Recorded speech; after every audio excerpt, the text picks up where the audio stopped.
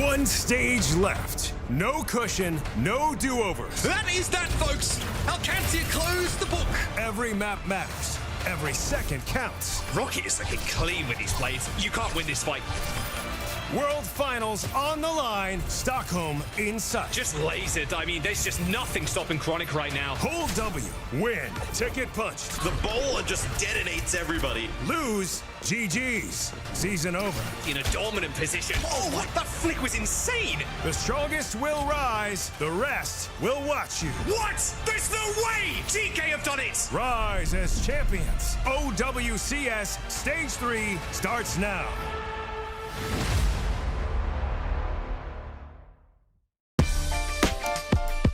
Welcome friends, family, and everyone in between. Today kicks off the third weekend out of 6 in OWCS Stage 3, and the 2025 season is racing towards its climax. Joining me for all things EMEA, as well as NA later today. Actually, that's not true. I'm lying. It's like am I just finding out I'm doing NA as well? Only, yeah, double booked Matt, Mr. X Morello for the show, and Jake, I just want to keep on all day long because he's a homie. I'm so glad to have you back. How have you been, Jake? I've been good. Life's been good, but I'm really excited to cover some Overwatch. I think the meta this season this stage looks super fun, super dynamic, and so I'm just excited to get into the games. What is the picture in your background? Where is that from? That's actually from where I grew up. It's a picture my dad took many years ago. See? There we go. That's beautiful. Cool. Lore. I love it. We're here for nature. We're also here for some good Overwatch. Why not mix the two of them? Let's take a look at the standings to see where we are currently at in EMEA. I don't think there's any massive surprises here. Some teams had a rocky start to this stage. Looking at you, Gen Z. Let's see if they can come back. Jake, thoughts so far? Apparently, I'm just not letting Mr. X Morello talk today. But, you know, Jake, it's been a hot minute since we got to pick your brains. Well, so, any surprises for you? I mean, Vision, they had a lot of strong players. Maybe we thought they'd be pretty good, but already, I mean, to be in top 3 is, I think, great for a team. I think this is probably the best performance we've ever seen so far in the new system from a team that came out of promotion, right? Like, this is pretty huge for them to come out of the stage and be over Twisted Minds. That being said, you know, the standings, I don't think they mean too much yet, right? This is very early in the stage. There's a lot of room for you know, teams to rise and fall from here, but Vision has impressed me. Yeah, and you missed some rough Overwatch last week, Jake. I mean, some of those teams down at the bottom. We gotta get them. We gotta get them some dubs. We gotta get them back on top. Gen G is the one I think I'm worried about the most, obviously, and we'll see them today. We will indeed. Let's actually take a look at the schedule to see what we have in store for you all today. Honestly, given what we had to, let's go with Endure last week. We've got some bangers on the docket today, Matt. Yeah, I mean, we have obviously Alcantia VP. That's going to be a tremendous game. I'm sure there'll be a rally of the troops of everybody, you know, kind of getting excited in the chat for Sakura and Dild. I'm sure that one will as well. And then the title match. Yeah, the title match. And then Team Liquid SSG to round out the day. We have a lot of like really fun, interesting games today. We do indeed. Let's talk about that Alcantia and VP match though, because Alcantia last stage obviously has looked basically untouchable, whereas VP struggled with the meta. And now we have a different meta. Alcantia still looking untouchable though. Is VP the team to crack him? I think this is, for both teams, the toughest test they've faced yet. I think they come into this match knowing that this is going to be crucial and may end up at the end of the stage being the decider for who's the top seed here in EMEA. Yeah, I think when you look at these two teams, right, and obviously I think Twisted Minds can't kind of count them out of the conversation as well. You know, since we haven't seen Sim, I feel like these two teams probably adjusted the best. I mean, if you kind of think back to stage 1, right, where there was no Sim in play, VP just kind of ran through everybody. in EMEA. Now they add Kevster, right, for even more flexibility. I definitely think they're going to be a team to be reckoned with and probably give Alcantia the best run for their money.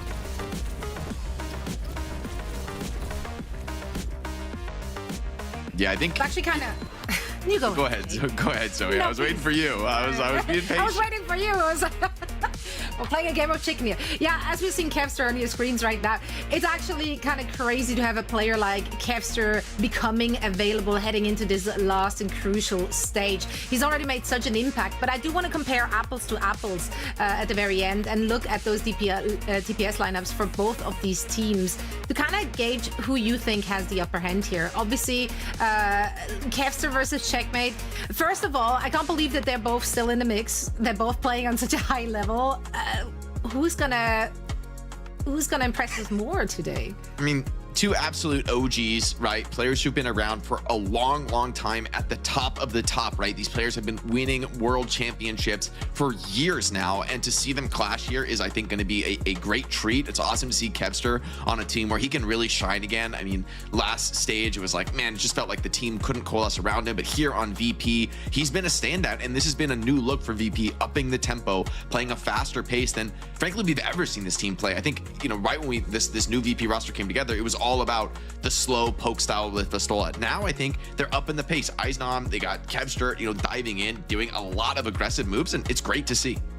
I mean, it's wild that both these players had less than 10 deaths last week. Right? like almost 80 elims each. I mean, and then less the than matches 10 deaths. were, let's call the matches slightly lopsided. So yeah, the stats may or may not be a little bit skewed due to that. Now, a quick heads up for everyone watching. Throughout all of this weekend in every region, we're not going to have Atlas available as far as map pool goes. Now, of course, Atlas, that has been a very popular pick over the last 2 weeks. How will this affect our players and teams, Jake? Well, you know, in the end, Zoe, Flashpoint, I think, is a game mode where you go to it because you want the mode, you want like another high-paced option, right? Yeah, you know, open with control. Flashpoint allows teams that I think really like that style of dynamic, you know, high-paced fighting to run it again on Flashpoint. And I do think that we're going to see Saravasa played by teams who want that same thing. Maybe Atlas is like the new flavor of the month, and it being out will change prep work. But in the end, like the teams that like Flashpoint, I don't think this is really going to move the needle for them. Well, Matt, I'm sure you took those map pool changes into consideration gearing up for week 3 of our fantasy league. Yeah, I took a lot into consideration. You're running the numbers every day. Yeah, He's beautiful minding this one. but you know what though? Somebody sucked more than me last week. Who was it? I can't see that picture down there, Jake. Do you know who Sorry, that what? is? Sorry, you guys are so far away. I can't even. You got to speak up. You all the need way to get down at the bottom of the leaderboard. You had a monster week, though. 110 points, Jake. I mean, what in the what? I'm rooting for Checkmate. Checkmate. If Katsuya can defeat VP here, Checkmate has a week. I could be on top. I could be on top of the global standings. That's me versus Johnny right there. Yeah, it's kind of who's battling it out. Meanwhile, Matt and I You guys are also battling it out. we're battling out on the other side of the standings. But I mean, with this team, what can possibly go wrong? You banked heavily on an 8. over 20 fantasy points per player. My team had 37 points total. I think I had Look, minus points. What am my team doing? I gambled on Vega this, not gamble, but I believed in Vega this season because of Lijiang, right? I think this is a super high impact carry role hero that a lot of main sports are playing, and I think there's probably no one better than Vega to take that. I think that's a key part of the success.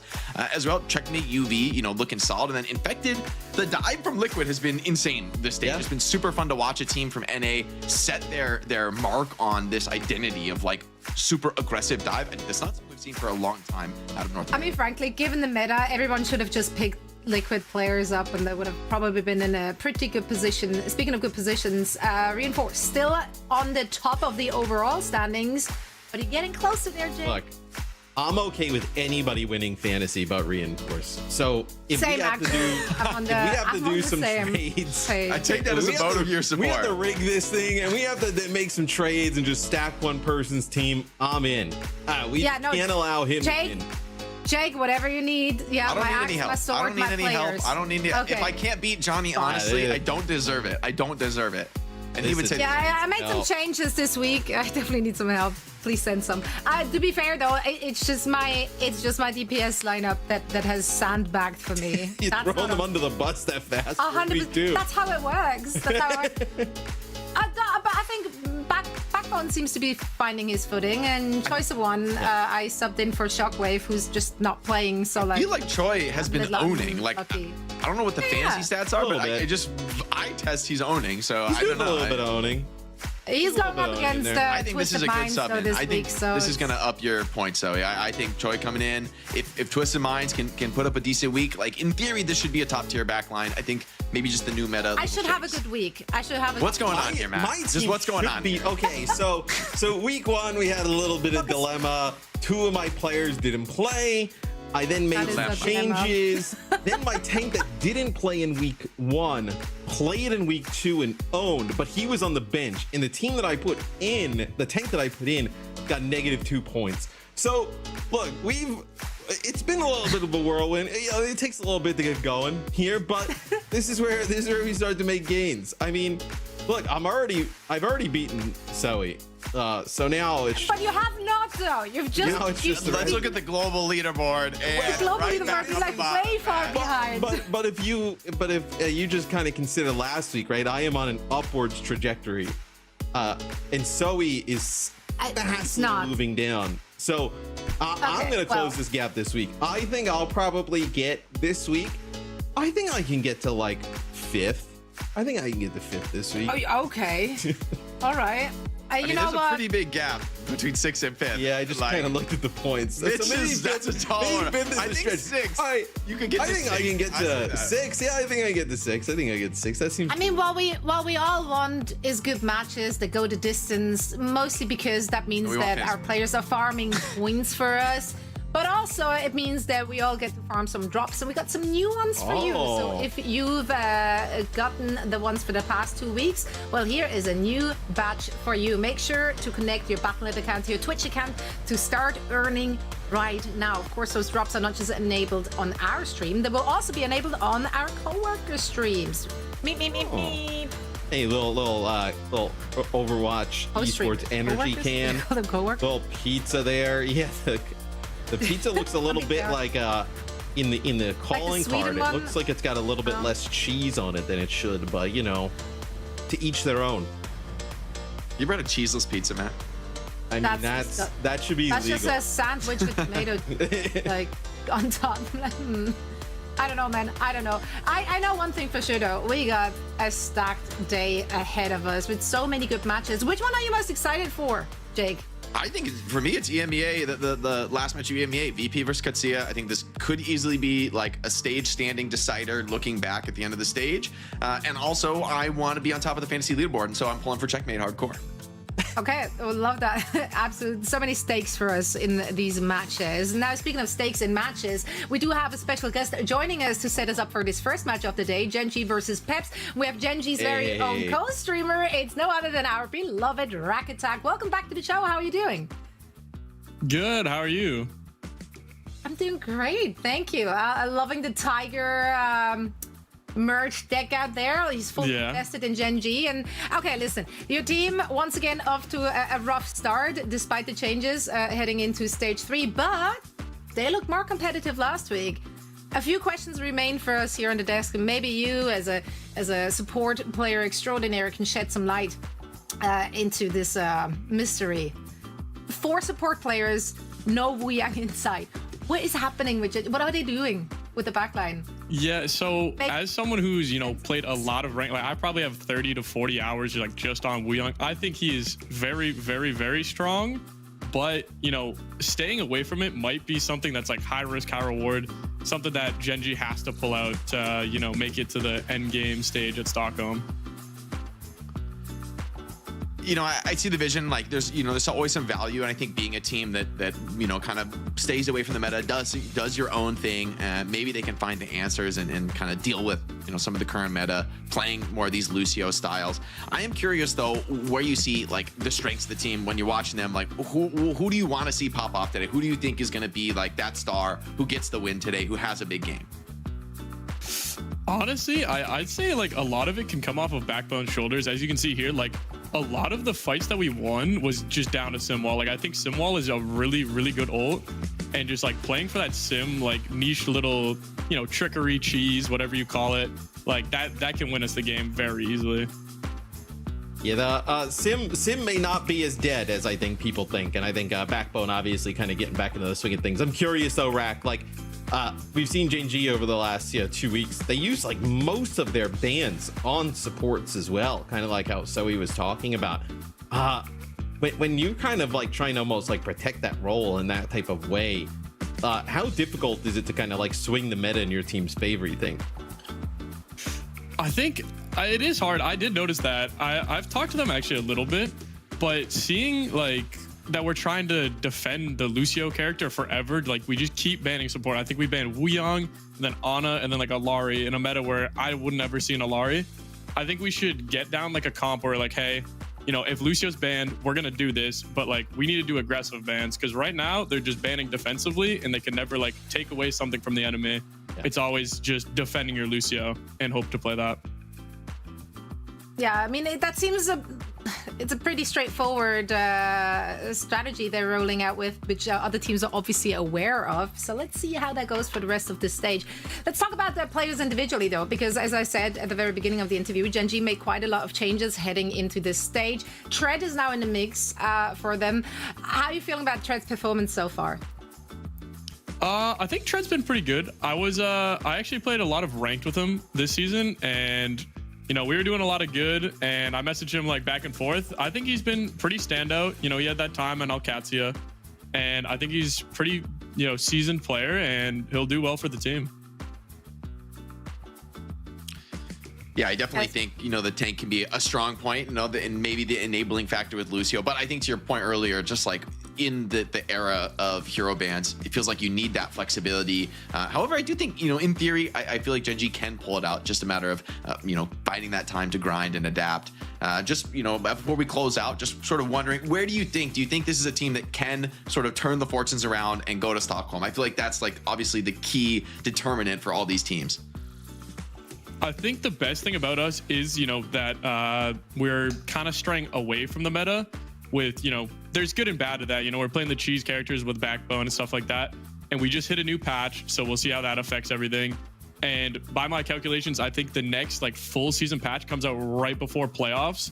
So we might hit like another random cheese patch and see where it goes. I think we're good for Stockholm. Yeah, I mean, if you have a player for cheese comps, it will be Backbone, right? Put the Mei in, put that Sim in, put that Reaper in, like Backbone's on your team. That's right.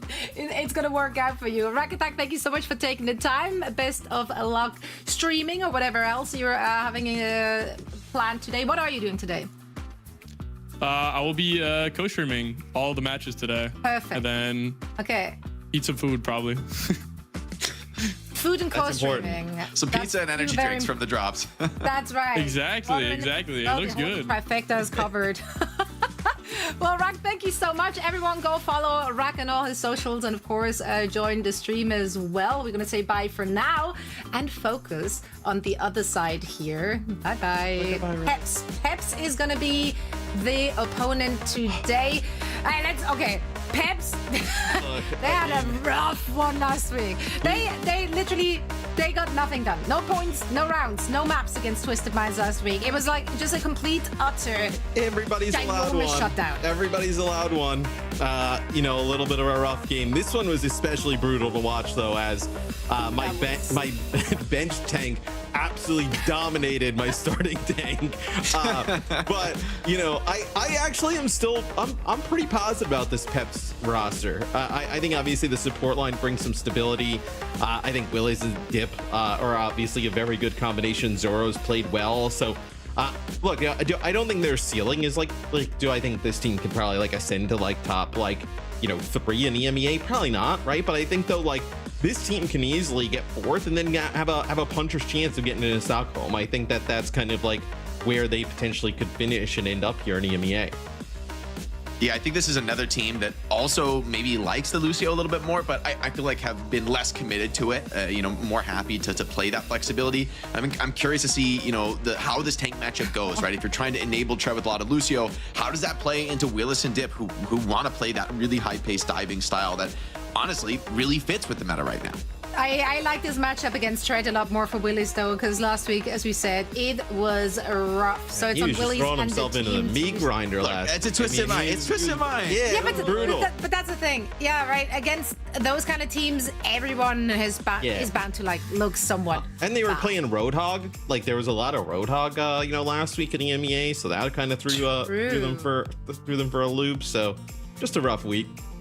Yeah, Roadhog alive and kicking. Will we see him today? Well, we're about to find out as we are getting ready for our first match of the day. I'm very excited for this one. So Jake, Matt, please take it away. Yeah, Jake, you never thought you would see some more Roadhog action, right? No, it's good to have the Hogger back, you know, like I just see what he can do, you know, like I feel like he's been in such a weird state for so long. I'd love them to give him some kind of like movement ability or something just to like spice it up. But like what kind of movement ability? Like, are you thinking? I was thinking like, this today. What if when you heal, you run fly fast while you heal or something, or fly? I'm down. I don't care. You know, like Roadhog is like our version of like Kirby, where he can just kind of fly. Yeah, like a Kirby. He like has like many jumps. Can you imagine? He, No, like, holds his no, breath. I can't imagine actually.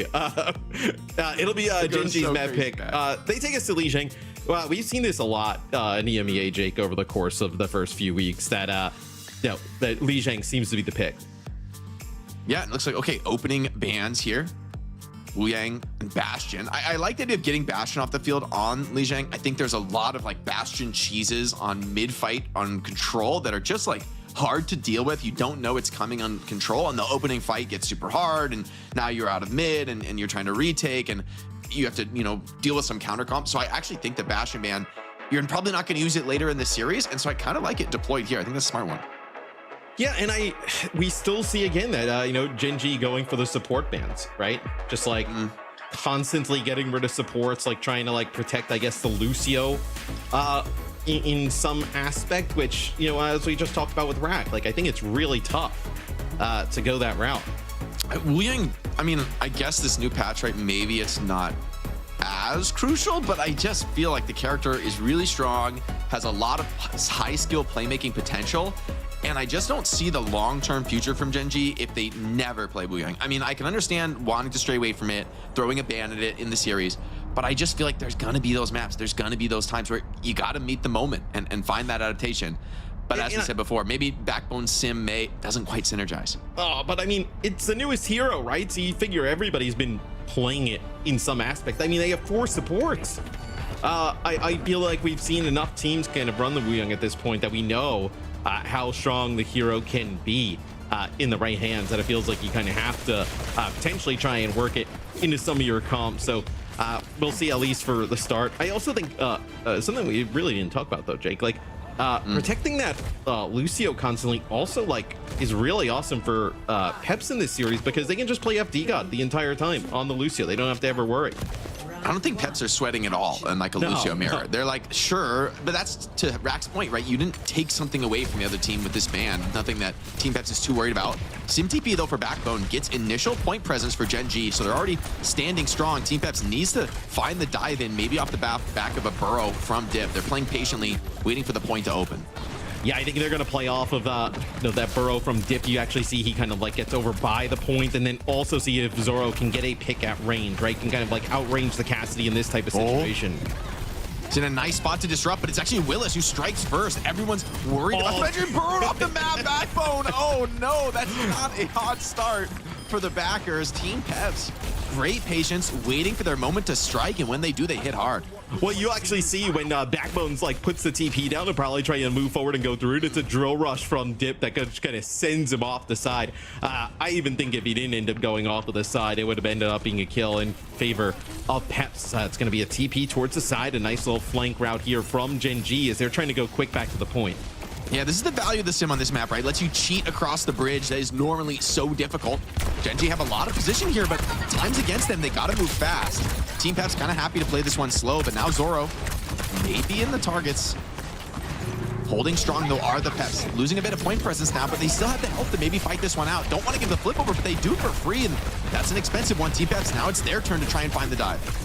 Yeah, let's see, though. I think they're playing around like Kitsune Rush, and they're going to have the beat up here in just a second. So I think that's what Peps is playing around. Nothing to really work with here for Gen G. Yeah, and trade's going both ways here. This is down to a deathmatch brawl, but Tread out of the suit probably favors Peps dip. Needs to get healed up, but Willis is just running rampant on the point, cleaning house. And Gen G, they're going to have to be satisfied with just a bit of cat time. In the end, the fight goes against them, and the patience pays off. Not only that, but Team Peps do it without committing any of the ultimates. Yeah, and I mean, that is huge, right? They don't commit the rush or the beat. They are also going to have a downpour here, right? I guess for Gen G, you have this backbone like wall that'll come up, right? That you can kind of split the point, but it just feels like there's a huge advantage here for Peps. Oh, nice. That's a really nice jagged wall there thrown in. Almost kind of catches some players off guard. Yeah, the key, all right, early sim wall deployed immediately from Gen G. They're going to step up to the cap now. Team Peps, do they want to stall this maybe with the burrow, kind of wait out the sim wall and then go for the re-engage? And with the Kitsune Rush as well, they have a lot of tools to delay. High Noon, going to be a bit of a problem. The speed boost as well, but oh, the cleanse just barely lasts long enough. Zirian lives, Exodial absolutely styled on. The beat comes in, Backbone still low HP under that sound barrier, needs to find something very soon, teleporting around, getting enough heal and support. Seems like Gen G, the beat has been enough. Backbone in sight, but they just can't clean him up. And while that was well played by Team Peps, in the end, the power of those zoning ultimates on control, undeniable for Gen G. I mean, for Peps there, like you talked about, the cleanse goes right down to the wire there with the Deadeye from Exodial, looking to take out Zoro, but it's a fight that Gen G ends up winning. So the sim wall does pay off there on top of both support ultis for both teams here. Looks like you're gonna have one player here for Peps just kind of put some pressure on the point, and I know maybe you actually get a big tectonic shock. Yeah, Tectonic Shock deployed now. Backbone's down. That's crucial for this Gen G comp. They really rely on the sim damage. The kill as well on Tread during the self-destruct, and that's going to seal the deal. Now it's just stall for Gen G unless Exodial or Sky can pull out something insane. Supports are relatively low, though. This is not as easy as I first thought. Sky gets one. Ken Kiriko step to the point, and SimTV's coming in. They're going to try and retake very quickly here. Yeah, and I like this decision. I like this decision. You come back really quick here. Sky lives the entire time. You're going to have the Kitsune Rush. It's a huge advantage in terms of rush here for Gen G. Yeah, and the retake from Gen G is on, putting the pressure on the point. Who's going to step up to Sim with that Kitsune Rush deployed on the point? It's going to be a difficult one for Team Peps. They can stall for a little bit with the burrow, get a little bit more point time. They don't want to fight into this rush. And so far, they waited out. FD got 90% to that beat. It's going to be crucial. Team Peps looking to get that charged up and go for the retake. This is going to be a big storm for Gen G to weather, and really all they have to work with is the High Noon. Yes, I mean, you end up using the Kitsune Rush and winning that last fight, but now you don't have anything here with this sound barrier that comes on through. It's going to be completely unanswered. Oh, it's over. Yeah, Willis with 2 on the Jagged Wall? No way. Yeah, I think he actually probably, the Jagged Wall is a little bit of a boost in terms of the knockback, potentially. That's kind of what he's working with there. Knock him off the side. And the boot peels. It's so hard to get the retouch into this comp from Team Peps, right? You've got 3 tools to boot people off point. And that's a wrap. Team Peps, I mean, they really showed great patience playing around those sim walls. Rakitek talked about the power of those ultimates, right? And drop the sim wall. It's so hard to fight into. Similar story with Kitsune Rush and High Noon. Team Peps, they use the burrow to stall the point. They wait it out, and then they re-engage when they're strong. Still a close round relatively, but yeah, like Team Peps had that one under control. I mean, FD God finishes the round deathless, so pretty pretty strong play on the Lucio, and that's what I mean though. Gen G is just gonna protect the Lucio, and then they're gonna allow FD God to play what he wants the entire time. Exodial, yeah, 2 and 5, a little rough first round. It's a brutal meta to be playing these DPS. I think with the pace that Team Peps are bringing, like you just, what's your mobility on Cassidy is so limited, so hard to evade. You get caught by one Jagged Wall, you're in trouble. Gen G gonna run it back. Again, the sim lets him get free point position, but Team Peps, let's see how they approach this dive to the backline. But what do you think though, Jake? Like, I think with Peps and kind of obviously getting the hazard into the mix and Venture, they can just kind of spam chokes and then the explosive shots. Like, it's gonna be really costly in terms of HP for Gen G to kind of get out of there. It's a nice Jagged Wall there from Willie, so that's gonna allow them to get even closer. Yeah, the repush is really strong though, and that early damage from Exodial onto Dip made Dip really struggle to get into that dive. So actually in this fight, the Cassidy did pay dividends. Now the reflip is attempted from Team Peps, but they haven't found much significant damage. And so far, fighting from the back of the point, playing off these map flipping TPs has looked really solid. And, I mean, man, if Exodio just keeps landing headshots like this, maybe they do have a hope. Backbone with 2 before he goes down. I mean, Exodio just turns the corner, right, and just like dumps 2 shots into Dip. He's basically dead the entire time, and they obviously want to move in behind the Hazard and Venture. So with the Venture basically dead, nothing you can really do here. 2 players still lingering here. So you have Zerion. Okay, so Zerion just takes out Exodio, and then also now you have Zerion building up towards this Kitsune rush, and somehow they're going to be able to flip the point with just those players. That's insane to me that happens. That's so well played from the back of the point there, just dancing around full confidence, playing from only 2 players, and the spawns come in quick. The flip comes in for Team Peps. Once again, right there in point control with a lot of key ultimates online. They're going to have the first Kitsune rush. It's just a zoning high noon pretty much. Oh, a little bit off synergy there. Would have loved to maybe take that TP on the Cassidy. It gets you to walk in through the choke, but you haven't forced anything really valuable out of Peps. Yes, this is going to be Kitsune rush here from Zerion as they're going to move a little bit further off the point. You're going to have Backbone take out the Kiri of Peps as it's going to be now Genji working their way back to the point. Yeah, well, we'll see how they elect to take this one out. I mean, Team Peps still struggling, and Genji, all right, they just bully it back. Once again, Team Peps just can't stand toe-to-toe in the Kitsune rush against the Sim. Let's take a quick listen in, though, and see how the players want to try to fight this one out. All except carry? Okay.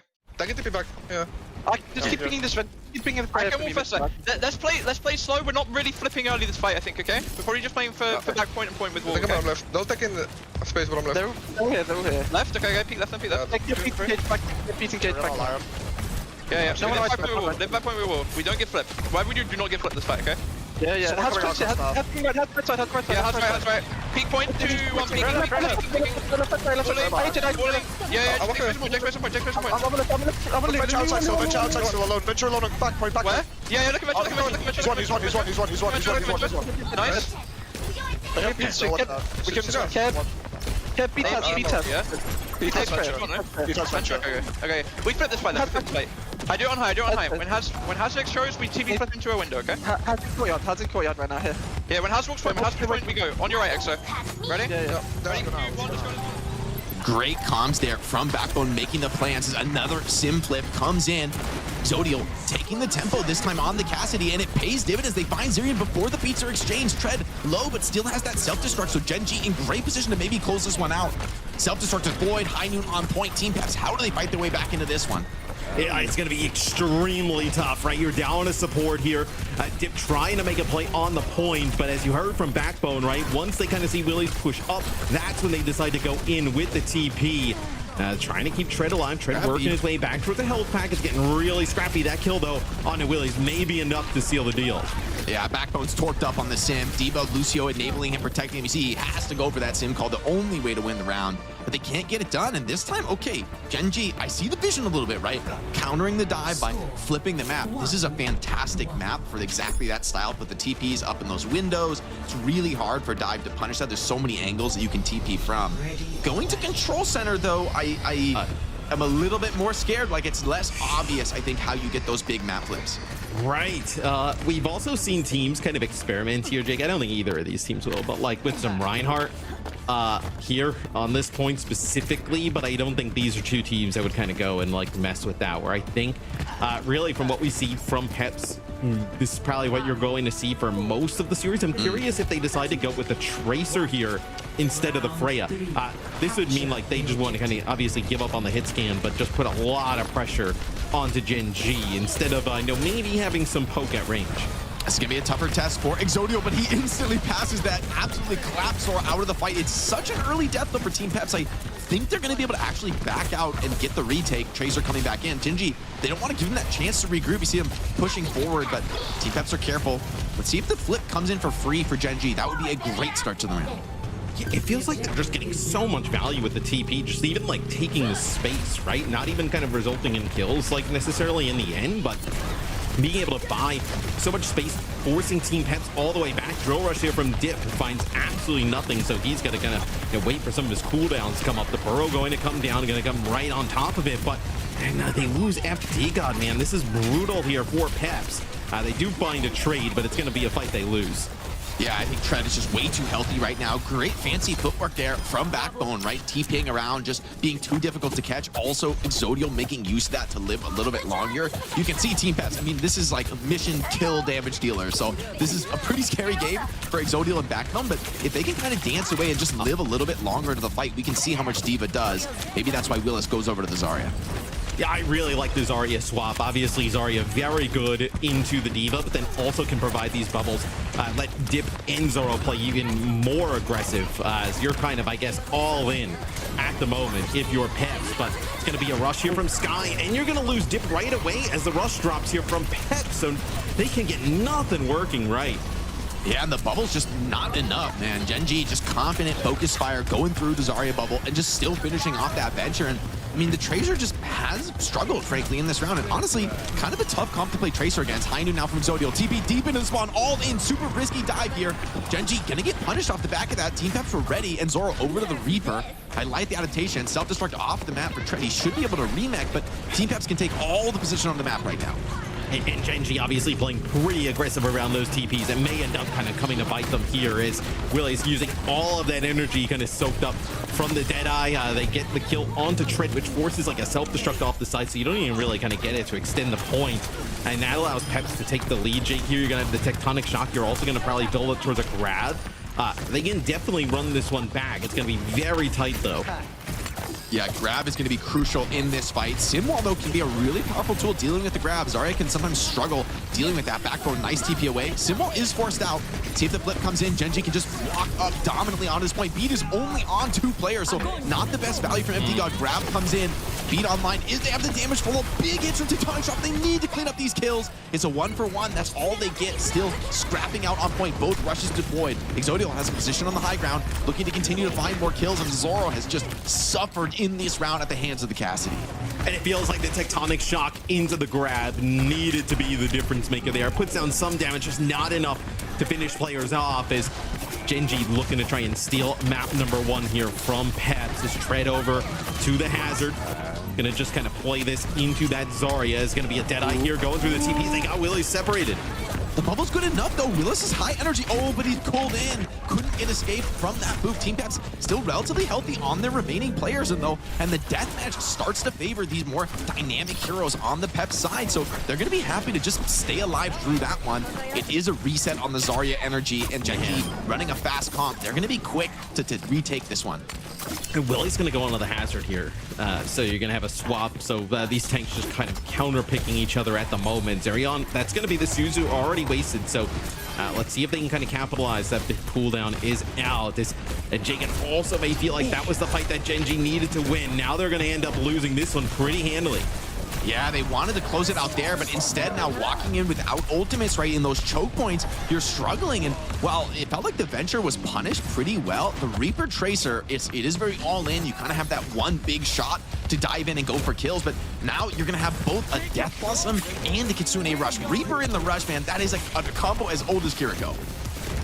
Yeah, it's, well, I mean, dude, you're going to have the Death Blossom as well, right? We'll see how they decide to play. It looks like Peps actually just kind of giving them space. I think they're just trying to bait them in, right? You see Zoro here on the point. You're going to kind of like let them run into you, but it's also allowed Sky to build up some damage and get a rush of his own. They ban out the TP. TP sent out from Sky. Both of them crossing on the point. Big Death Blossom into everybody. Those Zoro's revenge in this round. And that's going to secure the map for Team Peps. What a comeback here on Control Center.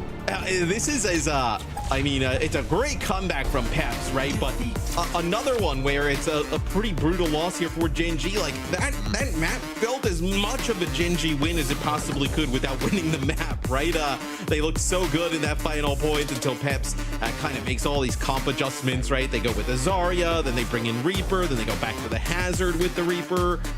They bring in a dip on Tracer at the end as we take a look at the stats. And that is one that Genji wishes they probably had back. That one felt like a map they should have most certainly won. Yeah, absolutely. And Willis looked really solid on the Hazard. feel like the Zarya swap was necessary in that round to, you know, get Tread off the D.Va, but in the Hazard v Hazard, it's clear that this Team Pep squad is super comfortable and super confident, and I think that was, you know, Gen G getting pushed out of their wheelhouse. We talked about the worries of being a team that really wants to run exactly one style. Is you're maybe not going to be able to hang when it comes to these like raw team play death matches coming out here in the Hazard banner. Right. It's I mean, we'll see what they decide to do with their next you know, map pick and ban, but this is where I feel like, though, their kind of ban strategy of just getting rid of supports to protect the Lucio, it's where it kind of comes back to bite them, right? Like, you know, if you wanted to play the D.Va, right, you could have gotten rid of something like a Zarya here in the first map, because like when they were playing the D.Va against the Hazard, that's when like Gen G, they were winning pretty consistently, right? There wasn't a lot. You saw that Peps was kind of searching for answers, right? I know they're bringing in Reaper, then they're trying Tracer, they're trying to Tracer with a Venture. They couldn't really get anything going. But then once they kind of went over the Zarya, forced them to switch off the D.Va, Peps just took control. And I don't think that the Lucio is that impactful. I think you have to kind of consider, like Elrak was talking about, you got to like use these bans to like force your playstyle on the opposing team instead of just constantly protecting. And you think about on a macro level here, right? Peps use a bashing ban. You know, I think it makes sense on control. We talked about that a little bit before the series, but kind of a throwaway ban, right? It's not like obviously some super key hero that you're really anxious to get out. Whereas the Lijiang ban from Gen G is kind of like a commitment to winning that first round, right? Winning that first map, and to lose on the Lijiang ban for Gen G, who is this team that is straying away from the Lijiang, is a little scary, right? They're gonna have to face it potentially the rest of the series, and we're gonna have to see what their answer is. I mean, you gotta believe this Gen G team, they know it's coming. They have to be preparing and screaming against it all the time. So they clearly feel like there is a way, if they execute well enough, that they can deal with it. Yeah, you would think so. We just haven't seen it thus far throughout the stage. We have seen a lot of our DHL moments, though, Jake. You've been gone for a little bit. So let me tell you about our boy Cargo. Our boy Cargo, where is he? Yeah, he's down there. See him? When's he coming to Overwatch? Are you not going to wave to him? Avril didn't wave to him last week. Yeah, I'm waving. It would be bad luck. That would be bad luck. Yeah, you go to the site. You have to predict who you think would win EMEA and NA for an opportunity to go to World Finals. Ticket punched, just like how the guy in our intro video says. You can go to Stockholm. Who would you predict? Who would I predict? I would say I'm going to take Team Liquid in NA. Okay. I think this is Team Liquid stage. I think they're going to be able to do it over GK. I think they found their identity. And in EMEA, I'm going to take Alcantia, man. I'm going to take, I think Katsia coming out on top again. And that's only a little bit motivated reasoning because Checkmate is my representative. Really? Is that why? Cargo doesn't care about your fantasy team. He just wants results. He just wants to send people out. But hey, everybody make sure you go fill it out. It's a great opportunity. You can come to Stockholm. You know, we'll be there having fun. Yeah, it'll be, bring your jackets like we talked about numerous times. Did you get to explore Stockholm at all the last time we went? Not really. I think I went to the city like once, but I think that's because we're working and we gotta do stuff. But if you're a fan, if you're there, there's so much time, right? You come to the event, watch the games, you know, go check out the city. It is really incredible. I was impressed. I was super impressed. That was my first time last year.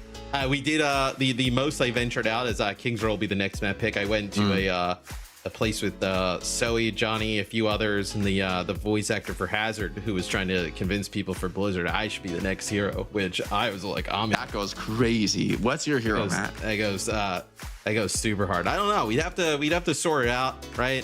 So the name they came up with was the Parlay King. I was some kind of like gambling kingpin that would like throw casino chips at people. Yeah, maybe I'm Kingpin. You know, the chances of this happening are 0, but it was a great conversation. It's really good ideating. The Zen ban. So this is just another protect, right? Like nobody's playing Zen here. All right, yeah, you can play. But also that allows Peps to just freely get rid of the sim. Yeah, I feel like on this map, I think Symmetra, if you're gonna do this what Gen G style and you want to play the sim comms, or just in general these like rush heavy styles, maybe they feel like they can deal with losing the sim and maybe they go with like a Mei or a Reaper on backbone, and maybe they think they can execute some similar looks. But I do think sim TPing, there's so many high grounds on Kings Row that, you know, being able to put typically immobile heroes on offense up to the high ground like a Cassidy is a game changer, and no one does that like Symmetra. Right. So we'll see if the sim kind of comes back to hurt them. I think if you're Gen G, like, I don't know. I'd much rather would have the sim out there and lose the Lucio than kind of keep Lucio with Curie and then lose the sim, because I think sim right now is probably the hero that Backbone's kind of performing the best as in terms of DPS. So looks like on defense we're actually going to get a Hanzo here. So it'll be Zoro playing the Hanzo. We've seen a little bit of Hanzo throughout it's EMEA. good on Kings, man. Solid on Kings Row. Probably one of the best Hanzo maps I'd say in the game. The walk climb mobility is super valuable. There's a lot of those tighter corridors to make the Dragon Strike not a cosmetic ultimate. See how it plays out though. Gen G hovering a comp I don't think they'll play, but maybe just gonna take a peek on this Widow Hanzo and see if they can find something. Yeah, let's see if that kind of pans out. It'll be, so they're gonna put Backbone on Tracer. So this is like we've seen him play it, and I think obviously with Backbone being taking a ton of time off, right, it's a little bit harder to kind of just jump in, start playing the Tracer at an extremely high level, where the sim, he's been able, like we heard in the listening, right, kind of control the state of play. But I mean, hey, that works. Tracer Zerion looks like maybe didn't have a TP active to get away. Yeah, just caught slipping. FD God not going to be able to really sustain on his own on Wu Yang. Not the strongest of the just individual healer. So they're going to back off, go for a last-second retouch here. Team Peps, you see him flanking around that right side, taking the hotel control. But Gen G are going to preempt this, diving in aggressively onto Zoro, guessing that he's unprotected. And the call is good, man. Gen G, the aggression pays off, and they should be cleaning house. Unless Willis finds a way back in. Hold on, Team Peps. This time Zerion slips away. Dip finds another, and somehow in the chaos, despite a great opener, Gen G, wait, there's no way! No way they can! Oh, Team Peps, please. Look, I mean, the first map was, I mean, it's close to like as the Gen G win as you get with losing it. So like to see kind of I know I kind of continue here, just kind of coming right down to the wire. And that time, I mean, I don't know how they gotta don't contest, get on it, and keep it going. But that was a very nasty C9. We'll see if Team Peps can redeem themselves. They have been fighting decently. I kind of would like to see Zoro get off the Hanzo and go to more of a flanker here, and kind of keep pace with this diva. But we'll see. Maybe the Hanzo can, still find some value, still find some poke kills in the backline. And well, there's one onto the Tracer. The instant shutdown onto Backbone. The threat that the Hanzo provides, those one-shot kills. Don't you feel like they have a massive damage advantage in terms of the poke here with the Hanzo and the Wuyong, right? Like, and obviously, having Hip there to clean it up. Yeah, and Hazard as well, right? Constantly spamming the chokes. Strikes me as kind of a hard place to be playing either of the hit scans, right? Even Sojourn, I'm like, it's a little scary, right? You got to dive in, maybe extend these eyes, but I feel like, Zodiel's going to be public enemy #1 in these fights. Yeah, it's going to be the Kitsune rush here for Gen G, just trying to kick things off. It'll be the Wuyong ult here from FD God, kind of giving out there to protect one of the teammates. And this is a really nice disengage there from Peps, just kind of backing up a little bit. Having Sky's Kitsune rush there on the field for Gen G means they want to constantly move forward. Nice shot there on the Baby Diva from Zoro. And that Kitsune rush just kind of gets nothing for Gen G. I thought Peps played that really well. Yeah, Hazard's such a great user of that Wu Yang ultimate, right? He can kind of soak this aggressive dive forward from Gen G, put his body on the line, using that shield and threatening the knockdown. And Gen G couldn't find their way through here. Maybe Soundbearer is another big opportunity to overwhelm, but you got to be careful. You could get caught here by Willis' ultimate with a big follow-up Dragon Strike. I don't even know if Soundbearer is going to be enough to keep that up. Yes, we'll see. It's going to be an overclock here. It's okay. You get rid of Willis. That's he was trying to get out. I think he actually kind of gets caught jumping away. So that's a really nice overclock there from Exodial. I mean, when he got to this team, Jake, I was like, this team is going to play really well. It was like last stage we were talking about it, right? When they got Who Are You? And they had Mag, and it felt like Exodial wasn't an upgrade, and it just never really seemed to be. But then you see plays like that, and you're like, how does this team struggle? Like when he plays so pretty consistently well in the hit scan.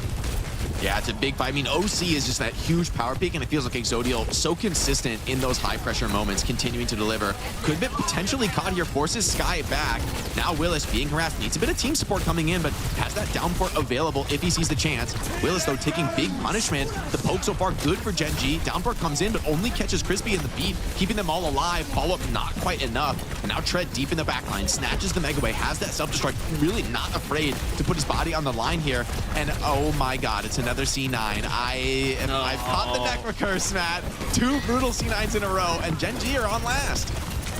And it's like, there you may as well just throw your body on the cart and die, right? There's not really like a, instead of just kind of like playing in the middle and just kind of like waiting there and not really backing out completely. It's just a really kind of a brutal spot to end up dying from. So Dip actually is in the back line here with a pulse bomb, and then also Willies has he's going to go over to the Zarya. So this is another swap that we kind of saw in our last map. So that's going to be Crispy gone. I mean, 2 for Dip. 2. I mean, that is as good as it could be.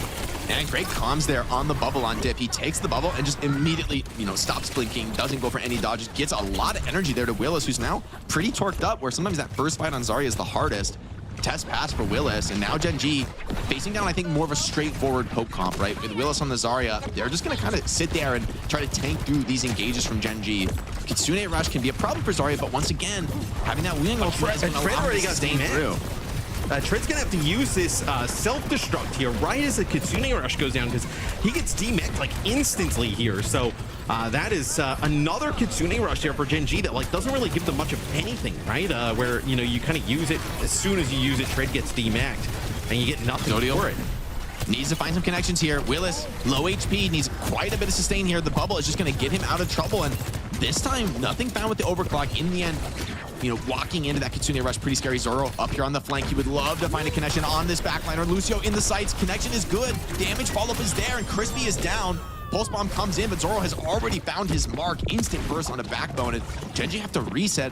All they have here is the beat to be potentially answered by a grab pulse combo. And oh no, Tred just went off of, okay, he's onto the Zarya, but off of the Diva now. This is like a free grab. I am a little scared for Gen G to come into this one. Grab pulse on the cards. Yeah, and I imagine if Willies ends up using the grab, he probably goes and plays like Hazard, right? Like, it just kind of seems like he's willing to kind of counterpick Tred at every moment. That's a pretty nice grab. Sound Barrier, though, should be able to keep some players alive. And the Suzu, that's nice. Yeah, the cleanse keeps them up. The barrier, enough value there. And in the trade, Team Peps lost a lot of HP. Willis now under assault. Gen G, the clapback is good, but the damage while trade is there. Team Peps, it's a 3-on-2, but this close to their own spawn. I feel like they've already made this defense, unless they manage to get off the cart for the 3rd time in this round. I'm not gonna let them off that one. If they manage to just walk away. They C9 this one, I quit. I'm not showing up for the next match. I'm walking away. I mean, that wouldn't be ideal. So hopefully they don't do that. But I imagine now with a minute to go on the clock here, below a minute, there's no way they're going to have that happen. With Zoro with the Bola, so look to see if they maybe try and use like a Kitsune Rush here from Sky. They try and shut it down with like a Bola yet again as players try and run through it, because as you mentioned, they're not going to have like a defense matrix or anything to block some of that damage, and somehow they find Dip. So Dip's been found a few times here early on. Obviously he's playing very aggressive, but man, they can't capitalize on that at all. Yeah, I mean, he was aggressive, but he did get that cleanse for Zoro with some well-placed boats. And now Exodial overclock Sky with the Kitsune Rush on the ground. They have everything they need, but no HP to stand tall against Willis, who's getting all the heals pumped into him. The Zarya still alive, still healthy here for Team Peps. And Gen G, 20 seconds on the clock. They need a quick regroup, but that late death on the Sky is going to make it difficult. Team Peps could go for an aggro into the spawn. Backbone, maybe a touch through the window here. Could keep the fight in constant, but he gets found before the touch. I don't know if he's going to be able to make the one. I mean, he has to. He has to hit the multi-blink to that cart. Gets the OT touch. However, can you win the fight for Team Peps? Hold on, that's an initial burst from Exodial. Tank down, though. Team Peps still strong. The pulse bomb good from backers, and hold on. He's got it like that on the Tracer, moving the cart forward. Team Peps struggling to clean up this back line, and Gen G are right back in this. Dude, and it's the kill that they get on Azerion early, right? There's no Suzu in place, but look at this. A few members here from Peps, right? They push on forward. Willies and Dip specifically. They take out some of the other members of Gen G, and Backbone's like, where are my teammates? They're all gone as he's kind of moving that payload up. This Tred's going to come back on the ball. Grab onto the ball, just hard focus him out. Oh, and back had to step into it as well. Painful loss. And that's going to be the hold for Team Peps. Willis looks great on the Zarya on this 3rd point, and that's a hold that Team Peps just ride out for minutes on end. Gen G, no answers to that position. And I mean, dude, there's a world in which Peps holds on 2nd point, right? Probably not 1st. I think that was going to be Gen G regardless, right? But really tough fight towards the end of Honestly, second. the first point was the more egregious one. I think they were going to lose that fight at the end of the second. Yeah, that is fair. I think that fight, I was like, yeah, even if you touch car, you are probably going to lose, but you can stall the car. But the first point, they won that fight, man. They won that fight, and that's a brutal C9. 5 up. I think where do you see the biggest gap right now between these teams? It's kind of close, honestly, because I'm thinking like Zoro, Exodial are both having solid games. Backbone actually impressed me in a couple of those fights in the Tracer v Tracer, where I thought Dip would maybe have a bigger edge. Maybe it's just the compositional matchups here. I feel Gen.G struggled a little bit. The Lijiang is getting a lot of value, and honestly, where's the Lucio value on third point? First and second, I see the vision against the Hazard. I see it. But man, in the Zarya mirror, it feels like the Lijiang poke is just leading to winning trades so many times. Right. That hard single target heal onto Zarya is so much better than Lucio's aura heal when it comes to that raw trade. And it feels like there's nothing that Gen.G can do in terms of like comp, right? Unless they went completely off the wall. So it would like match the amount of damage that you're getting out of this Lijiang backline. I know they, and also having like, I know Zoro kind of play this like long range hit scan where it'll be the Freya here into the Sojourn. So obviously more burst potential with the Soj. I think you play the Soj especially okay against Hazard, but hey, you know, Backbone winning Tracer duels, I mean, that is a huge win, and it would be a real game changer for Gen.G. I will say, based on that death, I will bet my life that Sky hit a headshot on Kiriko and Backbone just cleaned it up. There's no way Dip would have died to just a pure Tracer burst there. However, it's a great start. Gen.G need to keep that rolling, though. They need to keep Team Peps on the back foot, because if you fall back on this Lucio, you start to get in trouble. Tread getting into the backline, getting ignored for the moment, but with the help of Backbone, might be able to find something. And out in the dance, Team Peps regrouping. Zoro finds Crispy, though, and without the Lucio, the legs are out from under this Gen.G defense, and Team Peps striking hard. Zoro cleaning up everybody, almost a 5K there. Yeah. Goodness. That's just mean that Darion stole the 5K, right? But Zoro able to get 4, obviously building up that bola shot really fast as the Freya kind of goes uncontested there, and it really kind of falls apart once he gets Crispy and Exodial like right back to back, like almost instantly. So once those 2 kills come in, now there's nothing that Gen.G can really do, right? Like no, the bola shot I wouldn't say is like this like huge game-changing ultimate, right? But it's definitely good enough, like obviously with a connection, to put down some serious damage. You know, force the team backwards.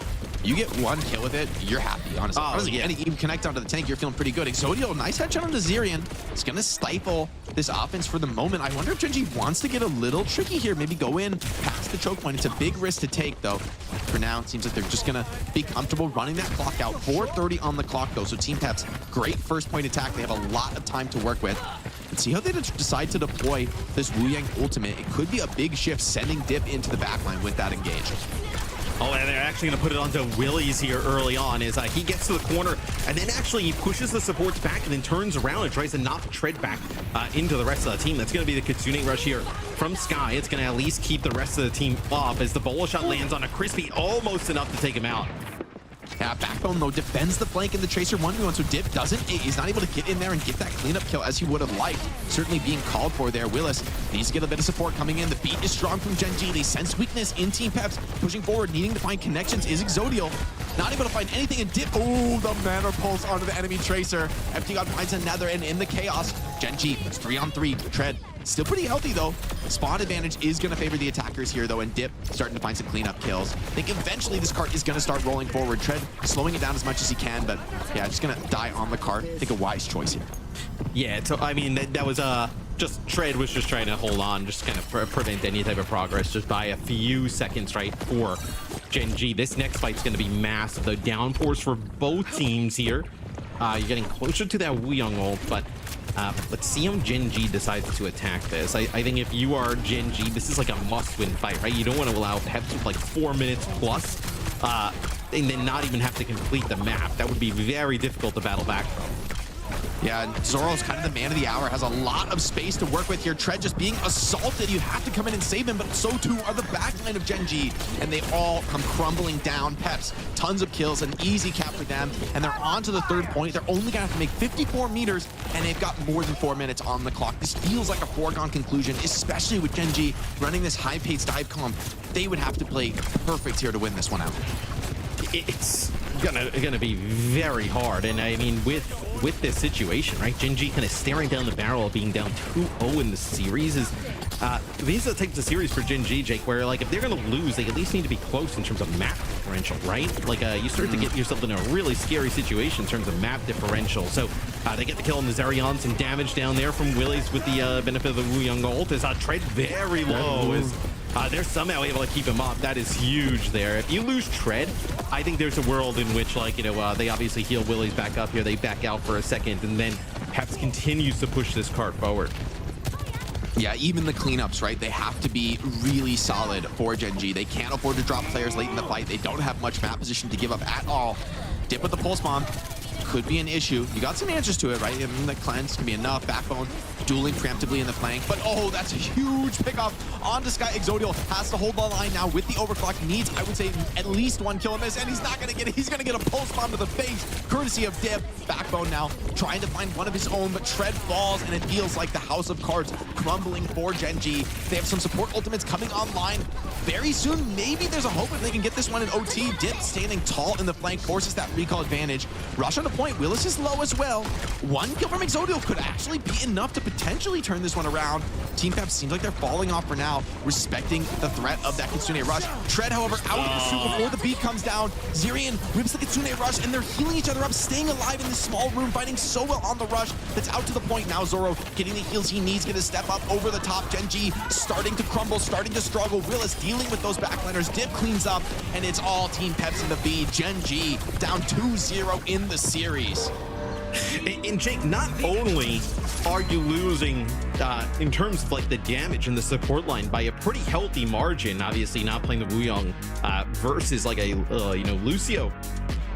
Also, the healing from the Lijiang is very good. I mean, right there towards the end, Willies was very low, and FD got able to just kind of pump him with healing. I mean, look at the amount of HPS. I mean, 16k HPS and then 8,300 damage. Like, that's almost as much as like the support line like combined as with Crispy and Sky. So it just feels like you're putting yourselves at such a huge disadvantage not trying to play this.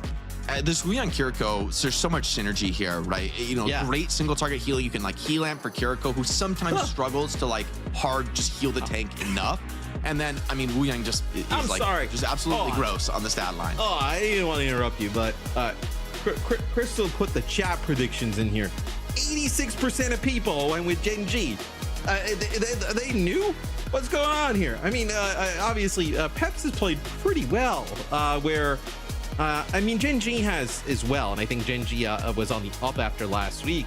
I just think they're gonna have to adjust this to be able to play the Lijiang. You see it here on King's Row. It's just so strong, and you know, those stats are so disgusting for MD God. It's like I would just see that and be like, guys, we gotta go Lijiang, man. Like look at the stats. Have to do tripling us. I mean, so we made a joke about the bone back last week, the backbone support. Like, hell, the other supports can't do it. I'm sure Backbone figured it out. Backbone. You had 4 supports in your team, and you can have Backbone. I don't know, man.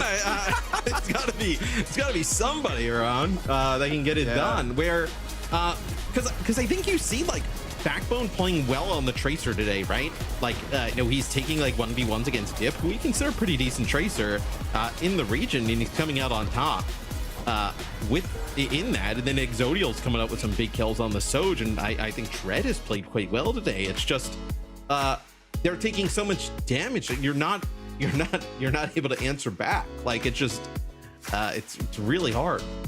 And I think the synergy with Zoro there, you know, able to get a ton done with that consistent healing from Lijiang. We talked about that previously, how sometimes the challenge for some of these highly mobile heroes is just having the consistency of healing. And I think that Lijiang, not only does he give all this aggressive high damage potential, but he also is great at enabling those highly mobile flankers and letting them, you know, be a little bit more free with their position, play a little bit more confidently, take more risks. It's sort of the value of that Zenyatta orb in a package that isn't so vulnerable to its own dive. Yeah, it's and maybe like the I think the ultimate is pretty good in like situations, right? But just the amount of damage and the healing output that you can provide, and like you mentioned, it's not like Zenyatta, where Zenyatta, as soon as you get on top of him, he just explodes, right? Like, and then also paired with like a Kiri with like the Suzu and like I mean, it's just a nasty combination that it feels like maybe you don't have to play it all the time. I'm not saying you have to like, this is like the only support line you can lock in, but at least be able to play it in certain situations that you're not. Because like also we kind of well, obviously the game goes on and we're talking about other stuff, but like they end up losing the sim on this map to protect the Lucio, right? Yeah, it's like what if you just let them ban Lucio? Like, what would it be so bad? And also, you have to, right? As soon as you win a map, they're gonna ban Lucio, like, you know, and you need to have strats prep for that. I just think it's a matter of being a little bit more unpredictable to kind of evade the pressure of a hero ban.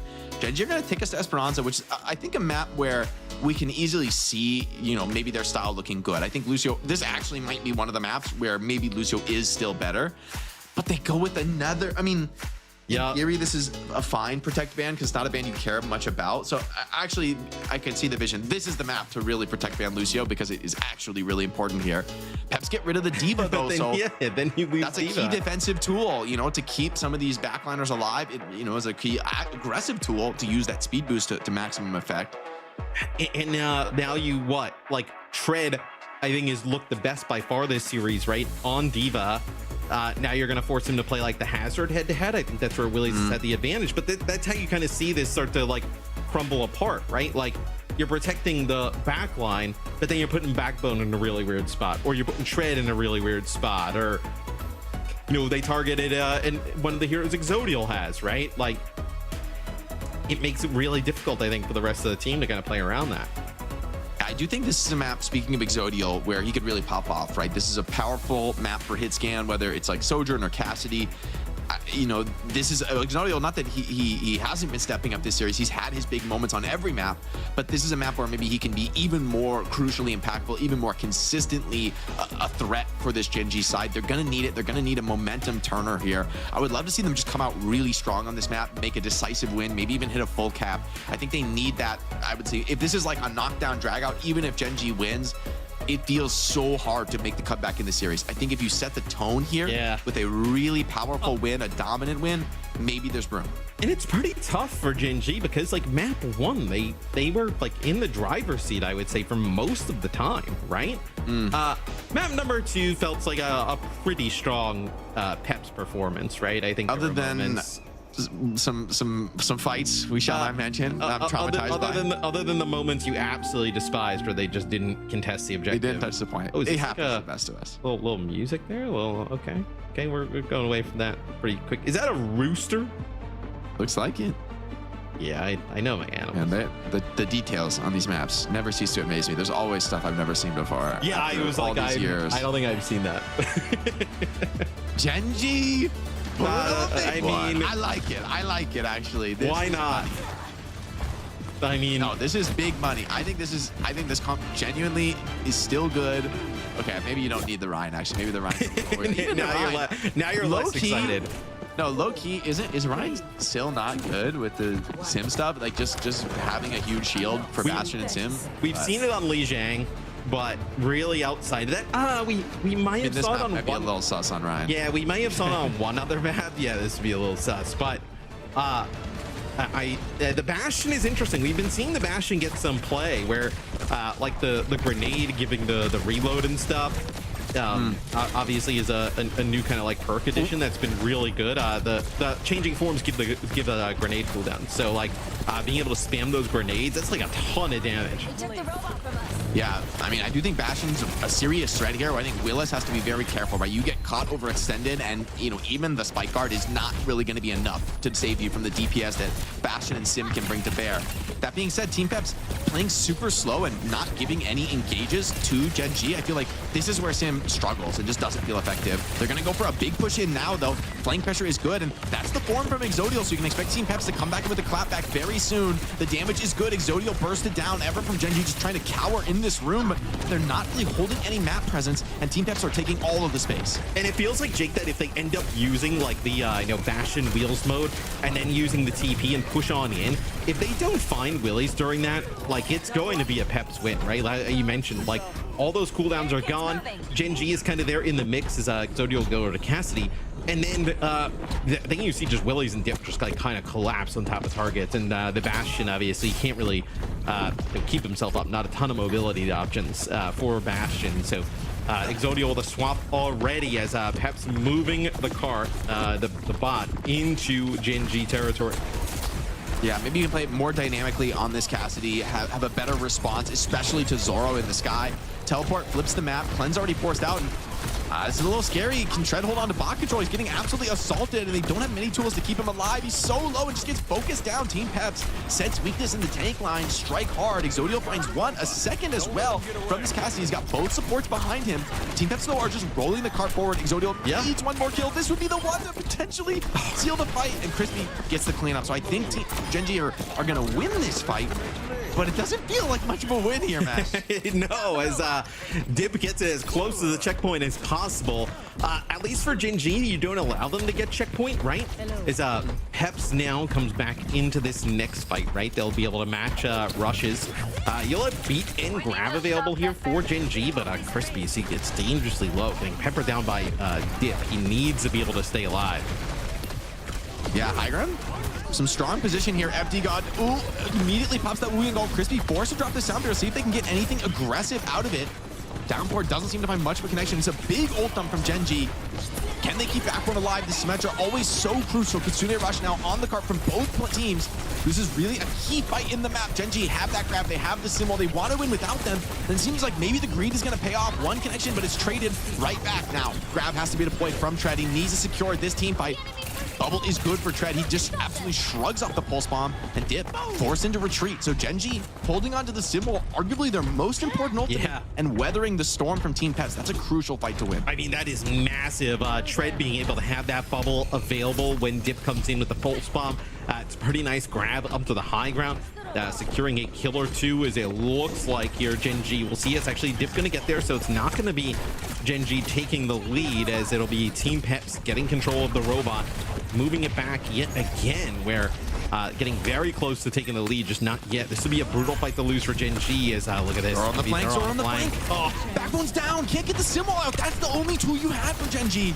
And what should have been a strong fight for them instead is disastrous right now. Tread deploying bubbles, getting flanked from all sides. Look at Zoro, he knows how much the enemy wants to get on top of him and punish him, but they're not able to catch him. He slips away, and the punish is good. Dude. Team Peps, great assault on the back line. And you went from a spot there for Gen G where maybe you would have been able, like, Backbone gets the wall down and you end up winning that fight. You get checkpoint and continue to move. You may now end up just giving up checkpoint here to Peps off of that, which is a brutal swing of things here for Gen G. And yeah, nobody's going to be able to get a touch. It looks like they're playing a little bit further back, maybe trying to play from that position of power back there, force Team Peps down from this high ground. I mean, Gen G's comp, you just can't force an aggressive touch. They're gonna drop the Sim Wall down on the low ground. Maybe they can catch and burst down Willis. He drops the Spike Wall, though. Keeps him up for now. And they're just playing patiently. Team Peps are gonna wait this one out. This is push, right? They can give up all this map position. It doesn't really cost them anything as long as they can win the cleanup fight. Willis is pretty far from this fight, so he actually kind of gets pushed back towards the Gen G spot. He's gonna have to wrap all the way around. Finally gets here over by the bot, but like you mentioned, I'm worried about Gen G. They're getting kind of like pinched from both sides here. It's a scary position. High Noon deployed, getting a little bit of channel on Willis, who's getting that barrier from Wu Yang. The bows are good, so much support coming in as Cassidy, keeping him alive, but it's Crispy who's left out to dry. Drip finds one, Zoro with another, FD got with the third, and Team Peps cleaning house, hitting from all angles, and they wipe the floor with Gen G, no counter kills. And that's where I think you see the difference with like the Wu Yang Kiri backline, right? You see how low Willies is there? I mean, there's no way they keep him alive if they're running like Lucio Kiri, like in that type of situation. Just the survivability, and especially Hazard also with like the block, able to kind of like reduce some incoming damage, right? And the mobility, it's very difficult to kind of take him down regardless. Being able to kind of get all that support though is a huge win for Willies. Allows him to play way more aggressive. All right, let's go to a quick Peps listen in. It seems like this fight already not starting well. Can they clutch it out?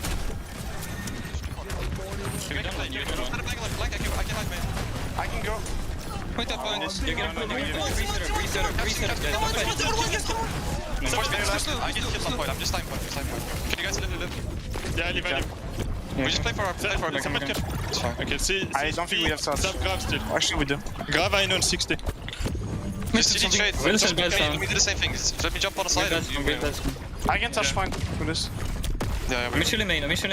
There are a lot They're working on main. They're working on main. They're working up. I'm back in 5. They're working me. They're working me. Can fight. Use one. Simmy's in. I cannot touch for this. Oh, try to chase.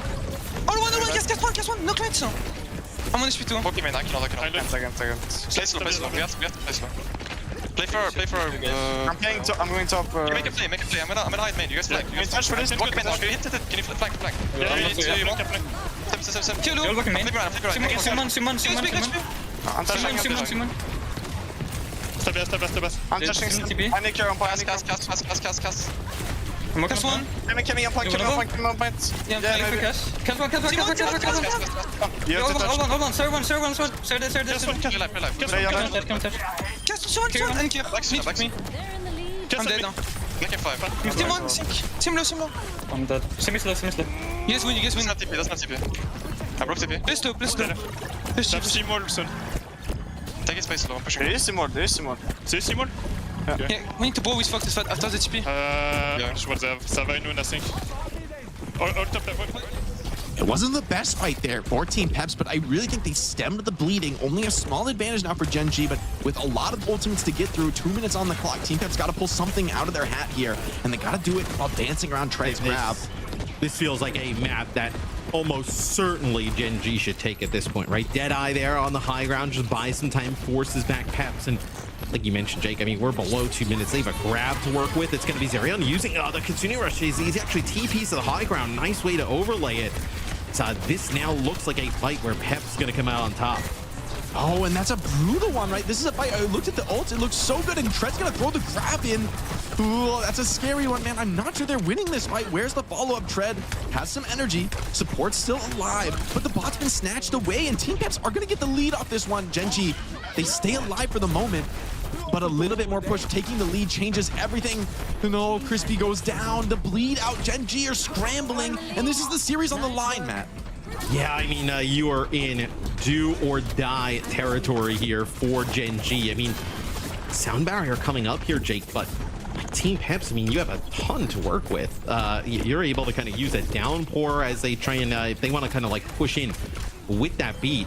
And now you're just gaining a huge lead. I mean, you win this fight again for Peps. I mean, good luck for Gen G.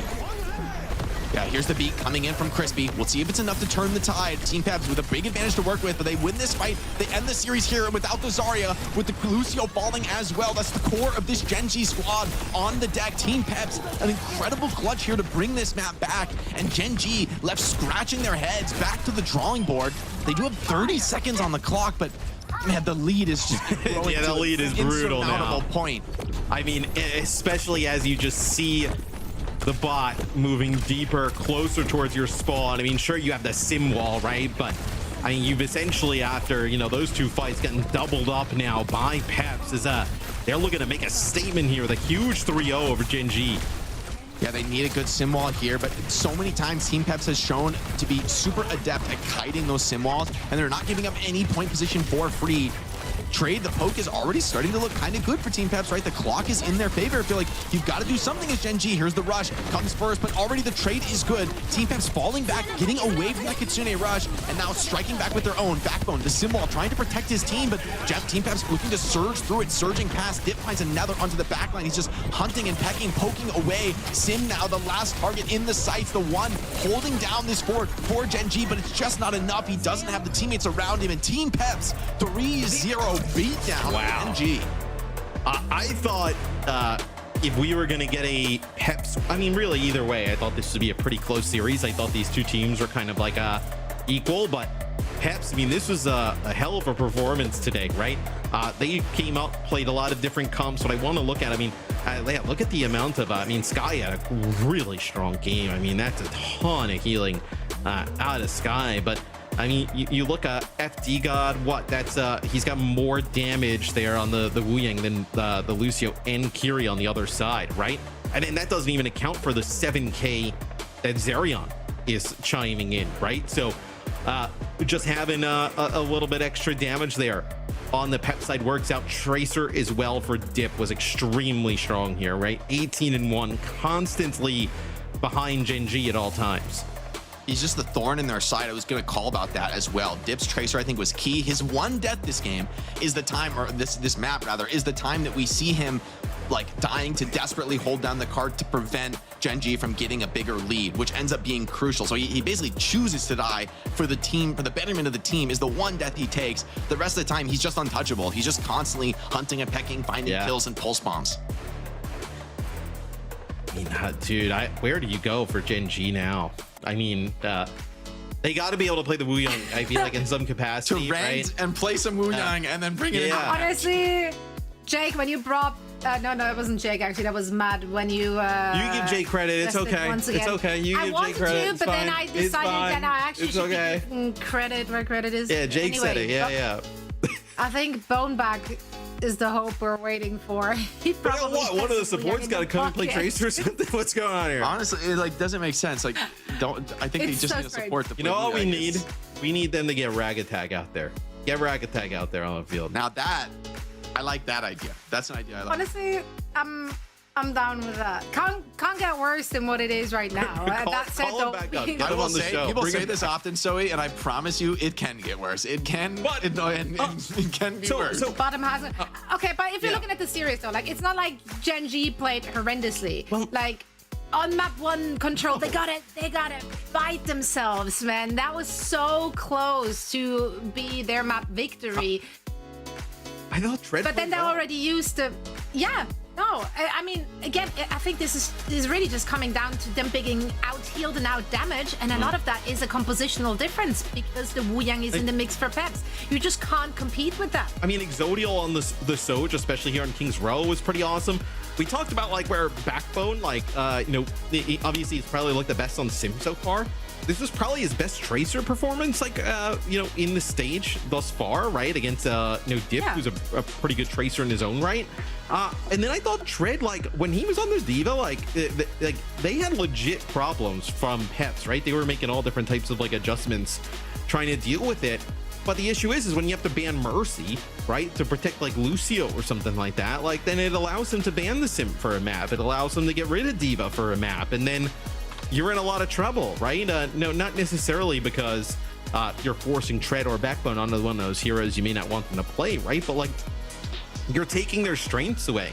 But then you're finding yourself on Esperanza. The Sim is back in the mix, the Lucio is back in the mix, so they can play what they want to play, and yet they still can't compete with the composition they're facing off against. Yeah, no, I mean, it's a great point, but like, the fact that you got to ban Zen and Mercy back to back, and in those two maps, they get rid of the Sim and D.Va, probably the two heroes that were like most influential on like Gen G's really, close map 1.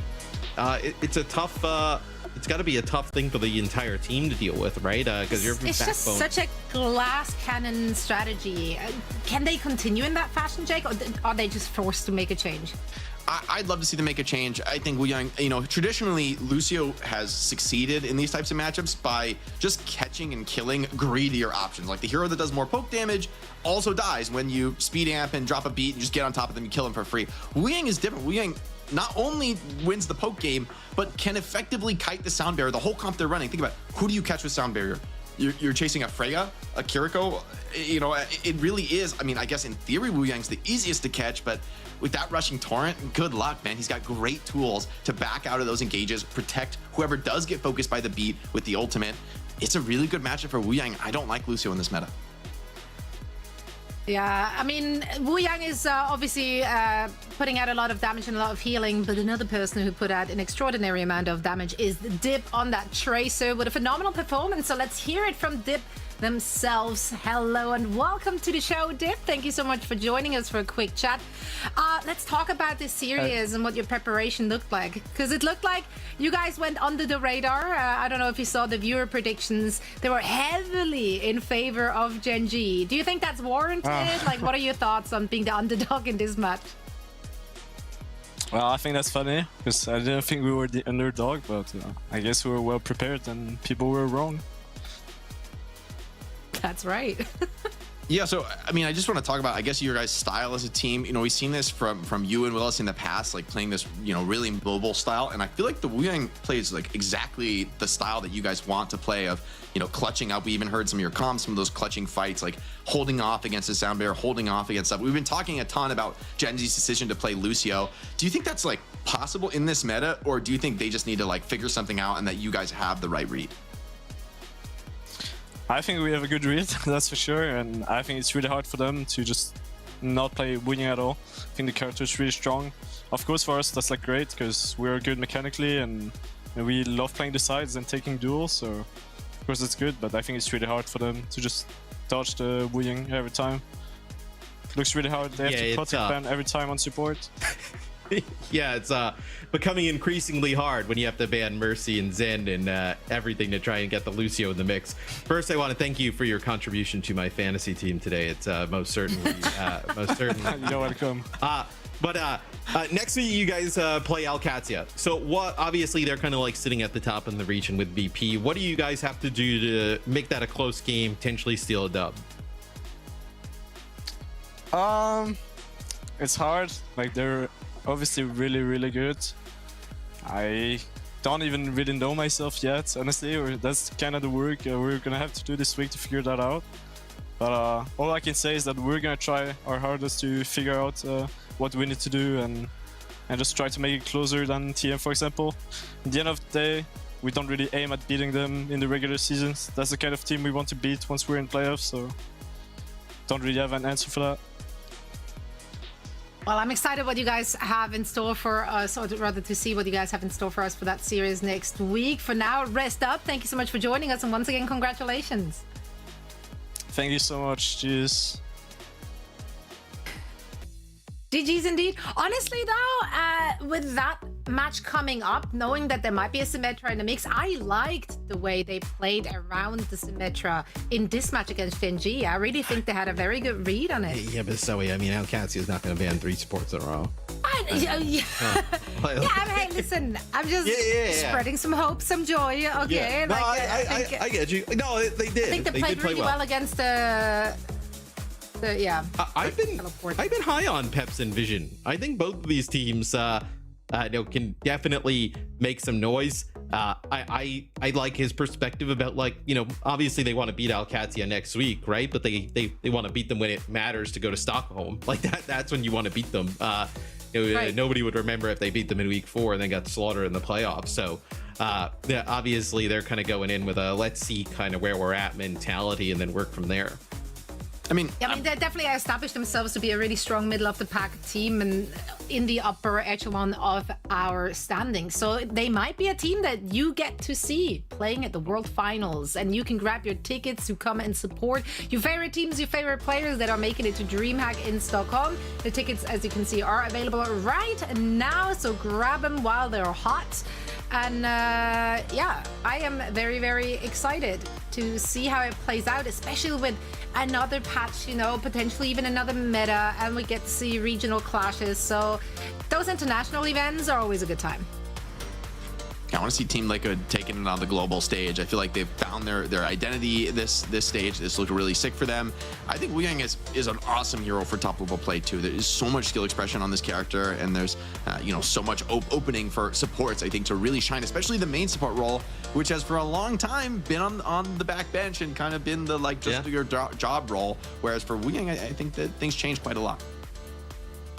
They have indeed. Let's see if we get to see more Lijiang action on the other side of a break. That's where we're headed next. And after that, it's going to be the match of the day. VP taking on Alcantia. You don't want to miss it.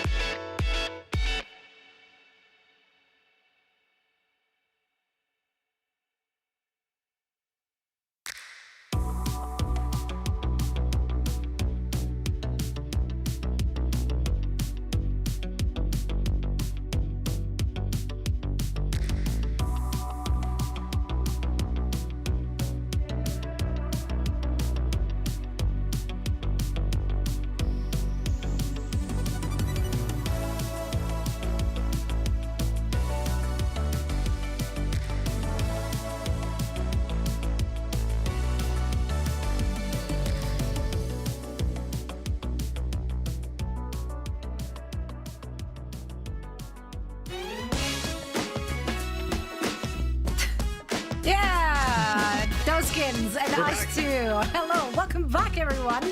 We are coming back with a very exciting series. Alcantia and VP will go up against each other. Matt, Jake, I'm very, very excited for this one. Alcantia still looking so very dominant, and they are still putting a lot of their old compositions, old as in last stage's compositions, in the mix, but they've shown us different looks as well. And VP, they are looking just rejuvenated and so much more comfortable in what we perceive as the meta. They get to play more fast-paced. This ought to be an explosive series. I think this is where we're going to get a sense, Jake. You know, you haven't been here for a bit, but like Landon was talking about how they're using a lot of this to like kind of experiment.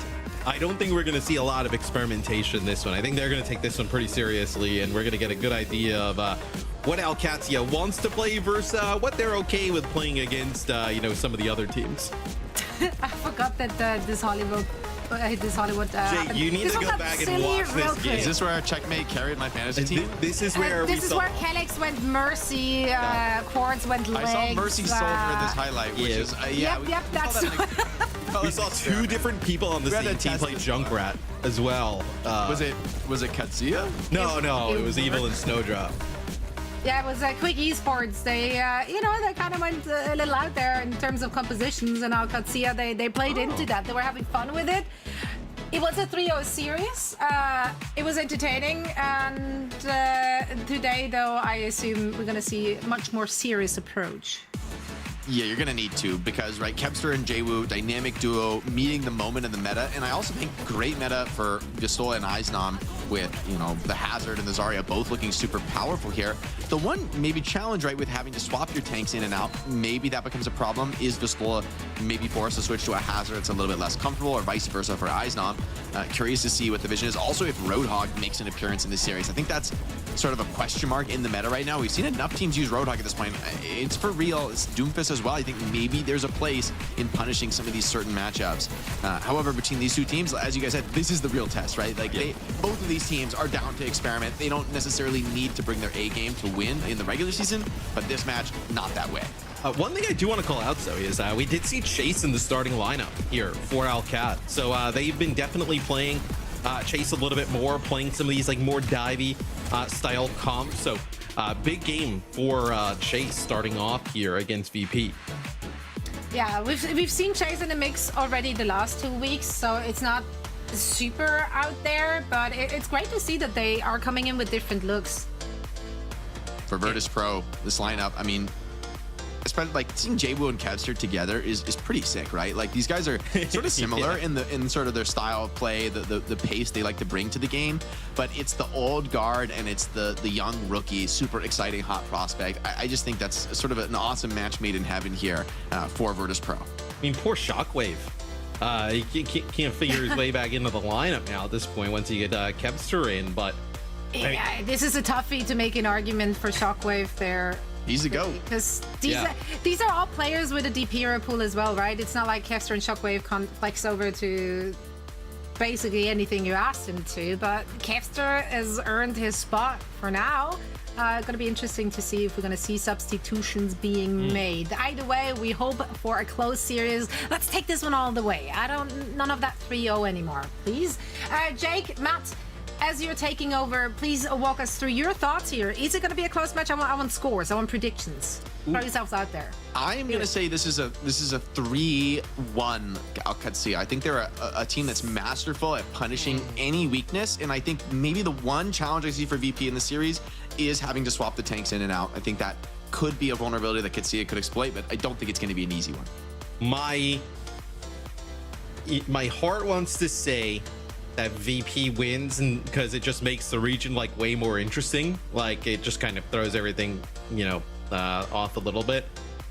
It's hard to pick against Alcantia though. I think it's like a 3-1, 3-2 type of style.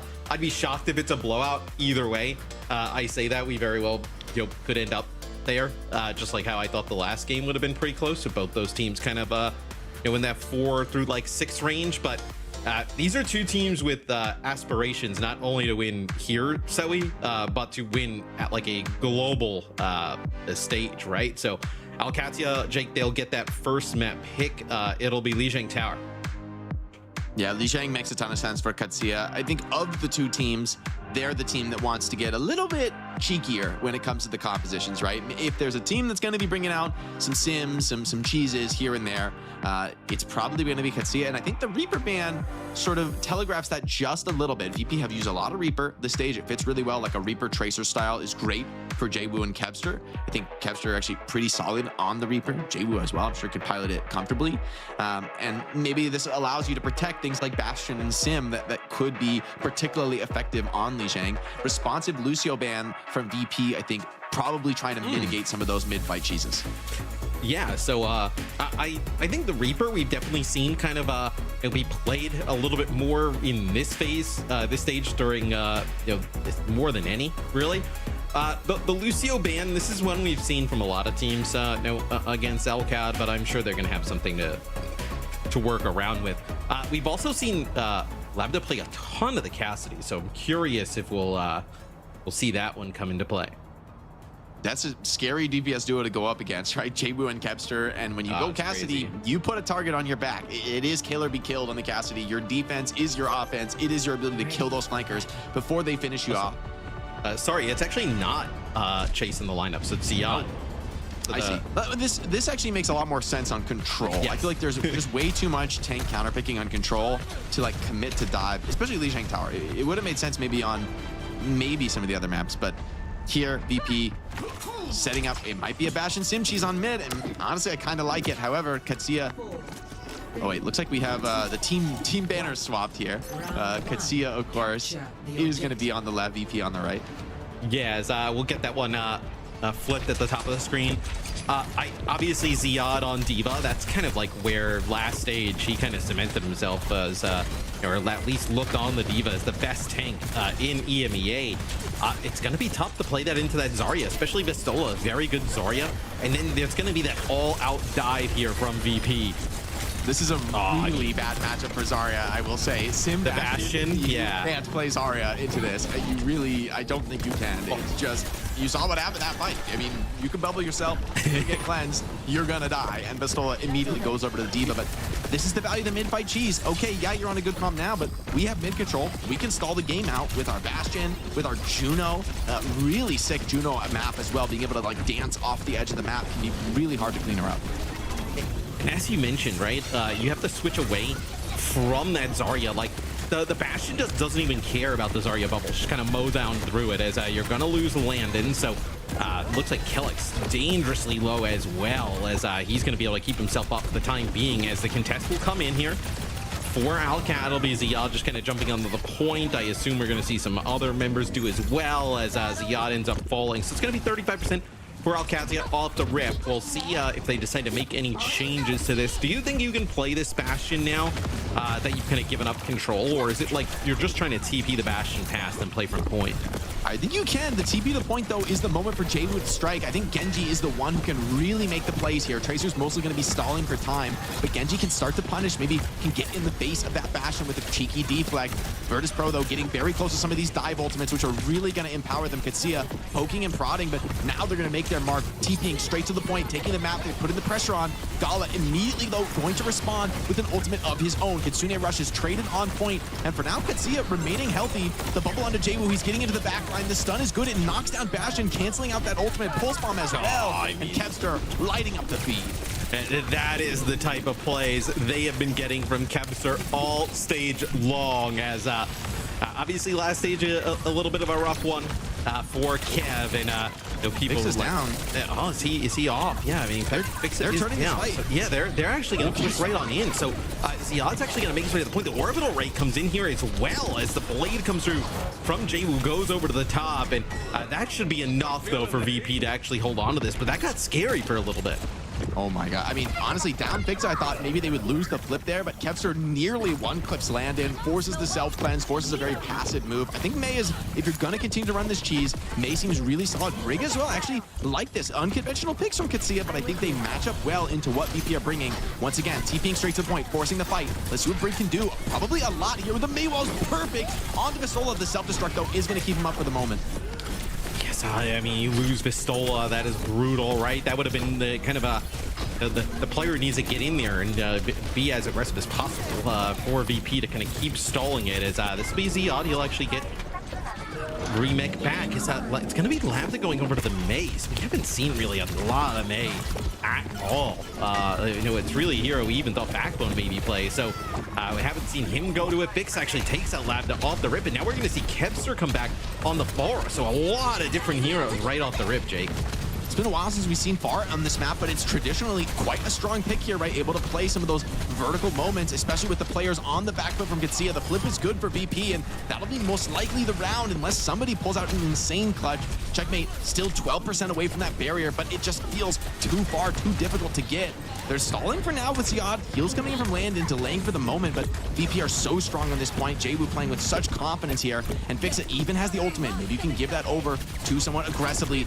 Simwall is good, finds something here. Connection on Gala to keep him alive and hold on. Katsia, Brig getting back into this. The help of the checkmate wall might be enough. Yeah, the Caps are over the top, though. Ends up taking out Landing. You're just going to have Kellex available here for Alcantia for heal. So they do end up flipping the point as VP backs up just a little bit, but he will have Rally. See the Sim TPs, the Sim turrets all over the point as well as the Sim TP. Oh, actually, look at this. They go on a little bit of a flank. They're going to pinch here with Ziad. And trying to get on the Zarya, but they're scared potentially to focus down Pistola. Second bubble deployed, but the follow-up is good. The rally over the top is enough. And the second support comes right back in to assist Kellex. Now TPing around, they're chasing, cleaning up these Virtus Pro players. Desperation play, Jaywu has to find something, but all he's gonna get is a pulse bomb to the face. And somehow, some way, Katsia snatched this first round back. And Matt, if this is any portention for the future of the series, we're in for a good one. Yeah, I mean, this series, if it's anything like this first round, I mean, we are in for a treat. Is the amount of swaps and everything from both teams, right? Just trying to get the upper hand at any moment. Alcantia pulls it out in the end, where Jake, I thought it was quite unlikely. I thought VP had that first round in the bag, but some nice TPs there from Checkmate to get him and Kellex in position, go on a little bit of a flank, put some pressure on Vestola. When Kellex has the rally, you can play pretty aggressive with that Sim inside of it. So we'll take a look at some of the stats here. Gala with an odd scoreline, a 1-1 there off the rip, but Fixa, you can see with the Lijiang, the amount of damage kind of putting out, where pretty even round across the board. Yeah, it still, goes down to the wire there. I am scared for Vestola, though. The Bastion Sim into Zarya, is he just going to get absolutely mowed over again in this fight? Or can he maybe play his way out of it? Already got see a TP taking that outside flank, putting some pressure on Vestola for now, playing with a lot of confidence. When that TP comes off, expect to see quite a lot of aggression. Katsia stepping up for the moment. Ziad so tanky right now in the Diva perked up. And Zarya immediately assaulted, one bubble down. Cleanse is good, deflect as well in the Bastion space, mitigating some of the damage, but Lambda is just spreading it all around. And Virtus Pro, they weather that storm, but so many players are low. I don't know if they're going to be able to contest this. Somebody has to get in the hold the point, and Vestola will be able to do just that. Now another TP, fake for now. Looks like no commitment out of Katsia, still holding strong. Ziad relatively healthy on point. The flip is good. Vestola super low, and Jaybu can't get any support during that moment. And the boop off the map. Lijiang, one of his weaknesses, right? Doesn't have that much mobility if you're able to boop him up into the air. And it feels like for me, Jake, like if Alcantia is going to use this TP, get the Bastion in there and put down some damage. VP did a nice job kind of keeping Vestola alive, but the rest of the team just takes so much damage and they burn like the Suzu that there's not really a great opportunity for them to get a fast fight and collapse on the Bastion when he doesn't have the wheels mode up again. It feels like by time they're healthy enough to get back in there, Alcantia can get to just run that same play again behind that Bastion. Yeah, they lost so much tempo in some of those fights.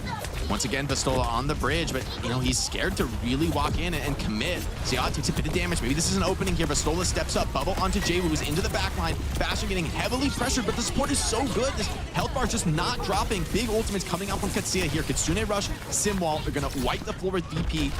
Getting out a pulse bomb and a rush on the other side. And once again, man, I mean, I don't want to say I called it, Matt, but this Vestola is getting brutalized in this comp match.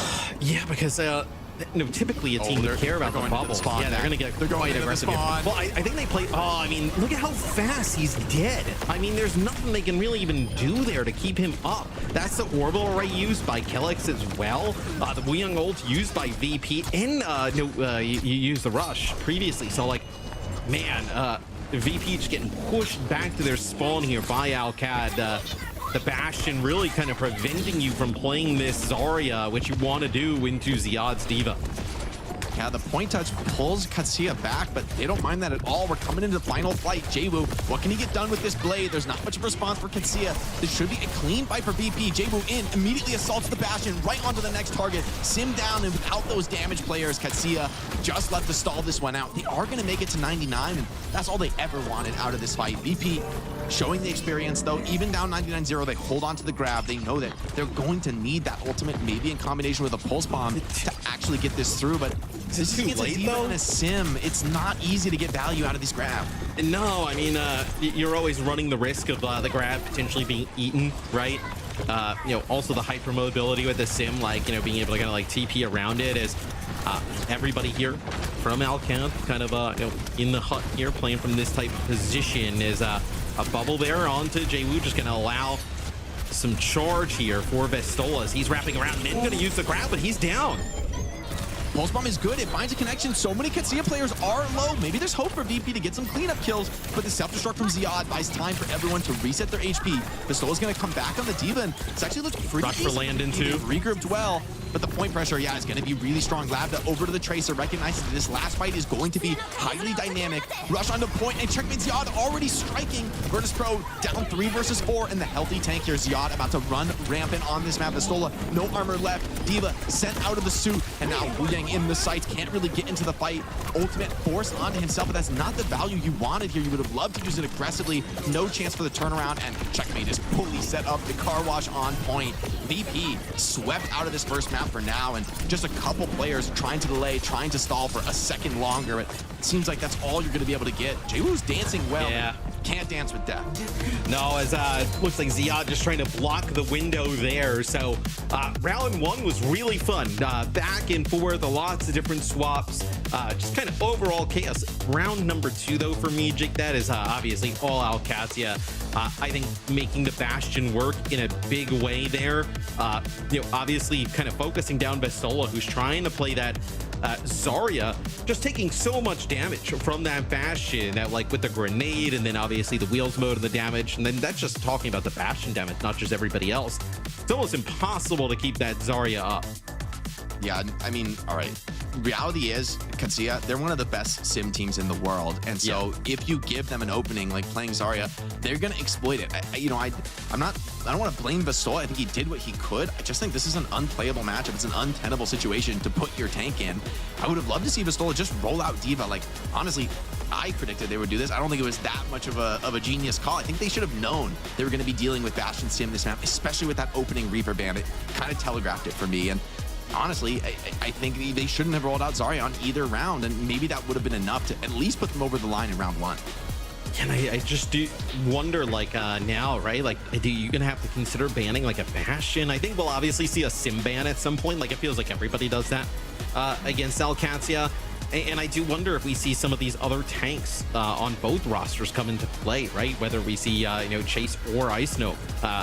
Like, maybe, would you have seen Ice Gnome here? Like, for instance, if he was in play like a Hazard, would you have tried to play Hazard into this, like with the dive? Like, just kind of even thinking out loud, like how you can kind of make this work. It feels like maybe even the Diva would be a really good option, right? With the defense matrix, they just weren't able to get the win on it. Yeah, and you can see in the stats, right? VP are doing big damage. Like, Zarya is getting big stats, but Katsuya's damage is more effective, right? They're actually just instantly bursting down kills. People aren't being healed up through the output they get. And I mean, the supports, I think the Juno and the Brig, like Kellick's hero swapping this meta is so on point. He's showing his experience, right? It might be a Lijiang meta, and that might be the dominant pick, but Kellick's just showing that at the top level, there's always these better pocket picks in a certain moment, right? You're playing the Bastion Sim, the Juno ult gets so much value. The mid-round swap in round 1 to the Brig, I think that wins them the round. Honestly, I don't think they win the round without Kellick's making that heads-up play.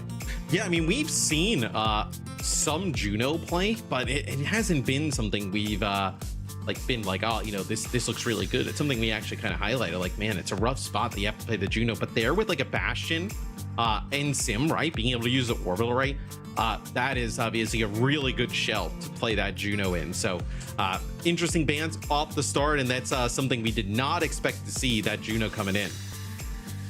And, you know, as we're, of course, watching here on the main broadcast, we've also got our featured co-streamers of the day. Oh, it's going to be the lad Hunter, Tiny Shiny as well for tomorrow, for Sunday. So always check out our featured co-streamers, show them some love. It's a full community effort here. I kind of love that in this iteration of Overwatch Esports, we've got tons of community people watching, following on all these different streams, all these people coming together to watch the show. Yeah, no, it's awesome. I think you can get drops on their channels as well. So make sure you're checking out for our featured co-streamers this week. Is yeah, you never know who's going to be featured. Why haven't you been featured as a co-streamer? Well, I guess you're here on the show, so what do you mean, bro? What if I turn on my stream right now, bro? Yeah, could you be? I mean, there's no rules against that, right? Could you be the featured co-streamer while also being on the show? That's a little odd. Yeah. I think that would be odd. I think it's for the community now. I think I'm happy where I am, Matt. I'm happy with what's going on. Yeah, you don't need to do that anymore. You're here with us. So Eigenwald is the map pick. So VP gets rid of the sim. That's expected. The Zarya ban here for Alcat. Do you even think they needed to get rid of the Zarya? I actually think it's wise, because while the Zarya looks super weak in map 1, and you might think, oh, why Visceral can't play that anymore? I think it's the sim that makes it look so weak. I think Bastion on his own just can't catch and can't stay on top of the Zarya, and then the clapback is much more painful.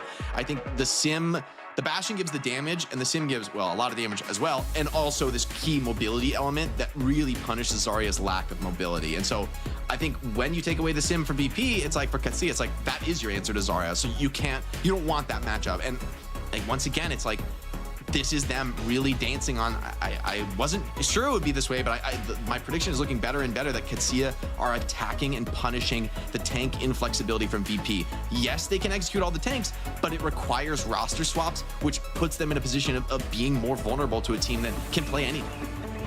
Yeah, it's I don't think we have any subs, right? We didn't kind of see that coming into play here. So yeah, it's I think both these teams in a spot where this would be interesting. We don't really see Torb. We don't really see the Sig plate anymore. But yeah, Torb. Okay, so all right, this is a classic Torb map, and Checkmate is an expert. I wanna hope we can follow along with the Torb, especially for these D.Va comps for VP. In theory, I would think Lijiang is actually really good against Torb because he's a support that should be able to break the turret pretty easily. Really fast, yeah. Yeah, it's good to him. But however, Lucio is actually also pretty good at breaking Torb's turret. And so, you know, it's not the end of the world. I kind of want to see how this goes for Katsia. It's quite a defensive setup for them, but this is Eichenwald first. I don't mind the idea of playing a little bit more of a bunkered style. Yeah, it's just going to be a shot for Kepster. He's going to get pulled back by Fixa, and then we're going to I swear Kepster's the only one who makes this work. I swear, I never believe in it, but when it's Kepster, I'm like, oh man. Okay, so they're going to play Sig. Okay, so I can't tell you the last time we saw, probably obviously it was last stage, but Sigma's been a hero that's, I feel like, been out of the meta for like a bit now. No, not necessarily in the strongest spot, but Sigma always good at like poke, right? And I know in this case, being able to take down the turret of Torb and then just kind of like move in and hold ground. So we'll see if anybody can make it work at Festola. Yeah, checkmate quite low. And if he finds any big damage on the backline, or the damage fall is very good. Virtus Pro, they strike, punishing that Torbjorn. The front line holding strong. I mean, Lijiang and Kiri are able to give so much support to Sig, and we talked about the amount of just raw poke damage this comp can put out. Katsia just absolutely getting wiped on the first point of Eichenwald. We see why VP this map. Really comfortable here, very, very clean, and just confident offense, right? They just kind of like walked in, took this phase, found the kill. It's clinical. You hit on it there towards the end, but we talk about the poke with the Lijiang and Kiri with the backline, but then you add Sig into the mix, and it just allows like Kev and Jayu to just kind of like run around and finish off all these targets who, in theory, are quite low, right? So a very interesting comp. You can kind of see why they decided to pick it here, potentially the map. And that is as fast of a point A take as you can have. Yeah, it's an interesting one because, I mean, Kelix is on the Lucio, right? And maybe their plan here is to speed over past the Sigma, but we've talked about how difficult it is to do that into the Lijiang matchup, and maybe Katsia can show us how it's done. Maybe they can, you know, prove that there is hope for that matchup as Labda looking to punish a flank here, but Kevster sidesteps the rail. Yeah, I think you're really relying on Labda going crazy here from the high ground on the Sojourn, right? Just kind of like peppering down damage and connecting with like these big railgun shots that finishes players off. So, but you have seen VP make a decent amount of progress right now, right? Almost getting that first corner. Yeah, Rush is traded. Kevster immediately focuses down that key threat in the Sojourn. Labda without the slide just can't stand tall, and Katsuya, the dive feels totally impotent here. VP don't even back off, right? They just stand toe-to-toe and take the trades. Landon, though, still alive in the backline, and although this card is rolling, Katsuya have established a base of operations in the attacker spawn. Yeah, but now they're kind of like pushing in towards Sigma, who kind of controls some of this high ground. Now they have Vessel in a tough spot. Yeah, from both sides, it's going to be Kellex with that sound barrier, kind of giving obviously the overhealth there to Alcantia that allows them to kind of play from that really aggressive position. And honestly, that was a fight that Alcantia needed to win. It could have gotten away from them pretty quick. And honestly, like, even though he has Flux, I almost would like to see Vistola swap. I feel like Eichenwald second is a point where you just need mobility. Would you play like Diva here? Yeah, just take the Diva mirror. I think is the most straightforward. I think Hazard's an option. For Vistola, probably Diva makes the most sense. But, I mean, now Katsuya are punishing you, really getting aggro. Flux, he's looking for it. Can he find anything, though? Oh, maybe the Lucio? Oh, and he brutes the Flux. Nothing doing there. Kevster, though, gets something done. Maybe the pressure onto Katsuya, them just falling back. Virtus Pro, the rest of the team playing those more mobile DPS, are able to kind of get it done on their own. Yeah, VP rolling here through Eichenwald there. Map pick. Let's take a listen in to hear how they're doing it. Lane close with Blade. I think ignore high ground. That's gas. Hold close. hold close. I can play. Yeah. Take a mid top, it's fine. Can you toss? I can push. I get that's now. Three coming. I can fight top. Okay. Hello. Can we shoot mother? Walk best. Kill low. Walk. 대단했어죠. Just walk. No recall transfer. Who's living? Maybe push. Dimmerman. He has pop still. 디바.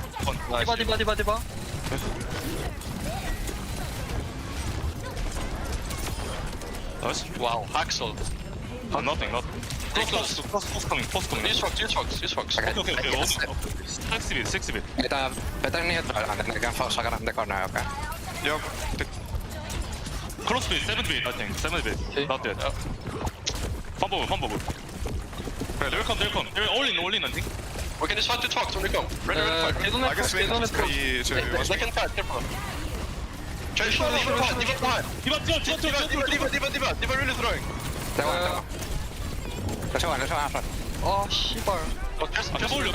테레노리 킬 미니. I'm fine. Nice. Kill me. No. Watching lane. Okay, don't use.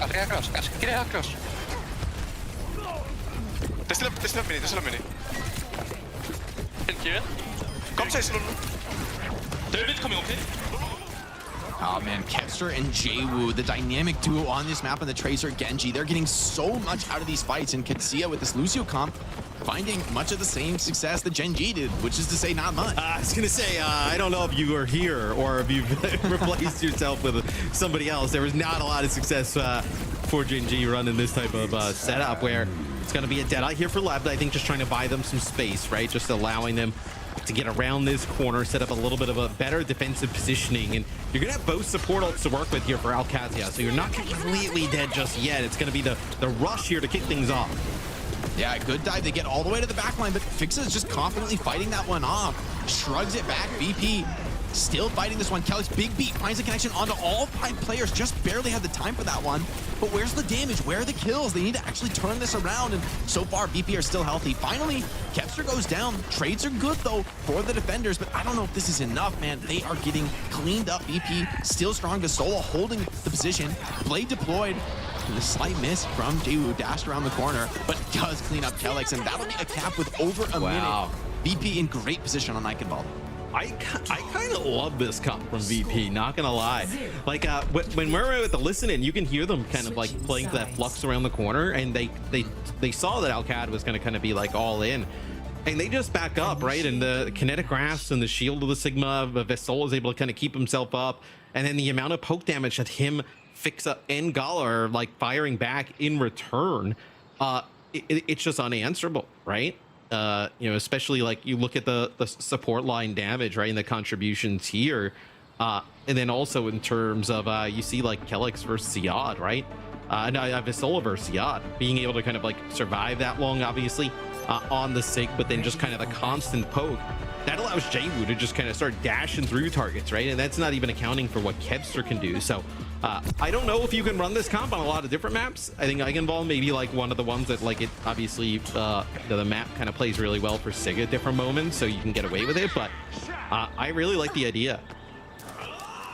Yeah, the Lucio is just not paying dividends for Katsuya. They're still committed to it. Maybe they feel like they need to just overwhelm the Sigma and try to punish him. I'd almost rather see them will go more all in that front if they want to do it. Maybe, I mean, I don't know, May is maybe just too crazy to play here. Without the Sim, though, you know, honestly, Sim has historically been one of the best responses to Sig, right? You just like pound through the shield and you don't really worry about kinetic grasp. And without it, maybe you're right. Like Sim ban opens the door to this kind of wild strat from VP, and it's one that is just so comfortable for them. But they are going to do the May. Okay, I thought this might be a little too crazy, but I like this. I mean, this is another big problem for Sigma. You get caught by a May wall, you can easily go down. Right, you end up burning your kinetic grasp in that type of situation, and then after that, that time Vestola moving backwards just gets right over the top of the May wall, so able to kind of get out of dodge. But a lot of damage here going down on the members of VP. They're trying to back up, and it's going to be the Kiris traded out. Genji very low. Ziad diving forward into the backline, and here's Kelix with 2, cleaning up those kills with the boop. And now VP, just the 2 flankers, alive for the moment, but not long for this world. Kelix is still healthy. Ziad staying in that suit, gonna feed a ton of ultimate charge to the supports. That's great for them macro-wise going into that next point. And the May works out great. Vestola, undeterred though, is gonna stay on the Sigma. I wouldn't. A little scared though. It's like touching the point on second is kind of sus for Sigma, right? You really committing to that low ground. You don't have a way back up to the top. Yeah, but I think if you play on the low ground here, like the May's not as horrible to work with, right? Because your supports can sit on the high ground. Like it's not going to be like your you know, line of sight from them. The cleanse the wall is perfect for checkmate. Yeah. He tries to like jump up there and he just kind of like gets like looped by the wall for a second. So the May has definitely turned things a little bit now here in favor of Alcantia, is not able to kind of play on that low ground. Let's see, how many more fights do you think they give this on the Sig? I mean, you have a pretty, look, finishing this map with any time in the time bank is good. 1:39 is a significant amount of time. It's fantastic, but right now, I mean, Katsuya are on better pace. There's a lot more map to play. Third point is really hard to break in a lot of spots. However, for now, Katsuya in the driver's seat. Immediate burst. Jaywu so low, tries to slip away, but Kelix is on the case, hunts him down with the help of that Lucio speed. Landon 1 HP, needs some love from the supports. Everyone's so low, and Landon does get focus fired down. Flux is good from Vestola. Doesn't find anything though, and he's in on the low ground. Immediately turned on and smoked. The beat is good. Alcantia still healthy, even without Landon. They don't need that second support, and they're just pumping damage. Checkmate with the pulse onto Jaywu, just farming up those fantasy points for me. Keep it running. And I actually think the grab, the gravitic flux there from Vestola, that was trying to actually connect on the Landon. And Landon dies as soon as he puts it down. That's going to be a May wall up in that top window there, trying to deny anybody coming on through. It's going to be the rush here from both sides. Gala laces over the point, gets dangerously low. Blizzard is so good. You have to contest into this Blizzard. Perfect moment to find value. It's an ultimate that can almost not be used in any other situation in this comp matchup, and Labda gets great value out of it. And do you make a change here for Alcat, or do you continue to run the May, right? They're off of the Sigma at this point. It's going to be Vestola going to the Hazard, which can play it, but this would have been probably more of like an Ice Gnome pick. I think if you're going to drop the May, you need to drop Lucio. I think it's kind of between the two of them, you're committed. At least I think if this makes the Lucio makes sense to me. If you're enabling a May, getting those hard catches, maybe denying. Lijiang can't quite get over the May wall. It's a little bit more awkward. You get caught in a bad spot, but now the blade from Jaywu. Oh, but Kelix dances away, even grabs the Mega Pack, and Katsuya's still healthy. Jaywu gets no joy from that Dragon Blade, and now the repush from Katsuya. Ziad steps up. He does have that ultimate online. Landon getting under a lot of pressure. Needs to come join in second support in the flank. That's going to leave a lot of these Katsuya players out to dry, but the supports, they're back in. They're trying to save Labda. Just barely enough. Is this naked on live? Oh my god, it's down to the wire. But he Vestola, and somehow Ziad is able to stay in mech and alive. I mean, just insane play from the supports of Alcantia, and you just see how aggressive Ziad is playing. Yep, going to use the self-destruct. Just get a mech right back as Kelix is a sound barrier, as this could be an insane time here for Alcantia. That's going to be Jaywu and Kevster down. Checkmate dueling with total confidence on the Tracer. There's not many flex players who have a better Tracer than him. Now Pistola running low, HP dropping on the cart, and the beat from Kellex is going to signal the death knell for Virtus Pro. A couple players alive. 341. Brutal. Bro, that is you know, VP probably felt like, you know, they I mean, you never probably feel like the map is over after the first round, but they're like, you know, a minute 39. You gotta feel good. Full yeah, minute 39. You are sitting pretty. In the back of your head, it's like, man, we have to like try and lose this one, right? Like, but dude, this is the hallmark of Alcantia, right? We talk about teams that we said, oh, Gen G, they're breaking the meta, they're doing something else, but they're one tricking this weird comp. Alcantia are like, we can play Lucio. We're just gonna go Mei to make it work. And like, I wonder, did they even practice this? Honestly, I wouldn't even put much stock in it. I think these players just have that read. They're making the game time calls, and they're good. And now it's VP who are scrambling. Alcantia, this team is so adapted to this new era, right, of bans. They're making these game time calls, and they're working well to deal with something they may have never seen before. I also anticipate that Alcantia is going to play this defense way different. Like, I think the last time on defense, they were a little bit passive here on point A. I think, like, so much more proactive. Yeah, as soon as Visola gets through the choke, right, they're going to be pretty proactive. Are we going to see a Ram? I mean, I don't hate we haven't seen Ram. I mean, we haven't seen Ram at all in this stage, by the way. Yeah, I don't completely hate the Ram. I mean, it's one of the few tanks that can get Mei walled in and, like, just hold right. Like, you're chilling, like, you know, and maybe that's enough, right? Just living a little bit longer, because for a lot of these fights, Pistola was the weak point. That's where Alcantia have been hammering time and time again. And okay, maybe you strengthen that. There's a little bit more resource for Jwoo and Kevster to work with. For Labda as well, I wonder, okay, how is he gonna play the Mei in this spot? It's also wild, like, we're talking about how awesome the minute 39 does now in kind of a retrospect, obviously, compared to the 341. It's like a really rough spot to be in if you're VP, right? As especially with these Meis, like the fights could drag out. That is huge, though, as JP gets up into the top, just takes out 3. I mean, could not have asked for anything better there for VP. Yeah, slicing and dicing. And for Alcantia, I mean, holding the choke so aggressively just ends up not being worth it there, right? Especially with the Ram. Rams peeks in. Okay, you drop the Mei wall. He's completely fine. He falls back a little bit, but the repush is brutal. And it was a little bit close. I mean, Labda almost found some kills there, just left clicking on the Mei, but Jwoo, triple reset, man. And that's why you have this guy on the roster. He's so sick on the Genji, and he's stepping up to the plate once again. No obvious answers for him. Yes, I mean, look, you're going to be, you know, down in overtime here shortly as Labda goes on a little bit of a flank here. So they kind of like flip side. Yeah, but they flipped. So, I mean, it's going to be very odd, I think, for VP to kind of fight this. But look, I like the Soj swap, right? Just one railgun shot kind of like puts this one away as Pulse Bomb goes wide there for Kepster, doesn't find anything, and that's going to be that rail shot. Oh, Kellex, okay, Kepster does win that duel against Kellex. It's no support on the field. VP a little bit healthier, but Checkmate has already found Jwoo. Virtus Pro, they're so close to their own spawn. All they need to do is stall this one out. But Pistola, he's out of gas, out of real. Oh, Checkmate, no, the pulse bomb on himself. Kepster still has to hold this on. It's overtime. He cannot get off the card. But I think that own kill pulse bomb is actually no way right back into this. The ultimate from Bixa keeps Kepster strong. Rush now committed though. Alcantia, they're not backing down. They're gonna put everything down on this hold, stopping it right here. But Kepster, you give him an inch, he's taking a mile. Self-destruct over the top from Ziad. Beat is good from Kellex, stabilizing for the moment. Oh, the self-destruct gets Jwoo. But hold on, maybe this annihilation form from Macho. Remember, VP so close to their own spawn, they just need to hold out for a few more seconds. You can't come near this Pistola ultimate, but still 3-on-1. Kepster, he needs to come back into this, and he's got another pulse bomb, Matt. It's getting a little scary, VP. As you mentioned, though, the spawn is so close here for Virtus Pro. They can get back in the fight so fast, as that's going to be Jwoo using the blade here, just slicing into Ziad. They're going to get him out of map. It's going to be an overclock here from Labda on the side. Yeah, he has a shooting gallery, but can't find anything just yet. Maybe Jwoo, that's enough to stifle this one out. And Alcantia so sick in the clutch. Kepster running low on the resource, dashing, dipping, ducking, and diving, but it's not enough to keep this round going. And that one was scary.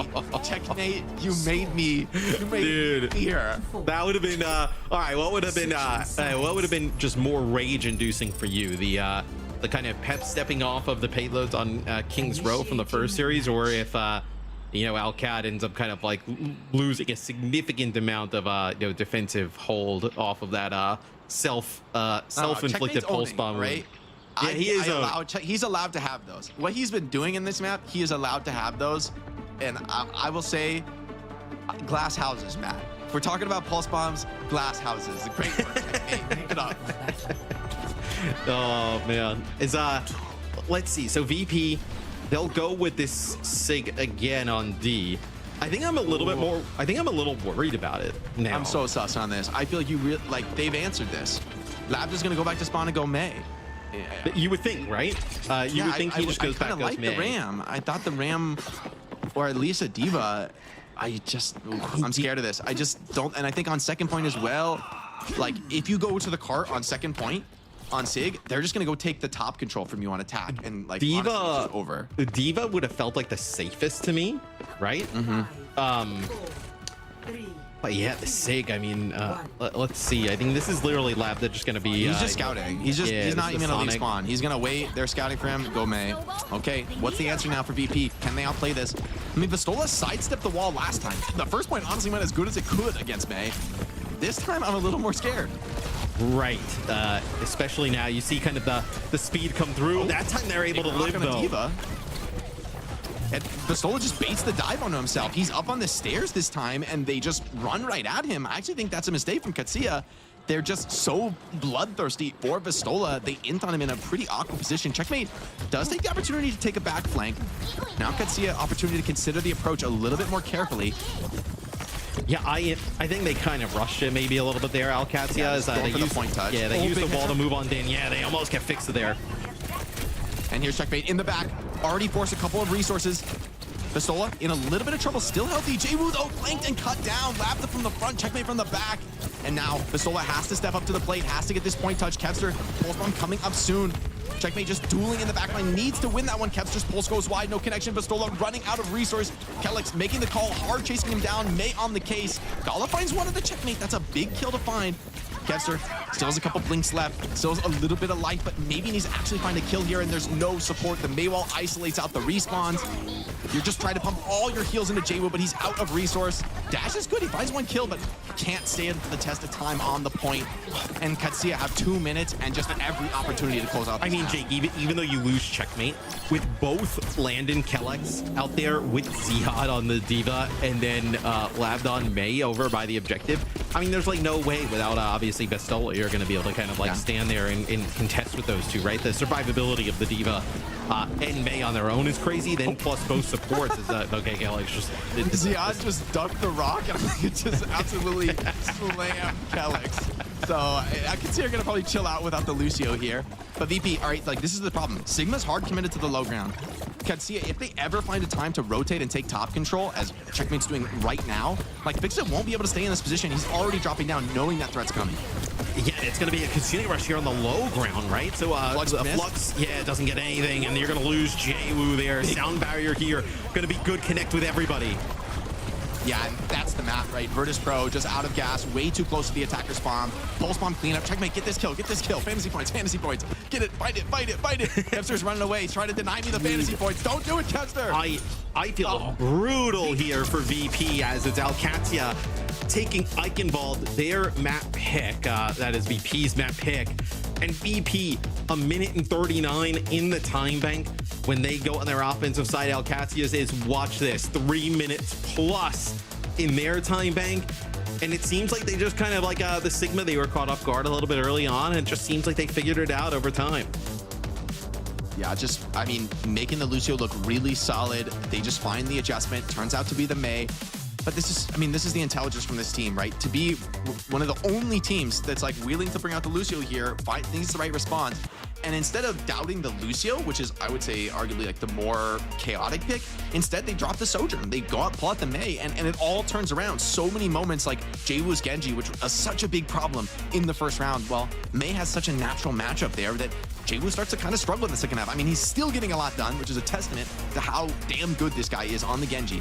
However, in the end, it's just the team play is way too good from Katsia, and they look to be top dogs in EMEA, up 2-0 in the series, want to close it out in 3, I'm sure. I mean, dude, if I would have told you before this game that VP finished their offense, completing the map with 1 minute and 39 in the time bank, there would have been no world in which you thought they would have lost this map. I mean, just that is just showing how good Alcantia is, making these adjustments and then obviously coming up with them on the fly and making them work. And I think really, Jwoo and Kepster have had a lot of great moments throughout this, but don't sleep on Checkmate and Labda. Like, they're a little bit more flexible than I think people think, obviously, because last stage they played a lot of just the sim, right? But these two can play just about everything at a pretty high level between the two of them. Bro, lagging? No. Someone's lagging there. No. Well, that's a tough one, man. And once again, Katsia, it's like VP, they're running this con, they're getting the quote unquote better stats in terms of like more damage dealt. But Katsia, they make it count, right? Quite a bit more limbs, a much better death ratio. And honestly, that Mei comes out and they're just clutching so many fights. They're opening up strong. And the weakness is in VP's comp is cracked again. Vistola in a scary spot here. Like, do you keep him in? Do you try something else? It sucks to come in down 0-2, but maybe you have to here. What do you try? I mean, do you think they go to like an Esperanza? Do you bring in like an Ice Gnome to maybe try and play like Hazard or something? But then also there's like a potential for, I mean, I guess could you bring in Ice Gnome and then ban Diva? But I mean, that would be a possibility, right? To try and play like a little bit more Hazard or things along those lines, but it's risky. I mean, now like what you'd be looking at Escort, we have like a Gibraltar in the pool, right? Junkertown and Rialto off the top of my head. Those are the three. Is there a world in which you play Rialto? That's what I would play Sig if you wanted. I wouldn't mind like a Jib coming in here. I think if you really want to play this double flanker setup, you want to play dive, I think that would be Eisenam coming in. But at this point in the series, to me, honestly, both maps have been very different, but I think in their own ways, both times Alcantia have really punished Vistola. Honestly, I was worried that might happen from the start of the series, and I feel like it's tough for Vistola because, man, this team is just so sick. They find the one comp of any group of heroes that punishes your tank, and they're just running through you with it. Takes a little bit on Ikemal to find that adjustment to the Mei, but in the end, it's good. They're gonna go to a Suravasa, okay, for VP. So this does suit their DPS strengths. Put the ball in the hands of Vistola of Jwoo and Kepster. Let them pop off, but it's not like they're dominant. I mean, they're up against Checkmate and Labda, who are going toe to toe. Who and like Checkmate's not scared to take these 1v1s against Kepster. I think he's getting a little bit the better of those, frankly. What would you ban if you're VP? Oh god, it's so hard. I do not envy these VP. Okay, they get rid of they get rid of Bastion, so maybe that's a little bit of a tell. They want to play the Zarya. They want to go back to like the Zarya with the Tracer Genji, and then the Lijiang ban here for Alcantia. I mean, that's great, right? Because VPs are trying to play that the entire time.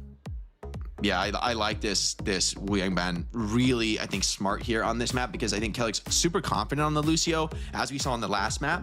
And when Lijiang's out of the pool, I do think Lucio probably does come back on top and probably is the most relevant pick. And you just played it last map. You're kind of warm on this faster paced style. And VP take away the Bastion, which yes, does enable the Zarya. But you could still do like a Sim +1 and have a high DPS comp. And honestly, I think Sim is kind of the bigger problem for Zarya than Bastion. Like, there are other heroes that give overwhelming DPS, not even from the damage roll.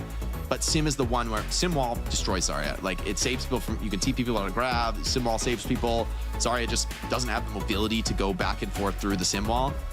So but you've used that ban. You've played that card. So maybe the Bastion's the best one you've got now. Right.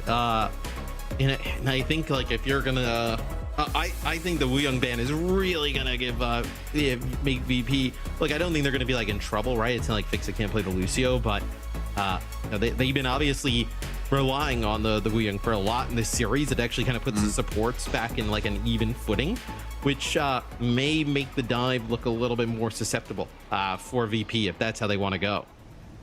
Yeah, immaculate coaching here from Alcantia. It's like, this is what an impactful Lijiang ban looks like. You're a team that can play Lijiang. You're great at it. You're just better on the flexes, and so you throw it out there to give yourself an edge. Checkmate already queuing up the Sim. And honestly, I kind of like the idea of a Zarya mirror here for Ziad. It's like, you can play Zarya, but we're going to do it too. And yeah, I do think you need the Sim, honestly, in this mirror match. I think the Sim TP, Sim is both great against Zarya and actually great with her, since the TP can kind of mitigate the mobility disadvantage that Zarya often has. Labda preferring the Sojourn and Jabu on the Genji. So VP have to up the pace. They have to push the tempo. Not a great matchup for Genji, though. I mean, you got double beam weapons that go through the deflect, and they're going to go Genji Tracer. Oh, man. So they're really going to bring a hot pace here. This is like kind of all in, right, for VP, and this is kind of what I expected. But I don't think they probably kind of took into account that maybe Ziad would actually match the Zarya on the other side. So let's see how that kind of changes things as opposed to how things went in map number 1. Jabu dives in, aggressive, puts a bit of damage down. The follow-up so far is good, but the trade's not enough. And Katsuya just bend back, playing a little bit slow. They know that dive has to come. They're up against Tracer Genji after all. And it's just clockwork for them, man. They just, you know, eat that one up. This, though, is where Alcantia should just feel more comfortable, right? Like, yeah, this first point, in fairness, is so much better for the slower poke comps than the other 4. Yeah. Wouldn't count VP out even if this one is pretty rough. But also, like, playing the Kiri Lucio, it's what they've been playing all series. It seems like kind of what they want to continue to play, right? You get Fixa onto the Lucio, like we said before, you know, not a bad Lucio by any stretch, but still takes the Wuyong away from them. It's a huge impact. Yeah, it's just the comfort from Katsuya. They're the team that's more ready to play this. And yeah, Daewoo on the Reaper, it's like, yeah, better matchup than Genji. I do like the swap, but still, you've got to dive in. You've got to get super aggro. I think the reason... But now Labda's uncontested up here. Yeah, right? Exactly. I mean, I think the reason Reaper is honestly good this meta is Lijiang. So, like, as much as we've seen some Reaper, in the end, I just think I think Katsuya have a much better read on what's the better comp matchup here. Maybe these other points provide enough dynamism, but I'm just seeing a world where, like, Jaewoo and Kepster go in for their play, and Katsuya just flip the map with TP, and, like, what do you do next? And here's also the interesting thing, right? Obviously, VP, like, with, you know, new additions to this roster and whatnot, who would play the Sojourn with this lineup in right now? Like, I assume it would be Kev, right? But still, like, maybe they don't want to play some of the hit scan. Yeah, VP just getting swept up off the point, and only the Kitsune Rush deployed. So almost as good as you can hope for. It's a rush for rush trade. Katsuya are going to come into the next opening fight with 4 ultimates, right? And you know, it's like, yeah, having no sound barrier here is brutal, right? Like, you might be able to trade grabs, but it's going to drop the beat, and it's over. Like, you just can't fight. I mean, a sim wall as well. Like, if you drop your, like, if Vistol ends up using his grab, like, the sim wall pretty good as well. Overclock. DPS ultimates is such a ridiculous gap here. I mean, like, how do you even just overclock? I don't think you can win. He pulse bombs a teleporter. Fair enough. Fair play, Kev. You got to shut that one down. Instead, they're going to open with the grab, and there's just no chance to support through that. The damage is overwhelming. Katsuya, just a one and done.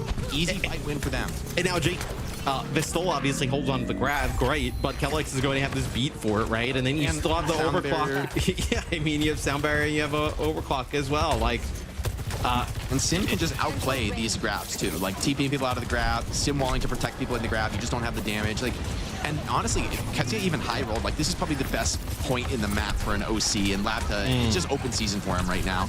Let's see how big grab opened up immediately on the Zarya. Do they have the quick burst? The TP is good. It gets him out. The barrier, though, had to come down from Kellex, and Labda didn't quite get the connection on it. Ooh, a little early there on the rail charge, but in the end, it's just overwhelming. Maybe they have to deploy more ultimates than they would have liked, macro-wise, but still fight for VP, but you're grasping at straws here. Virtus Pro have found no purchase in this map.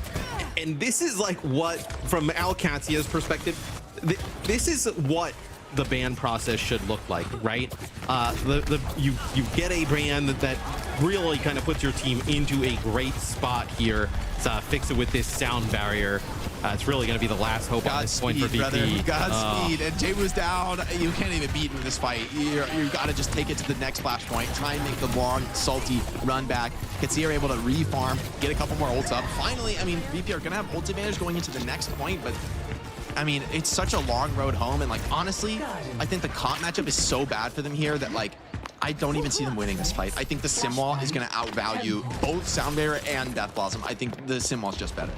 Yeah, and Jake, Alcantia just 1 point away from taking the series in a 3-0 fashion. Let's listen into the start of this flashpoint.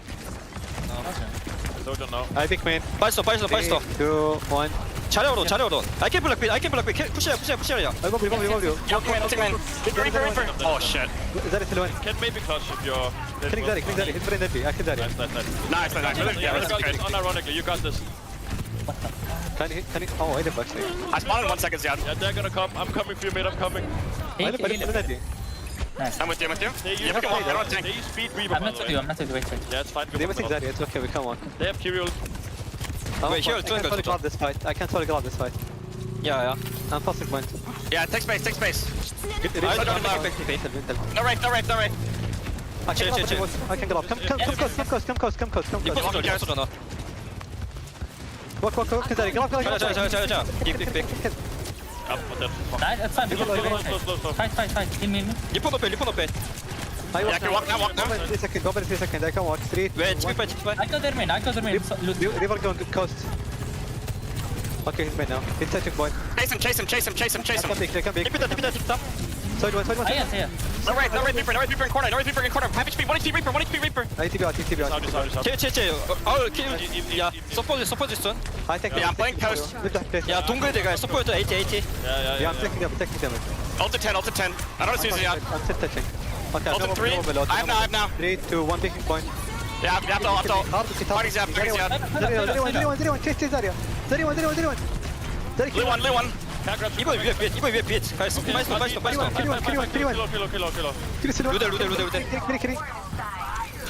Chase left. Kiss punke. Nice. They have grab guys, okay? Okay, take it. Yeah. Comms so clean right there from Alcantia, just fully focused on the team fight planning, always finding the way back in, always find the way to cut their losses when things are bad. And I like that Sojourn out of Kevster. I think it allowed them to play slow, but that pick out of Gala, it could be the game. They're getting attacked at the spawn. Pistola forced to just defensively grab the enemy Zarya, but there's no kill threat here. And they're actually getting on the beat connected to. That's a sad way to go down.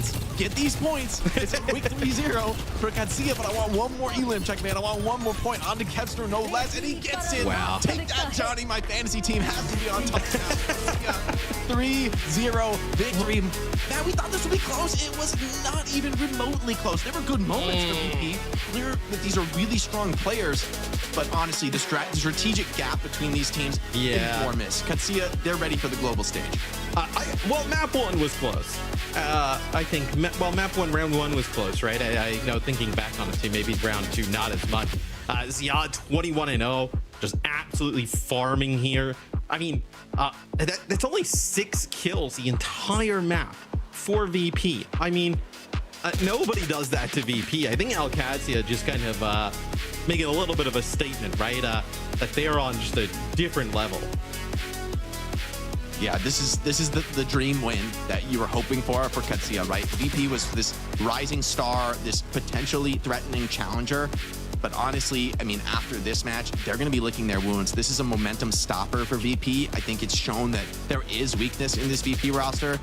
Maybe no one else in the EMEA is going to be able to exploit it. But man, Katsia just put on a show and just kind of exploit you, right? Kind of just put you on notice. Like, this is the recipe to beat VP.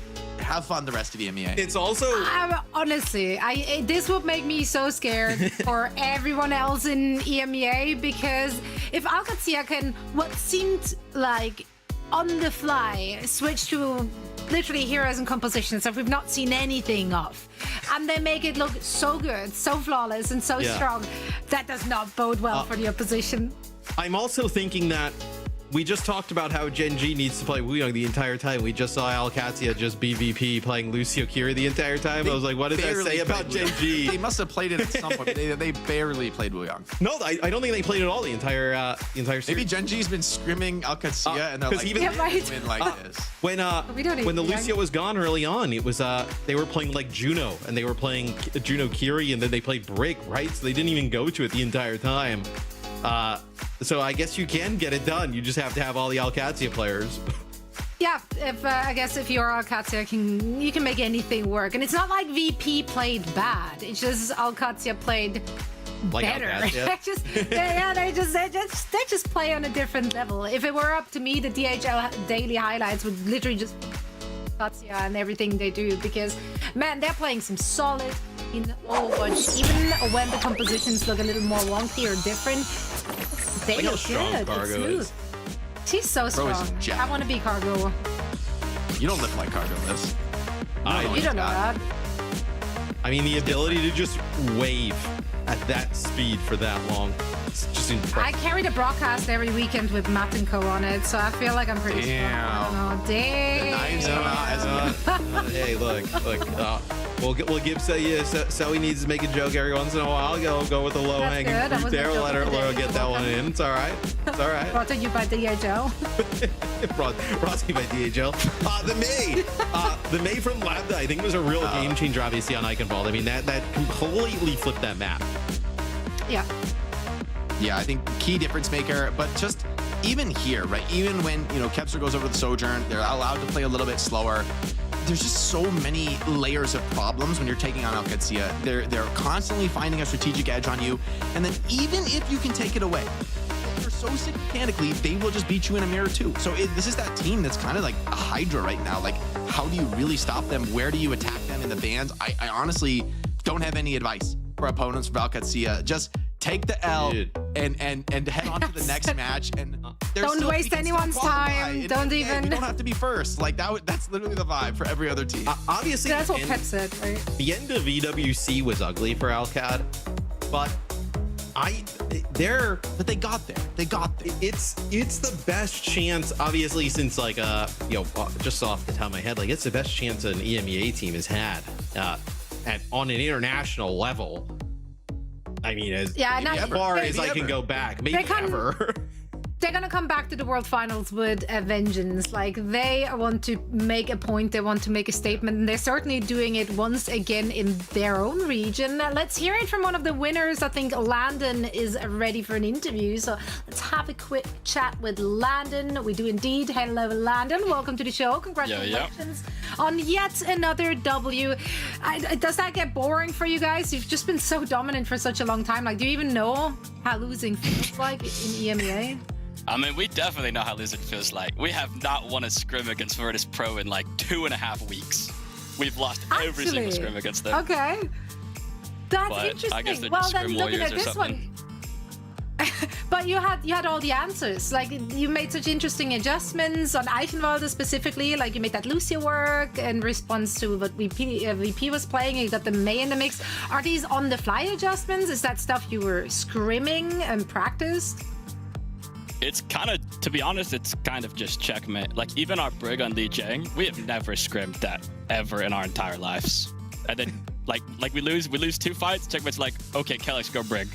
We're struggling, and I can attack, and he's like, Lambda, go May. And it works, and then we win. Awesome. It's just checkmate.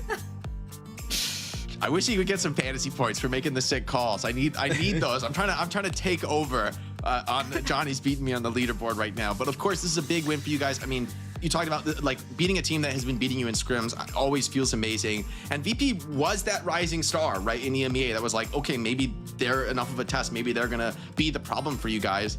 Now looking ahead to the rest of at least the regular season, Twisted Minds, maybe Lachelle, their former selves. Is there anyone else in EMEA who can challenge you? I mean, to be honest, I think Virtus Pro and Twisted, like all three of us, I think are really, really neck and neck. Like, I think stuff like today is just kind of like how it goes, and you have like 3 really solid teams, Like, I mean, I couldn't hit my shots today, but my teammates, I swear, hit every single shot they fired was like a kill, Like, my teammates were so locked in today, and so we just won, But I think like on a different day, it'll be like harder. Right. Yeah, no, it seems like it's really kind of like a 3-horse race with obviously you guys at the front in EMEA. I gotta ask, you guys played a lot of like the Lucio Kiri, not really a lot of the Lijiang at all today, even going to like some Juno comms with the Brig. Is that just like a hero you guys don't really kind of like want to work with, or maybe doesn't fit into the sim type of stuff? Like, what's the thought process there? Lijiang's interesting. We have like a couple of reasons for not playing it so much. But to be honest, it doesn't really suit our team that much. And then I also think the hero is probably going to get nerfed before playoffs, to be real with you. So why bother getting used to it if it's out of the mix again? Yeah. Well, London, you guys look dominant thus far. It's an absolute joy to see you guys stomping through the server. So for now, we're going to let you go. Thank you so much again for joining us, and best of luck in your upcoming match. Thank you. Appreciate it.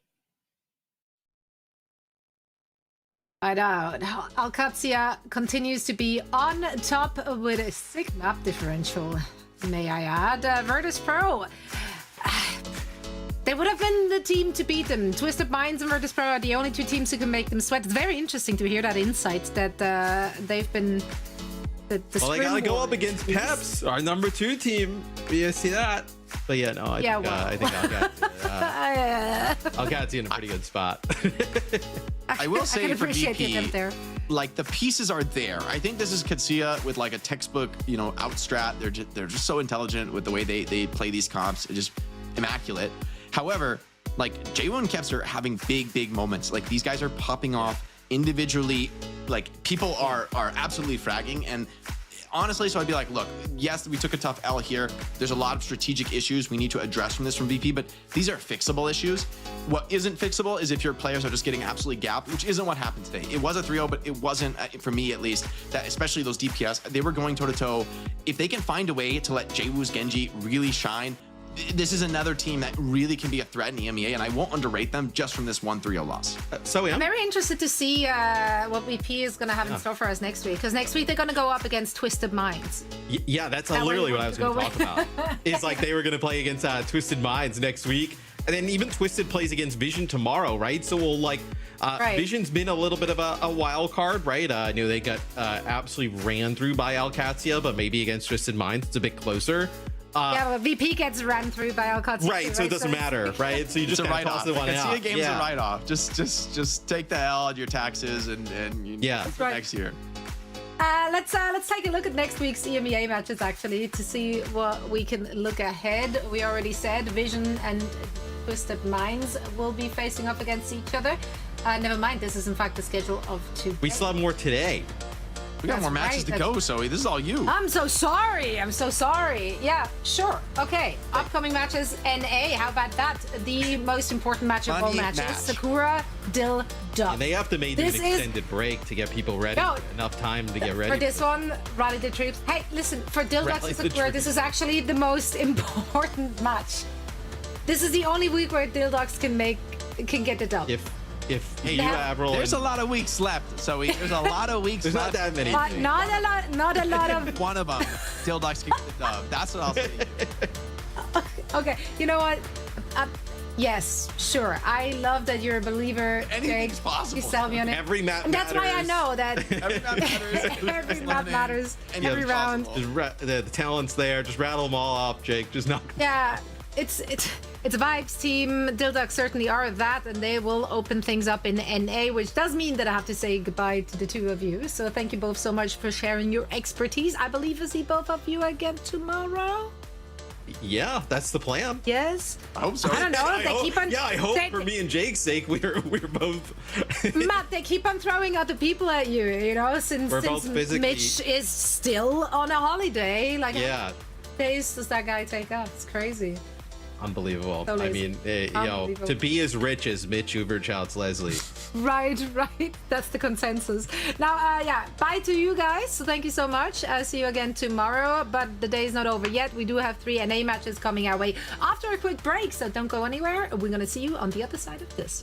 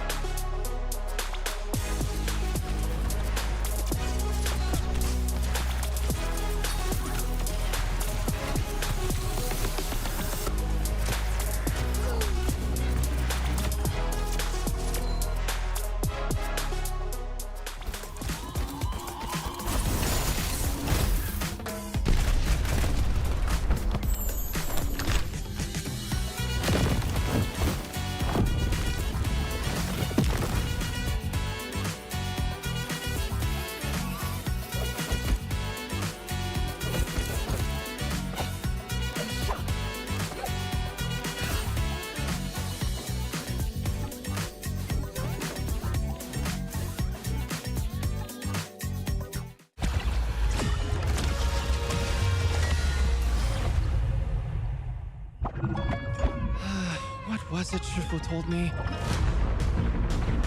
Nothing in the world is as yielding as water. But in its ebb and flow... I honestly forget the rest. So, I'll just go with the flow. Booyah! Making a splash. Always good to hydrate. Much better. Oh, easy. Oh, check me out. Bye. Ultimate's ready. You're protected. Go make a splash. Hope you brought a change of clothes. Guess my training's paying off. Let's keep it going.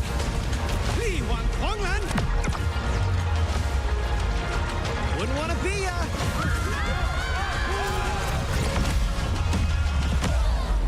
You just witnessed my most famous party trick.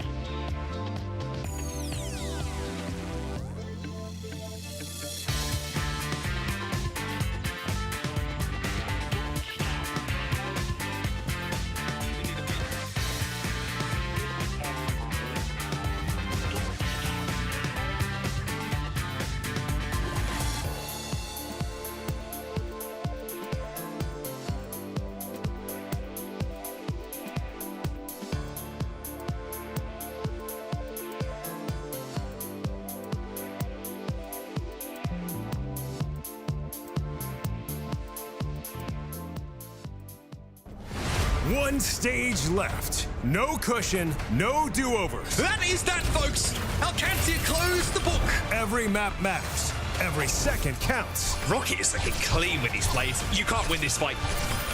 World Finals on the line. Stockholm in sight. Just lasered. I mean, there's just nothing stopping Chronic right now. Hold W. Win. Ticket punched. The bowler just detonates everybody. Lose. GG's. Season over. In a dominant position. Oh, what? That flick was insane. The strongest will rise. The rest will watch you. What? There's no way. GK have done it. Rise as champions. OWCS Stage 3 starts now.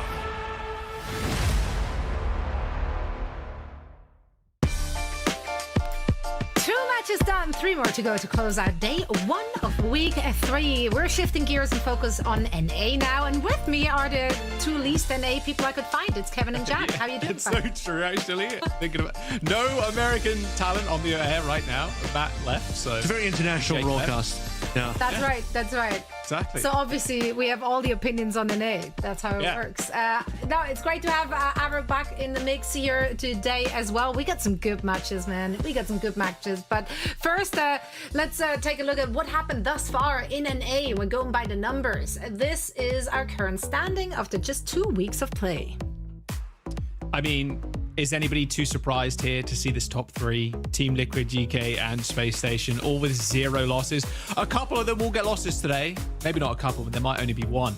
Obviously, GK are facing Nightmare, and then with Liquid versus Space Station. Everybody's kind of top 4 teams are going at each other this week. And I will say one thing, Avril came in at the perfect time. Literally sneaked in here. Week 3 gets some of the best games. It's kind of crazy. I love that for you, actually.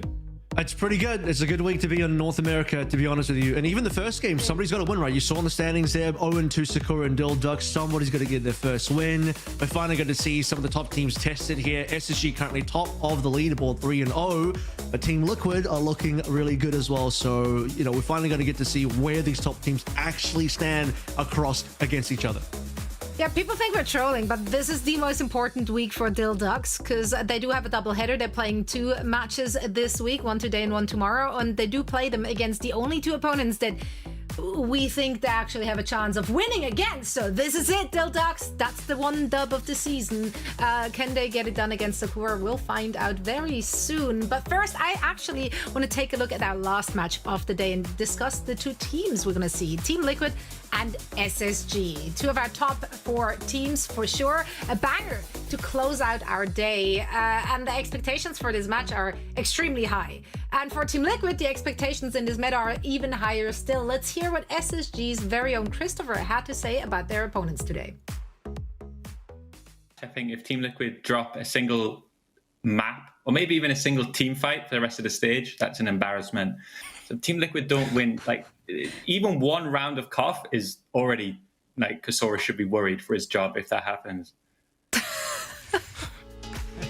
That's an insane statement. Worried for his job after 1 round of Koth. We've seen what Koth is like, the history of Koth within OWCS and Overwatch Esports. Come on. Listen, Christopher runs a tight ship. Extreme. If you're really, if you're dropping around, you're out. That's the strategy. That's it. It's just like, team, I'm sorry, you dropped that well on Ilios. GG. He resigns after he drops the map. You know what happened to week 1 then? They lost that to Nightmare. Like, come on. Yeah, that was a warm up. That was a warm up. Okay. But I mean, even though he was over exaggerating here, he does have a good point. Like in this meta, Team Liquid, they have to perform. Like that's the expectation. Yeah, I mean, this team was built for this, right? I think both or the teams meta was built for them.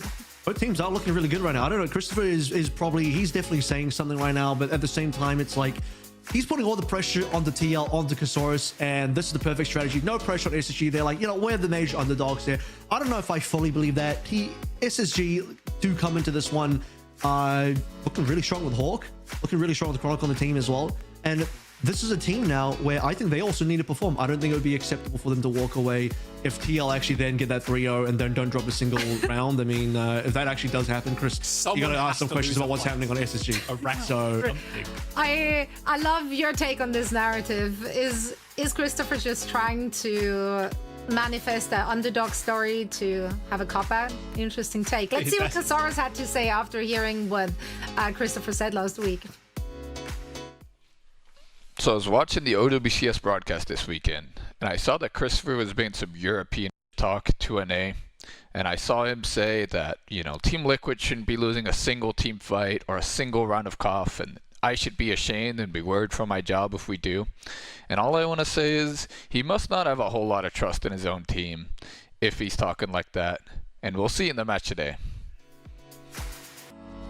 Okay. He picked up on it too. Nice. The Dutch Dynamo Kasaurus. I like that. Look. Hey, Christopher laying it down like this. If Team Liquid come away with a 3-0 here, which I've been doing a little snooping, asking various people what they kind of thought about this matchup. I've had some like, oh, Space Station 3-0, 3-1. Oh, Team Liquid 3-0, 3-1. It should be, you know, I'm like, it should be pretty close. I'm not sure it's like that definitive, but someone's head is going to be on the chopping block. Not sure whose, but we'll see. I mean, both teams very likely will still come top 1, 2, 3 max. So, you know, chopping block, that might be it. Yeah. Oh, we got the trophy. We even saw, by the way, in the EMEA games, like, you know, Landon mentioned that Alcantia just hadn't even beaten VP in 2 weeks in scrims. So we look at how scrims go. Maybe SSG feel like they are the worst team. Let's pretend that Chris isn't trolling. Maybe he does feel like SSG is the lesser team against Team Look at the moment based on scrims. But then again, we see how scrims actually pan out on the main stage, and then Alcat coming in 3-0 VP despite not beating them ever in scrims the last 2 weeks. So anything can still happen today. It'll be really interesting. So what would your prediction be for this one then? I'm just going to believe in Chris. I'm just going to believe in Chris and say that Team Liquid are going to 3-0 without dropping a single round.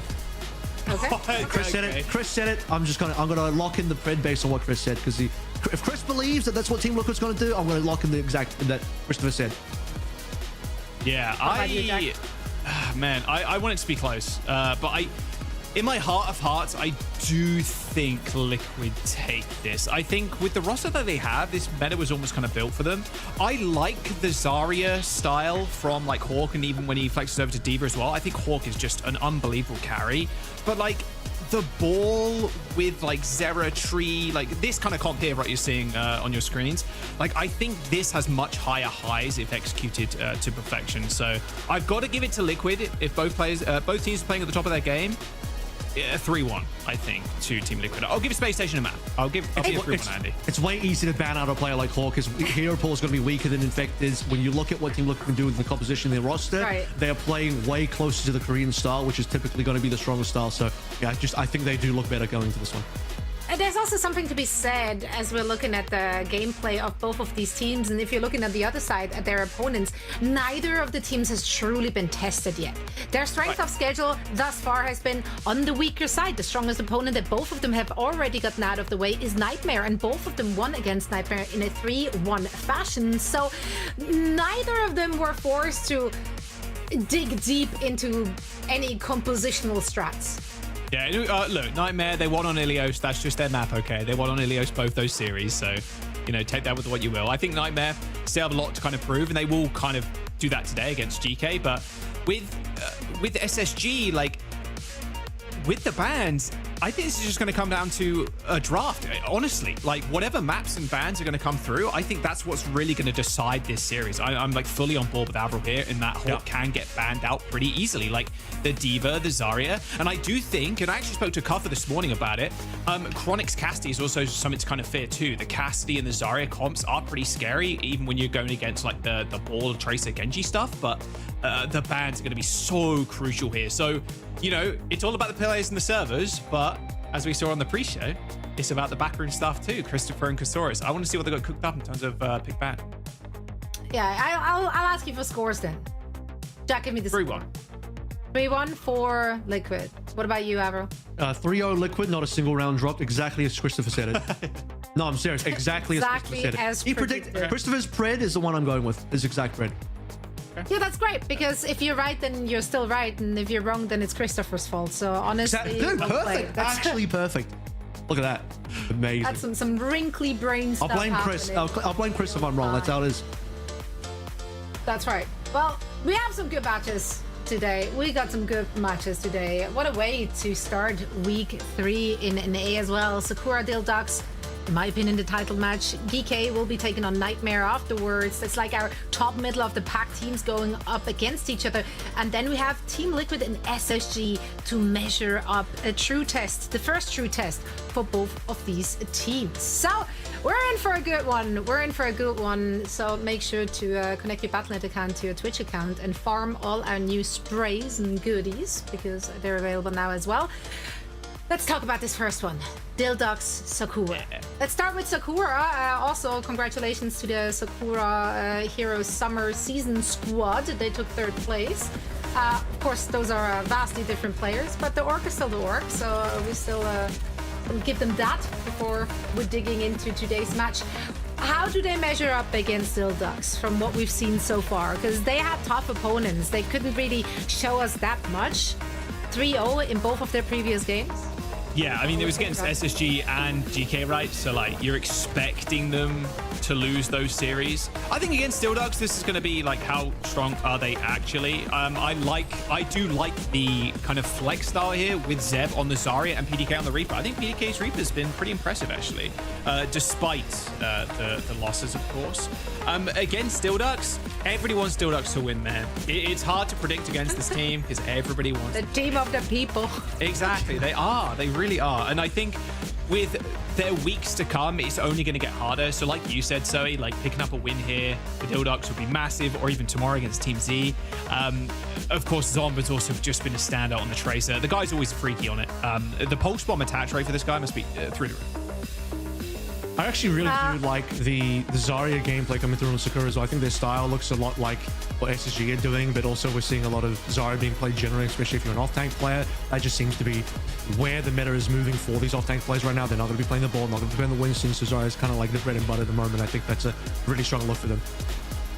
Yeah, also, since I mentioned the Sakura squad for Calling All Heroes Summer Season, it was actually the Dild squad in Calling All Heroes that took 1st place. And that squad is featuring Z, who's now playing for Sakura here. So, you know, the Turncloak stories are real. Some real drama heading into this one. Yeah, there's so much drama. So much drama. No, I mean, it's a good point. I mean, you're coming off a really big high winning Calling All Heroes, which is a pretty sizable tournament, to be fair. A lot of, like, well-known players have not only played in Calling All Heroes, but have played in OWCS as well. So, pretty exciting. I think this team will struggle against Sakura if they do end up playing against this Zarya Reaper. I think Razor's had like a decent time on the Sombra, sort of like sparks of it on control, but they're just fired for their first win, man. Like, they're gonna get there eventually, whether it's today or tomorrow. I believe. The people believe. The Dild. They had an equally tough schedule as Sakura, though, right? Like, they had to go up against, what was their first opponent? No, Extinction. So that one was, like, still doable, but then, yeah, the rest, tough uphill battle. We saw interesting looks from them. Razor, you just mentioned. Also, Baz, honestly, I like that we saw Queen and Doom. Did it work? No, not really, but it's still an interesting look. Queen's forcing not it right now. They got a Lucian Warrior too. Like, I don't know about these comps. Lucian Warrior, Queen, we gotta like you cannot take the Moira out of Frothy Philly's hands. You will not. I'm not having it. It will be banned this series, probably. It's their look. And hopefully by their own team. Hopefully Dild ban their own Moira so they don't have to play it. They would never. They would never do that to us. Well, let's see what they have in store for us as we're getting our first NA match on its way. Jack, Avro, please take it away. Yes, thank you very much, Zoe. Is it going to be today? Do you really hate the Moira that much? Is it that bad? It's not the best, I'll be real, but it's fun. It's the most fun, okay, Avro. It's good to have you back on the cast, by the way. We've not casted for a little while, so yeah, it's going to be a good day of Overwatch, that is for sure. But yeah, give me the lowdown. Like, how do you think Sakura really tackle this Moira comp? I don't think the Moira comp's really gonna bring too much to the table. I think if you're Sakura, you play a normal game, play through your Sombra, sorry, your Reaper. Zarya kind of look, you won't need Sombra here because unless Baz might bring out a ball. We've seen some of that Baz ball, so you might bring out Sombra, but to be honest, it is a little confusing what Baz's direction is right now. It seems a lot more stable where Sakura is. They're just going to play the Hawk Zarya style. They've seen what SSG can do, follow that formula, sort of find success that way. It does seem like Sakura have the easier pathway to success given, you know, just looking at their comps and looking at their style. It already works, already makes sense, already kind of proven. Dildux in the past couple weeks, kind of more experimenting, kind of just, you know, circling the drain a little bit with what they want to play. I want to see a little bit more consistency in terms of their style this week. Well, it's going to be their first attempt on Lijiang Tower here for Dildux. They've played Ilios twice in weeks 1 and 2. And Dildux banning the Reaper. I told you, BDK Reaper. Not looking too shabby, but a wrecking ball ban for Sakura. So that's Baz's ball gone. I'll be looking towards the possibility. I don't think the Queen's going to come through. Surely not. You have to know that Zeb is going to straight away pull through onto the Zarya. Hazard is probably going to be reasonable there as well. If you think Hazard's going to get played on some, actually, I'm not even joking. You could start looking towards Sim, start looking towards Torb picks as well. I don't know if either of these teams really want to lean into that. I know that sounds like a meme here. The guy that doesn't want to see Lucio more is advocating for Torb and Sim, but no, legitimately, look, guys, we're seeing a ton of that over in Korea. I'm just going to keep mentioning it because the meta is really stabilizing a lot. So you're seeing, even moving through the Zarya comps, moving through the ball stuff, you're seeing some of these builders, the double builders coming through, particularly into Hazard, really, really nice. Yeah, it's kind of wild that, I don't know if EMEA copied Korea or Korea copied EMEA, but there's always going to be sim teams. Korea copying EMEA, well-known thing, Jack. Yeah, it's definitely one. It's definitely not the other way around. Yeah. The last time they did that was probably when Johnny was still playing, so it's... that's kind of true, actually. 2016 Overwatch. Johnny played in Rogue in Apex Season 1.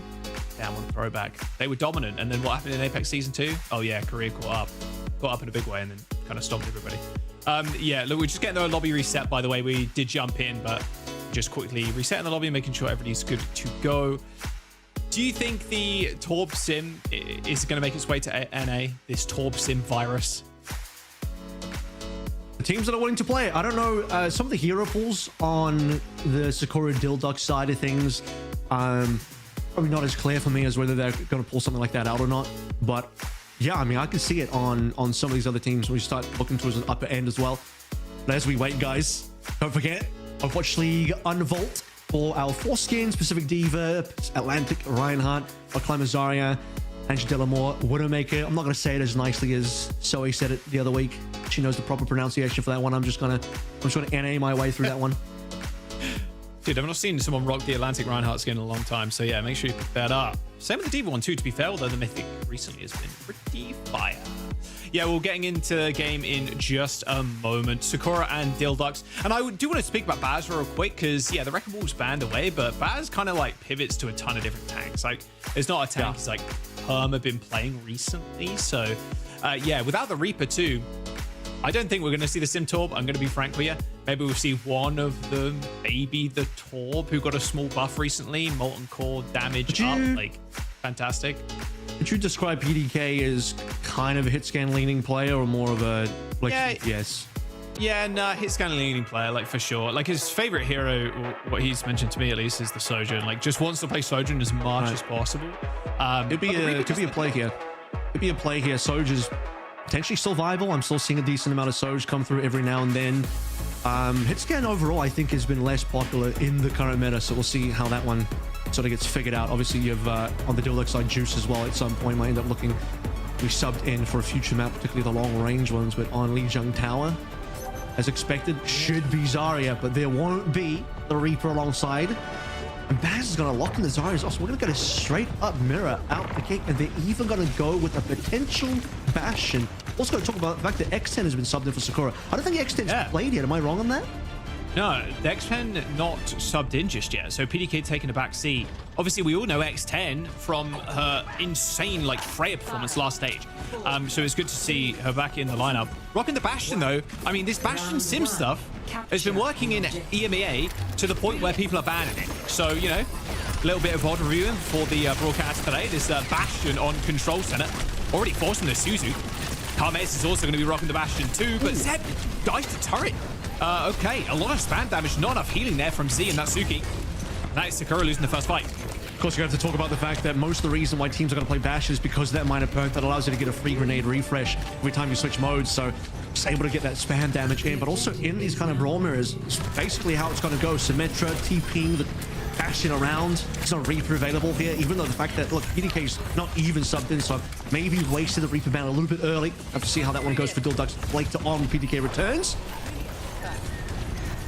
Looks like they want to try and TP. Good TP from Dildux, though, going right behind them. Lego Bastion skin, by the way, going absolutely crazy. Baz ends up killing Zombra and X10 on the rotation, however, though. Sakura did end up capping, but not for long, as Dildux are going to be able to clean up. These teleports being a little bit too overeager by the looks of it. And there goes Zeb. All right, there is the flip. An amazing look for Dildux so far. I mean, talk about them finding an identity. Are they the Queen team? Are they the Lucio and Moria team? Are they just going to be playing the ball? But right now, winning in the Zarya mirror. If they clean up in the Zarya mirror, questions be asked about what Sakura are going to do for the rest of the series. Right now, opening ultimates all looking pretty damn good for Dildux. With 2 fights in and only 1 ultimate between the 2 teams, Z's still 15% away from matching. Could rush pretty early if you wanted to as well. If you're Frothy Philly, you know, like, Sakura have been struggling to even get the rotation. Waters end up getting deployed on the point. Razor 3% away. It's going to be so easy now for X10 to kind of set up for some damage. You can see she's doing some long-range poke, yeah, and they just let the point go. And honestly, kind of smart. Dildux can't fight into it. They have to either TP it past it, so they're going to end up using the rush first. Rush is going to get matched by Z as Carmez tries to find an off angle, but here comes the return wall. Suzu up on the high ground as Redix tries to get busy in the backline on the Lucio, but it is Zeb that goes down first. This later wall from Dildux, so smart, so patiently played out by the team. And this is going to be another point flip here for Dildux. Sakura at least sneaking some percent away, Avril, but that's about it.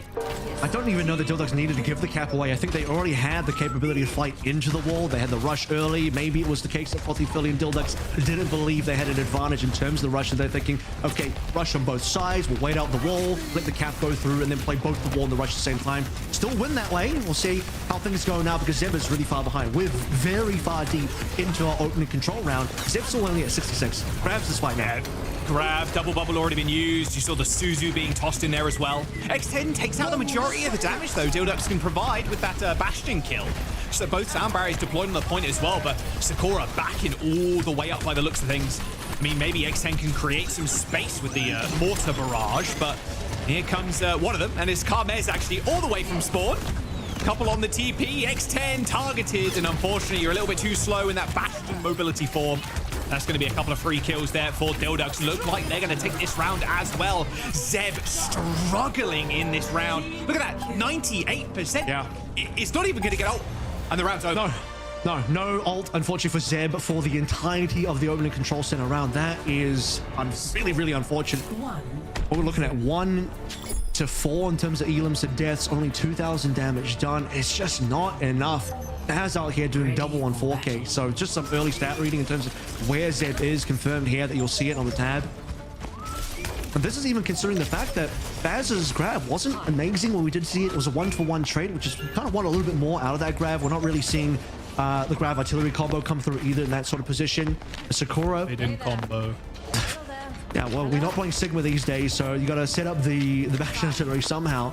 And for Sakura, they never got a chance to use that grab, and despite that 1 point flip they got, which kind of allowed them to have, Sakura not finding much more success out of that afterwards. I like how they've added the OWCS competitor titles as well. Shout out to whoever's idea that was. It looks pretty neat. Good way to commemorate the players playing in the stages and the seasons. Natsuki, that was pretty aggressive. Just running into Baz like that. Pretty high energy for Baz, though. They try and swing out of the little hut. Although with Sakura right now, their positioning is just splendid. Honestly, it looks like Razor's going to try and TP people across to the point, but just takes it solo in the end. Redix tried to go for a small boop there, but it's all about these Bastion forms and how well you can actually operate within them. Point has been unlocked, but it's going to be a little while now before Carmez can go in again with his Bastion form. Well, those are taking too much damage. Sakura have resisted everything so far. The TP, the rotation, and finally get a kill come through for Frothy Philly. A low HP here, Dildux still need to recover. Yeah, they do end up trading. Redix does end up going down. An easy push in here, you'd think, for Carmez, but 3 HP. Takes a large right click from Zeb. Able to get healed up in the end, but how long is that actually going to last? A rush here from Frothy Philly on the point. Baz making full use of that, recharging those bubbles ASAP as the point comes in for Dildux. Doing a little bit more damage this time around is Zeb, 80% towards that grab already. But here comes the return rush. A kill onto Redix, and Z's fighting for their lives in that front line, but a quick teleport to the back of the point will make sure they are safe. And this is all Sakura all day now. Zeb saving that ult too. They're going to be able to flip this point. Although, actually, a wall ends up coming in. Graviton Surge on top of Razor does end up forcing at least Zeb to use that ult, but they didn't even have the point there, so not sure if that was all work. Well, Dilducks have the cap here. Sakura don't, despite winning this fight, so Dilducks have slowed things down quite considerably. I was going to talk about the fact that you do also have the X10 Freya coming on through, which moving over towards this round, it's a lot more open. This is where you're going to get the value out of the Freya, so moving away from the Bastion, forcing Dilducks into a weird spot early on. You talk about how they kind of just take all this damage, couldn't quite get a good first fight off. They're stuck in Doja for the longest time, just getting poked out. You're still seeing the poke coming on through. Razor taking tons of damage. Bolus connects with the shield there. And Carmez used that ult. Pretty easy target for X10 to kind of shoot at now. Oh my goodness, Natsuki dove in there. Beat does end up connecting with the ground for both Lucios, luckily, but Carmez ends up going down. Now the lack of damage is going to be pretty prominent for Dilduks. Baz does end up getting a couple of kills, though, on to Zeb and the Lucio player. And Dilduks are putting themselves on the point. A little bit of poke damage from X10 is going to be really all that they can offer from this range. And a free flip there for Dilduks, despite both their DPS dying. Sakura actually had a decent start there. I mean, what you see here is the Freya's strength into the Bastion, long range, poke him out, but at the same time, let's really get into the swing of things. Dilduks find themselves on the point. Razor, he was low before, he's down this time, so it's 5 versus 4. Grab's gonna come on through, but solo. Yeah, Zed doesn't even die, at least not instantly. Yeah, actually saved by the rest of the team. Perfect support there coming through from Sakura. Zomba just runs through the rest. A couple of last bullets there onto Frothy Philly. This is as back and forth as you can get. Grab coming up for Zeb now as they try and take bridge control. So a little desperate coming through from Baz, just to throw in the grab in the heat of things. But you've already down so many members. Now you just look at the Sakura economy. It's really, really tight. 60% moving forward as well. Nothing to counter. Dilduks don't have beat. They got nothing really to speak of. Just trying to TP onto a single player. I hear a Bolus on the other side of the map. Doesn't look like it connects with anybody though. Same with that pulse bomb for Zombas, as both DPS ults whipping there a little bit. Rush is going to force Dilduks back to White Room, and they can just hold on to this ult as well for this last fight. Exactly. Dilduks is still really far behind at this stage as well. You see the TP coming in. I'm not too even sure. Razor's trying to get the kill into Zomba. It's a weird player to try and TP onto. Really, the play that you really want is X10 if available. As we hit into last fight, Crab will carry the way. Razor's going to swap over towards the Genji. It's going to be a Winston Genji comp to try and finish things off and turn it around for Dilduks, but so much required here. You need time as well for Frothy Philly to get the rush. I mean, Zeb can just grab this choke point if they want it, and that's exactly what they're going to do. Uh-oh, wrong place, wrong time, unfortunately. Easy cleanup, easy round for Sakura. That makes it 100-51. Beautiful grab from Zeb, having a much better time on Garden. Yeah, Gardens, yeah. Head of how Control Center went. Definitely looking for a little bit more out of Sakura. They lost out in the Bastion mirror on Control Center, but then you get the swap over to the Freya, start commanding some space, have the superior poke, really put the pressure on the Bastion of Dilduks. You saw what exactly was happening, particularly in that first fight, to allow Sakura the early lead. And consider the fact that Dilduks still snuck away cap early on, got like 20 to 30% before Sakura flipped on over. And then towards a later part of Garden, superior ult economy. You have a few wasted ults in there. I sort of question mark the final wall that came through from Razor, but then that grab as well from Baz super late into a losing fight. Totally unnecessary in the Sakura. Just sort of walk away. Final grab, locking everyone out. Now 1-to-1, finish things out on Night Market, and Baz is thinking no more Zari. We're just going to play the Winston now. Yeah, Winston, Genji, Tracer, classic dive. Minus the honor. X10 taking a little bit too much damage there, but that was a couple of good take aim shots. Unbelievable Freya performances last stage, despite Sakura ending pretty low in terms of finishing placement in OWCS Stage 2. Doing a lot of damage. I mean, this is just... X10 is dominating on the Freya right now, just kind of herding cattle at the moment. There's something to play up against this right now, because X10 is about to get towards Bowler. It's a big farm on top of Baz and Frothy Philly. Insane. Easy cap for Sakura. 89%, and you know, that's before we even get the third stack of that pass as well, as we saw on X10 screen. So Dilduks swapped up their composition, but no early dive success at all. Insane stuff already from X10. Yeah, like you said, Bolus in like 4%. That's like one take aim. There you go. It's up already. Probably going to be expected considering how much damage X10 has already done. Kamez decides doesn't want any of that smoke, ends up dashing away from the front line.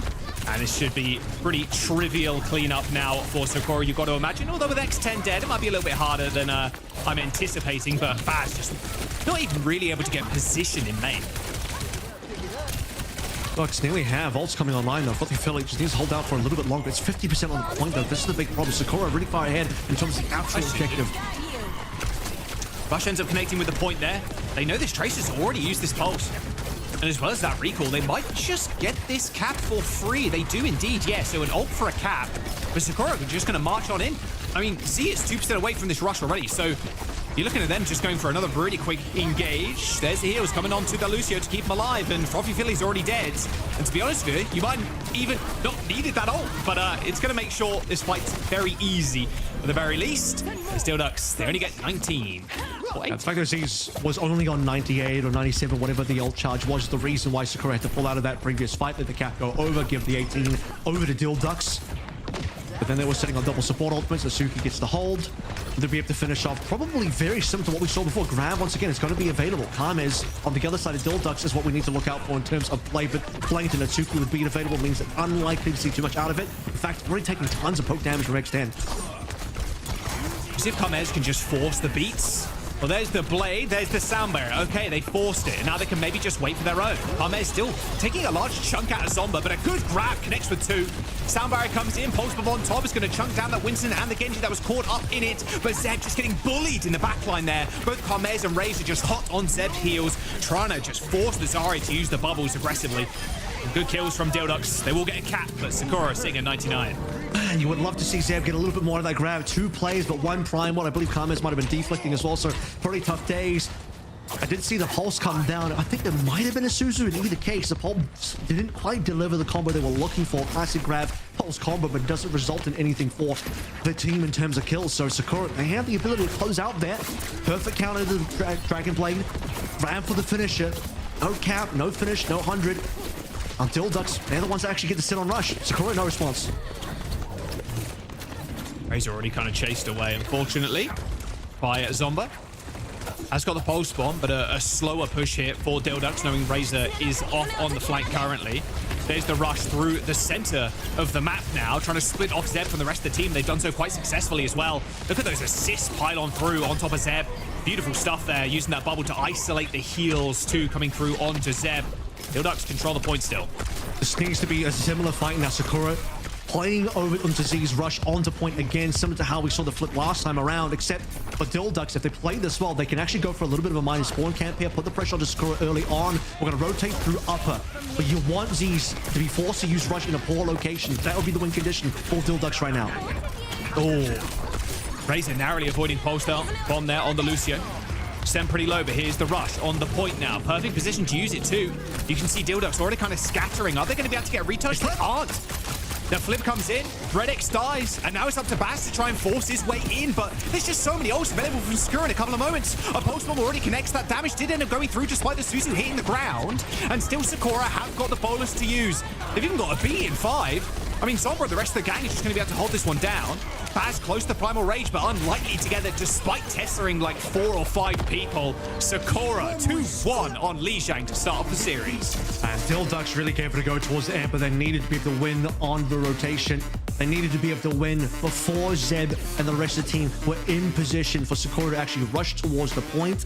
You're playing a Winston, Trace again, she dive composition, try and lock them up and spawn, but couldn't quite get that one done. They are no ult in response. As soon as he's going to drop the rush, the advantage in that ult, when there's nothing to play through if you're Dild Ducks, it's just a little much. You needed to pick somewhere. And speaking of picks, I think the X10 Freya allowed the team of Sakura to be able to get that many times looking over those last 2 rounds. So yeah, you have the Bastion, Zarya, Mirror not quite working out for Sakura, which is a little bit of a surprise because Sakura looked like the more they look like the more Zarya team so far in terms of where the identity of the team really is, despite the fact that we had no Reaper here, no PDK here. But then you move on to the other rounds, they take away the Bastion, they're still playing the Zarya. Zeb catches up big time. Big worries for Zeb in that first round if we looked at where the ultimate charge was, but then the old Zeb came back and absolutely farmed up next to. It's good to see X10 back in as well on the Freya. I was really curious of how this team was going to handle this meta. Was X10 ever actually going to be played? Because with how everybody was kind of pivoting to like Tracer, Genji, like Sombra, like all these other like strange heroes, not strange heroes, but non-hit scan heroes. I guess you can call them strange if you're a hit scan player. But it was, yeah, I was curious because we saw a little bit of Sojourn and then like sprinklings of Freya. But if you can put up performances like this on the Freya on a control map, I mean, the world's your oyster at this point. Maybe you don't have to fully conform to the meta, you know? I think that's what a lot of teams and a lot of players fall into fairly early on when they try and maybe copy other regions. Also just difficulty in actually getting Extend down, and I don't think we saw that much pressure on her when no real big TP attempts to get on top of the fray. Of course, there is a lot of movement in there, and if in an open space, you're going to have the updraft and all that movement to deal with, but Tames couldn't quite find the angle as well to sort of get the dive on as the Genji. Not too sure if it would be within the real style of Dildux, but you still do see sometimes teams make swaps over something like a Sombra to just be able to really put the pressure on. But Hitscan in general is not having a great time in the overall global meta, in my opinion. Obviously, the teams that are just overall extremely good are just going to play it because they know they can. But here, it is, at least on one hand, really good to see where Sakura can take things if they do not have PDK, they do not have the Reaper available. We do still see, though, like, I mean, Juice does come in for Dildux to play similar things. When we move towards the more long-range maps, we start to look towards stuff like a Hollywood Rider and Escort. That's when some of that long-range Freya does come on through. I'm not super worried just yet based on what I've seen. Juice is actually going to come in straight away, so they actually might go towards a long-range map right now and say, X10 played a bunch of Freya, let's play our own Freya, let's match that up. Hey, small little sub, I like that. And by the way, this was Sakura's first map win as well of the season. Obviously, they had 2 3-0s in week 1 and week 2 respectively, so picking up your first map win, you're feeling pretty good. Dildux still sitting, unfortunately, right now at least, at 0-7, but the map win, maybe the series win is, yeah, it's close, guys. I mean, look at that series. Sorry, look at that map. 2-1, pretty close in terms of kills and deaths, and especially the control center round. They were really feeling themselves. Like, this is a Dildux that we've not seen before, really. I think the worrying thing was more on Garden, just a few wasted ultimates, economy not looking too great for side of Dildux. Sakura, the fact that Zeb didn't get a grab on that first round of control was probably a little bit worrying as well. But as we move forward to what I assume is going to be a long-range map, so there's the Hollywood as expected. That or is going to be one of the escorts. This is where Juice is going to get subbed in. Pretty sure Extend's going to stay in for this one because we're going to play long range. So this is going to be Freya battle.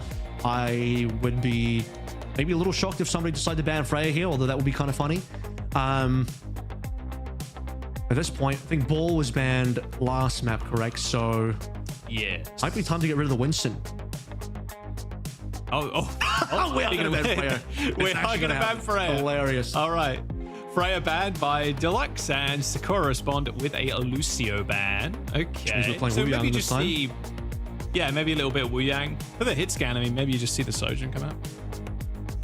Oh boy, no, that is actually hilarious. I was like, it'd be funny if someone banned a Freya because, like, this is the map where both teams kind of want to play the Freya, and it's like, no, actually, we're not going to do that. So what are we going to do here instead? Soj, perhaps. I don't think we're just going to Ashe. That'd probably be a little too wild for me in this current meta. She seems not quite strong enough. Cass is a possibility, but the range on Cass is maybe a little weak when you get on towards B. I think A Cass is probably strong. Possibly a Widowmaker. It would be a little spicy to see Widowmaker, so not impossible there. Freya would just be the perfect hero for this map.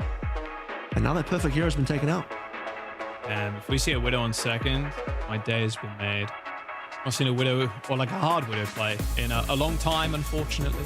Saw a little bit of Ashe in the EMEA this morning, but yeah, the pick is just a little bit too slow comparatively to a lot of other DPS. Feels like she's been left behind almost. I don't want to say she's like lost her identity in any way, but yeah, I mean, look, Sojourn, Freya, just a little bit more fragile with the lower HP, but still really strong in particular cases.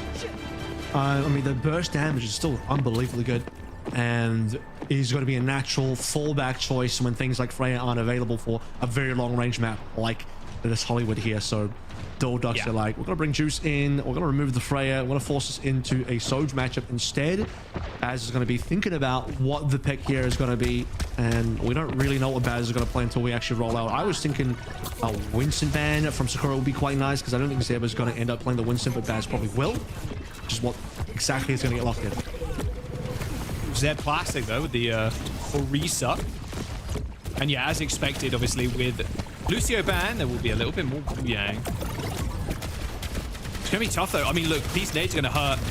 Sakura obviously do have that Suzu, but comboing up with the Winston, it's very easy to take high ground control, like cafe control with this comp. But actually getting there to start off with can be a little tough. Also, a decent Ana map as well. More difficult to flank over here. Racer's already got to extend down. So Dild, that should be the opening now. Zeb's low as well. Oh dear. This is a little bit of a stomp. What just happened there? But okay, Juice ends up killing Zomba.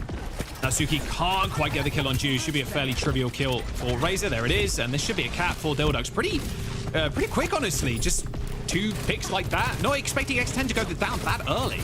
Yep. Just get caught like that sometimes. Even a bit of a warning shot for Zeb saying this is not going to be a point you're going to retake on at all. Juice delivers that rail across. Typically a point A as well, where normally if you got to play a Winston Ana, if things stall out a lot, you're going to have to wait for Nana before you really get a true dive and a real contest in there. But Dildux find 2 picks, get the instant cap. Now we're over towards B. And normally Orisa can be pretty strong on this B, hold that high ground, just spare spin people off. However, when you're playing a hard dive, when you have jumping options, as long as Baz doesn't get spared off, a lot of good options onto getting high ground. Yeah, we'll see how quick they want to take this. Probably want to wait for maybe a little bit of damage from Redex. Natsuki's low. Anti connects with Natsuki, forces Razor to recall though after that Guardian Wave pushed him back. Nano's up, by the way. This is the time. Dildug's going to make a move. This will be a good one. Lots of good targets here. Juice doesn't quite have ultimates for the Nano Clock combo just yet, but just dry one to Baz could be pretty interesting. What up in the side room a little here? Zomba. Oh, Zomba ends up getting the stick though.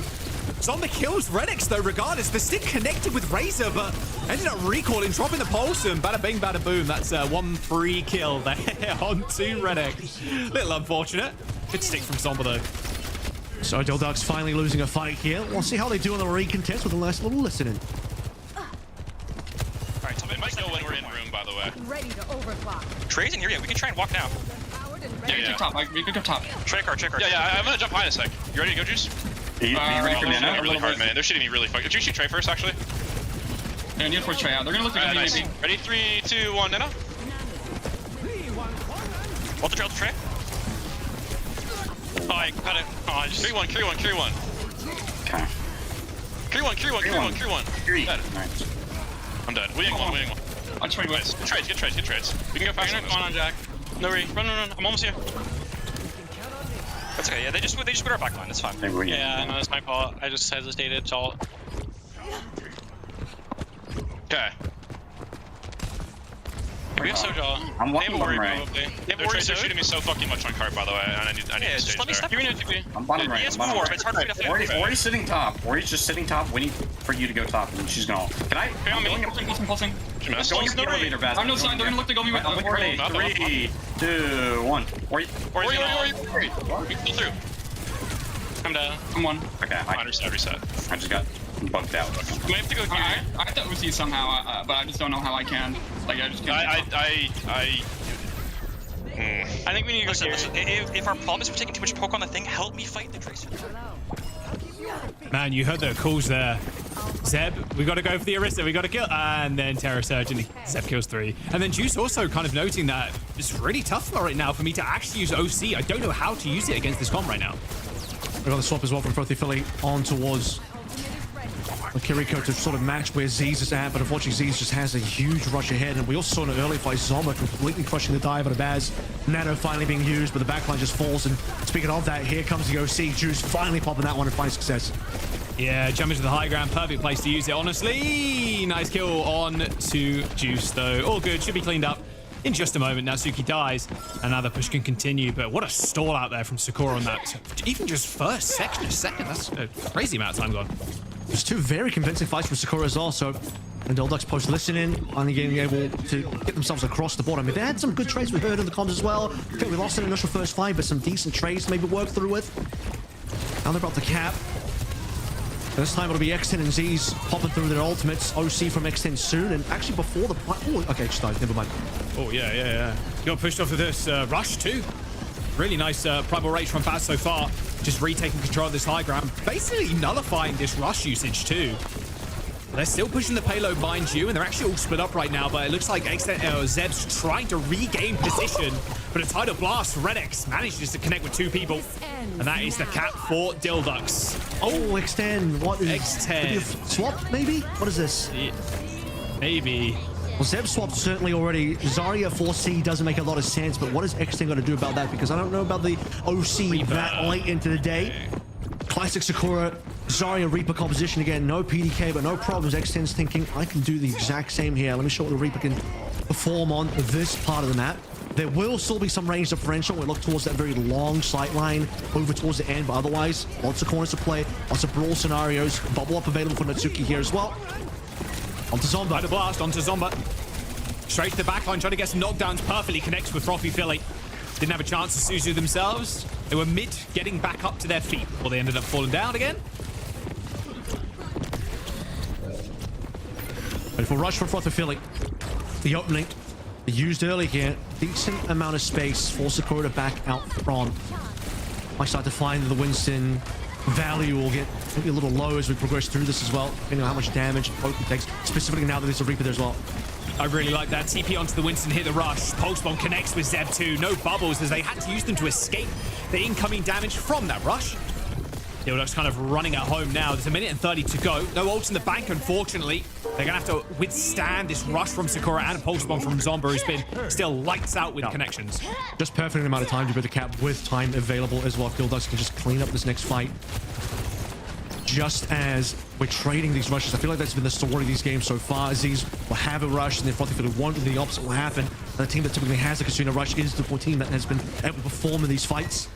Wanting to see if there's been a differentiator that can sort of change things up. Maybe Juice pop in the OC would be that change maker. There's the rush. Zomba, unfortunately, having to recall pretty early there, but it's all good. They can just push all the way forward now, get some picks, and this is going to be a reset here for Sakura. For Dildux even. 45 seconds to go. Tidal Blast available for Redx. They want to be able to not quite reset, but just regroup and recontest and refight that one fast. But if Frothy Philly goes down, you lose a single player on that push from Sakura Esports. Now that actually has to then be an actual reset. You know, just get them pushed back in. Here we go. Tidal Blast onto Razor. Backline targeted. No, not quite. It looks like Natsuki and Z managed to get away just in time around that corner into the spawn. And Zomba even kills Razor there. So despite Dildux kind of forcing the hand of Sakura, Sakura just ended up backing off. Baz pops the Primal Rage with 10 seconds to go. He has to make this worth it. Has to make it stick, but Natsuki is so close to a Tidal Blast of their own. It looks like a pretty done and dusted push here for Dildux with very little left in the tank. Even a Graviton Surge from Zeb. Just chuck it in. Connect with one in the end. Frothy Philly jumps back in, gives them a kill, and the Tidal Blast to finish it off. Sakura, they're going to be able to hold on. You've got to imagine. Although Natsuki and Z are dead, both supports down for Sakura, and this is a very low health Zarya too. Baz is coming back on the Doomfist. X10 now on the Reaper, just in the 1v1 versus Baz. The power block used. They're just going to wait this one out. Zomba cleans up the rest. Redx Baz down for the double. And Sakura, although it looked kind of dicey there at the end, still managed to hold them on third. Now Sakura have the respawn advantage there, so as Dildux slowly lose out on their membership and last bastion of that Kitsune rush sort of fades away for Dildux, which is what gave them the capability even to get the final couple of kills, put the pressure onto Zed to take him down as well. Sakura had a little bit more to be able to play through there once the respawns actually started to come on in, but you know, we unfortunately didn't get quite enough out of that push. 130 wasn't a lot of time as well, to be completely fair. Primal got burned through really, really quickly, and then the grab to finish things off, despite only catching one. If you grab anywhere near the payload into OT, you know you got to catch something eventually. Casting a wide net out there in a situation where somebody has to be close to the payload, you will get a kill. And the fact that actually it does end up happening despite Zeb eventually going down. So the hold comes on through when Sakura get to kind of, I think, play the comp they want to play, which has got to be the Zarya Reaper. A was obviously a huge problem. That's where Sakura lost most of this map. Held a little bit on B, won a couple of really nice fights that we saw during the listening for Dildux. But then on C, that's when they actually dug their heels in for sure. A is a problem. They need to have good A on the attack. I mean, A was just a non-factor in that whole round, right? I mean, X10 got picked and then Zomba died. Like, you just lose two straight away. It's, yeah, I mean, it's pretty over at that. All right, let's have a look what they want to do. Obviously, Bass running the ball now. This means the Dildux have to be very, very proactive on their opening defense. The value of the ball is not really going to be seen until we get to B. A could be not free for the taking, but under quite a bit of pressure. Also, range advantage is still going to be there for Juice for the time being. Sakura Esports, they're locking in the comp. They are good at it. Still think the strong, very strong comp on the A point itself, and Juice has somehow ran down early. Okay, neither team can defend A. That is what I've deduced from this last fight. Oh, Baz is now trapped in a small room with Red X, but unfortunately, despite Zeb being 0 energy, it should be enough damage to actually kill the WuYang. Yeah, there it is. All right, that should be A taken with Baz trying to get out. From Philly at least gets an exit kill, though, onto that Suki, but the spawns are still in favor here of Sakura. I do wonder if that was just X10 sort of TPing to the back line, able to support, and then running Juice down. But you'd imagine, like, you got Suzu there, you got Slide there. Really shouldn't be Juice down to X10 that early on. Might have been Zomba assisting. But as I said, if you're Dildux, you're playing the ball coming, you can be a little bit more proactive. Didn't quite see their opening dive come on through. Just a lot of Sakura walking forward and claiming their picks. And now Sakura, speaking of walking forward, as they can't be early, take a little bit of early high ground. Dildux, where's the response going to be?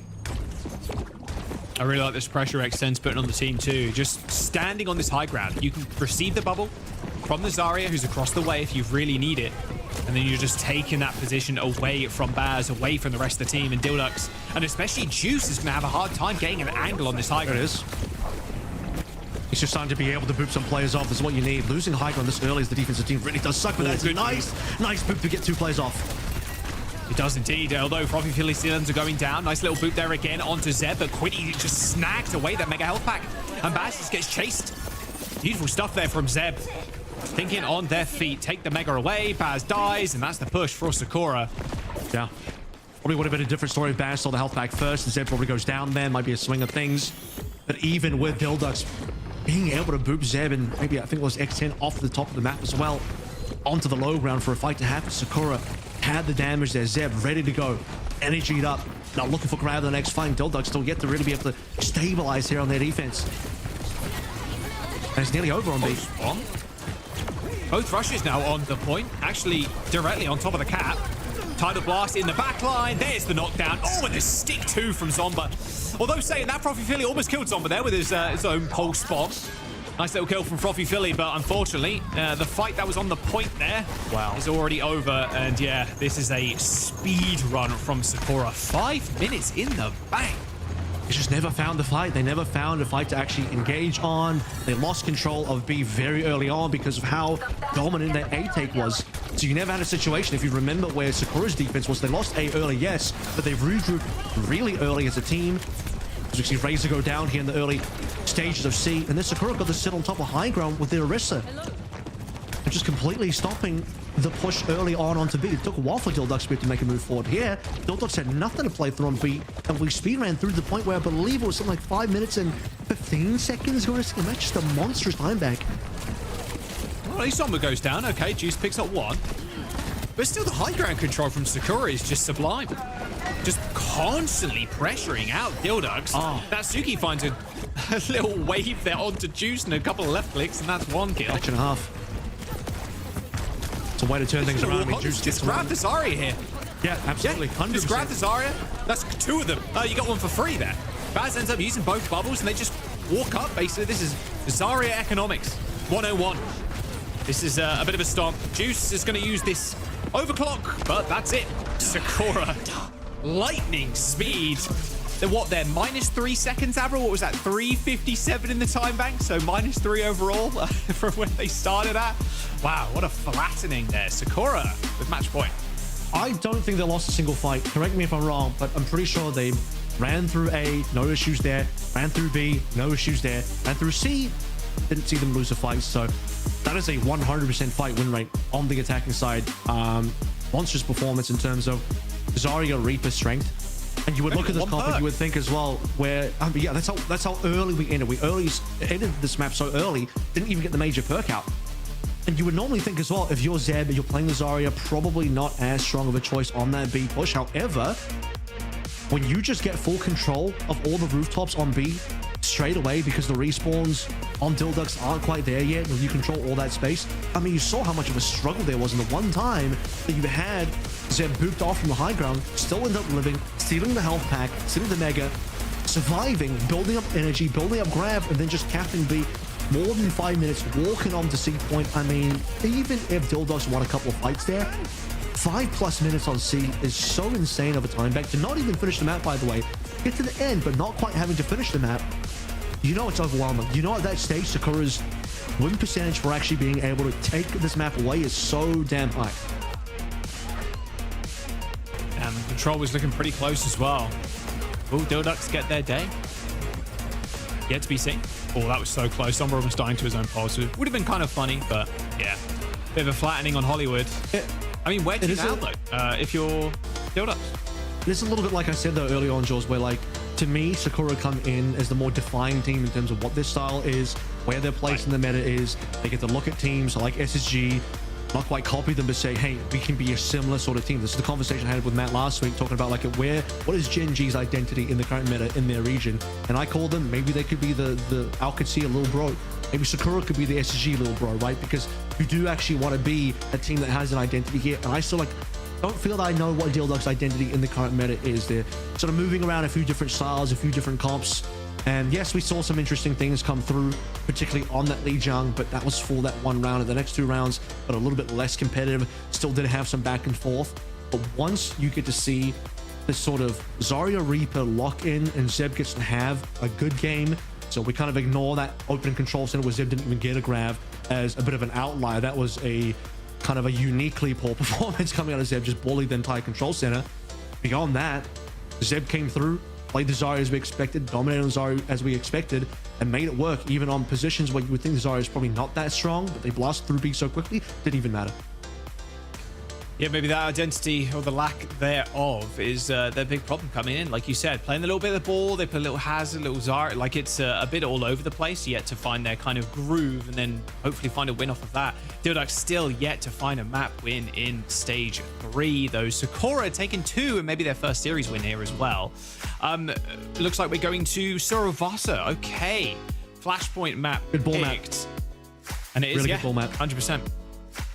So exactly, so you don't need to protect the ball, you probably just need to get rid of some ball counters. I don't know if Zeb would ever want to play a Hog, but a Hog ban would be pretty strong. Again, not because you need to protect the ball, but just because Hog is, I think, a sneaky good pick in the current meta. I even posted socials that like we might be heading into a Hog meta, which, you know, I was farming the clicks there a little bit, but I'm also not incorrect in the sense that Hog is quite strong right now. Did just get another buff after 2 buffs in a row. Hog is a very nice ball counter, so I would get rid of that immediately if the plan is to play ball. Other than that, Sombra is pretty decent, but I haven't seen too much willingness overall, not even just in this game, but overall from Dildux to maybe move in that direction. So I'm probably not as scared of the Sombra. I'm probably more concerned about the Hog, but really depends on what Baz is going to end up playing. And Baz is, to me at least, a bit of a wild card in the tank position right now, willing to play just about anything. So Hog seems like a pretty smart man. Dude, if we get a Hog meta, I know I'm blaming, man. There's just no way we get a Hog. So you're blaming Scott? No, I'm not going to blame him. I'm going to blame you, bro. Me? Zarya, I don't work on the patch notes, brother. No, you're prophesizing it is what you're doing. You will be the problem. Brother, I'm just reading. We will see the messenger here. I'm just reading what is being written on the patch notes. That's all I'm doing. me Zarya exercising my eyeballs, being able to read. Zarya is nice.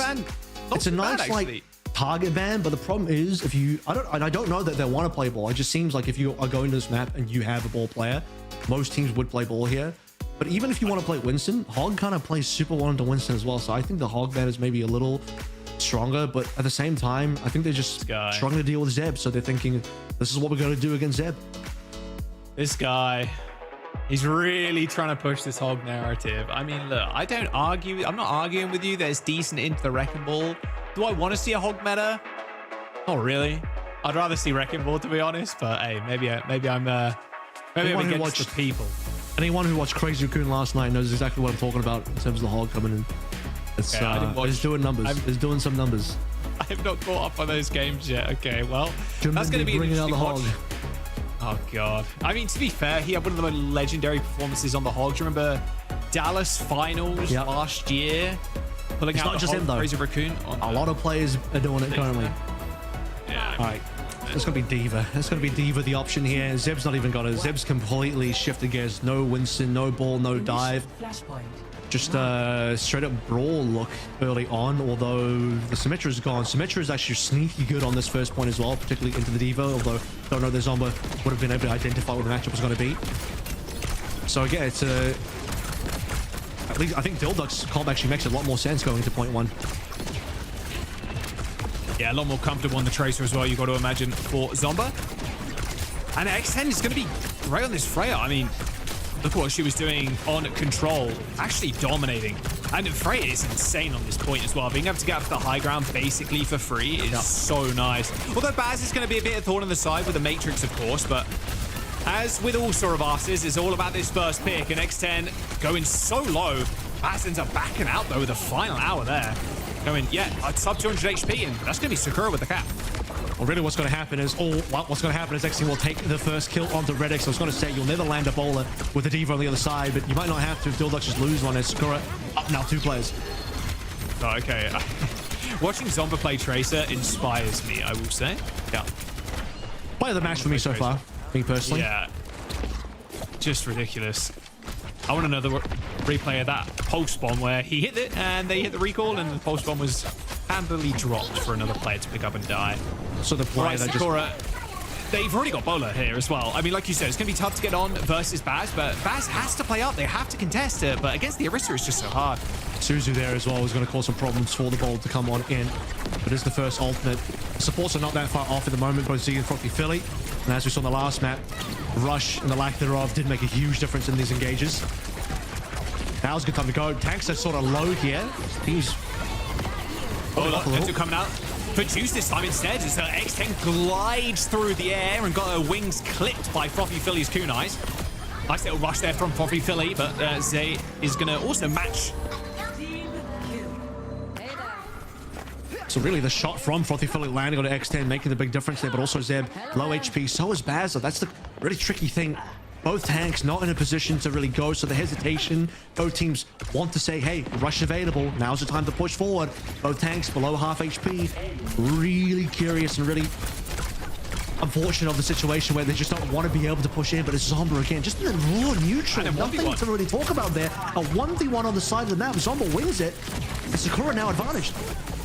It's got pulse bomb too. Sound barrier, Dildux have to go. They know they're forced into this spot, but Sakura peel back slightly and uses sound barrier. They end up flipping the point as well on its head, and now Juice is completely left on an island down on the lower section of the points. And that will be the flip for Sakura and the cap as Razor tries to carry the fight with the pulse bomb, but a swing and a miss with the ult. And despite Zeb going down, it's a point on the board for Sakura. And Zomba, yeah, he's really got to be player of the match so far for me as well.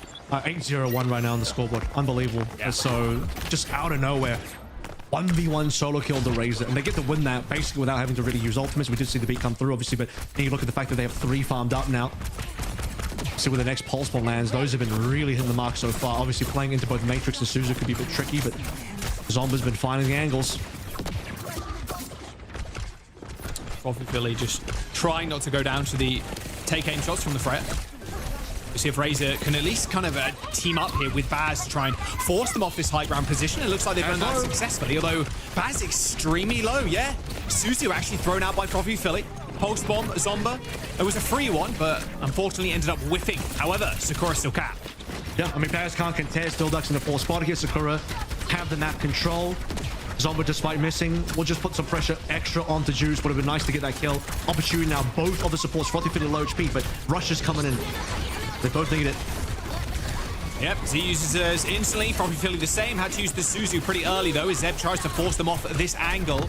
There's even an ult limit here for Zeb if they want to actually step onto the point, but it doesn't look like they're actually going to need to use it with Juice already going down. X10 and Nawalda hurt, though, as Razor is trying to find the kill on the Freya.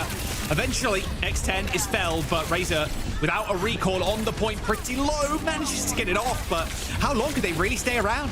Dildux still managed to find the flip, though, as Frothy Philly keeps the team up and lands a crucial kunai headshot onto Zomba on a flank. This is a miracle fight here from Dildux. They ended up losing one this early, and they still managed to come out on top, 4v5. I mean, it's a miracle fight for sure. That is a tough one to bite down, so we'll see how the teams respond with the listening. Be into them. They're gonna beat into us. Just scare me and yeah, I will. They're gonna use other phones to get in. I'm fighting Tracer Lucio right side. You're alone. I'm okay. They're running me down. I'm okay though. Okay. 70 rush. Oh, I'm okay. My bad. Just chill. They're into it. I have no shooter. They're close. I'm okay. No, I'm okay. Go next fight. I'll get a touch. Go next fight. Oh. I'm done with this. They didn't see you. They're gonna beat you, so yeah. Okay. You're not worried. I'm really close rush. You're chasing you down, but I can rush on point to start. Yes. Someone's gotta get. I gotta get. Come on, fine. Look. Fair on. I'll beat theirs off. Same. They're going. I got rush on point. Hang on. Try it. Very low. You're low on you. I'm shooting one. The one. I got a root bro. I can't help you, Ali. I'm good. Lucio one. Need save over really. One. Blue one. D1. Fuck Ellie. Nice. Do one. Hit Reaper. Trail. You just. Okay. Nice. Pay one. Have a TP and stay on point, okay? Beautiful pocket there from both Z and Natsuki. Zed was honestly like a raid boss. Eventually goes down to like Baz, but the amount of healing pumped into Zed there to keep them up was ridiculous. And a turnaround as well. Sakura started that one 4v5. Zomba, we heard in the comms. My bad. Got what? Taken down in the 1v1. Razor gets his revenge in the 1v1, but following that, goes for the touch, dies. 4v5. Both teams rush, and Sakura still turning it around. Like I said, Zeb just staying alive forever. Another touch needs to be confirmed by Dild. Oh, there comes the bolus. Actually ends up connecting with the front side of X10. Terror Surge used, everybody dragged in, and now X10 can just step up to the choke. Has got Death Blossom, so no one can get in their way. Juice even there is trying to run as best they can, but X10 should be able to get these free kills. Oh, no Wraithform. Unfortunately, there X10 doesn't end up going down, but damage already done. Sakura with 2 points. This point should have gone to Dilducks in the position that they were in, given how poor of a start that Sakura had in terms of the final fight, well, the second to last fight now, that we can say. Forced to touch 4v5, Dilducks having that turned around, and then unfortunately in that final fight, they couldn't quite get anything done here. And even then, the best they could have done is force an ultimate out of Sakura. Z's had the rush. Fortiful was really far away. That would have been a nice ult to get out early, even if they are going to lose a point. But they're down 0-2 now. They're down 0-2 in the series, down 0-2 in the map. Would have to be reverse sweep both map and series combined. Start things out here. Zeb is low. Can they get advantage? End up sparing Baz away, though, away from the healers. And Tom was in the backline already with a pulse bomb. Baz's mech swiftly ejected. Very easy fight. Yeah, Frothy Frilly not wanting to use that rush late on, and they actually decide to just let that one go. But that's a pretty free fight and free point, if I do say so. Only using one ult to get that. Which is very cheap for Sakura and for Dilducks. I mean, they can say we got the ult out of Z, which is exactly how it plays through. But on flashpoints, because the percentages roll up so quickly, you're giving up a ton of map percentage just for that one fight to reset. They're going to have to really, economically, I might add, win this fight if possible. But I think this one's going to get dragged out because you have beat on both sides. It's going to be a long fight. See if Frothy Frilly can actually get into a position where they can use the rush. They actually are just going to push them away, but Sakura, pretty big peace of mind there. They end up just soundbarring back in. The rush isn't going to be available for too much longer there, as Red X does end up using the sound barrier too, although honestly, no initial kills there. Eventually, Zed does end up going down. X10 now trying to get in a position where they can use the ult, but yeah, Baz hot on X10's tail. Yeah, you could see just permanently making sure they could matrix that Death Blossom if it were to come out. But Sakura still managed to get 85. That's what I'm saying, though. The fight was going to get extended no matter what. Double beats available. Sakura got to fight for it. I don't know if I fully agree with them backing as far as they did. They gave up so much ground just to get a slightly more economical beat, which is going to get matched by Red X anyway. But I guess being able to just drag the fight out to 85 means that now you confirm the one fight victory, the potential 3-0 here on the map, 3 on the series, about to be there. 3 big ultimates online for Sakura. Spin to win for both their tank and their DPS. Yeah, Baz is already super low. That Matrix is going to get used. And oh, the pulse bomb from Sombra again. Just connects with Juice. It's all over now. Done and done. Don't even need the Terror Surge. Sakura are going to cap the point. Raises pulse bomb. Yep. Swing and a miss, unfortunately there, my son. And there it is. Sakura going to take serve after 3-0 and end the series the same way. as they find their first win in Stage 2. Yep, you're going to get the speed blend there. Reaper on point, spinning to winning. Zomba presses the blend button and the juice has been squeezed. Drink up, Sakura. You get your first win. 3-0 as well. I mean, what a dominant victory. That was amazingly good. And Zomba delivers early on, delivers at the end, gives him a freebie, gives him a win. Stage 3. I mean, look, if you're coming off back-to-back losses against some of the toughest teams, this is what you need. The mental booster is required here from Sakura. Dildux, unfortunately, still yet to get a map in Stage 3. Stage 2 didn't look too similar either. They ended up getting a couple, but you know, they're still vying for that first series win. And it will come, maybe tomorrow against Team Z, but it is all Sakura today. A 3-0, like you said, puts them at 1 and 2 in the standings. Punching into that top 4 is going to be tough, but it is doable. I wanted to see maybe a little bit more out here in terms of 3-1, something from Dildux. They got that early round, but I don't know if it's enough because you just look at that one round on Lijiang so long ago is a bit of an outlier there. The one Wizdev didn't get the grab, but beyond that, I mean, it was just the Sakura show. It really was, and I love the changes we saw from Sakura heading into this week, because in the first 2 weeks they played a little different, right? We saw a PDK in, they mostly relied on that Reaper. Bringing X10 in and X10 clutching up on that Freya, that made a world of difference for them to just establish that dominance early on. Also that Freya ban on, what was it, map 2? Pretty funny. After the sub, that was pretty funny. I like that. Yeah, at the end of the day, like, I wonder if PDK is actually going to come back in. I think maybe a little bit headstrong in the first couple of matches, saying like, look, a lot of the other teams right now, they're playing this double flex style, a little bit of Reaper with Azaria. Like, we can do this, but actually, if X10 could just play Freya, like, wait, this is how we got a lot of wins. Last stage was this Freya pick, this hitscan player. So yeah, maybe we see a lot more X10. Also X10 on that Reaper at the very end there on Servasa, like that was more than serviceable. So that's the thing as well. She's also playing the Reaper on top of the Freya, so you're not really, you know, you would have thought, okay, we're losing out on the PDK Reaper here, but hold on a minute. We're just going to put the X10 Reaper in there and also perform, also able to be a genuine win condition. And I think we really start to see that. Even a better example would be actually Hollywood C, because you have a Sakura that is being, you know, looking to be capped out a little bit here. Dildux finally able to push through B, storm through that A point, got through the B with a little bit of fanfare, and then on C, the big swaps coming on through. And Sakura like, we're going to go back to basics. We're going to go back to our identity as a team, Zarya, Reaper.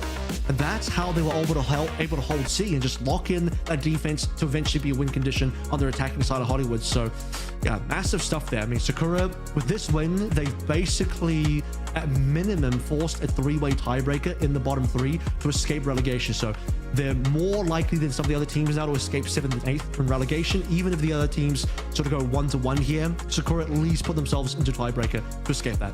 Well, especially because it was such a convincing 3-0 victory, right? So if we're looking at the very end, if it comes down to map differential, they're going to find themselves in a really, really good position. The next opponent is tomorrow, and it's going to be Extinction, and I do feel like they have a good shot to take them on. Yeah, it very much feels like it. If they want to rely on this more hit scan type stuff, like with the Freya, with the Soj, like absolutely go for it. And that 3-way tie as well, that series tomorrow might break that too. Even going throughout the weeks, if you kind of expect matches to go, okay, top 4 teams are going to beat the lower 4 teams, like if you expect that situation to unfold, tomorrow's game is actually going to be really big for Extinction or Sakura. So yeah, keep your eye out for that. Team Z could still play upset there, of course. The bottom 2 teams will end up getting relegated, but yeah, Sakura and Extinction, it should be a very close game. Tomorrow, Dildug fans, tomorrow's the day. Okay. Today was not the day. Tomorrow's the day. It is determined. We're close. We're close. Look, they were that Lijiang Tower especially, that looked good. Like they were very close on multiple rounds. Like, hey, eventually we're gonna claw away a series win. If we're in a hard Zarya Bastion meta, Dildux, you got this. This is your meta. That's yeah, actually. That's the meta. Well, we do have an interview, I believe, with Z, I want to say. I'm going to drag it out as long as I can. How slow can I speak? Like, how long can I stretch a word? Let me show you. You know, I'm just earning my money worth, but whatever. Yeah, we get paid by the word no here. sense. It's exactly, I get paid by the length of words. So if I were to speak German, I'd be winning. There we go. For now, though, no. German. The beauty of German language, you can just like string words together. I'm not German, but I had the utmost pleasure of learning German. So yeah, here are the standings for now in this beautiful region. As you say, as you see, as we just discussed, like that bottom also hotly contested. So you always talk about like how closely the top teams play it. Our bottom teams will battle it out. This is going to be a dogfight. Yeah. Oh yeah. And if Dilducks get relegated, don't worry, they're coming back. They'll be back next year in stage 1, I'm sure. Oh yeah, look at the scores. It's like it's all like 3-0s. You have O2 Team Z -6, Dilducks -9, Sakura because they got a 3-0, 1 and 2 then at -3. So everyone's just 3-0ing each other. I want to see a little bit more, you know, contentious gameplay at the bottom everywhere, but at the bottom as well, you know, take some maps off. That's why I really hoped that Dilducks would at least take a map in there somewhere. Lijiang looked like it was the most likely one now based on how those results were going, but yeah, maybe the X10 swap up onto the Freya ended up doing a little too much, and well, at least on the top end, you got some +8s and +5s on there, so we're at least trading maps now. Yeah, no, the top end of the leaderboard too. I mean, the next 2 series are going to kind of decide where those teams are going to rank. Like GK versus Nightmare, can Nightmare actually like all the way back? I mean, they've already lost to SSG and Team Liquid. Like they need at least a couple of maps here.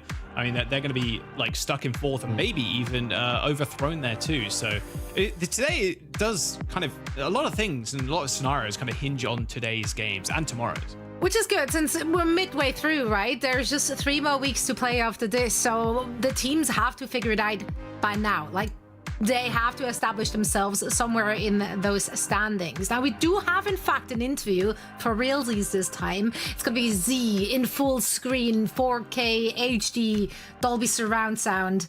And Z will be all alone on the screen because something broke, but we don't talk about that. We talk. That's exactly. We got Z, and that's all we wanted. That's all we wanted to see. Z, thank you so much for joining us today, and congratulations on the first victory of the season. Now you had, or season stage rather. You had a great week personally. You're just coming off of a dub today, and then also you just sacked the #1 spot at the Calling All Heroes summer season with the. Let's just call them Ducks for the sake of it. How are you feeling today? Yeah, I'm feeling good. The call win was super nice. I mean, it's just such a great meta for my team, so we kind of just dominated. And then it was just great momentum to come into this week because, you know, we have our double with Dilducks into Extinction, so I'm feeling really good. Played a bunch of Overwatch this week, so I'm happy. What do you feel like when you go on, Avril? What do you feel like you guys are at in terms of how you're playing a roster right now? Because you guys have been playing a lot of PDK in the past couple of weeks. Today, you brought in X10, I believe, for the first time. She played the entire way through as well, and you guys obviously won and had a really fantastic series. So how are you guys working through the substitutions right now, and particularly in that particular area? So we played Ellie today because PDK had work, and we wanted to throw a little curveball out there. So, like, tomorrow, we're going to be playing PDK against Extinction. And, yeah, I mean, both of them are great players. They both fit into the system really well. It's easy to play with both of them. Both extremely passionate. Like, it's really easy to have, like, such a good choice of DPS, you know? Yeah, that's insane. I mean, look, X10, if there's ever maps or anything you want to put the Freya on, it's kind of sick. Like, the Freya looked unbelievable. And it feels like you guys have super good at Freya. kind of found an identity of a team as well. But where do you guys see yourself how do you see yourself, performing in this stage? Because the top 4 seems pretty locked. And I'm curious, what week is it? It's week 4 you face Nightmare. People are saying Nightmare are going to be, top 3 vying for top 2 maybe. How do you see that match going? I think we can win. I'm really looking forward to hopefully beating Extinction tomorrow, getting some good momentum, and then playing Nightmare, who's a harder team. And I'm looking to upset them and, really put our foot in the door as a team, because I think every single week we've just gotten better. Like you said, we found our identity this last week, and I'm ready to play them. Well, we're ready to cheer you on once again. Z, thank you so much for joining us, and best of luck on your match tomorrow. Thank you so much. Great to hear from Z. Looking good. I love the dual toned hair, by the way. I'm one of those people. I'll never be so bold as to coloring my hair or dyeing it or like bleaching it. Like, I just don't think I can pull it off. But every time I see it by other people, I'm like, it does look so cool though. And even though some people have the dual tone because they let it grow out, it's like a look in itself. And like, I love it. That's for you next, Jack. Jack, I think you should go rainbow actually. Just rock them all. Can't make up your frosted tips. I'll bring back the 90s. Yes. Go crazy with the frosted. Yes. I'm so here for this. Rose dyes her hair like every week. I don't know. Maybe I could. Listen, you do the frosted tips. I do a mid part, and together we're gonna rule the world. It's gonna be a good time. For now, we're heading into a quick break, and when we're back, we're hopefully having another banger on for you because it's gonna be Geeky taking on Nightmare on the other side of this.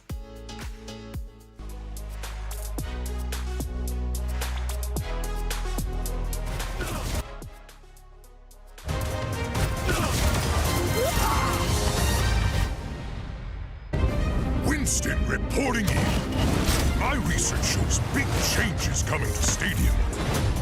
Ooh, I've been waiting for this. Okay, team, let's jump in.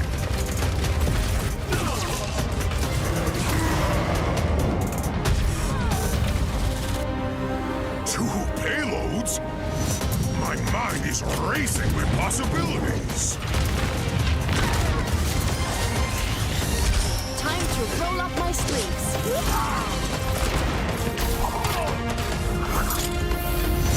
Winston! Tracer, glad you could make it. Just in time! Think you can keep up with me?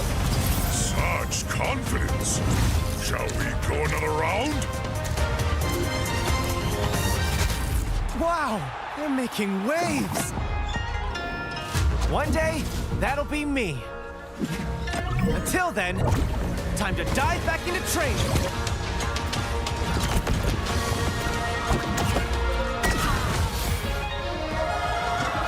Seems like I'm not the only one getting stronger.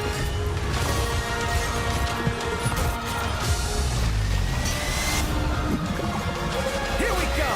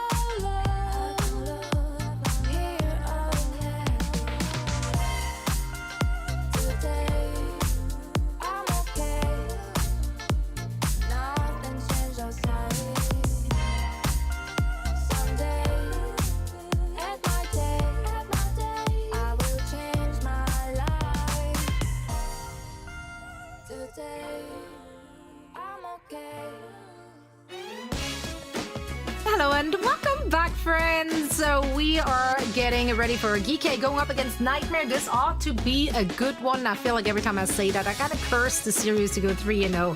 And it was an absolute stomp. Alas, this shall not be the case because I count on you, Avril and Jack, to counter curse me. Let's talk about the two teams. Geeky first. Let's talk about the roster and what we've seen from them thus far, because honestly, UV was insane in their last series. Like, I think as far as players go, standing out, it was UV on that Lijiang.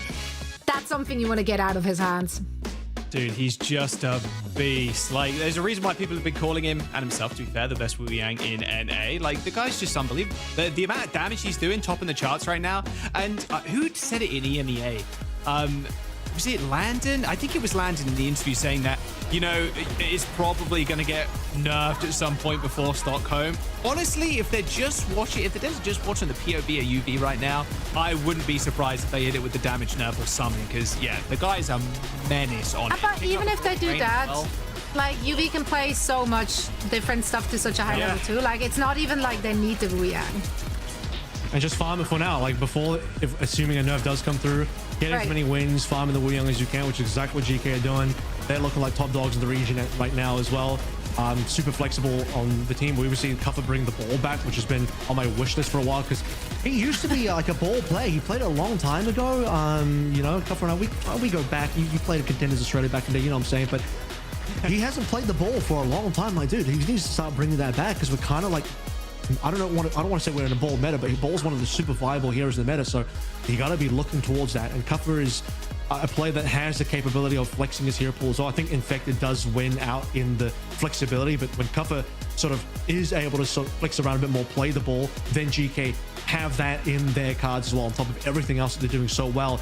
So it might be tougher for Nightmare, because GK are looking damn good, as they always do. He's also just such a vibes player. Like, Kuffer, he's a whole vibe on the server. Now here are some numbers just to hype him up some more. UV was farming, most healing done, most damage done over like the board of his entire team.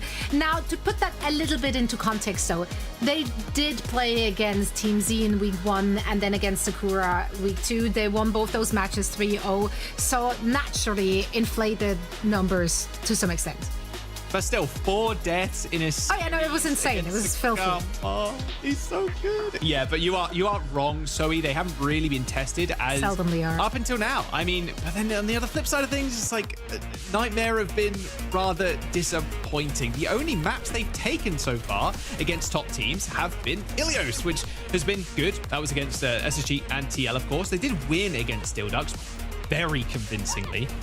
Dildux only got 1 point on Ilios control, but Nightmare still managed to win that, you know, of course they would. But this team just needs to prove itself. It had a small swap during the break, during the stage 2, stage 3 break. Seeker for Chronic, trading SSG and Nightmare. And you're like, okay, this is great. Seeker is an extremely good player, very good on the hit scan. But the team is just, I don't want to say they've not found their identity. I think they've got a lot of different looks, especially with how they've been swapping their tanks in and out. They've just not been looking hot this meta at all. It just doesn't feel like it's theirs. I think the peak Nightmare cope has to be, well, this team is a team that needs to warm up a little bit more. Yeah, they made a roster swap, and that I don't know if that's really going to be I don't know if that is the thing that is potentially holding back right now, but it could be a meta thing. You mentioned identity in there as well, but Nightmare are the team that so far have made every single major. They haven't dropped a single land in terms of qualifying into them. So this is the underdog team of all underdog teams that late into the season, late into the stage, maybe during playoffs, they're going to find a peak. They're going to find some sort of, you know, late meta read. Maybe the meta changes. Maybe if Landon does correctly read that the Lijiang's going to get banned in some stage and we have a bit of a swap and Nightmare suddenly find the groove, and then they sneak in with another top 3 in NA again. That has to be the fear of everybody else in the region, because Nightmare have done it twice already. Yeah, Nightmare, more difficult schedule for sure than their opponent, right? Their first opening match was against Team Liquid, and then they had to face off against SSG. They did manage to win those control maps, as you guys mentioned beforehand. We're also seeing a change here. Painkiller in the mix in the starting roster. Rhino played fantastic last week. Yeah, Rhino's sick. Like, really good on dive tanks. Winston, Wrecking Ball, fantastic. I'm assuming we're going to Ilios, I would imagine. I can't imagine they would want to go anywhere else. This is the stats for Seeker against Dildux. A very high KD, as you'd imagine, against Dildux, it being kind of a 3-0. Not as low as deaths as UV, for example, hitting with the 14, but you are a DPS, so, you know, you're going to be in there in the mix a lot more. But yeah, Seeker's been a stand-up player for a long time. It's just, it was a struggle last stage, though, for him, you know, on the Freya against people like X10, Chronic, etc. I don't know. Has Seeker been playing too much Tracer at the moment? I would imagine Rocket is typically No, it's Rocket on Tracer, and then you have like Seeker on Reaper, even a little bit of Freya, Sojourn, like some of the default hit scans. I will say, expect. given the substitution situation, Nightmare is going to be easy to ban out compared to a team like Liquid or GK, where you've infected a cover that have way more varied hero pools, so they're going to be more difficult to target. Obviously, we talked about Hawk on SSG already. He's very easy to ban out because he is, you know, probably the most rudimentary hero pool, although what he does play is unbelievably good. So there is that. The swap between PK and Rhino is going to be interesting today. I would like to potentially see the ball mirror come on through. I think that could be an interesting look. Obviously, for map number 1, it's not going to be the case. If they're going to play PK early, we're going to look towards the Zarya, stuff like that. So I think that's been PK's main hero so far in this meta, because Orisa not doing so well in the meta. I definitely want to see the Nightmare we got to see last week. They were firing on all cylinders. They looked dialed in. We got vintage Seeker back in action, absolutely fragging out on the server. And that's the team that they need to be today in order to take down GK. So let's see if they can get it done in our first map. Please take it away, guys. Thank you very much. So yes, here it is. Nightmare, Avril, they need to prove themselves right here, right now against EK, although a very tough one to do. EK are going to pick Samoa. They were not going to Ilias. I was hoping GK would take us there just because it's like, okay, you've won it against TL and SSG, but we are going to be the ones to beat you on it, but they're deciding absolutely not. And it's going to be Samoa, which I believe is going to be our first Samoa pick of NA Stage 3. Yeah, I think I would play one of the GK strengths going into something like an Ilios, just in terms of like they're a lot more comfortable on the dive. We're going to see the Wrecking Ball ban straight away. I don't even think Ball's that great on this map, but just because, you know, first of all, Control is going to be one of the Ball game modes alongside Servasa on Flashpoint, so that's where you would target the Ball if you're going to do that at all. I do believe GK had first ban here, so they gave away the Ball ban. It's also a nice one to be like, you know what, Ball's not even that good on Samoa anyway. We'll let you ban away the Ball now. We'll pocket our own Ball pick eventually when you put Rhino into play, and maybe we don't feel like playing the Ball mirror, and then we'll ban the Ball against Rhino, and we'll play something else. So that could be a further look down the line. And as you say, maybe it is potentially the first Samoa of the region as well. I don't think Samoa has been played that much globally overall. So yeah, it's been a couple of maps in Korea, but it has been, everybody just loves Lijiang as well, to be fair, so it's Lijiang Ilya. Pretty rare in Korea as well, but a couple in there, but pretty rare for sure. All right, let's load on in. Got a Volcano first. Yeah, not so much a Ball map, especially this stage. No. Not the best for Wrecking Ball. Too many corners, really. You can kind of hide behind. So that's a Dragon Eggs? I'd never seen that before. Do we have dragons in the Overwatch lore? Is that, am I learning things on Overwatch right now? Do we have dragons in Overwatch? New dragon hero coming out? Wait a second. I mean, DM Scott real quick. What's the dragon hero about, guys? Yeah, what is the dragon hero, bro? We got the dragon skins. We got it. Yeah, we do have a lot of dragon skins. All right, let's talk about comps here real quick. Cover's going to roll out on Winston. So I was going to say Hazard is actually potentially a decent pick here as well on this first point. I think that Hazard wall just blocks off a decent amount in the chokey entrances. Is Seeker going to come through on a cast? This is interesting. I don't know if I think cast is very good in the meta right now. The HP nerf really made cast quite vulnerable. I say that as Lethal's going to pop through on the Soj, who also copped an HP nerf. But more mobile, more survival.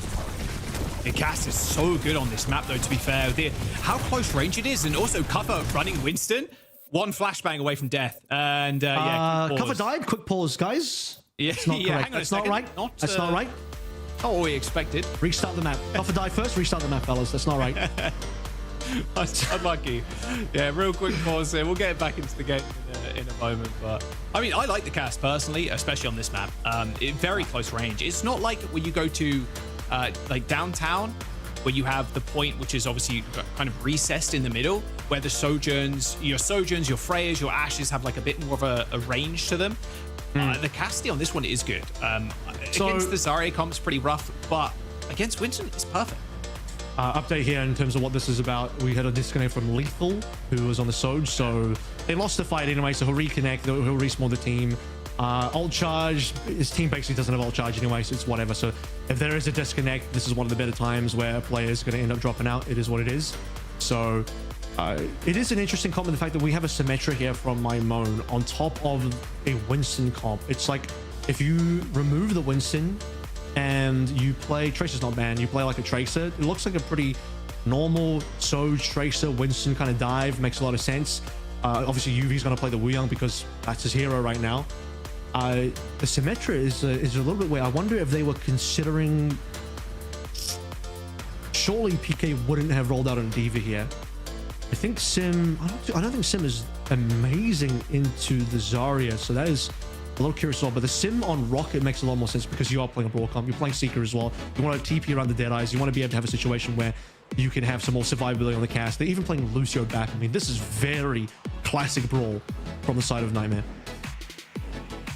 Yeah, you love to see it, and expected too, obviously, with Rhino not in the lineup right now.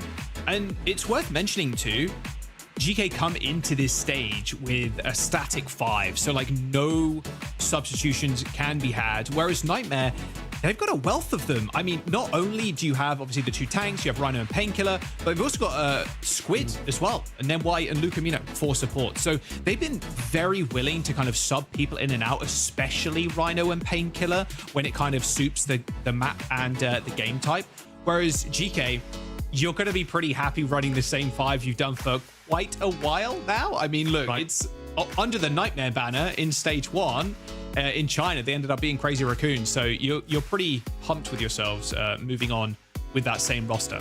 Yeah, I don't think you need to make too many changes here if you're GK, because you already know you have currently the #1 team in North America as 2 stages in a row, essentially.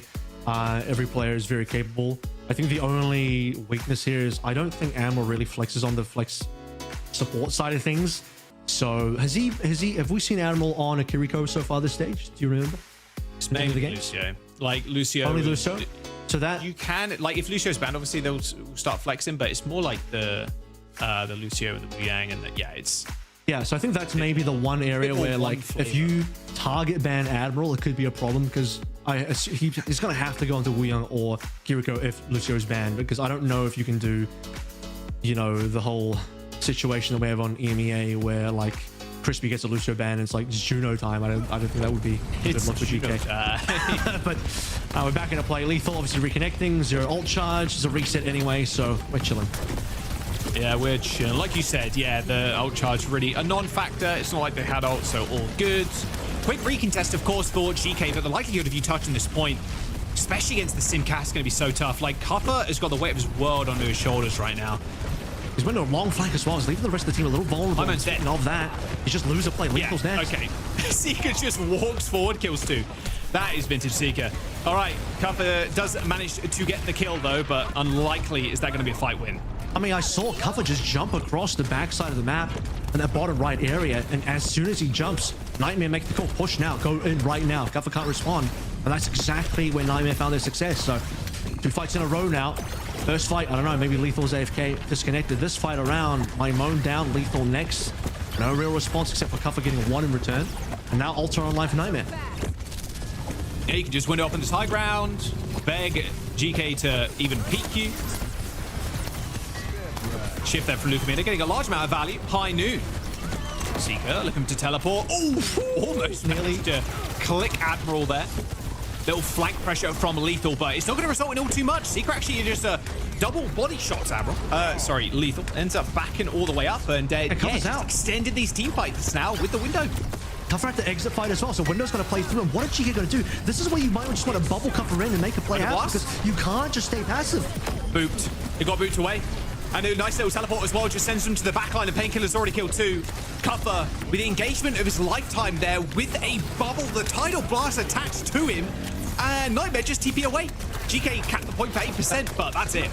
I mean, I'm looking at Nightmare taking an early round with a lot in terms of how strong they look. This might even be, well, it's not 100-0, because the 8% flip was there, found by GK. A little pittance they were able to find, but GK still are looking for their first true ult play. Yeah, they had the Tidal Blast bubble play coming from UV to Cuppa, by the way. Winston, in my opinion, not a great bubble carrier. They want on a trace, but they don't have that. What they do have is the wall. Seeker the target. Sound Barrier comes in from Nemwhite, but only hits 3 there. Lucamino separated from the rest of the team, and Seeker died before it even connected to the ground. Cuppa getting some revenge on the Cassidy, but a 97% cap for Nightmare. You can see they can finally actually walk on in using cover of the Photon Barrier. from my own. GK will get the entry required. Previous to that, they're getting heavily poked on out. It can be hard to engage a Symmetra TP team as well because they can TP around the map and sort of get away from your dives. Some around. Nightmare on the retake scenario. Window nearly coming online. Looking almost on his secondary ult. GK, they got to be active. They're the one playing the dive team here. Okay. Quick reset. I think Seeker's mouse or something DC. I don't know what happened there. He was kind of stood kind of weird. Oh wait, no, we're on pause maybe. No, we're not. Okay, we're back. Hello. Yeah, a little maybe it's another disconnection. Painkiller disconnection this time. Oh, okay. And Painkiller was on 48% as well, so that's Zarya nearly half grav gone. Very sad. Yeah, and then also your energy too, which you've just kind of gotten in that first little bit. Yeah, I think the PK die. I think he might have lost energy from dying, but they did get pretty sure Nightmare got wiped in that last fight, but they're about to retake. So a little bit of a more rough situation because you're losing half ult this time, and you're about to actually push for a potential retake, and then you lose a player. So Nightmare are on 97. This is going to potentially push GK up a little bit further into the 50s here, and GK do have 3 ults online as well. Beat's going to be pretty huge in the next fight. Yeah, I just think their comp is slightly strange, but at the same time, I guess when they have ultimates like Photon Barrier, they get to actually walk up onto Nightmare. Just closing the gap is difficult. This is maybe why I look towards Cuff playing the Hazard being a little bit more preferable. He's really good at Hazard. One of his, I think, it's his current signature hero. He's played it a ton in the previous stage. It was like his #1 hero pick. Not banned out. Good on this map in particular, I think. More survivable than Winston when you don't have the Primal. But GK Esports, if you look at those early fights, man, how early were they poked out time and time again and no opportunity to respond in any way? Yeah, and it's not like you can dive on them first either, right? When they try and transition to the point, when they try and push to the point, that being Nightmare, they can just TP past you if you overextend. If like Cover wants to be able to separate the team, maybe sends a DPS in there as well, like even that's going to be really hard. And I believe Nightmare had wall too, so Rocket can just walk up, wall, go to the point, and then Seeker can sit behind it, Painkiller can sit behind it, and then you just shoot the tank. That was also, can't do anything. There's also solo diving, which is a little bit challenging. And as I sort of mentioned, not a good bubble carrier. You want like a Tracer, you want something with really heavy mobility that you can't get away. We saw Tidal Blast put on Cuffer, he jumps in, and Nightmare just out-rotate him. You know, they're just completely gone. It's like, well, it's nothing. It's an entire ultimate that really gets you nowhere, sadly. This is also not a map. The boop also is not going to help, but that's the thing, right? A Tracer would be able to play around that, have extra blinks to be able to get onto a player that you're going to be able to connect bubble, Tidal Blast, explosion onto damage and knockdown. But potentially still a big fight coming through. The biggest difference to me is going to be Admiral using Beat when NY is going to be quite far behind. Obviously having used the Beat in the earlier fights. And also Lethal having OC here, which is going to be a little bit difficult to play in unless Rocket can find a nice little angle on that Photon Barrier to cause a few problems. Yeah, unfortunately, we're just still waiting for Painkiller to get back into the game. Had a couple of PC issues, or maybe his internet DC'd or something. So yeah, we'll be back in just a moment. Kind of frustrating though. Obviously, we don't have what was it called before? What was the system called? Rewind or something? There was an old Overwatch League system called Chrono Rewind. I don't know. It zipped us back in time and a save state. Yeah. I don't think it was called Chrono Break. Something like that. It was like some sort something of like that. Yeah. Some sort of thing on OPR. It's just OPR things, fellas. Don't worry about it. Just OPR things, exactly. But unfortunately, yeah, it's not the case anymore, and unfortunately, we'll end up losing that ult charge. We are going to jump to a quick break though. Just get this out of the way first. Hopefully, Painkiller can reconnect, get those PC issues sorted. But don't go anywhere. We'll be right back. It's map #1, Samoa, and it's pretty close.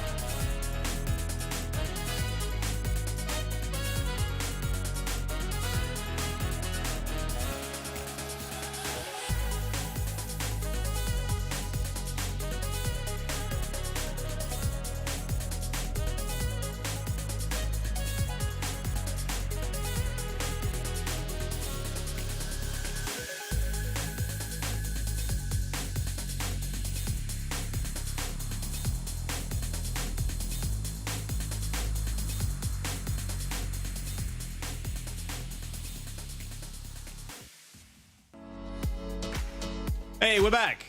So is Painkiller, I think. We should be good to go. I believe Painkiller is doing a bit of hotspot gaming right now, so fingers crossed, no more DCs. But we were on the first stage of Samoa. Little Wi-Fi's, neighbor's Wi-Fi gaming happening right now. Yeah. Hopefully connection is stable. It happens. And, it happens. Hopefully, little cup and string connection over in PK's house at the moment. We are hoping no more DCs, but as we will sort of just remind everyone of where we are currently in the game. So we just did have, before the Painkiller DC, he was on Zarya, about half ult charge, lost that one. They're about to recontest. I can't quite remember what the percentage points on the map were. Sure, fine. I was like 32-97. So Nightmare about to win this one, but unfortunately, the reconnect into a reset. Yeah. No mercy as they chase them to the spawn door. All good. 3 ults too for GK. Still waiting to see, okay, where Nightmare are going to be able to make their comeback happen. No energy, no ult charge with PK, but 3 ultimates on both teams, but Ultraviolet will be able to make the game changer happen. Yeah, oh, man, Luke's dropping Seeker. Window. Yeah, little window usage. Nice kill onto Painkiller too, making sure this doesn't escape with energy. He did it while his team was losing, which is very confusing. This might just swing things massively. I mean, we had a giant amount of momentum for Nightmare before the very long pause. I was talking about how the fact that Nightmare looking in a strong spot to take away this opening round in commanding fashion. Now the opposite. Yeah, this ends now. Lethal. The fight ends right here as they all back up into spawn, not wanting to get a headshot. I mean, this is fine to fight out. This is the one they're actually going to push on. But again, they've lost window. Very confusing usage by Lumino. GK's going to force a fight early if they're smart. TP onto the point. Sound barrier comes in. Cuff's got the primal rage. Jumps to the point straight away. Just juggling Lucamino away and straight into the drink. A hot, fiery demise there for Lucamino as overtime is here and GK just dump ults. And that'll be the first round. Done and done. Nightmare with 97%. An unfortunate disconnection there for Painkiller, just taking the momentum out of their sails. Yeah, that's a rough one to come back to. Unfortunately, we were looking at Nightmare being in a good spot to be able to take away the round. And then they did lose the fight. They did lose the fight before the disconnect, which, you know, is unfortunate, but there's still a lot of comeback potential there. You come back from the disconnect, they're getting Giga spawn camp. Luke just drops a random window that doesn't help in terms of the ult economy, and then suddenly GK are at 85% plus. They just finish off the fight. Lucamino gets primaled off the map. Admiral delivers the Weon bubble into Nenwai's face, and it's all done and dusted. No energy for Painkiller to end there. Open for a bit more of a comeback now from Nightmare on our second round, but we know how well they played in that first round, so we know that in this series they should be a very competitive team. Capture the objective. Is this a nice point as well for the Winston, to be fair too? Much nicer than Volcano at the very least. See if Seeker can still do some damage onto this casty. Rocket and Nenwai, they're taking a lot of early damage, but there's the first kill. Ultraviolet down. Yeah, Cuffle was playing the actual coast angle, so he was all the way on the beach trying to make something happen there. Meanwhile, the rest of the team GK is kind of similar to what we saw in Volcano. They split their team a little bit. Cuffle going one way, the rest of the other 4 going the other way. Ultraviolet was a little too far up near the bridge, ended up being the first target from Nightmare. So it's another first fight going the way of Nightmare. Oh, wow, they are just chasing for Cuppa. Wow, Cuppa thought, you know what? I can take this mega health back control. Sure, why not? Just the entirety of Nightmare ran him down. Good kill onto the tank. Well, you have to respect the speed, and Ultraviolet has to respect this. Well, I have to respect how quickly Nightmare, speed boost from Nenwai, Symmetra TP from Rocket can get on top of you. If you use your jump as Cuff and you get locked in a small room, you're gone. So 2 early picks, 20% on the point itself gone. Seeker nearly on ultimate already. Lucamino nearly there as well. Some nice damage from Ultraviolet already on the high ground. Yeah, Lucamino going pretty low. Wave on the point. Painkiller isolated. I imagine Cup's bubble helping with that at least somewhat. Seeker now just kind of hiding away in this corner, but Lucamino uses a window, and it's going to be so hard for GK to really capitalize here. It's an awkward spot to use it on, yes, but my moan. Wow, doesn't take any shots there. I think a lot of those shots from Seeker actually hit the TP of all things. Lucamino goes down, and Ultraviolet just springs on the back line as Lucamino's window fades, and that'll be the flip. 50% gain there, but Nightmare probably expected a little bit more out of that fight. GK Esports got away. Now it's their turn to hold control. It's their turn to finally use some of these ults coming on through. Got a blast available.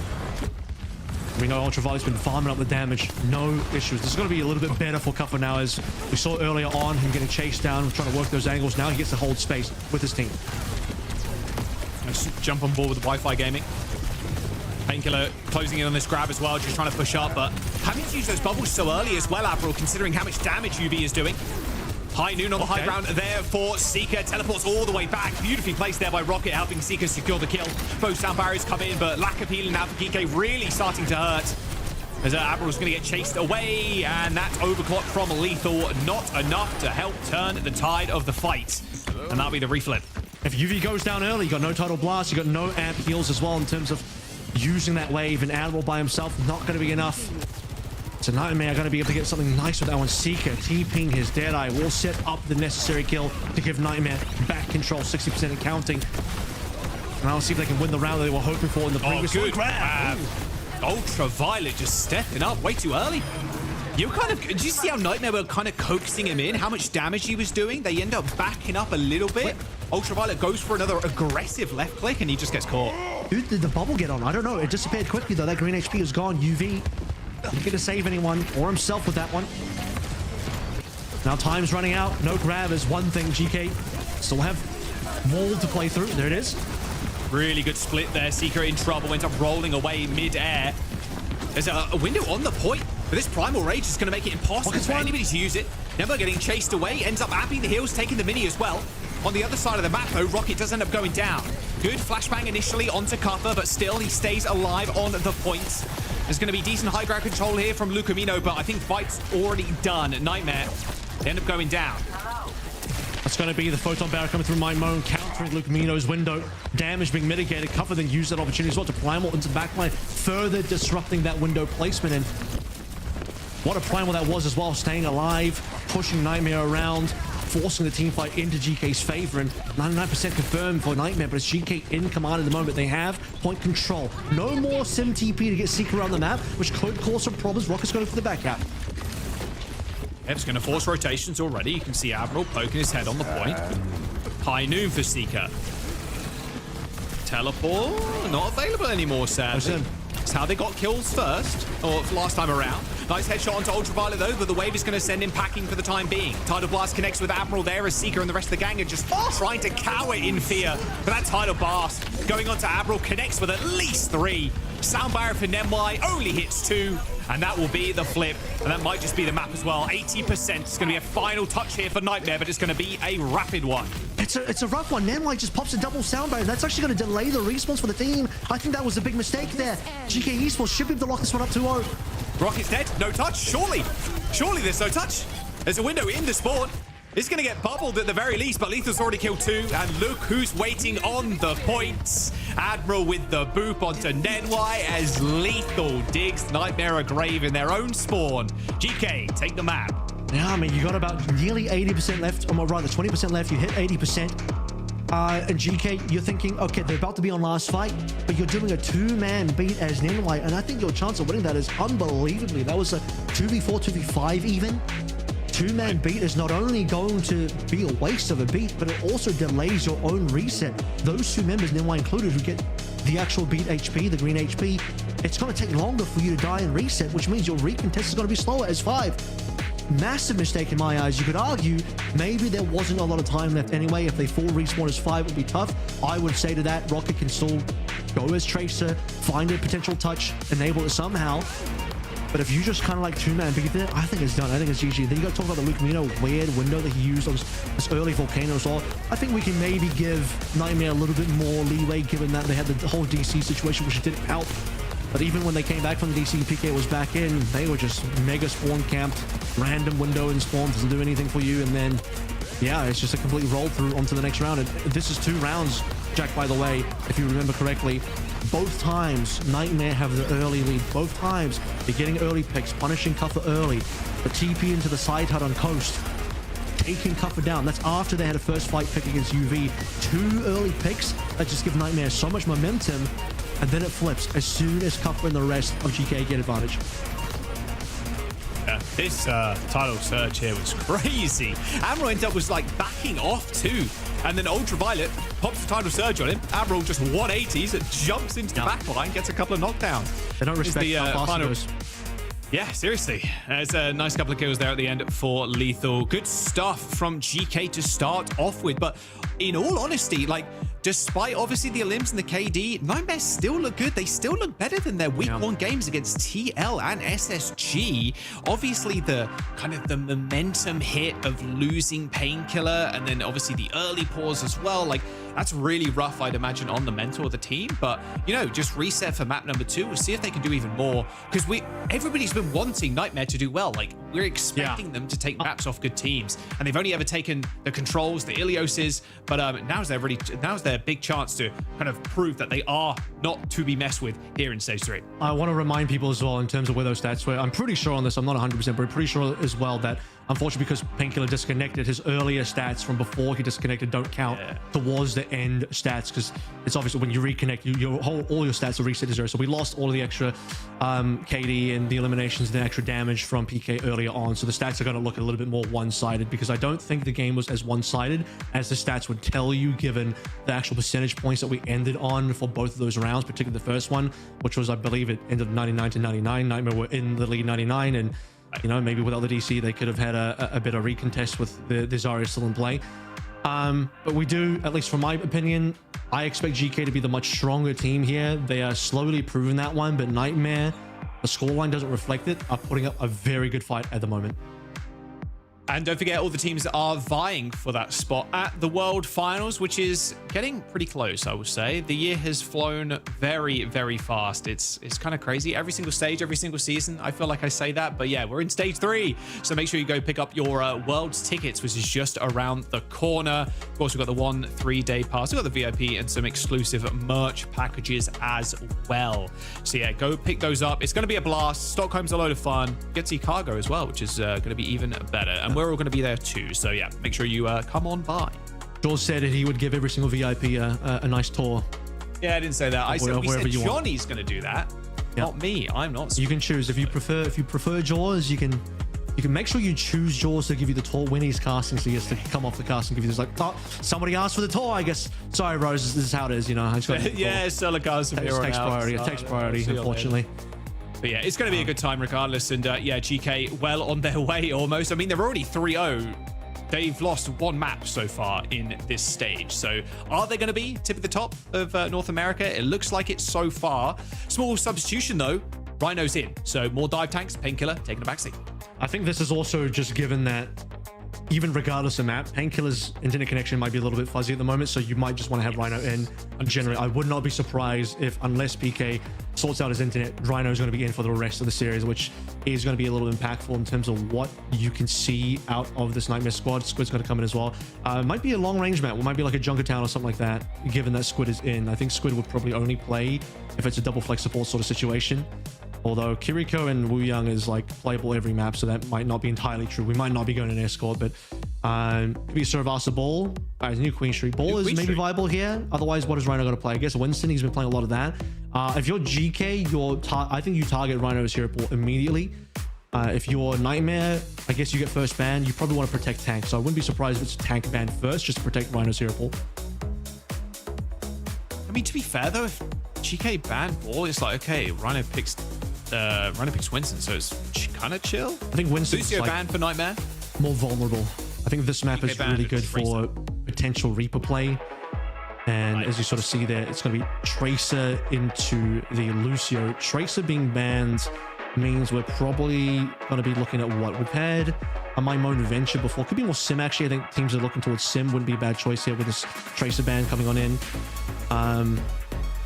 Freya's got some decent range to work with here as well, potentially. Be looking towards that with the Tracer ban. Obviously talked about the Reaper. If Winston's going to get played, I wouldn't be surprised if Reaper just fills that slot.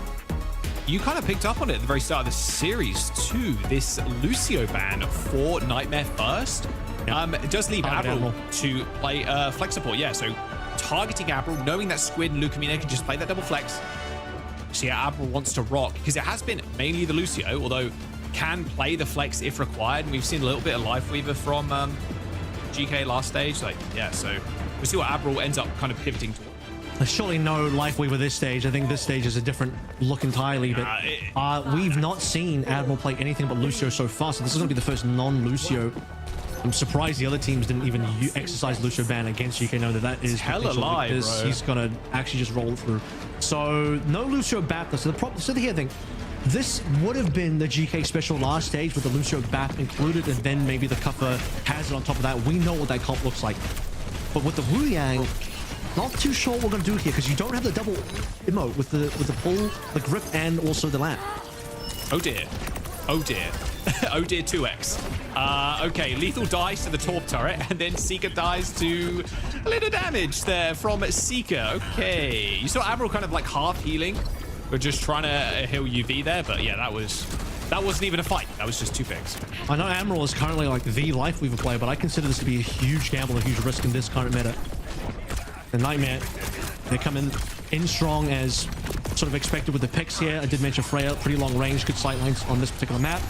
Torb is sneaky good, particularly into divers like Torb. Yeah, did we see those buffs recently too in that mid-season patch? Just saying, it's possible. Nice little virus dodge there from Rhino, but he can't stay around for too long in this front line against Lethal. Their comp is very good at not getting dove there, being Nightmare, but they still need to somehow poke out Lethal enough for him to force to use that Translocator.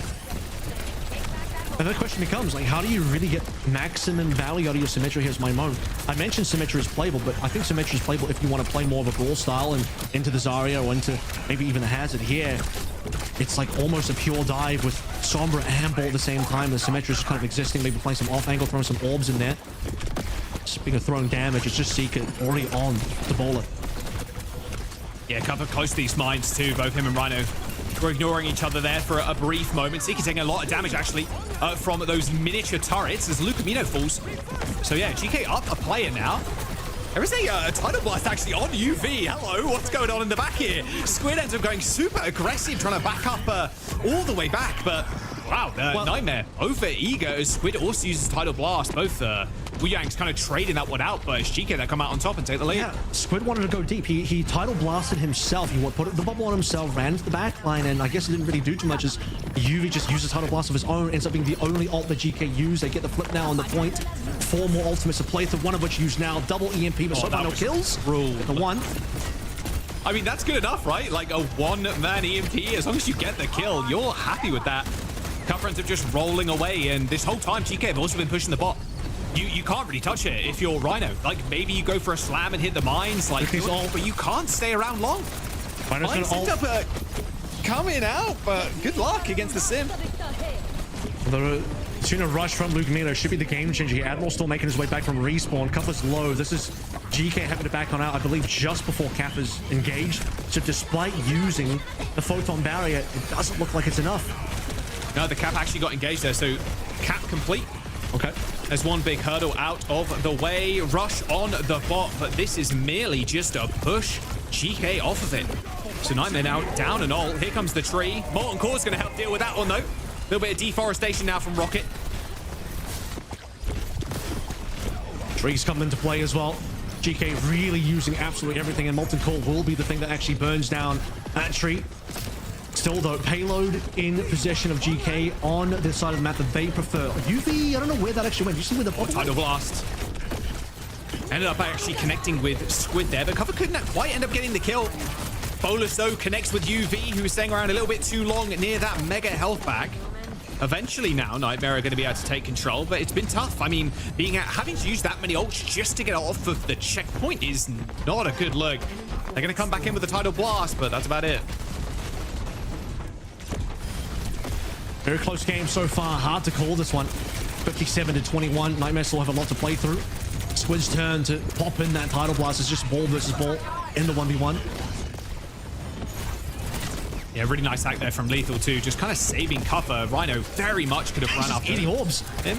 Yeah, I was about to say, he thought he was going to go, but took 2 direct left clicks, empowered ones at that.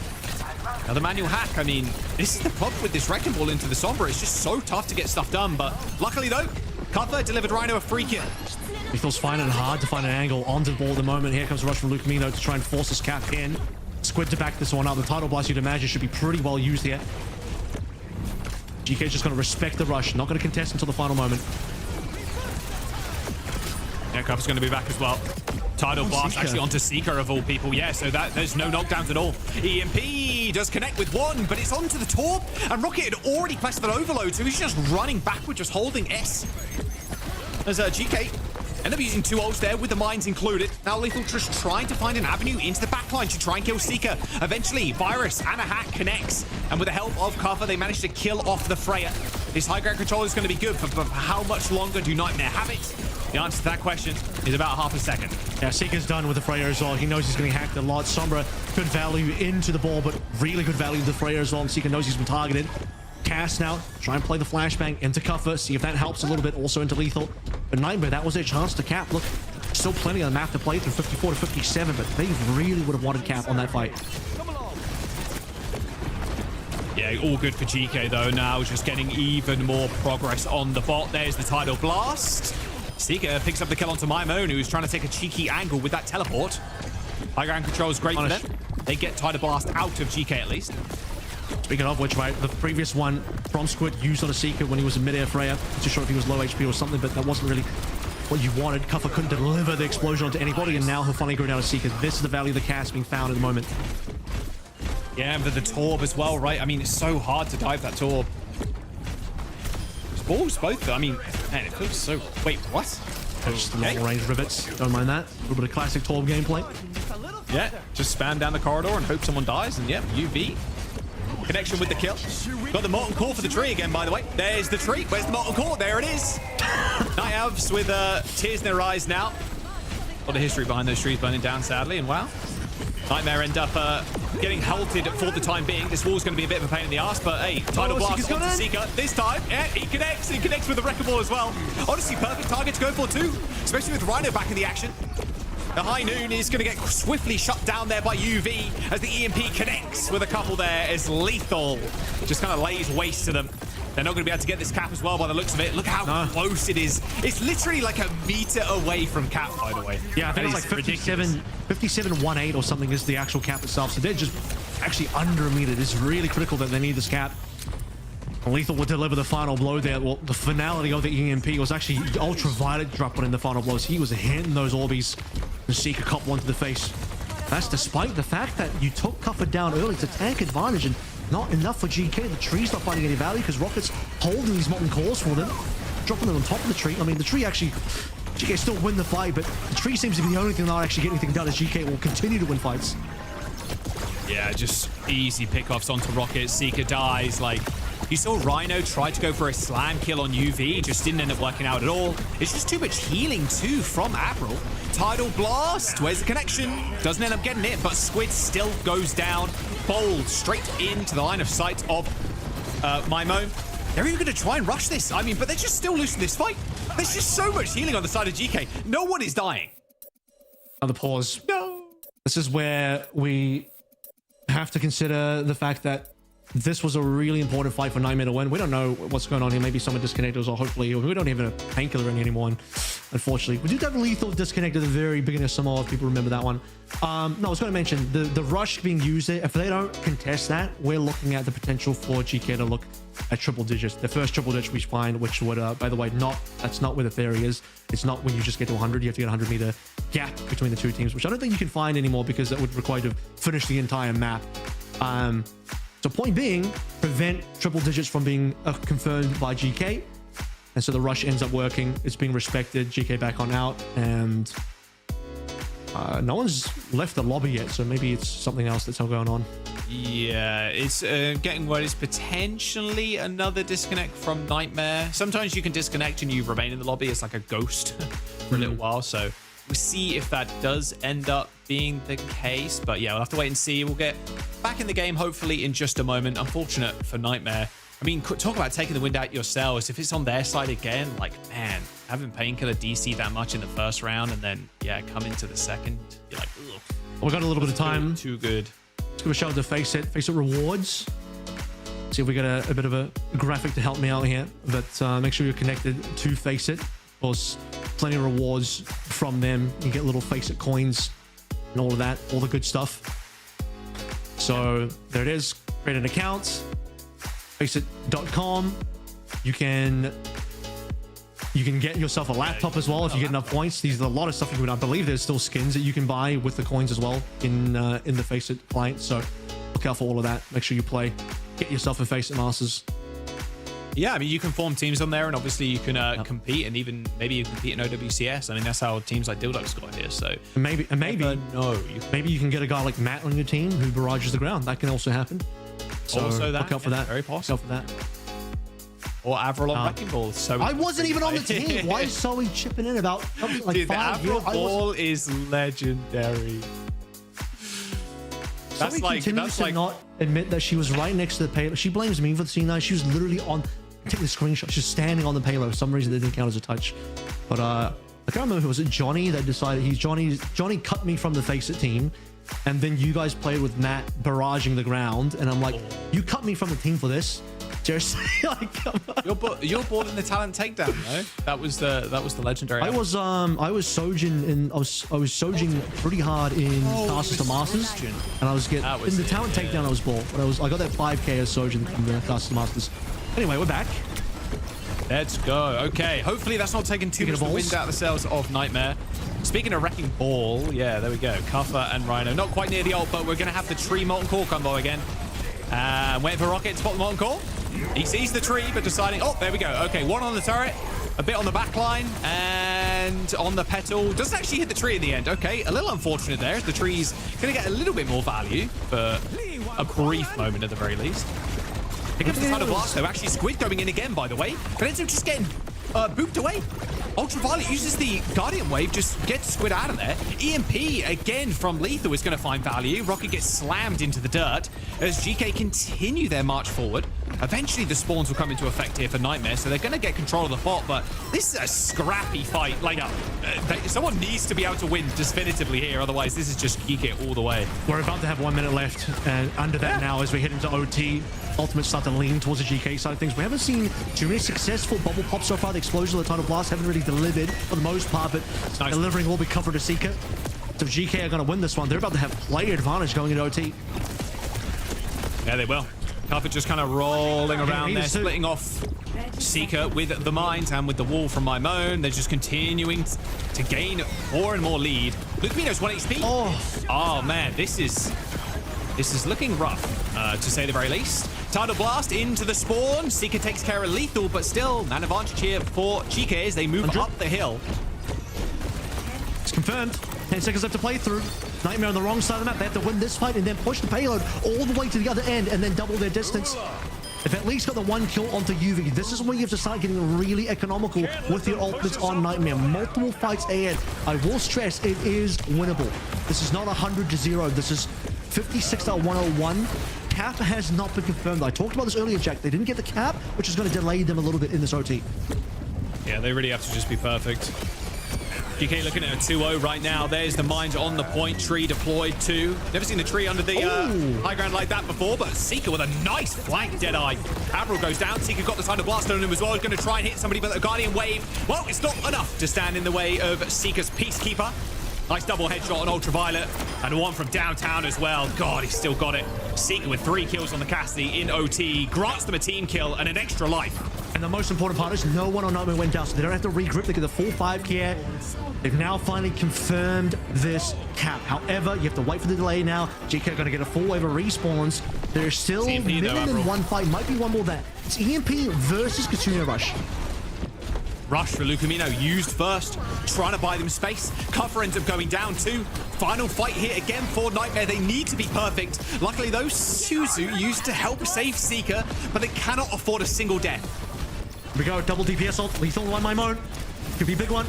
Lethal's forgetting his position. Ready for it, goes in Fizz. Here comes the wall though, on My Moan. EMP connects with 2. Seeker lit up like a Christmas tree.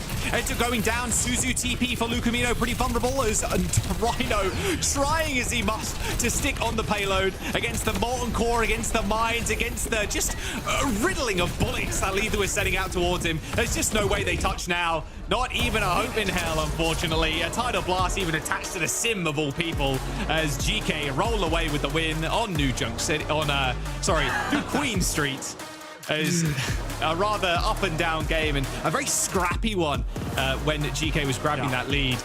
Yeah, the pauses, like I said, not quite taking the wind out of the sails for Nightmare, but definitely not helping.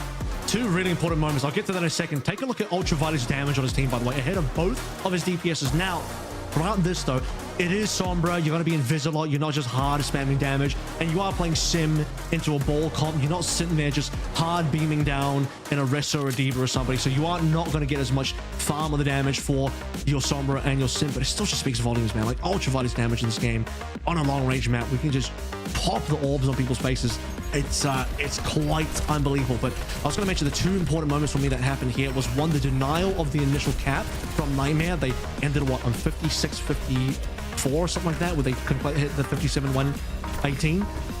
And then beyond that, the fight just before the OT hit Jack, where we hit triple dutches on GK. That you cannot be allowed if you are the side of Nightmare. We saw how much effort they put into a previous fight where in a 4v5 they dropped the Katunia rush from up high downtown just to make sure that they can secure a fight. This was just before the pause because it's very important they know that they can't allow the game to get away from them. You suddenly have a situation where you're pushed in that deep at 100 meters and then you have to push all the way back in OT and double that distance. It's so hard to win, and they didn't. Yeah, Seeker definitely had a bright spot there, but unfortunate for Nightmare. They might just go down again. I mean, they are... What, they've gone against Liquid, they've gone against SSG. They had their win against Dildux, but now facing up GK, who's looking to be one of the best teams in the region, if not the best. They go down 3-0 here. That's a major punch to the gut as the week moves on. GK is just that team, though. I mean, it wouldn't surprise me at all, unfortunately, as much as I want to see closer games. We're getting close games within the maps, but when it really counts, and the biggest proof of this was on Samov, we just, you know, forget about the disconnects for a second because we still got plenty of gameplay regardless of the disconnects. GK were losing both the rounds of Samoa, and then they made the comeback happen because they're never out of control. Truly, it's like, yeah, we'll lose a couple of fights, we'll be behind, Nightmare can even push a 99%, we're gonna get it back here. And then you see on this map, stats are actually close here, you know, with no disconnects, damage dealt, healing, everything is pretty damn close. It's more about the impact of where those fights took place and who won what fights when and where. And I still do, for how much Seeker did on the cast, it is still a vulnerable hero. I just think the lack of the health now from the nerf on the caster's health does put him in a bit of a contentious position. And if you don't have a sim to TP you around to give you mobility but also escape options, very easy for you to be dove upon. Even with the flashbangs coming through, it can be quite the challenge. So yeah, all of these things at the end of the day kind of add up. We've also, Jack, by the way, now seen the ball versus ball mirror, which is concerning because Rhino might be playing for the rest of the series pending PK's internet connection. You may have to start considering that you might want to rule out the ball mirror now if GK are that much better on the ball mirror. Where do you think they go, though? If they do end up banning Wrecking Ball, like, okay, and then where to next? Like, do we go a long range map? Do we go, like, I don't know, Junkertown, or like, where would you even go? I think you played a Seeker's hero pool. I don't want to see, unfortunately, I don't want to see the cast. Long range maps? I think you want to put this. I think you want to do Seeker Freya again, or maybe Seeker Soj. So I don't. Yeah. I think the cast is too vulnerable. He performed well on the cast, but the hero is too vulnerable. So I don't really want to see that. PK is coming back in, so okay. Hopefully that means the internet issues are good. He's the cup and string internet is gone. He's got real Ethernet now, and the Zarya could make a comeback. Yeah, this is where I'm thinking the Zarya should look to make a comeback. Has it been banned yet? Zarya, I don't think so. We had Kiriko, Ball, Tracer, Lucio, so you have to be concerned about the Zarya ban. If you're Nightmare, you might want to first ban a tank just to protect the Zarya. I'm assuming they're playing a Zarya map because that should be Painkiller's #1 hero in this particular meta.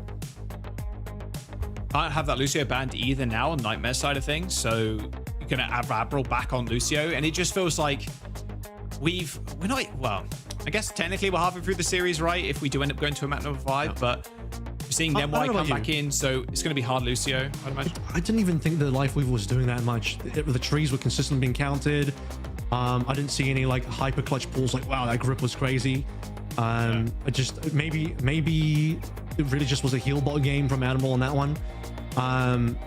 So that's the concerning part, is we played a ball mirror where Admiral played Life Weaver, which I don't even consider to be currently a very good hero, even though it's Admiral playing it, and they still won with the Life Weaver. They still won. Maybe you just need the heal bot though, you know what I mean? Like against that kind of dive scrappy comp, maybe that's just what they needed. Like, you know? And then we're going to Surabasa. Like, this is obviously going to be Lucio. And, well, GK kind of read your mind, Avril, there. And they're worried about the Zarya. We can just take it off the table. Lijiang ban from Nightmare. And we knew this was going to come in this series at some point. We know how good UV is on Lijiang. Like, best in North America. The choice is most Nightmare. damage every single lobby. You are stuck between a rock and a hard place. Do you protect the Zarya to enable your strengths, or do you ban the Lijiang to target the enemy strengths? Right? You've done that, and previously you targeted the Lucio. Sadly, you lost there because, well, the Life Weaver just somehow worked, even though realistically on paper, the Life Weaver should never work. GK Admiral, he's just the Life Weaver guy now. On this map, you get rid of the Lijiang, which means it's Lucio, Kiriko both sides. Ultraviolet's going to play the Kiriko. I don't think it's a huge nerf, but I do think losing the Zarya on Painkiller is a much bigger nerf. Painkiller's probably going to end up playing Hazard now, would be my guess. And I wouldn't be surprised given that. Then GK rolled out round point number 1 with Torb Sim, either one or both. Little Korea pill, maybe? Is that, or they're going to do Orisa, but I don't really know if Orisa's good enough in this meta. That's the Painkiller special. Ramacha did get a small armor buff, but I'm still not the biggest Ram believer, so I don't know if I would really back myself on that right now.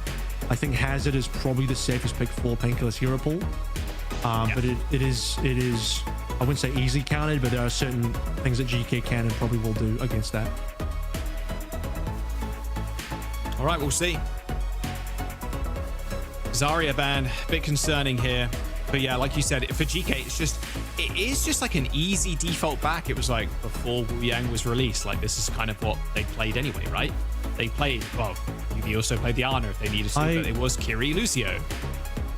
I would rather, if I was Nightmare, I would rather have the Zarya to enable Zarya Reaper and just play into whatever Cup is going to bring to the table, rather than get rid of the Ultraviolet Lijiang, which while is a really strong pick and a powerful carry pick on that team, I think enabling your own comp and your own win condition here is a little stronger, because I think the Ultraviolet Kiriko isn't that much of a step down, which is what he's going to play. So you're not nerfing. It's not like you're forcing Admiral to Life Weaver, and even then you didn't beat the Life Weaver, which is a huge issue. So that's way bigger a nerf. You nerf Admiral down from Lucio to Life Weaver, that's a big gap in terms of what Admiral's going to bring to the table, which is why it's really concerning they lost against it. But yeah, you're bringing Ultraviolet down to Kiriko. It's not that much of a downgrade, in my opinion. Yeah, definitely not. I think we're just quickly remaking the lobby, but yeah, we'll be getting into Surabasa, third map, in just a moment. Actually, just kidding. We're not. We're making the lobby. We're actually going to go in just a moment. So all good. Don't worry. But don't forget, you can grab your Worlds tickets. Mentioned it again, but I mentioned it before, but I'll mention it again. You know what I'm saying? Let's pick up some tickets right now. It's getting closer, you know. Got to book the flights. Make sure you get some good deals on flights, hotels, etc. Because World Finals is going to be a blast, where both North America, EMEA will clash with Korea, and hopefully take some series off Korea too. Because look, the gap's been closing. That's what everybody's been talking about over the last year or so. Has the gap closed enough? Answers will be, well, hopefully given out, and hopefully will be North America beating Korea eventually, or maybe EMEA. We'll see. But we're going to go jump to a quick break. Don't go anywhere. Just making sure all the players are ready and fit to go. So yeah, be right back in a couple of minutes. Okay.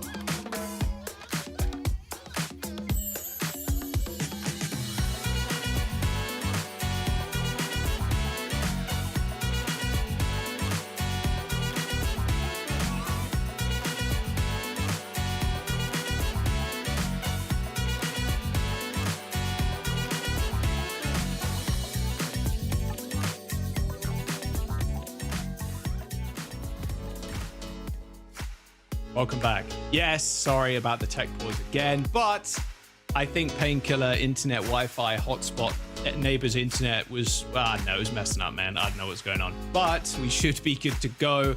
We are remaking the lobby with a different map. So we're actually going to Junkertown now, and we're going to Escort, not Suravasa like was picked before. Yeah. So, yeah. It's also new bans. They're redoing the bans. So new map, new bans, new substitution, because Painkiller's not going to be playing. Rhino's going to end up playing. So we're just going to pretend everything we did before the DC didn't happen. We'll pretend that never occurred. Nothing happened. Rewrite. We're never going to Suravasa. Do a rewrite on that one. Yeah. A little bit of a Junkertown was the pick, which makes sense. And look, at the end of the day, if Painkiller is having patchy internet hotspot issues, etc., best to get Rhino in. At least then you can have a fair match. Although Rhino's all has been bad, which is very unfortunate. But Lijiang still banned by Nightmare. Yeah, well, I think this is the map where you actually do want to target the Lijiang. You don't have PK in anyway, so you don't need to protect the Zarya. Ball being banned here is not even super. It is and it isn't, because I don't know how much Rhino would have wanted to play the ball mirror here anyway. I don't think this is an amazing map for ball for what it's worth. So both tanks will be moving over towards most likely Winston, possibly looking over towards the Hazard. Given that Winston's going to be high likelihood of being played, I wouldn't be surprised if Reaper's going to be in the mix here as well. Really interesting to note here is, no, there is no Painkiller, but there is still going to be the Nenwai sub-in over Squid here, so no double flexible backline for Nightmare on this map, which would have potentially been strong. However, given that they were going to ban Lijiang anyway, probably makes sense they're going to play Lucio Kiriko, and Nenwai's going to come in and play Lucio. So I'll see Lucio Kiriko on both sides. We chill. All good. And yeah, no surprise there. Kuffer on the Winston. I like this though. I really like this. Lethal on Hanzo. Now, Hanzo did get a small nerf actually coming into the midseason, and it was reducing the size of the Storm Arrows basically, because they felt like trucks when you were firing them in the midseason, or not midseason, sorry, in the like initial seasons patch. So yeah, a small change there. Not sure it's going to affect Lethal too much. Still a ridiculous Hanzo player. Those long range is very important here. I did also mention before we initially get Servasa that I wouldn't have Midas and Nightmare go towards a long range map, enable Seeker's here a little bit more. And it does seem like Seeker also wants to play through the Hanzo. Is this a real Rhine? It is a real Rhine, the Lucio, and a Bat, and also a Bastion. But wait, we're just doing Pirate Ship. Pirate Ship was old school Pirate Ship coming in here a little bit. Yeah, okay, love this. Little TP up into the high ground there from Kuffer. Not expecting that damage though. Beautiful shield from Rhino too. Stop all of those heals coming in. Really nice kill. And nothing escapes this Rhino, unfortunately. Yeah, the TP from Limo. Tell the tale. Doesn't come in quickly enough to save Kuffer, and he jumps away and dies mid-air. That was critical. Another early death on Kuffer. Reminds me of Samoa all over again. Yeah, they're going to be able to come back at least fairly quickly. I mean, but getting an angle here. But Lethal is going to be kind of nice. You can play on the periphery of things. Nice couple of headshots there from the Storm Arrow, but Kuffer dead again. Okay, Lucamino goes down, but it should be a fairly trivial affair, actually, to kill Lethal. They can just charge right straight towards him, and if they want to, even TP on him. And also, who's going to touch? Absolutely nobody. Nice spoof on Avril. That's a touch for Nightmare. I didn't think I'd see a Rhine and a pirate ship on Junkertown Avril. I'm going to be real. Lethal's done enough damage with the Dragon Strike, which is going to be good against his comp. However, you can also just TP around it. I think Nightmare are bringing together something really strong looking that have caught GK off guard completely. Kuffer's not going to swap up. Winston's doing nothing here. I agree with the swap entirely. And you're in a situation where, by the way, I don't know if anyone else spotted this, but on GK's rotation, that last fight, Juvie had to burn Suzu super early. That's why when Kuffer jumped in, he died and melted. There was no extra Suzu to save him. Well, there's the Dragon Strike. Everybody's already off the payload, though. Yeah, I was very sad. Yeah. It'll look cool, though. At least. 4 minutes and a bit seconds left in the time bank as we try and see a rotation again for Nightmare. Either teleporting people up to the high ground or losing Lucamino. Okay, that's definitely not the option they wanted to go for. However, artillery barrage. Oh, nice Lethal. Suzu. Lethal gets out of the way. Nice wall climb as well. Seeker's 1 HP. This is the first time we've seen him actually low, and Kuffer's going to confirm that kill finally. Breaking up things with maybe the hazard wall, but some decent damage just to be putting on top of the Basher, who needs to be your target. This has to be your number one to get down every single time. The Nightmare solve ultimates. The bad news is Nightmare have no position anymore. Where can they go with this? Window with the Bastion, be very damn strong, backed up by a Photon Barrier. I mean, that's a great combo. Nice TP. Oh, attempted poop there. Looks like the supports actually from Nightmare got pooped out. A Lamb comes in. That was almost Lucamino's death. Kuffer ends up jumping in with Violent Leap, Avril, but he's jumping in through a wall and he has no support. Then White picks up 2 kills in that fight. Dragon Strike. A little bit damage to Rhino, but that's about it. More of a tickle than anything. I mean, it's Lethal. Where is he? He's really far behind. You can just barely see his silhouette. He is on the wrong side of the map, trying to make a spawn camp happen. He knows he's got a spawner coming in towards him, but that player is Lucamino, who also knows he's in a 1v1. He has to hit these. He got 2. He has to kill Lucamino. He needs to find at least something. Soundbite from Abel connects with 3. Rocket goes down, and Mimo picks up another. So, Lethal at least. Spawn cap initiated again. You can hear Lucamino above him. Despite not getting the kill, I think he wasted enough of Lucamino's time that he prevented Lucamino from joining the rest of the team. And I think if you're a Nightmare, you really need both your healers. Nenwai on Lucio alone is not going to be able to keep you up. So in that 4v4, GK can afford to not have Lethal be part of the 4v4. I don't think Nightmare can afford to not have Lucamino. So job done for Lethal in spawn despite no kill. In big 2025, we're seeing Pirate Ship. Lethal again, just on an off angle. This wall is going to be almost impossible for them to fight through, and that downpour is absolutely massive from Kuffer. Everybody in that small room basically locked in place. Good little pin. Bit of damage down onto the hazard. Does end up going down, but should be a fairly easy kill onto Rhino, although not too many people to actually pressure him. GK have to exit. They don't have a tank at this moment in time, which is actually a pretty significant trade. So despite winning that fight, Nightmare spawns right there, and GK have to respect that. A lot of time is gone though. Note that Nightmare did. I can't remember what time they walked in with, but it was a lock. As they basically pushed through a no contest. Now for the long rotation. Lethal knows about this. They can't stop it. Shatter available too from Rhino. Maybe they're going to try and actually touch the point. It has been regressing this whole time, by the way. Lethal up on the high ground now. It's got a bird's eye view of the battlefield, and with the Dragon Strike in hand as well, it's going to make good use of this. And Lucamino's caught out. A good TP. Lamp, unfortunately, just burned through by the left click of Mimone. And now, this is a good setup. Dragon Strike's going to get a lot. That's a lot of value. Yeah, look at that. They're actually just getting owned by that little turret, by the way. Mimone had a turret behind them that entire time, just lasering them down. This pirate ship combo from Nightmare is a beautiful thing on paper, but with a minute and 30 seconds to go, they might need to scrumple that up and throw it in the trash. Yeah, but it's a huge mistake from Lucamino. Again, you're just having these situations where Lucamino, how is he so far behind? He took a TP from Rocket. TP got destroyed, and Lucamino's just left on an island. Can't allow that to happen. He's trying to off angle and get cute. Stick together as 5. Enable this shadow play. You have to make a 5-man shadow play now. Cuffer's already in. Violent leaps. Straight to the front line. Shadow connects. Sound barrier as well. There's a lot of tiny Overwatch happening. I think the lamp actually saved Cuffer for a little bit there. Downpour, not quite earned. Earned it in death, sadly. 60 seconds to go. They've got a kill. They've ended up using 3 ults in that fight, though, but they've got a wall to make this next fight work. But Lucamino needs to join the rest of the team. Wall ends up getting deployed as the Bastion ult is going to lock onto somebody. Seeker trying to get it on high ground. What's going on? What is he doing? He's trying to get on high ground, but he couldn't do it. He was stuck in the animation. Oh, he was trying to kill Lethal, but he didn't get there. Couple of arrow shots towards Nemwhite. We got to get that in the highlight package, please. Dragon Strike onto the point, ends up clearing it away. And Rhino and Seeker now have the high ground, but they're just getting rough rings around them as Lucamino's caught out again. Now Nightmare just can't get on target. They can't get on anybody, and look, Cuffer's behind them. He's dealing the damage. Lucamino's gone. Lack of healing is a problem. He's going to try and come back quickly. He's a Kiriko. This is final fight. Good kill onto Ultraviolet, though. It is final fight, but look how low Rhino is. He has got no shield left. Final fight, and the Bastion and the Rhine, the pirate ship combo of old, unfortunately is going to sink in the murky waters of Junkertown. Oh boy. It was a nice attempt, a valiant one for sure, but it is a good hold for GK. This is the kind of situation where Nightmare, despite having the TP, they're up against a TP on the other side, and they struggled to find a target to actually land on. They had a bunch of ultimates, Shatter included. Shatter's free in this matchup. Unless you get like the cleanest reaction wall drop from Cuffer, Shatter's gonna land. It is free. Nothing blocks it except for that Cuffer wall. But they just couldn't find targets. So finally they get this one Shatter onto Cuffer, which still took a lot of effort. Like you said, 3 ultimates.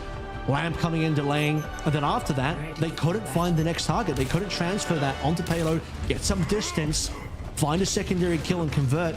Lethal, by the way, was off angling the whole time. You see a lot of Lethal over towards the Nightmare spawn, playing that angle.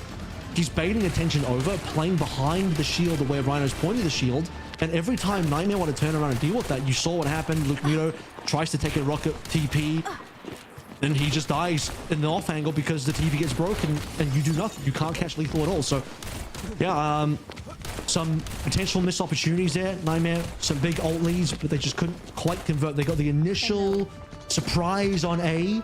Once things recovered and stabilized on B, GK just ran circles around him. Big curse series it feels like so far, but I'm here for it. 2 Hanzos on the field now as Seeker is going to try and copy Lethal. Although isn't going to be able to off angle as much as Lethal did, because like you said, being able to run the Bastion and the pirate ship is great. You can teleport together, be together, but then those off angles are so deadly, and Lethal, he only had 1 death in that last round. Oh yeah, they won't be able to catch him. He's too mobile as a Hanzo, even against, you know, that Rhine comp. So Rhino's dead. Okay. Suffered the same fate a little bit early on, but this time Rhino will be the one falling early. You have to imagine this is going to be GK getting some mean distance now. As long as Nightmare don't lose any more, they can recontest. Very aggressive dive. Oh. Okay, they at least trade for Cuffer. Lifelink was in play again as well, this time being piloted by Nenwai instead of Admiral. So Nightmare wanted to really believe in this. Will certainly help out your Ana a little bit. You want to enable the Ana for the sake of your Winston, but also to drop that double anti in the backline. Mimone fought one. Kind of crazy looking trades though. They're still pushing a GK. Now they can kind of split up the backline. Rhino's sent in to try and help. Nice little grip on one of the supports. what, Nano on Nenway? The nano boost onto Nenway, of all people? That's a mistake. That has to be a mistake. Yeah, that has to have been. Probably trying to get it onto Rhino so he could go in again, I suppose, because that nano is not it. Well, we saw Nenway and Rhino grouped pretty closely together, so I think that was just a mistake where Nenway got in the LOS, and that was that. To be fair, I don't know. It looked like GK was kind of backing out anyway, so Rhino, maybe he could have landed on target, maybe not. Still very capable, but now you're looking at GK double ultimates, Nightmare falling behind a little bit here on economy. Good anti. Better Suzu though for Ultraviolet, and instantly puts down that rush onto the point. Lethal's already got 1 kill onto Seeker, and now looking at the direction of Nemwai. Is this such a powerful position as the Hanzo too? Nothing there really to disturb him. There's basically had no one paying attention to him this whole game.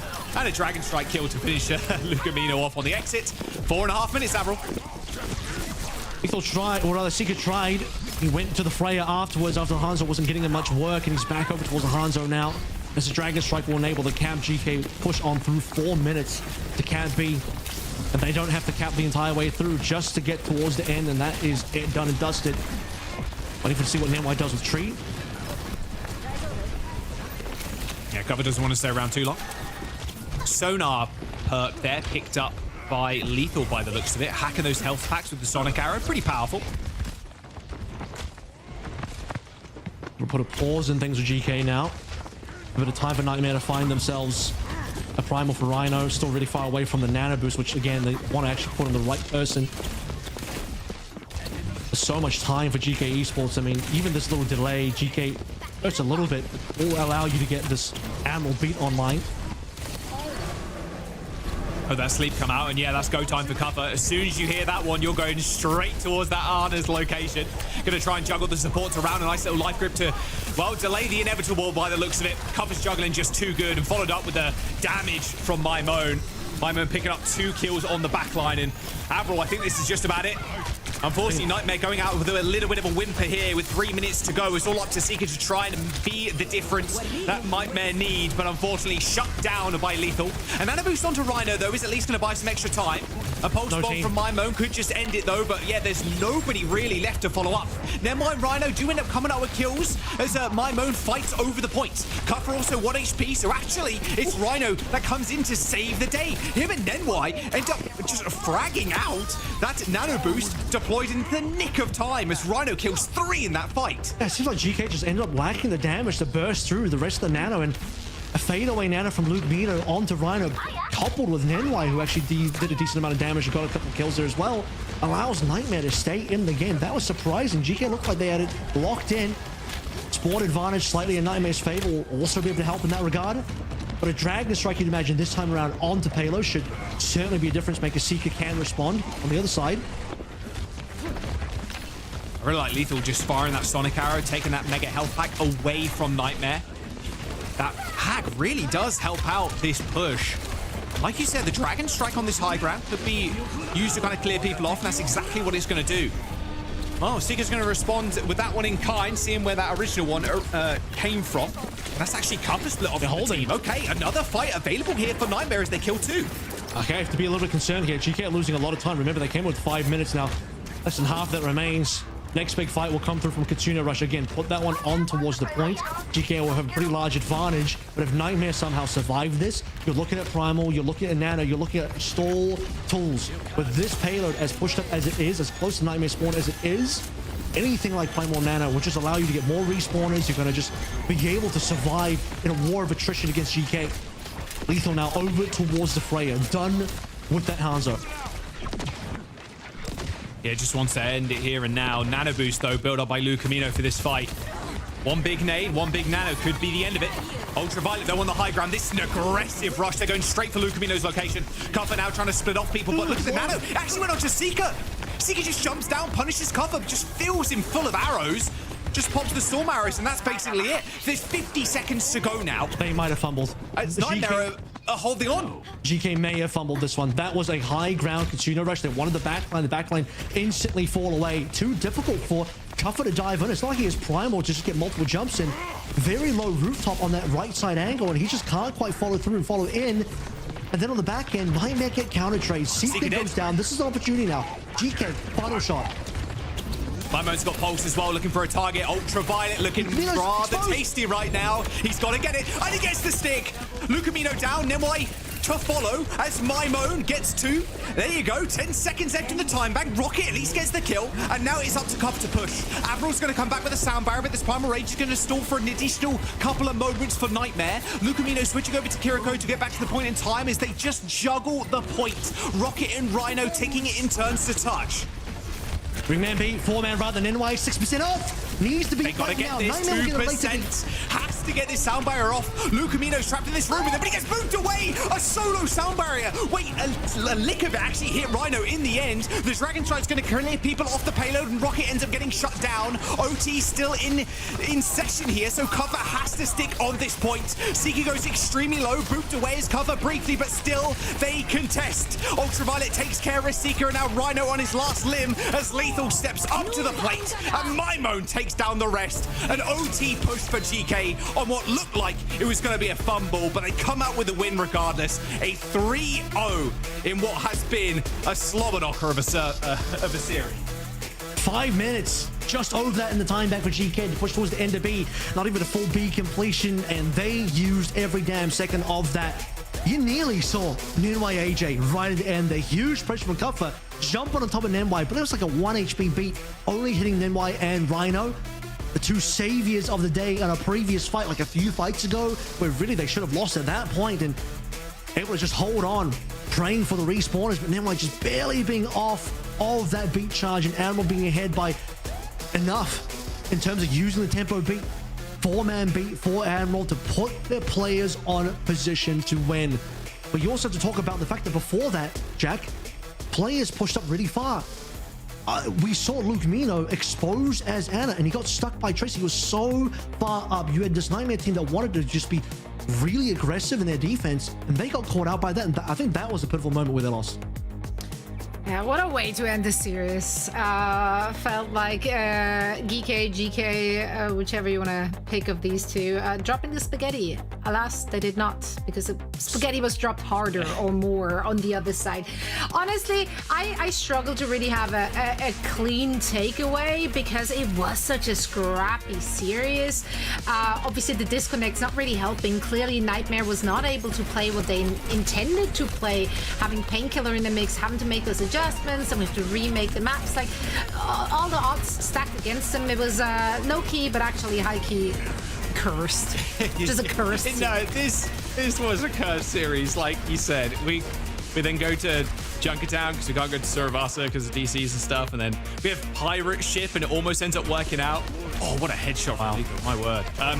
Yeah, you end up having a situation where you come down to OT, where GK end up fumbling their Kitsune Rush on the high ground as Lucamino just nano Seeker. Like, man, this was a little bit of a wild one, to say the very least. But, I mean, GK still come out on top. A 3-0, they continue their streak in the region without dropping a map. My takeaway is that GK are always going to be, in terms of this match versus Nightmare, more clutch when it comes down to it. In those very dire, difficult moments, the GK put themselves in a weird spot where they had 5 minutes of Cat B and they had to use every second of their 5 minutes. Yes, but when it really comes down to OT and the final fights and the fights that really count, like you have to win this fight or it's over and you're going to lose the map, GK get the lock in and they are really able to just find that win condition. Even in situations where you could point to multiple times in this series, Samoa included, but even in the early phases of Junkertown, they were behind. Look, remember the Ryan Bastion comp they rolled out with was a total surprise for GK. They had no answer on A, so A was a complete clean take. It took a while for them to stabilize off that, but then they sort of figure it out, play around the different angles, prevent themselves from being TP'd on by the Rhine, and then unfortunately for Nightmare, they just couldn't get any targets. I mean, they had this shatter they held on to for minutes because they couldn't find anyone to shatter. I mean, that's just a tragic way to play Rhine comp, sadly. But do you guys feel like Nightmare set themselves up for success, or their individual players? I mean, seeing Seeker so much on Cassidy, for example, that's not his best hero by a long shot. Rocket on Torb, like, I didn't get the sense that they set the players up for success there. I think the Torb is fine because you're playing into the ball and you want to just kind of cause problems to the ball. He also just canceled the tree every single time, so eliminating Admiral from using his ultimate is you basically didn't even have a Life Weaver ultimate that entire game. I mean, that game is problematic in the sense that you still lose the Life Weaver regardless. But like, Yeah, I don't know. The Cass is vulnerable. I'm not too sure what else Seeker could have really done there. I think Freya's fine, but he was on the Freya. Unfortunately, he was getting farmed by lethal Sombra, so that was a bit of an issue. I just think in these dive mirrors, if it's ball versus ball or Winston versus Winston, GK is going to be the better team like 90% of the time. Yeah, Kappa established dominance there. It was just a scrappy match, and again, like, it was very disrupted with the disconnects as well, so you can only take away that much. Now, of course, Nightmare fans, do not despair, because Nightmare's schedule was very front-loaded. They do have the easier opponents in the second half, so they will still find themselves comfortably in the middle of the pack if they manage to bring those matches home. For now, we are heading into a quick break, and then we should be back momentarily with our last match of the day. Team Liquid going up against SSG. You don't want to miss it.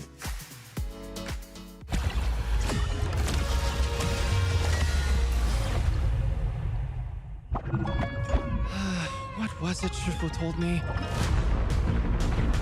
Nothing in the world is as yielding as water. But in its ebb and flow, I honestly forget the rest. So, I'll just go with the flow. Booyah! Making a splash. Always good to hydrate. Oh, easy! Oh, check me out! Ultimate's ready. You're protected. Go make a splash. Hope you brought a change of clothes. Guess my training's paying off. Let's keep it going.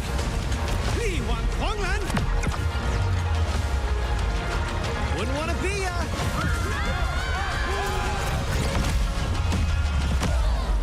You just witnessed my most famous party trick.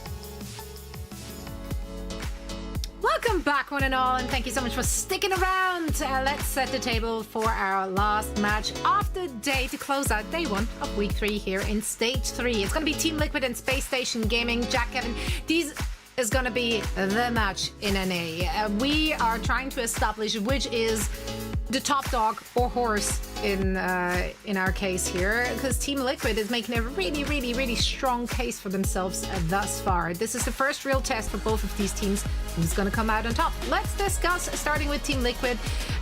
We talked about the expectations for this team earlier on today. They are pegged to be the team who has probably the biggest advantage given what patch we're playing on or what meta we're playing on right now. 1000%. Like, this team was purpose-built, it feels like, for this meta. You have Tree, Zera, a little double flex, Tracer, Genji, Infected on ball. You can play hard double flex support with this backline as well. RuPaul, Vega, it's a gross team right now. And I've heard a lot of consensus in the community, like SSG, like they're the best, like Liquid, like it's not out. Like the consensus isn't like, okay, one team is the best right now. A lot of people have different opinions. I think it's going to be a pretty close game. I said 3-1 in the pre-show, to Liquid, that is.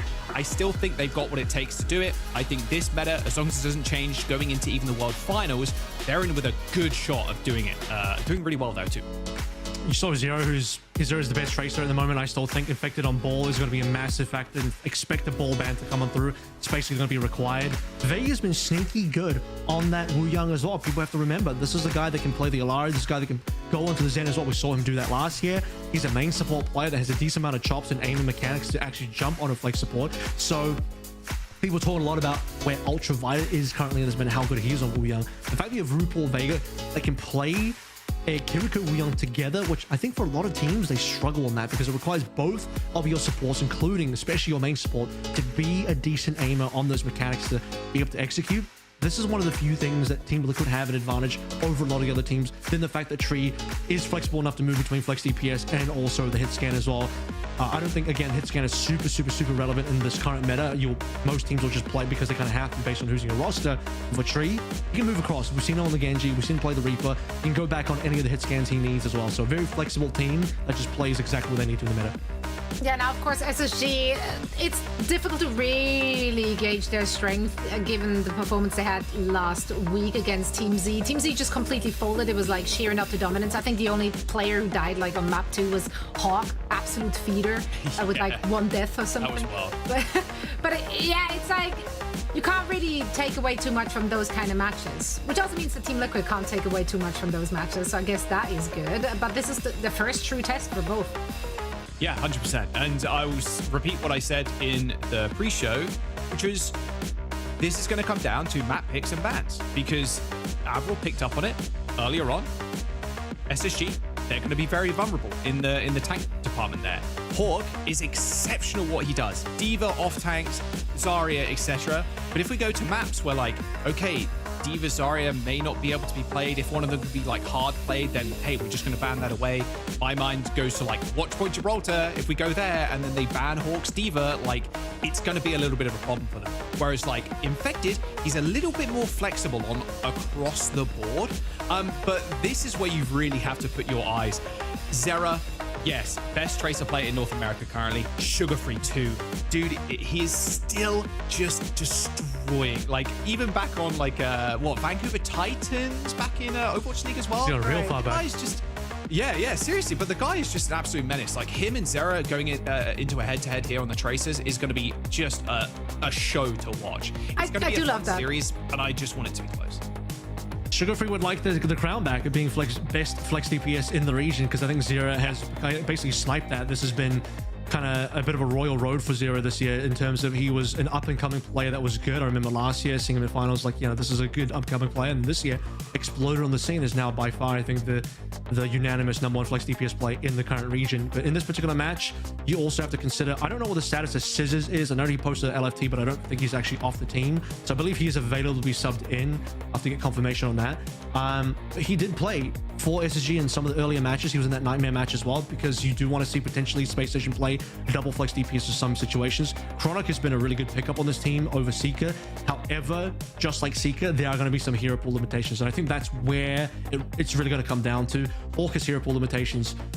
Chronic has hero pool limitations. Nightmare, since you don't have any of that, Nightmare will be able to play just about everything you need. I'm not expecting. But I'll be sure there are really, like, for Hawk, I mean, he's obviously like a veteran player, has played on the highest of all levels, and like we know the heroes he's known for, right? But he's been out of the professional esports scene for a little bit. That doesn't mean that he didn't play. So surely he's kept up with the meta, like, and he knows that he can't get away with being a one-trick anymore. Like, those days are long gone. And so far, he has not seemed to miss a beat slotting back into Overwatch professional. Yeah. It just means that, like, agree. It just means he won't be able to play some of the Winston Ball kind of stuff. I think I think Hazard will be his most valuable flex pick in this particular series, because that's the one he needs to be leaned into. If D.Va, and I expect D.Va to be banned at some point, he needs to be able to bring that Hazard out on a dive map. This is going to be an explosive series to end our day, so let's get it started. Team Liquid going up against SSG starting right now. Yes, thank you very much, Zoe. Definitely the most anticipated series of the Saturday here in week number 3. Avril, what was your spread again? I had a 3-1. I went with a Chris spread. I said 3-0, no points. Oh, yeah. 3-0, no points. The Christopher Which I don't actually believe is real. Like, I'm sure, I want to believe SSG are more than a good enough team to take a map, take some points. I think 3-1 is probably more likely, but I also think Liquid are just so much more of a team that you can see where the strengths are, and they have far fewer weaknesses. Whereas I think SSG, there are bits and pieces where I'm like, that's a hole you can poke at. This is a position as well that you can make a poke at. Oh, dude, we're gonna get the Diva ban right off the gate. Ready. What's the map against Ilios? Okay, that's a nice ban. That means already you're basically gonna have to see Hawk lean towards the Hazard. Potentially the Hog as well. We did see in the highlight packages, he was playing some Hog, and obviously it's a bit of a meme, but Well does exist for Hog. But beyond that, into Hard Dive, into Ball, into Winston, Hog is playable. So in fact, it's really good into the Ball. So look out for that. I wonder, have to be careful. I wonder if Hawk still thinks about the Atlanta Reign, Houston Outlaws, Well, C9. The Hawk face, do you reckon? Surely I think we all think about it a lot more than he does. It's so long. Yeah, probably. God, that face will go down in history. But yeah, it's going to be Ruins by the looks of it to start us off. And yeah, so like pivoting towards the Hazard, or even the Zarya, to be fair, on some of the closer range points. Like Zarya makes sense. How do you think Team Liquid like just navigate around that? Because to me it's like, well, in fact he just plays Winston or he plays Ball. I think he should maybe not, well, he could even on this map, but I was going to say I think he should just run through on the Ball and test out how the Ball's going to work against Space Station and see if Space Station can actually handle it and counter or do anything against it first and foremost. The Zarya ban is going to be available at some point as well for Team Liquid, so this is going to be the series where they need to, in my opinion, heavily target Hawk in the bans, heavily target Chronic in the bans, but Hawk is probably their prime target overall because they know Infected will just be able to play around it no matter what. Is Infected going to really bring through the Ramatra is a big question here. Surely and not. We won't have an Is answer HQ's broken just yet. Today is so cursed. It's crazy. Hopefully we'll get back into the crazy curse into the series. I might just blame you, Avril. I can't lie, bro. Do I look like Seth? Do I look like the king of pauses? He's not even. Yeah, here. he is the. That is true. Seth's pretty bad when it comes to pauses. I think he's. At least we haven't seen a C9 yet. Yeah, I mean, Rose has to be here for one of those. Yeah, that's why. So no C9s today because, you know, Rose isn't here to curse the teams of C9s. So everyone's touching point. That's a good news. So you're not going to see the Hawk moment where Atlanta don't get a touch and it's all over in the OT. Although, to be honest, it was the longest OT of all time. So you have like a split second to touch to continue that one. I am very... I don't want to say confused, but I'm very interested in what this opening matchup is in terms of opposition, because you have Hawk Zarya, which is what we expect. I don't think Lep's going to stay on Juno because that looks like a ring out the spawn door to me, and then he'll probably go Lucio. There's no Symmetra for Chronic, so he's going to come through on a cast. Sugarfree's going to start on a Venture, which I think Venture taking bubbles is pretty interesting. And if they're assuming Zero is going to stay on the Sim, that's a pretty nice counter pick off the get. That's an insane read coming through from Sugarfree and SSG. Just a small player tech issue. So yeah, one of the players is just struggling right now. So hopefully we'll get back into the game in just a moment. But don't forget, there's some of the DHL moments from this stage. Avril, you can win some ticket. You yourself, Avril, maybe, I don't actually, you're probably disqualified from it because you worked on the broadcast, but you can predict the EMEA and NA winners and win some World Finals trips. So, you know, everything kind of played for, you know what I'm saying? You get to meet Cargo, you get to meet some of the Korean teams. And I'm sure you'll make it somehow. ESL.gg/DHL-OWCS is the website. Make sure you log on and make a bold prediction, and you could be in with a chance of winning a trip to the World Finals. That's in November, which is pretty close. We're already in September, and it's the latter half of September as well. So time is flying by. We're close to the end of the season already.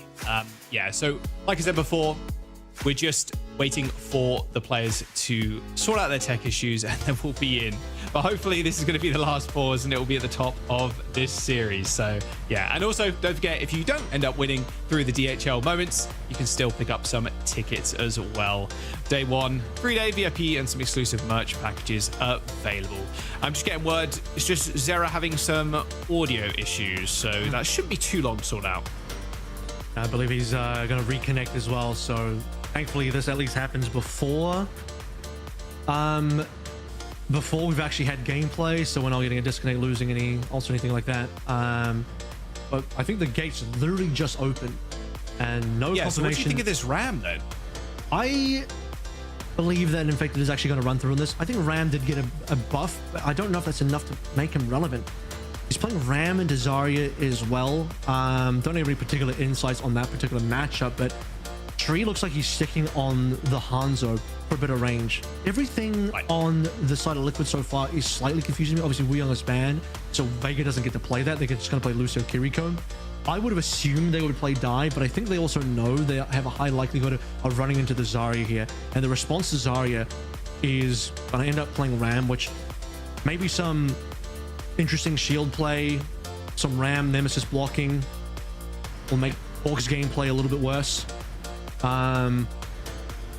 Chronic being on the cast is a clear target though. If you're infecting the Ram or anybody else, just to run him down when possible. So I think that's going to be a particular case.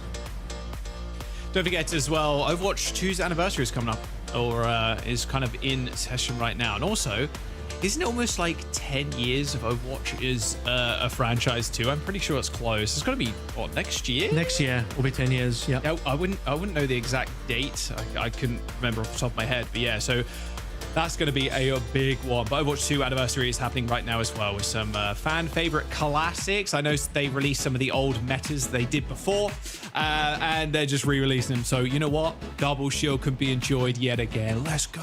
And these are some of the skins you can get as well from the Battle Pass, and some of the shop skins too. I have completed the Battle Pass, and the new Streetwear Kiri skin, top tier, and the Soja Mythic as well. Yeah, you haven't unlocked that I gilded mine on day 1. Day 1, season 18. I full dropped. I think it's 100 Mythic Prisms. Full gilded a Soja Mythic day 1. So nice. I like the iridescent. It's very shiny. I think that's my favorite colorway, if not it's the white, pink, and cyan colorway, which is another good color combo. Yeah, I think it's the default one. And the Cassidy Mythic weapon as well, which is pretty sick. Yeah. That's some cool like finisher animations, which is pretty sweet. It's like a giant flaming spell. It literally turns on fire. It literally turns into a flaming. Yeah, the gun like explodes and then it's like on fire. It's pretty cool. So yeah, I'm sure you've already seen it. The shooting sound effect sounds like a cannon. It sounds like you're really shooting a hand cannon on that one. So you go from shooting just a regular 6 shooter to be like, oh my god, this is like a. No, dude, no, they released the Nerf collab one, which is like, it's like the tiniest like pop. It's like, and then it's like, boom, like a broadside cannon. It's pretty ridiculous. Like the disparity is kind of insane between those two skins. But yeah, make sure you go check that out. Both. Right, I use the Nerf. I use the Nerf overall skin with the Cast Mythic just to get both in there at the same time, which like makes it's like the complete opposites of how it is. But it's nice. I do like to play a bit of Cast even with the reduced HP.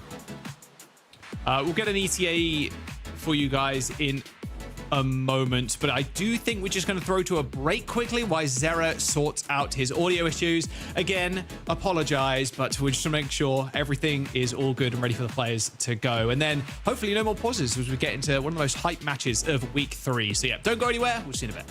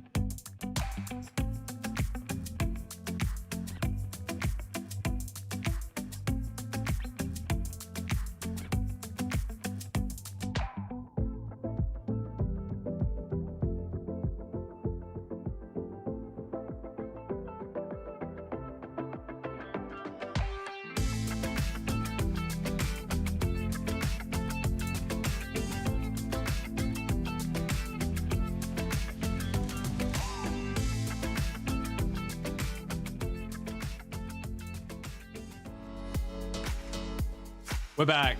For real this time. I just finished my Northern Lion video, so yeah, I think we need to kind of carry the series on.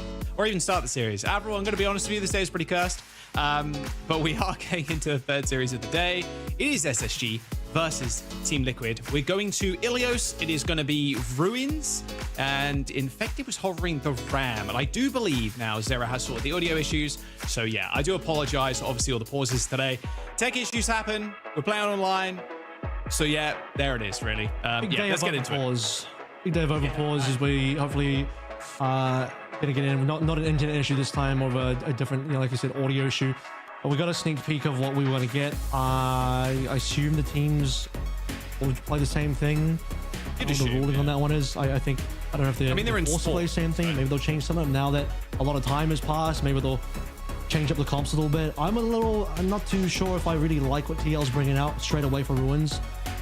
This is a map that maybe not for Ruins, but on the later rounds, you want to see the ball probably coming through from Infected. No Diva here. There's a giant BAM targeted towards Hawk straight away, which I think both protects your ball, but really removes a strong dive option away from Space Station.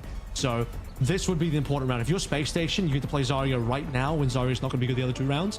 This is an important round. Ruins has to be Space Stations, in my opinion. All right, let's rock and roll. All right, doors are really going to unlock this time in 25 seconds. So actually, speaking of how this kind of interacts, the Ram and the Zarya, like obviously you're going to be fighting off a point control a lot of the time. The Zarya just wants to go. If you let Ram kind of just hang around, chill around, he's going to get so much extra value. I am fearful, like you said, if Space Station don't take this one, it's only going to get worse for Hawk. So what Zera's real hero is going to be, I don't know if he's actually going to be playing over towards the Sim. We also saw Sugar Free, by the way, hovering over towards the Venture. He's no longer going to be doing that. So that's going to be the one major change. Double traces, but it's 3 on a Hanzo. Now, we know long-range options are good on Ruins, but I just didn't think this would be the hero. And also so funny every time Tree plays Hanzo due to the name. Yeah, firing logs. You get a +1 for that. Not quite a +2. Slowly but surely. But this is what this comp kind of does well, right? It's just kind of waiting for picks. Hawk's comp, Space Station, they want to be able to go fast. At least they knock down Infected to the point. Hawk's Nemesis form ends up backing up and actually taking quite a substantial amount of damage. Now, this has been slow so far. Both teams just kind of feeling their way through the map. No one wants to really heavily engage, and Hawk's already taking a bunch of damage, so we're just turning the tides here.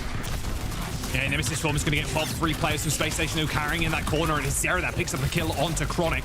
And Infected, yep, despite the armor nerf, he's kind of chill on the low ground. Unfortunately, as soon as that Nemesis form ran out, Sugar Free was able to just laser him from the behind. And unfortunately now, Hawk can just kind of run amok in the back line. Although saying that, RuPaul hits him with a headshot, then a body shot, takes down the Zarya. The point not yet capped. But it is all on Zera now to try and force this Tracer away. Looks like CJ's going to fall, and Lucio next. Sent to the Shadow Realm now. As Zera and Infected are back on his case. Infected now switching over to Winston. It might actually just be the game between Sugar Free and Zera, because they were the ones that get the respective first kills for both their teams. And as you mentioned, Infected, the cast has gone for Chronic's actually returned now. Chronic was on the Soj for a hot minute now, thinking, okay, there is a Winston. Let me play the cast for one time. Let me make it work versus this pick. I didn't really believe in the ramp. He stayed alive for a while, dies. Maybe the Winston is going to end up being the better pick. So double support ultimates online for both teams now. Just about. Pulse bombs coming up, though, for both Zera and Sugar Free was our head-to-head going into this series. And you can see why, like you said, a lot of early kills coming the Tracer's way.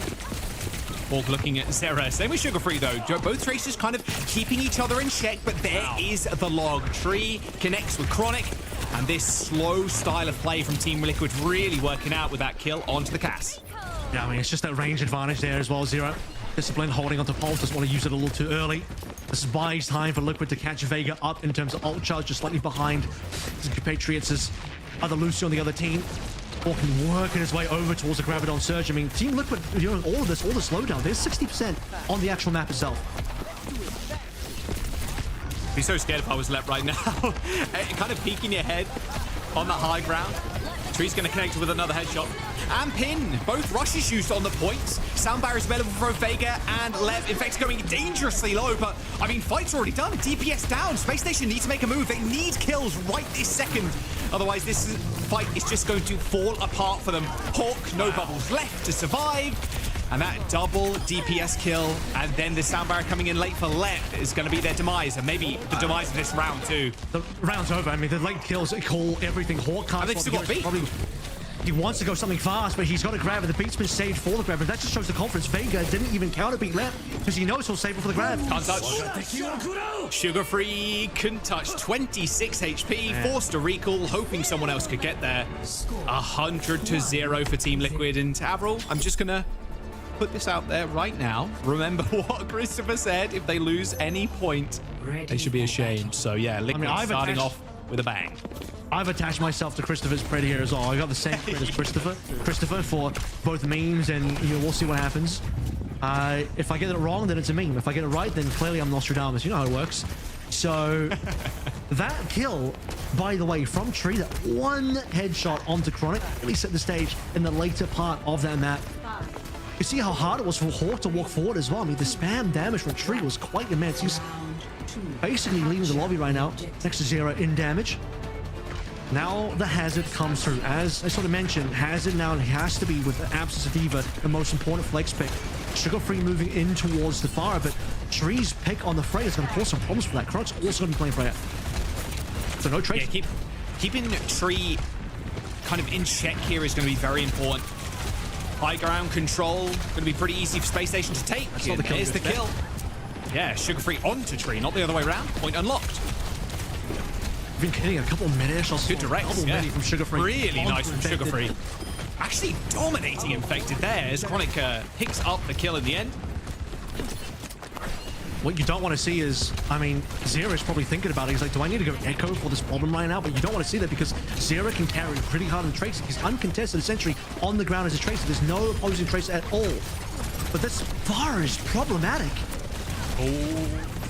Ends up taking a couple of shots there, but manages to get out anyway. And even helps CJ kill Infected. Another direct onto the Lucio. Still up, still alive, still kicking. I mean, CJ's keeping him up this whole time. He was sub 50 HP for the majority of that engagement. It's a lot harder to pocket heal a fire with a Kirikin, let's say a Mercy. I'm not suggesting there should be a Mercy, but at this point, you're just surprised that Sugar Free's living through all of this one. With Zero down, and that's always a potential risk. Tracer kind of gets dominated if you just cop a direct. Liquid about to lose their lead here very quickly. I'm surprised they even got the lead considering how much pressure Sugar Free's had in the game. Yeah, courageous attempt. Chronic now just dashing away to the point. High ground for Tree. Chronic's going to be, unfortunately, at a disadvantage here.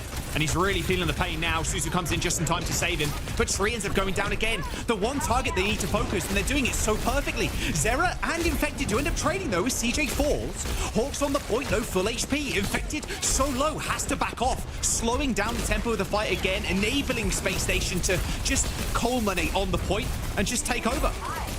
Space Station haven't lost enough that they're forced to use ultimates. They still held on to absolutely everything. And Pulse on the Hawk causes some problems. Here's the beat now. Force yeah, Pete comes in, hits 4, Hawk still low, and look at this dive here from Lep. He's going to get booped up eventually, but Sugar Free's going to come to the rescue. Infected cannot stick on Lep. Eventually, Sugar Free is brought down as Infected lays the mines down on the point. A few of them falling in the hole, but he got most of them there at the very least. Now Chronic under a little bit of pressure as Infected goes for a slam down on him, and RuPaul picks up the kill onto Chronic. So both DPS from Space Station dealt with, but they are still not capping the point. A rush on the point for CJ as Space Station Gaming continue to hold odds. They have 4 ultimates here, and the rush is going to come in and maybe secure the entire map. Liquid is so far behind us. Vega is at 84. RuPaul doesn't even have his first rush yet. Unbelievable Suzu there from RuPaul as the barrage comes in for Sugar Free on the back of the back lines of Team Liquids. Eventually they're able to get kills, but a 99% flip here for Team Liquid. Just the tenacity coming through from Space Station is looking good. Now they're finally going to punish here. This has been big. Space Station pushed themselves to 99. I mean, Hawk just gets a full respawn, comes back in, and you're looking at the point, and Team Liquid haven't flipped it yet. Sugar Free even went down for the first time. 2-0 there is so far in this round. Now it's been twice. The only good news for Team Liquid is they've been so slow in charging ultimates that their double supports have finally got their first ultimates of the round. Double support off Team Liquid. Pretty big, as you mentioned. Their initial kills have come off the back of Hawk and Sugar Free. CJ and Lep are going to have their next ultimates after RuPaul and Vega uses Vega. Got to be careful there. They're going in. 3-man sound barrier there for Team Liquid. The target is Chronic, but he just slips away. Zera cannot get up at that high ground as the Tracer. Just left completely isolated alone. Sugar Free is pretty low though, and actually eventually goes down to Infected. Ends up just rolling him over. That's a good couple of kills though for Team Liquid as they stabilize. Good thing for Team Liquid that they actually got those kills because it wasn't a pretty sound barrier. 3-man and didn't really allow them to get too much done with that one, but eventually finding the damage on a key player. Sugar Free now swapping off the fire onto the Tracer. They haven't forced the rush out of RuPaul yet. That's critical. Oh. Chronic's in danger though. He's going to get chased by Zera, but Zera super low in the feed. It looks like did manage to get the recall off in time. Sugar Free manages to touch the point for OT as the fight commences. RuPaul has got the rush, but Vega's already dead. There's still a bolus available from Tree as well. Sugar Free's forced to recall. There's the rush eventually used, but it might be too little too late. Space Station have got a 5-man sound barrier going on. The bolus ends up coming in from Tree, but it's already all over. Sugar Free's just going to run them all down as RuPaul and Tree bite the dust as Space Station look to lock down well. And there's the kill onto Infected as the last trickling members of Team Liquid try and get there. But unluckily, they don't even get an OT touch. And 100-99 as Space Station tie up Ilios. And it didn't feel like it. It felt like closer to a 100-0 or maybe like a 150. You barely felt the 99 from Team Liquid at all because they were behind considerably. Time and time again, fight after fight. The Sugar Free Fire dominating in the skies. And then guess what? He swaps over towards Tracer for the final fight.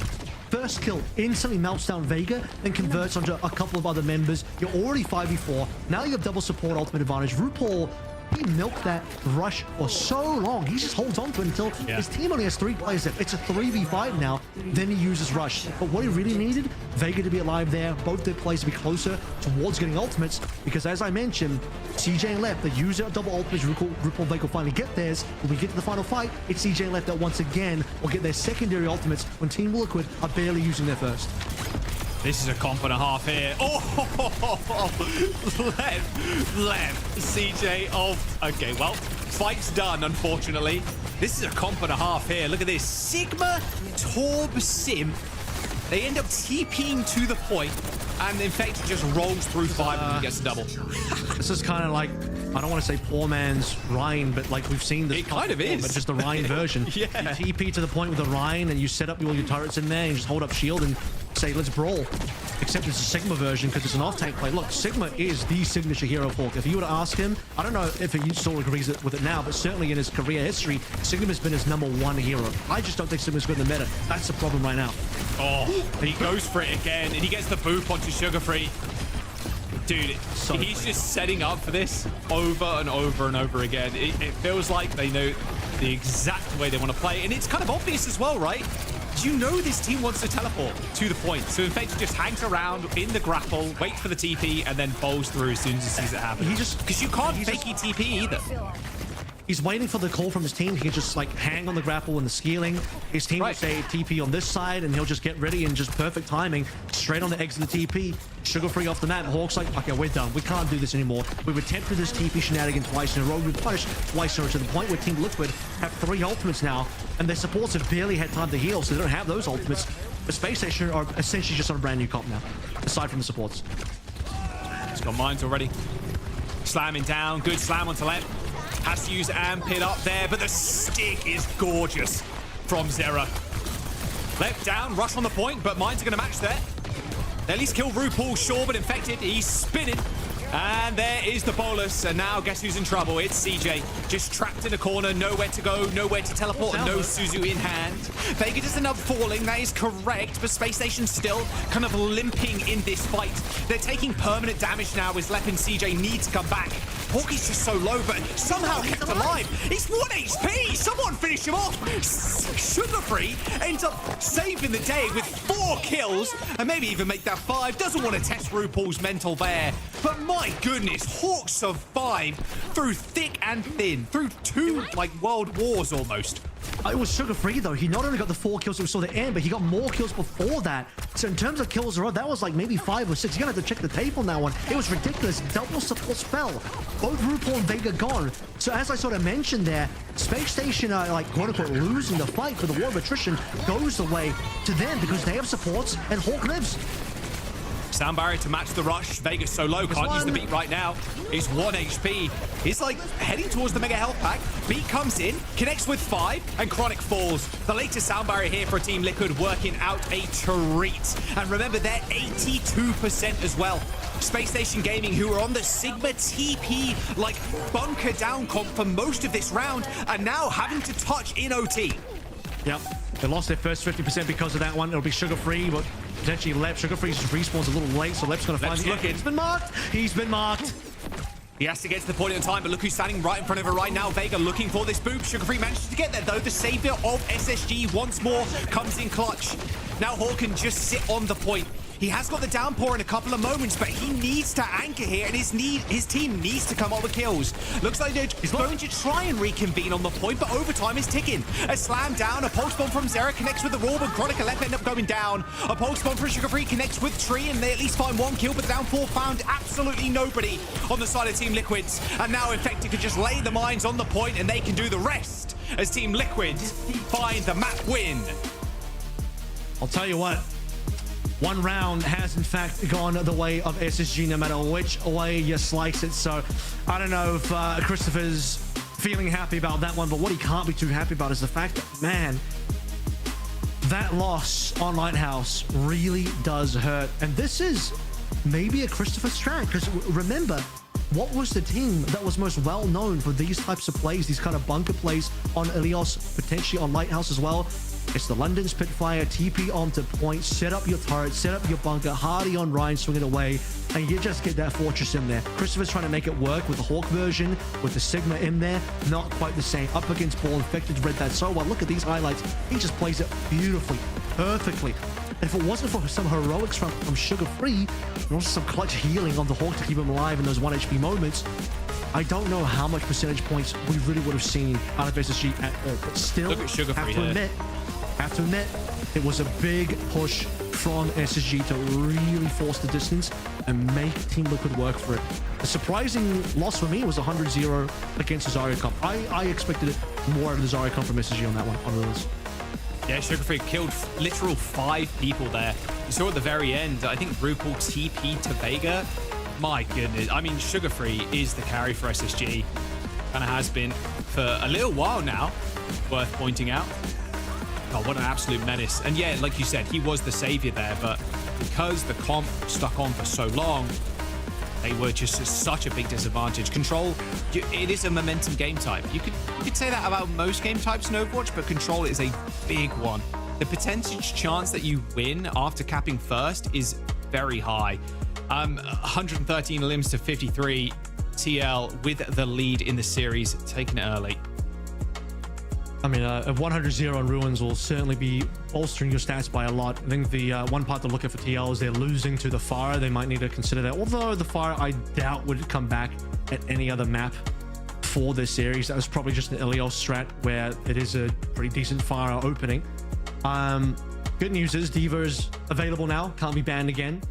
As I sort of mentioned, the Hazard needs to really work for Hawk, and he did as much as he could. He stayed alive, but didn't quite see the explosivity in terms of finding those picks that you would like to see out of a Hazard.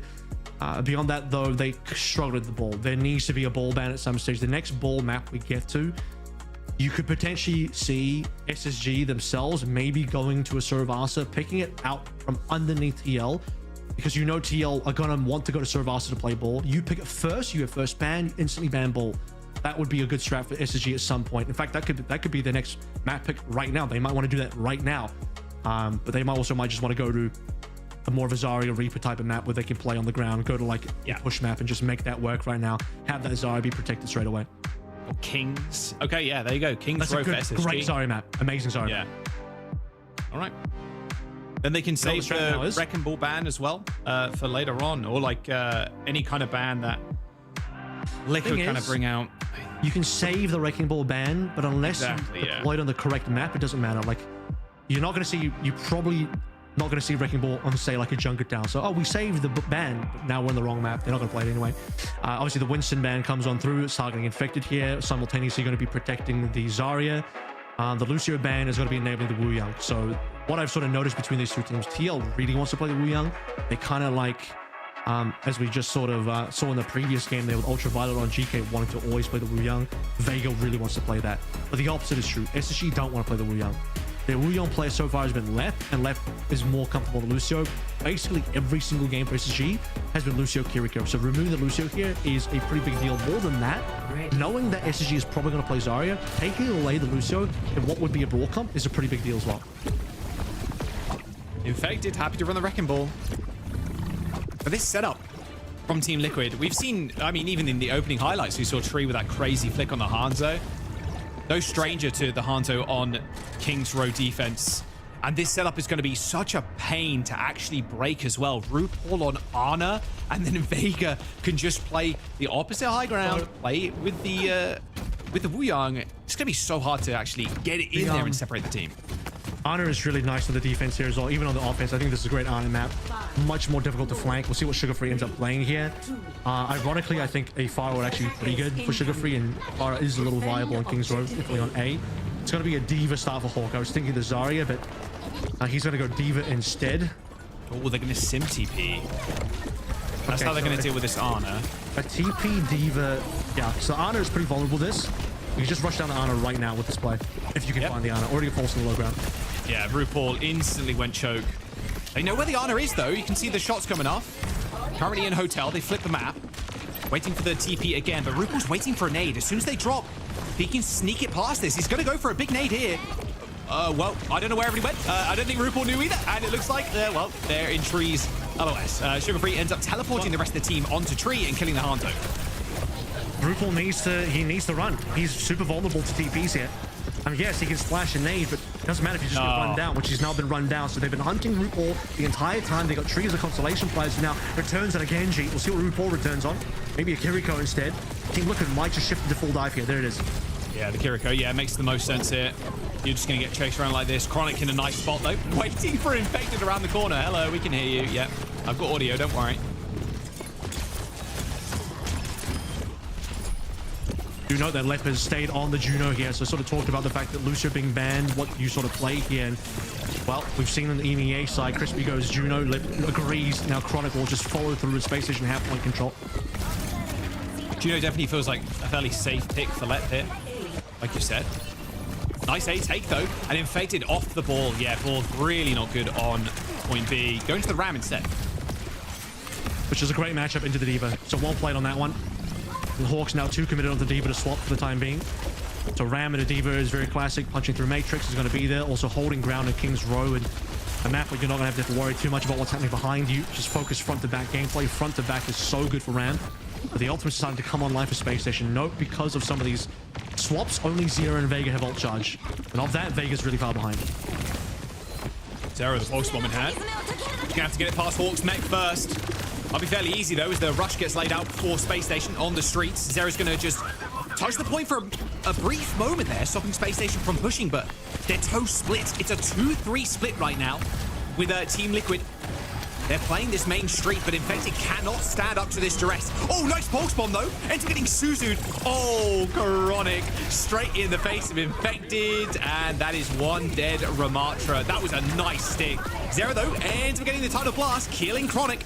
I don't think he even hit the floor there. I think he just gunned him down in the streets. Space Station Gaming are going to back up, yeah, or at least slowly play this now, or try to. Well, Zero's still in play. He's just playing around the bar at the moment. Little pod. Trying to see what angle he can find the back line. Blades available. Like I sort of said, Team Liquid behind in ult charge because they had so many swaps compared to Space Station. So despite Infected falling, it doesn't seem like it's enough. Orbital Ray should be this fight too. Yeah, Orbital Ray on this point as well. It's going to be so hard to actually contend with. Looks like Zero's up on the high ground, but Chronic just quickly whips around and kills Zero. Orbital Ray used. There's no chance you win this fight. You need some incredible heroics here from Infected, but it's just too much damage and healing. And that is going to be point B unlocked. Space Station 4.5. No. Liquid have just been snowballed, I should say, by Space Station Gaming here, who held onto their comp, played through a Kitsune Rush, which forces Liquid back. Liquid and then split, like you sort of mentioned there, although Liquid can get unsplit very quickly. They just didn't have the opportunity to really do anything with Infected, who is soloed by Chronic, despite the heroics of Zero. Being bubbled by Vega wasn't enough to win the subsequent fights, and now a ton of time, more than 4 minutes to finish this map. This is also where Team Liquid can really dig in their heels. C is a different animal, it's a different beast entirely. No space to use this rush though. There we go, instantly used, although already RuPaul sent extremely low. Blade's gonna get popped by Tree. Vega gets traded, CJ chased down, who's on the enemy high ground. Should be a fairly trivial reset here for Hawk. Though he doesn't actually end up just dunking himself. I'm surprised he didn't just fall off the map there. It's going to be... 49. Oh, yep, Suzu. No, not quite. Suzu ran out, apparently. And so did Hawk's mech. He's just going to try and int in. He wanted to min-max. I respect him for it. He wanted to be able to just retain the mech, not have to cop a respawn by dropping in the hole. That will cost him some time, and that's what Team Liquid need, because 4 minutes is a lot for SSG to push through. However, it's starting to get a little bit difficult here, as once this defense on C really digs in their heels, and this payload, as you can see, starts sliding back. I've seen many teams push into C with a lot of time and still end up playing the cap because of how strong the defensive advantage on this Kings Row C can be, particularly now that Team Liquid have started to rotate into some ultimates. Ram is They're going to try and TP. now. They're going to try and TP this high noon up into the high ground. Tidal Blast attached to Tree. Jumps up. Oh, the explosion dodged by Chronic. He ends up TPing back down. Ramatra, the Infected, has to use this Annihilation, but just gets focused by Hawk and the rest of the players of SSG who are on high ground right now.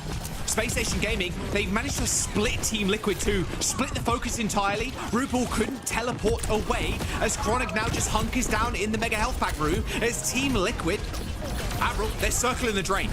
And Infected have swapped the D.Va here as well. And by the way, the Tidal Blast caught three players on Space Station end up being knocked over, and still Liquid couldn't convert any of that into meaningful picks. And now this could be the final push. A lot of big ultimates coming online, double support ultimates on top of wall. How can you fight against this, though? This wall is split the map completely. Zera ends up getting focused down despite having the pulse bomb in his hand, as Desperation Hills was on Infected, who switched over to D.Va. Tree lands one headshot, but no, the beam way too powerful from Sugar Free, and Space Station cap third with 1 minute and 54 seconds in the time bank. And this is looking like a decent Space Station map now. That is, like you say, a very, very nice time bank indeed. They just held on to their ultimates, played up against the Tidal Blast of Vega, which it didn't end up unfortunately doing enough. In Space Station, keep that push moving. Photon Barrier into double support ultimates, and as you say, that's just how do you play against it? That is so difficult, but so much of this map was the snowballing from A through B and then eventually onto C, despite there being at least one reset there where Team Liquid did win a fight, but they needed so much more. 4 minutes plus on the time back to get to the end. Space Station, I think 2 minutes all the time back to be able to finish with 154. Very commendable. A lot of teams would probably still finish with less than that up against a defense that actually does win a fight. A single reset starts to cause some real big problems, but yeah, I don't think Team Liquid were just ready for the D.Va TP play, which is a very aggressive TP composition, and RuPaul knew straight away he was in big trouble. Yeah, if you're Team Liquid there as well, you're thinking, well, we got Tidal Blast, we can attach it to Zera, we can have him dash in, maybe hit hit Chronic or Sugar Free, someone that's pretty squishy, we can get a kill. And they ended up deploying it as a defensive measure, and like you said, even though it ended up hitting a couple of people, Infected was stranded on an island, had to pop Annihilation, got focused down because that high noon was almost fully charged on him. There's no start on the Widow here. I don't know for how long. I can't imagine for too long. Probably well known for the Widowmaker. Yeah, but there you go. I sort of set this up a little earlier, but it is going to happen now. Space Station will be playing the Zarya composition, and Infected's response there. It seems like Infected's response to Zarya in general today has been to go towards the Ram, although he also did play this versus the D.Va, which is a natural thing that you would want to do.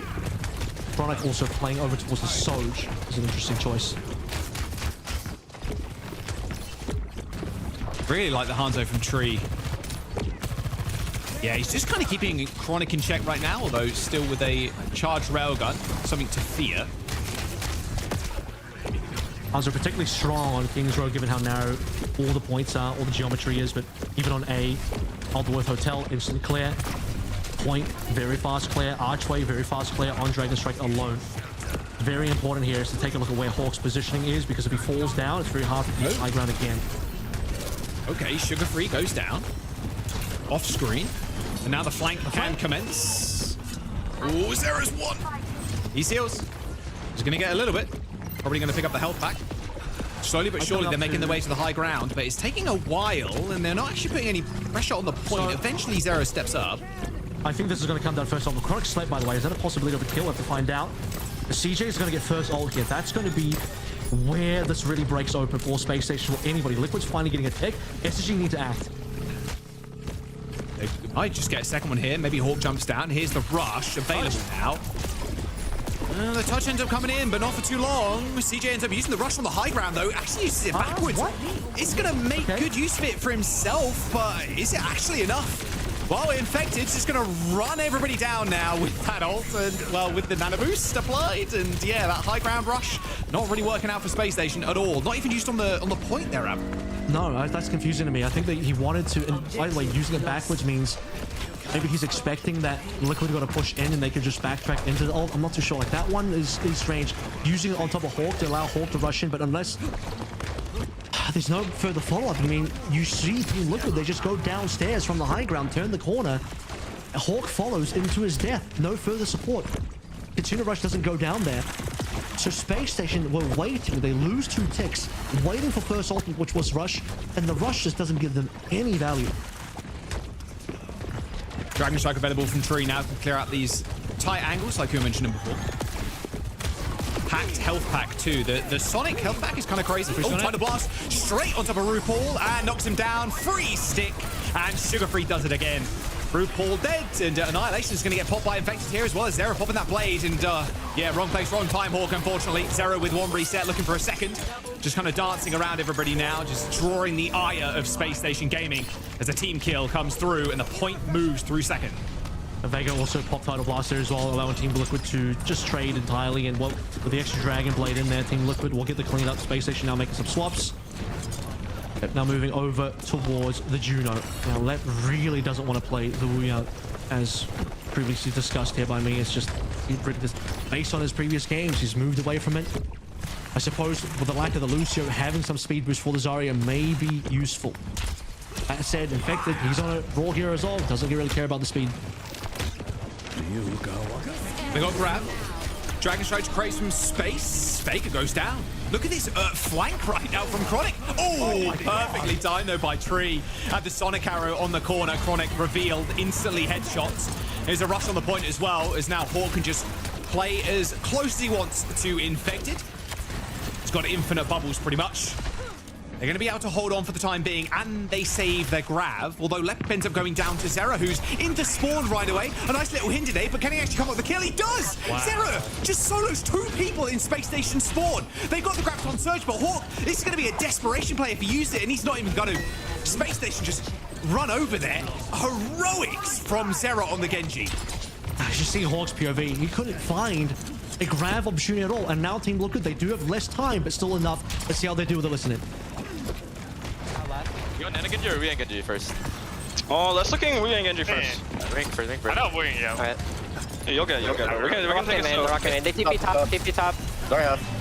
Pick her up. I have. Zarya 1. Make it Main, Zarya 1 main. Zarya, pick up. I'm on Zarya. Kill Zarya. Kill Zarya, right? Oh, man. Oh, you guys gotta kill. Yeah, Zarya died. Nice, good job. Can live, just play life. Yeah, we're living. They really fucking infected. That's fine. I'm living. Care push. Can fight? I think yeah, I'm working. You're pushing point. They have Stim Wall soon. We should nano around. Cast high. Cast one. I'm picking TP. Hey, listen, I think we can fight the Sim Wall. We have nano, we have Ramble. Yeah, we can nano. Let's nano around this fight. Okay. Sign main. 3, 2, 1. Go TP. Someone. Timberly one. Give me big on you. Pass in. We can live. I can get point. Kill Zarya. Very fine. Very half. Just trigger yourself. Come point. I can push him to come. I can't kill him. Leave him. Really can't kill him. Really can't kill him. He's really wonderful. We kill. Big, I'm not with you. Go. We're good. Good job. Nice, good. Holy fuck. I think we should just say this on defense. You don't need a plan if Tree just hits 2 giant logs like that for all to like, okay, we're going to Wuyang the Genji. Okay, that kind of worked out. And then it's like, okay, now we can just, they've got wall. We can just nano the ram. And then Tree just killed CJ, kills another. And then Hawk just has to use the grab on the back line. And then Vega and RuPaul just pocket each other. Unbelievable stuff there from Tree. If it's not Zera, it's Tree. This Team Liquid DPS line is just perfect. Yeah, then Zero at the end there, taking the nano through, blading into the back line, and it's all over. Hawk nowhere to be found. On the wrong side of the map. You can even hear in the comms there, Liquid like, just ignore him. It's fine. He's not going to do anything. Ignore him, put him there. Hawk eventually, I think he just wipes himself to death just to respawn, because he's stuck. He's literally just stuck. His team is dying on the actual point itself, despite popping down the photon barrier towards the end there. Dragon Blade does not care about that at all. Perfect way to play into that final moment in the final ultimate.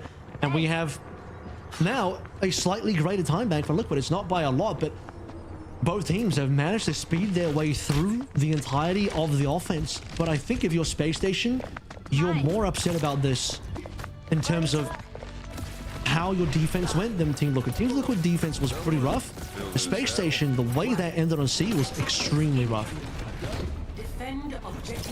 Yeah, just 2 giant kills from Tree. I mean, Zera set that second point up with a double kill in the spawn, and then Tree sets up the last fight with a double kill on the Hanzo. Like, yeah, insane stuff from Team Liquid. Well, Space Station can do the same thing again here, but a different TP location, straight on top of the Lijiang instead this time as Vegas chased away. Ends up using that Guardian Wave to get away and create some space for himself, and actually manages to slip out of there. Zera, though, not quite so lucky. Actually dove into a few of them, but Tree is just going to clean up the rest. The scatter arrow kill onto Sugar Free, too. He just fires that into the room. Looking like Overwatch 1 out here. My goodness. And now Hawk's going to get staggered as well. This is a horrible stagger with this time bank left. You really need to do this as well because you lost a couple players, given the fact that Team Liquid also got traded, and their the respawn is longer. Just don't mind the HUD there. Team Liquid is in fact on defensive spaces on attack as well, so we'll just swap those over in a minute. The game will just swap over in a minute too, because it seems like the attack will basically be over. But with that stagger, Team Liquid back up to full fighting force on 5. First ultimate, by the way, in these moments, very critical because we're about to hit OT. Infected pretty close to 75% already on that Annihilation. TP from Cisse used the Suzu, but still critical health members on his screen, desperately asking for heals. But Tree again, from this angle, just using Storm Arrows in the small corridor. That's it. It's 30 seconds to go. Let the last one up here, and Hawk is demeched again. They are going to stagger him at least a little bit, but now it's desperation touches for Space Station. And all these ults, they're going the way of Liquid. A final Dragon Strike to just put the cherry on top after all is said and done will be too much. Use it in Space Station. Yeah, they're almost being spawn camped. This is basically spawn camp right now. And they need a touch. 5 seconds. They're going to at least be a little bit speedy here with Hawk on the D.Va, but he's going pretty low. Oh, the headshot from afar too. And oh, he got demeched. No retouch. Show me what you're made of. A demec from Zera and Infected. Oh no, Space Station don't get a single tick. Those kills coming through from Tree on the Hanzo were ridiculous. Man. Putting a very literal thorn in the side, an arrow-shaped thorn into Space Station Gaming's plans. They want to go for this aggressive TP, either to, well, through choke or to the high ground, and they've got thwarted twice. You and I saw this last stage as well. I remember the two of us watching and casting these Team Liquid games. I believe it was specifically against GK the couple of times they got to play each other in the playoffs. And one of the ways that Team Liquid got past back then, it was a Life of a Bat composition. Tree went Hanzo. And he got it done. The Hanzo from Tree was the tool. And now he's bringing the Hanzo back on this map, onto King's Row. The Space Station are just not surviving against it. It is doing so much damage, having so much impact. And we'll look at that last moment on the OT of the time bank and say, okay, Hawk demeched, no further touch. I'm going to be real, I don't think they were going to get a tick. After Hawk gets demeched, let's say the Baby D retouches, all the ults in Team Liquid's favor. Right. Everything just kind of just goes in Team Liquid. I'm pretty sure it was done. So Space Station saved us probably another 30 seconds of watching them get slaughtered on that highest point with no mech available. Now, a single tick required, and Tree is hunting for his first kill. I mean, it's only a matter of time, right? He's got 2 minutes to do it in. Come on. Surely. And he has Scatter Arrow too. Just saying. Hawk's even on the ram here. He's not even trusting the Zarya is going to be enough. Certainly struggled. Just getting pinged out by arrows downrange. Sugar Free on towards the Reaper for knowing that it's going to be a bit of a bloodbath on the point. They want to have good point presence, which Ram and Reaper will give you. Or he's going to try and check Infected, who's found his way to the high ground. Although, yeah, a small shot to the back of the head. That's, what, 5 damage, if that? Quick TP onto the Lijiang, but yeah, Vegas out of there. With the Reaper, especially without someone like a Lucio, it's so hard to lock people down. Infected now pressuring the point, taking a quite considerable amount of damage there, actually, from Hawk. Forced to pop the Nemesis form, but Zera's already found a kill. A reflection kill onto Chronic, a good TP from RuPaul, putting him in the line of sight of Infected, and it's all over. Space Station Gaming lose control of the point, and Team Liquid find match points. Yeah, I was going to say a much more convincing map, but honestly, it was still a good one from SSG, and that just might end up being the story of the series today. It's been a good look from SSG. They got a singular round on that opening Ilios, which is pretty damn good. That fire play was nice for Sugar Free. You get to this map as well, and it's like both teams go into time bank with about 2 minutes. So both teams really had quite an awesome offense, but you really saw the difference being made in terms of how that C point was capped. It was a decent amount more difficult for the side of SSG on their attacking side, whereas on Team Liquid, you mentioned this, it starts with the Zera massive flank into the spawn of SSG, gets himself a 2K, which enables the B cap, but then after that, Tree, I think that, okay, they did lose one fight, but aside from that, then Tree gets a double pick on that Hanzo. Zero takes the Dragon Blade into the backline. Hawk's literally in the middle of nowhere. You look at how that ends, you're thinking, man, SSG are looking rough on that defense, and unfortunately, that continued for them into the time bank. It was a super one-sided time bank. Oh, look at this solo kill as well. Chronic just can't land that final shot. And Avril, I want to bring up something we talked about at the very top of this series about the maps and the bans. Like, this series is going to be decided by that. SSG picking this map. They go to King's Road because they know it's better for Hawk, especially with the hero pool. Can play Zarya, can play D.Va. We saw that for this Ram. And to be fair, Tree and Zera too. Tree's famous Hanzo on King's Row. It just does them in. And I agree, it has been a very close series so far, despite obviously Liquid being a two maps up currently. But where do they go from here? Because the game modes are getting slimmer and slimmer, and your ban pool as well that you can pick from is also getting slimmer to try and target Team Liquid. So Lucio Winston was banned the previous map. We've already lost D.Va and Lijiang. Zarya ban could still come on through, although, I mean, just looking at the Zarya on this map, this should have been the Zarya map. Yeah. And they couldn't quite win it. I mean, that being said, they still... If you just ignore the time bank, we just look only in regulation time King's Road, it was a very, very close map. It's the time bank that sort of sways the opinion and be like, oh, okay, that is quite brutal for SSG. But overall, ignoring the time bank, very close map. Moving away from this, I still think playing into Chronic's hero pool is important. So we haven't played a super long range map yet. That might need to come into consideration. Hanzo, while strong for Tree, does have some issues of the map of, like, I don't know. I mean, we did see Hanzo on Jungle Town in our previous game as well, but I just think it's like, it's hard to be that consistent when the range is super, super, super long, right? So that might be a consideration. You say that. I don't think it matters. Here's my take. I think Zera and Tree right now are the best DPS in North America. Not only, obviously, cracked out play, but also the flexibility, too. Yeah, for sure. I mean, I think we can just go towards, like, even the Freya or something like that, which I'm sure is what Chronic wants to do. Chronic wants to play Freya. He's desperate. That's been his best hero for the last 2 stages of the year so far. He wants that lock it in. And you can lock yourself into some Overwatch League skins from 2020 Pacific, 2020 Atlantic for D.Va and Ryan. A Rock Climber Zarya from, I believe that was, it might have been a 2023 skin if I remember correctly. Yes, I think it was one of the last skins they released. Yeah. Both got a skin off that, and then of course the Widowmaker skin from 2021. And she did on more. I remember that one from 2021 because it was probably the best Overwatch League skin from 2020, aside from the Shanghai skin, of course. Of course. Well, here's the maps on your screen, and SSG have picked Rialto. They're also going to ban first, but yeah, a D.Va map here for Hawk.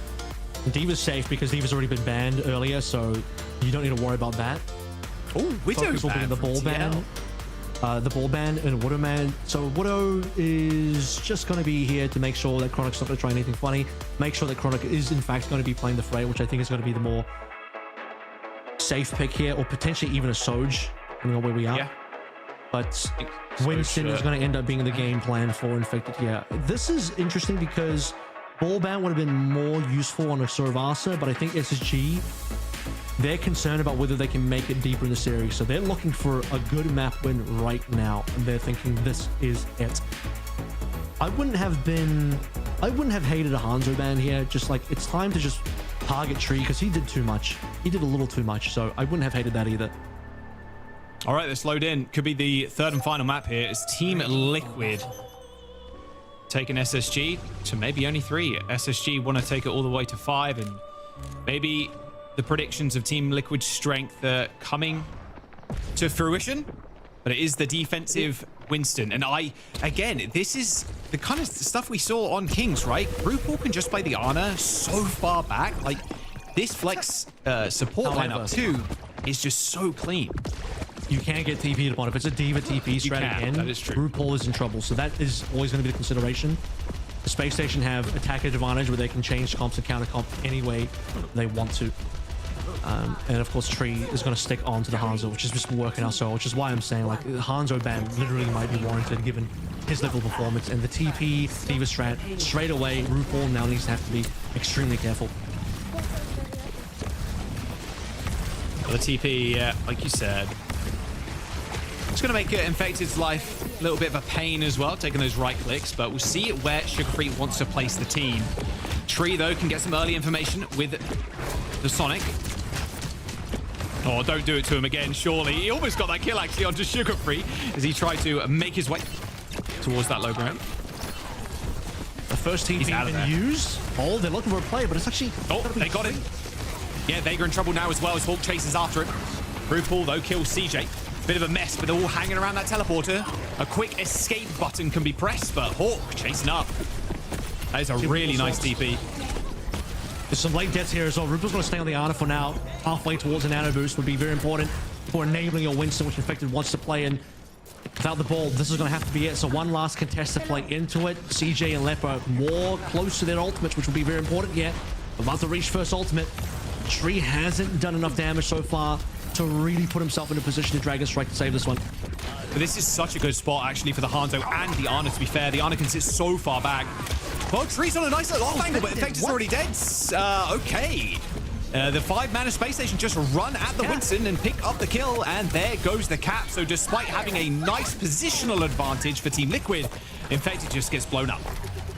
There it is. Space Station Gaming are doing a good job just navigating through the TP plays, snowballing their way across the map. Infected being the player that actually land on is very curious. Must have been flashbanged and they just burned. And of course, RuPaul not in a position to save with a nano. Might have been blocked out in terms of damage as well, or rather healing LOS onto Infected. Not too sure what the nade was. There's Nano. Now the Nano's going to come in. Oh, hello. Counter dive there onto the teleport. Beautiful stuff, but I think damage is done. Tree and Chronic end up trading sound barrier for left as Infected looks for another target. A pulse bomb from Zera connects with Sugar Free. As Zera now just chasing everybody up. That was really intelligent and Infected there. He ends up dropping out of the window, going back through the door, looking for the teleport. Sugar Free and the rest of the gang TP up to high ground to try and catch the backline of Team Liquid. And Infected earns himself a primal rage for that too. Space Station made that cheap though, and Hawk looks like he's gotten out alive, so he doesn't lose his mech, isn't forced to remech, doesn't get staggered. They only use the soundbite, which I don't actually think hit Chronic. Now the blast on Zera. Everybody TP'd away, and see you later. That attaching to the Tracer, normally such a good play, and a recall straight into a bullet between the eyes there as Zera goes down to Chronic. Okay, Space Station are online on Rialto. Because Infected dies that late, I mean, you now have to consider how you're going to touch this one and recontest. You just may have a cap right now. I don't know if Team Liquid can really do much about this. Tree's going to go in. Not touch. I knew. TP. Oh, whoa, he actually had a shot. Yeah, Zera got booped in actually by Hawk. Might not matter though, Vega's already dead. Primal Rage for Infected. Booping everybody away from that teleporter, but he's just getting burned, Avril. There's just no health left remaining. It doesn't even get to the mega health pack. This is another kind of speed run, I'm going to be honest. Look at the time bank. Yeah, this is going to have to be an incredible Team Liquid. Not only defense for the remainder of the map, but offense, because to match this, it's going to be tough. Infected's going to go towards Ram. You don't need to play dive. Probably not that good on the final point anyway. He's actually going to go Zarya. You know what? Zarya the Diva, obviously. The bronze strats, they work here. Ram and the Diva is probably more in Infected's wheelhouse. Haven't seen much of Infected and Zarya, so this is going to be curious in terms of what it's going to bring to the table. The Nano is going to be there as well. Might be Nano Blade. Tree's not far off. Just needs a little bit more poking, and RuPaul a little bit more healing. Such a nice corner to play on as well for the Zarya. Of course, very good against the Diva, as always. Zera could open this up with a pulse bomb as well. Nano boost applied to Tree. Has got the blade, waiting for the teleport, and there it is. Straight to the back line for Tree. Lep ends up pooping him away, though, but a good little reflect actually causes him to get the reset. Beautiful kill onto Sugar Free, and a third onto Chronic. You see how he waits for the TP as well. Takes the Nano, dashes in. Instant TP coming on through from Sugar Free, and then Blades afterwards to get the dash reset to then confirm everything else. And the speed boost was there by Lev as well. I think the boot was there as well, but not enough to stop Tree to find Team Liquid. He got the reflect kill onto Lev. It was one. It's the first team fight when they've had so far on this defense, and they need so much more of this because Space Station, a good time on Rialto. Rialto is a much more difficult map to cap than King's Row. Might steal the map. Yeah. Liquid's ult bank right now looking like my bank account pretty empty as Space Station Gaming have a whole heap of them. Both DPS ults, they got the beat, they've got the wall, they're just going to run this over. I mean, there's nothing really you can do here. Let with a couple, high noon on the point for Chronic as they sail this one in. Space Station with, for Rialto's, a 2 minute and 55 is absurd. It's fast, it's incredibly fast.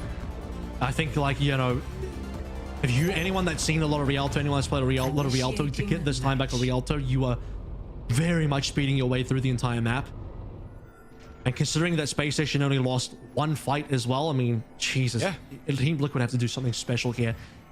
We're seeing now twice in a row this TP Diva strat coming on through on the attacking side of Space Station, working wonders. 2 minute time back on King's Row with it. 255 time back now on Rialto with that comp. And I think Liquid didn't respect it enough. RuPaul starts on an Ana knowing that he is potentially targeted. He wasn't even the first one down. Right. You just have very targetable backline members if you're going to play into a team that you know has run this strat. And beyond that, he stays on Ana for a long, long time.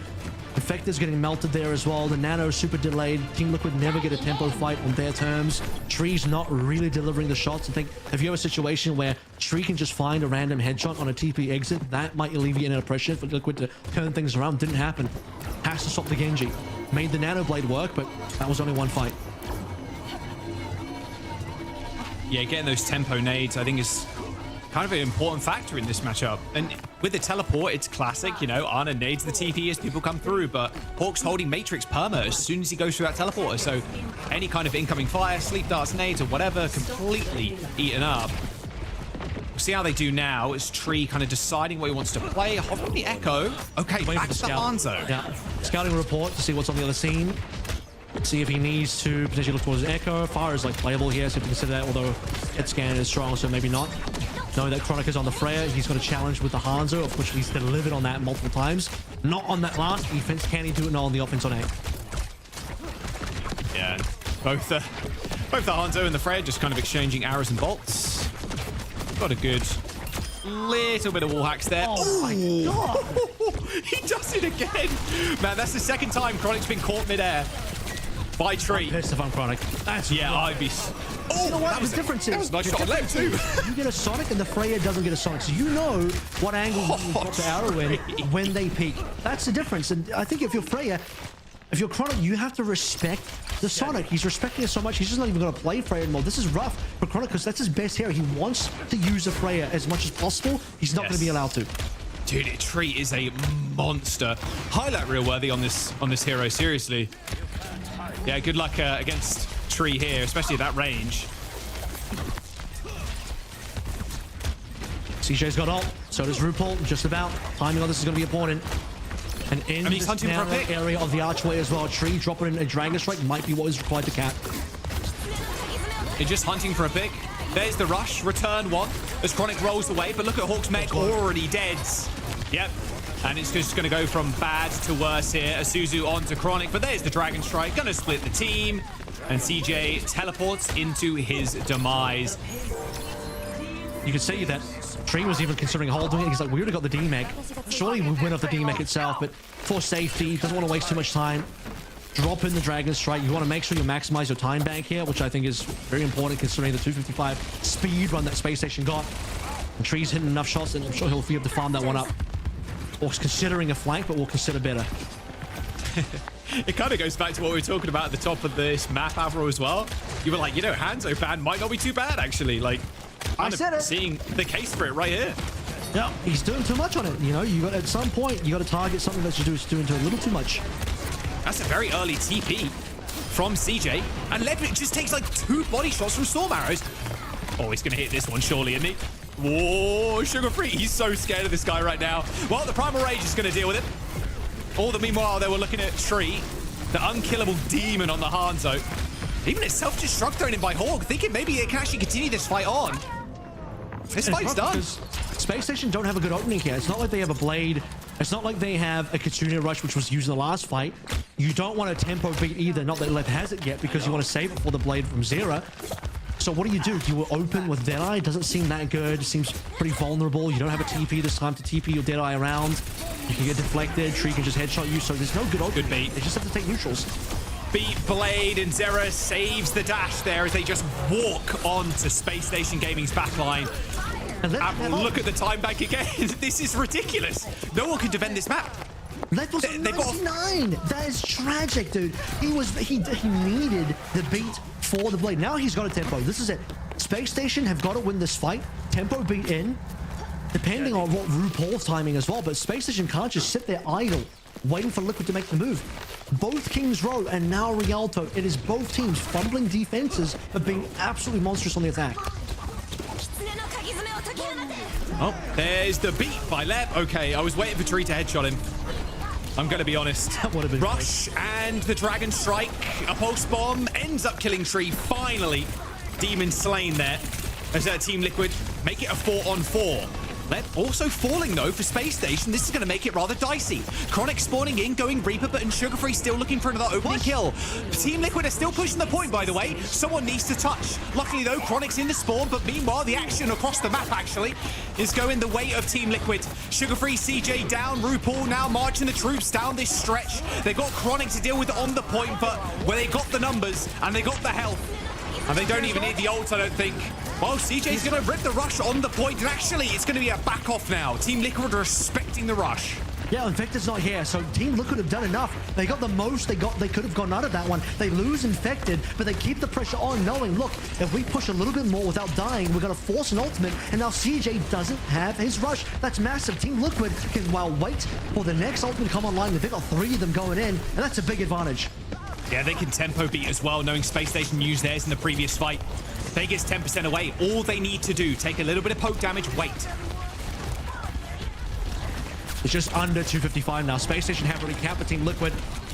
One more push and they can do it. The only thing you have to be careful of, Hawk doesn't... Oh, they know he's got beat too. He's in the bubble. That's a safety beat. Hits 5. Suzu used by CJ and the TP. The hunt for the Kiriko continues as the blade from Zera is popped as Vega finds the mark. Kiriko down. Hawk self-destructs. But unfortunately, it'll be him on another lifetime now. Straight to spawn. The team kill connects for Team Liquid. 2 ults to spare and a full cap on Rialto. I'll tell you what, Chris might be right about the 3-0 pending on how the rest of this map goes, but he's not correct about how many points have been scored. Both teams are getting giant point scores for every map. You're not going to see a single map so far, at least in the 3 maps that we've seen, with a 0-point holdout. Like opening Ilios 2-1, you had a 4-3 on Kings Row. There's about to be potentially another 4-3. This most likely ends on A. You don't have a lot of time to get past A. Any team that can actually cap A, the team attacking first here, if they actually get A, that's enough to win. Genuinely enough. And it should be, if I'm not mistaken, I believe it on Team Liquid attacking first, they have the less time. So both teams have had great attacks though, Jack, and poor defenses. Yeah, historically that has been the case. Their A hold on extra rounds on Rialto has been so many legendary like Overwatch League moments. I mean, going back to when this map was even released. Space Station now on the defense.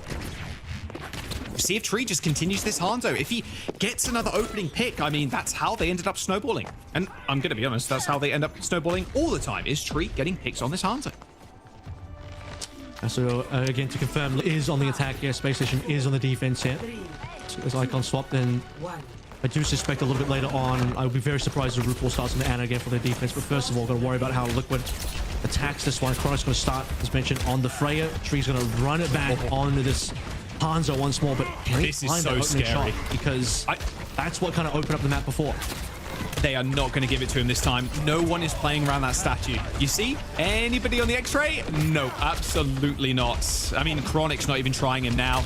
Very rarely is he peeking up and respecting the Sonic Arrow, which is what you pointed out. Lep's played so safe. He hasn't even really got any damage done yet. Too much healing there as well. Space Station Want to be able to play the high ground, low ground of the D.Va, playing this corner. This is where they want to hold. So far, they haven't allowed any major shots from Tree to find its mark, because that would be the Sugarfree's low for Team Liquid. Sugarfree had to recall there. They could just got on chase. Luckily, though, left with the boop away onto Infected. Infected is pretty low, but high ground control for Tree as Tree kills Chronic again. Slow push now in for Team Liquid. You've got to save Tree, though. Looks like there's enough support to keep him up at 100% HP. A couple of body shots there onto Sugarfree as now the push can continue. A kill onto left. Tree finds another. Sugarfree bites the dust. And with 40 seconds in the time bank, this A cap looking good. You just need to get the respawn. Oh, the snipe! The snipe! He has the ultimate. He must be the one to survive. How is Space Station going to contest this one? Hawk has to throw his body on top of the point and wait for CJ. They need the rush.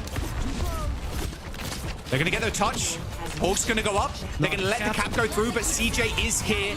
He can play on this corner, but here comes the early rush from Team Liquid. They're looking for Chronic, or at least Tree is. Dragon Strike available as well for the Hanzo, as Hawk gets instantly demeched. Payload now pushing, overtime approaching. Oh, they're just going to go for this too. I mean, you might as well.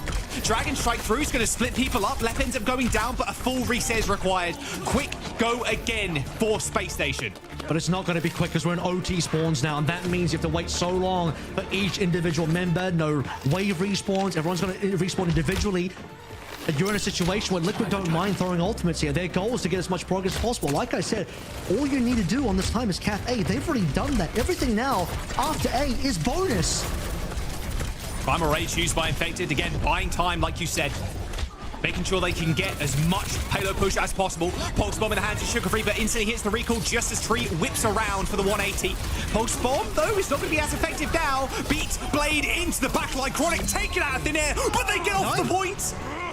No, they Infected and Team Liquid get off the point. A Beat Blade with Chronic dead. That is, you have to be touching there if you're Team Liquid. That is a certified C9. I think they could have capped as well.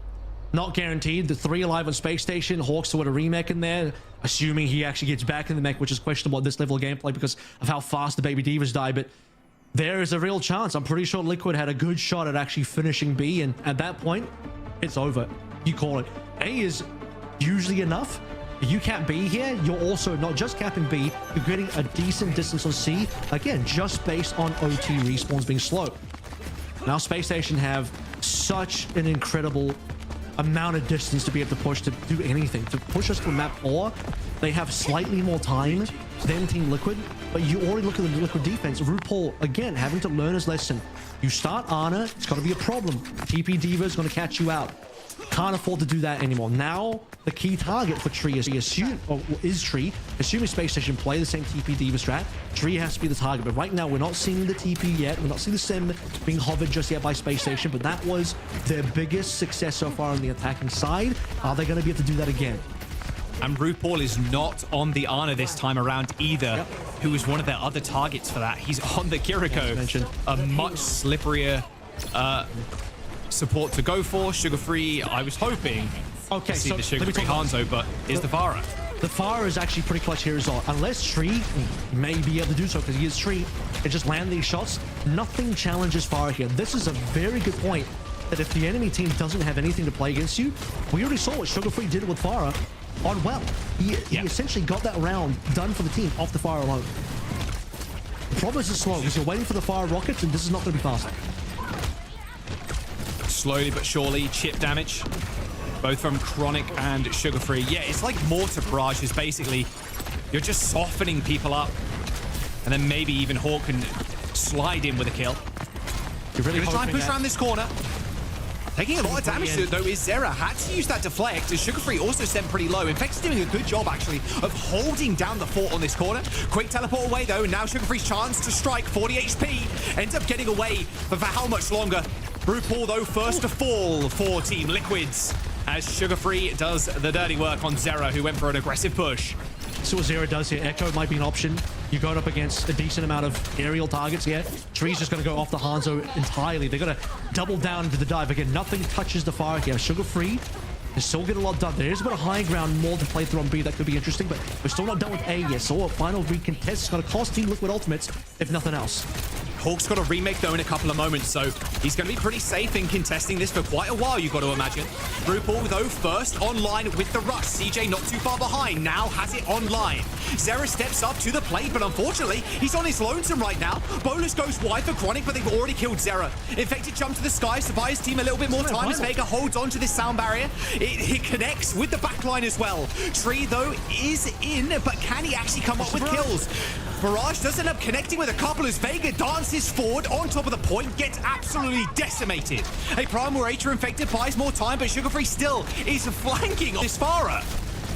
They're going to get infected down. Zera's low HP here as well. He's so low. Still alive. They're not going to be able to cap it. Finally, they do. Here's the problem, though, for Space Station. Unlike what we saw at Team Liquid, first of all, this took longer. Second of all, a lot of ultimates have been used. Much fully be able to snowball through, and Infected's even going to swap over to the D.Va to deal with Sugar Free. Zera Blade versus Let Beat. They've got the perfect answer. Has to stay alive, but has to be Payload Princess for the time being. Looks like they want to try and go first, though. Infected, though, going up to the high ground, and, well, there's the plane. There's the beat. High ground, though, for Zera. Saves the dash. Uh-oh. Farah's in trouble now. Sugar Free just torn in half, but overtime is still ticking. Chronic finds a double. The backline now for Team Liquid dead. A pulse bomb thrown out by Tree, but it gets absolutely squat as Space Station Gaming are going to continue their march onto second. Zera may have pulled Blade too early, though. The green HP from the beat was still there. He does get kills. This is going to be costly for Space Station because they can't get off the payload, and they're waiting for respawns. Good news is CJ can teleport. Where's the touch, though? Team Liquid, they need to get in right now. Payload is about to cap. Self-destruct for Hawk, and this C9 is going to haunt Team Liquid in their nightmares for quite a while if this cap ends up coming through. Bolus available from Chronic, but a little bit too risky to fire out willy-nilly, considering the mech available for Infected. There's the rush on the point now. Should be an overwhelming amount of force for Space Station. There's still RuPaul needs his. He ends up teleporting forward, but the connection with the Bolus connects with Vega. Now RuPaul in a disastrous situation, but Zera ends up killing Sugar Free, but the mech is destroyed. Infected now. Baby D.Va form on the point. CJ cowering in a corner, but kills Infected. A remech for Hawk, and a 3v1 now as Tree is torn up. Vega is the last to touch, but Space Station Gaming managed to cap, taking us to a map 4. Absolute cinema finish coming through from Space Station Gaming, and now this series is delivering. 3-1 indeed is the minimum scoreline, but we could even go to 5. These guys are going back and forth. These defenses basically non-existent, but the attack phases on both sides absolutely overwhelming. And now you got to talk about it again. It's the C9, Jack. That C9 from Team Liquid, when they, in my opinion, had a good shot at capping B, it's going to come back to haunt them massively, like you sort of mentioned there, because that is the final distance. That is where we end up. And if had they capped B, might be a different story. Had they capped B, I don't know that Space Station can actually win this map anymore. But what a monstrous attack, and a very last minute call as well from Sugar Free to say, you know what, Farah might be the answer here. You know what, we won with Farah on Ilios. Let's do that again. We know they're not going to have anything anti-fire to start with. We have attacker's advantage in terms of comps. We can counter comp them. Yeah, it's going to be a little slow because you're waiting for fire damage to really be able to lock in. You're not going to find these one-shots like Tree is able to do on the Hanzo straight off the rip. And it did cost SSG a lot of ultimates and a lot of everything to even cap A. I mean, that A cap was not easy, but Sugar Free on that fire was untouched for the longest time. Now, what a finish. That's crazy, man. Amazing, man.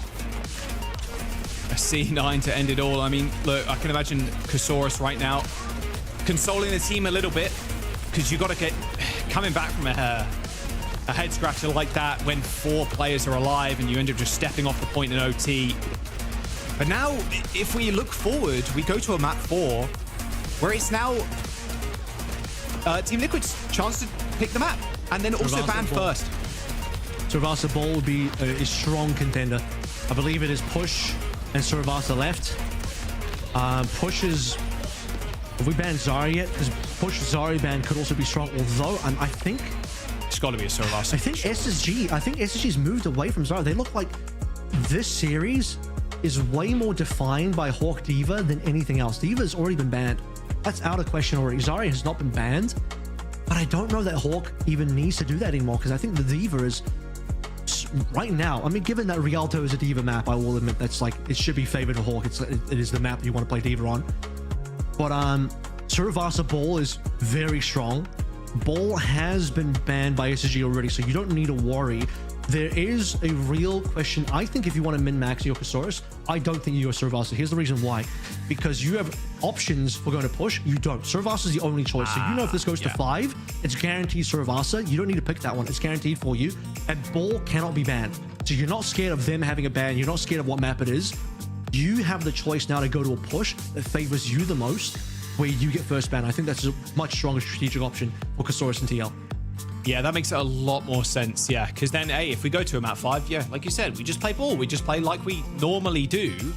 Let's have a look where we're going. And it is going to be a new Queen Street pick. So, yeah, right on the money there, Avril. Yeah. Team Liquid now banning first. Now, where do you head to the bans? What does Team Liquid target here? Well, Diva's gone. I still think Zarya ban could be a reasonable one. We're pretty deep, man. This is the thing. You're map 4, and bans are starting to...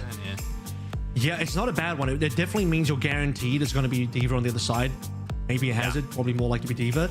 And then if you're infected, you don't even need to think about Ball. You can just start on your own Zarya, or you can start on... Actually, no, you couldn't because it would be a ban. You can start on Ram, actually, because knowing that the other team would probably be on a Diva. But honestly, I think bring the ball back. I think this is a great ball map. I think TL know exactly how to play ball. I think they're one of the... Obviously, they're one of the strong ball teams in NA because very few other teams can do this. It's just Cuffer and Infected, really, that can bring the ball. So, bring the ball. Ban Hog. If you want to make the ball work, because you maybe... Or save Hog for the final map. Well, you can just win now. I think Hog needs to be banned at some point because Hog is a big ball counter, assuming you want to play ball. Banning, I feel like Hog might be a better ban on Sora Vasa though, no? Because like it's all about space control on the point. I feel like it's a better It is, but then unfortunately you're doing the thing where like you're playing to win map 5, not playing to win map 4. So the TL ban, they want to target ban. Oh, they want to target Chronic. Yeah. To be fair, Chronic has been forced to basically one-trick cast today. He's tried to play some Freya, but it's been kind of a mixed bag. The Ram being banned means that I think we're going to play Diva. SSG want to play Diva. Yeah. Because they're banning the Ram away to enable the Diva would be my... Although, Infected's also played the Ram in response to Zarya as well. So this opens both Zarya and Diva for Hawk. This is a strong look from SSG. I actually prefer their ban, and I'm not too sure if Liquid min-max their ban enough. However, they do save the Hog ban for map 5, which is good. However, then you have to go to map 5, which means you have to lose this. Yeah, which is not ideal, but... In long series like this, bans really do... you can't like use all your bans straight away, right? You can't be blowing super important bans for different game types that early on. And you also can't play to not lose, if that makes sense. You have to play to win, not play to not lose, which means play to win map 4 rather than be like, well, let's just see what happens on map 5. So there is that argument as well. Although that being said, I still think, obviously going a little bit backtracking here, saving Survasa as the final map and picking New Queen Street or Esperanza or Push is better just because you know you're guaranteed Survasa. So there's no reason to pick it for you right now if you are Team Liquid. So decisions need to be made here. Ball has been selected. No cast on the other side, which by the way, even if there is a Hog, at least there's no cast that you have to play the ball into. All right, there it is. There's the Infected Ball and the Tree Soldier. We've seen this once before. Tree on Soldier. Would have been a huge risk if Hawk started Diva, but because Hawk starts Zarya, I think this Soldier actually has good value, and there's no TP. He's read correctly that there's no TP play. I think TPing on top of Soldier is viable. Infected trying to go for a cheeky boop here as Hawk tries to take space. Infected's 1 HP. Needs help. Yep, no help found, unfortunately. 404 there. Space Station, that's a very early fight.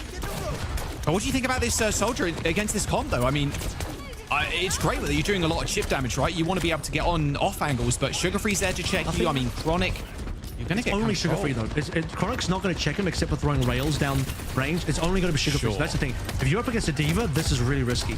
Because there's no Diva, this is also one of the better ways to just guarantee damage on top of the Zarya as well, which super reliant on bubble cooldowns. Ignore the bubble and just wait for the cooldown and just shoot him again. But then again, this happens. Zero dies, and now Space Station are going to be threatening Cap very, very soon. I don't love the Soldier in comparison to some of the other options. Soldier's one of the classics of New Queen Street, going all the way back to Overwatch 2 release. Yeah, oh my goodness, that's a bit of a throwback. Chronic, though, with 2 kills already, is kind of almost capped this point for them. And in fact, I think that's going to be a cap. Yeah, it is. Yep. 2 kills for Space Station. Bro. And that's a cap. Make that a third. That kills At minute 30 and they got a cap. Well, Team Liquid got to do some contesting. They need to start playing this game. RuPaul's very far behind CJ. I mean, far enough behind that CJ can let this rip and it'll be a bit of a problem. They're just going to go towards Winston now. They're not really... That's a little surprising. I don't think ball was a problem at all, but... Maybe me thinking about more consistency on the Winston. Winston's also going to eat a bunch of damage. They can just rush up the hill, bro. I mean, look, they can TP, hit the rush, and then just kill. I mean, at least they've killed Chronic. Sure, Infected just so low, though. He's 1 HP. Ends up flipping the back, but they're not look touching. at this. They're not touching. Space Station, yeah, they're not touching, and Space Station are free pushing right now. Infected eventually jumps back in with the help of Zera, creating a little bit of space on the Tracer. They've got a rush of their own, of course, but they need to be able to use this, like, effectively. But getting it on the stretch here, looks like a sound barrier for Space Station is going to be in response to Infected diving in again. 88 meters, you're happy with that off the first push. Absolutely. I mean, that's disgustingly good. 1 minute 30 for a cap. 2 minutes 30 for 88. You nearly hit triple digits. Like, oh my god, because Infected got so low, they flipped the map. But if you flip the map, you're not contesting payload, which means SSG is getting alone time, pushing it to 88. That was not well played by Liquid at all. And I still think the ball is fine. I'm a little surprised he got on ball that quickly, but here we are now. It's going to be Winston and everything else. Visor from the distance. Oh, Visor, a little bit of damage. Oh, Sugar Free couldn't get out. Unlucky. A little bit of extra damage on top there. Not sure Chronic can survive. No ult rip, though, from Chronic. Didn't want to use that desperately. They're trying to catch CJ. And Hawk 2 loses all that energy and gets a later respawn there as Liquid now finally gets some push. Yeah, every kill the Zarya is incredibly good. Just resetting the energy every time. Grab's going to come on through now. Difficult for this grab, by the way. Like, it's unless you're just face-to-face with the Winston, you're never really going to catch the backline unless they make a mistake. You don't really have the capability just to drop the grab onto anything. The down range is not going to be good at all either. So, to me, this is a big Chronic fight, for sure. Sound barrier. Leb's in trouble. High ground control for Chronic has got a good feel of the battlefield right now, but Leb ends up going down. A little short hop there from Infected, but Chronic now jumping to low. RuPaul went so aggro there to try and deal with the Sojourn, but it doesn't really seem to matter as Zera. Oh, he's tearing him up. He's got 2 already. Sugar Free at least kills Vega. A little bit of comeuppance there for Vega, but an unbelievable clutch. A checkpoint secured as well for Team Liquid. And there was more ults on Space Station, but they never got a chance to use them. We thought the fight should have been over, probably. OC from Chronic. Space Station have the space. RuPaul dies, trying to face up against Chronic, but then Zera, when the dust settles, is the winner of the fight, and he gets the cap for the team. Oh, what a stick as well! Suzu. Oh, Bubble used Suzu, but Graviton Surge straight on top of Infected. Used that Primal Rage, but he's just getting melted in the sky. Probably wasn't even worth even using that, to be fair. Space Station, though, they do end up using 2 ults. It's the only way you're going to get a kill with that grab is on the Winston. You're not going to catch anybody else unless they make a mistake. So, unfortunately, Space Station have to use these ults in their own side of the map, which means all they get to do is pop ults to get payload back in control. They're not able to use ults to actually claim distance, which they're still ahead, but now the gap is closed. 61 to 88. After time still remaining, Team Liquid have done enough to close the gap. Not flipped yet. Puts the pressure on the Space Station. They're looking for a good double ult situation. Vega does not have beat. That's going to be critical. CJ with a rush. RuPaul just earned his. Waiting, slowly biding their time, but time is against Team Liquid right now. There comes the rush. Both of them, in fact. Oh, Tree's in a little bit of trouble. Space Station Gaming actually going to use both support ults. Use that beat as well. RuPaul has got that swift step in a couple of moments there, but needs to actually get kills. Needs to provide space for his team at the very least. As Infected now tries to separate the squad with a bubble, but RuPaul gets chased down. Just noted by Sugar Free that he already TP'd away from him. And this is Space Station Gaming taking control of this bot aggro and getting even more lead. You might be able to get triple digits here, but the respawns are... No, you're not anymore. Unfortunately, no C... Oh, hang on. One kill is good, but it's a 4v4. CJ only just spawned, and he's on the wrong side of the map. So you got to get 97. No triple digits confirmed. Team looking at all the rest of their plays, and you have to respect the Zero's got to close respawn. So the one kill to CJ prevents 100 from coming in. Also got a comment. Space Station waited so long. I don't know what they were waiting for. They're double support ultimates. I don't know if they didn't realize what Vega's ult charge was from. Oh, what a pulse from Sugar Free. Vega and Tree were trying to dance around him. He ends up just getting schooled. Sugar Free's going for another one, in fact, and he gets it as well with the help of Lev.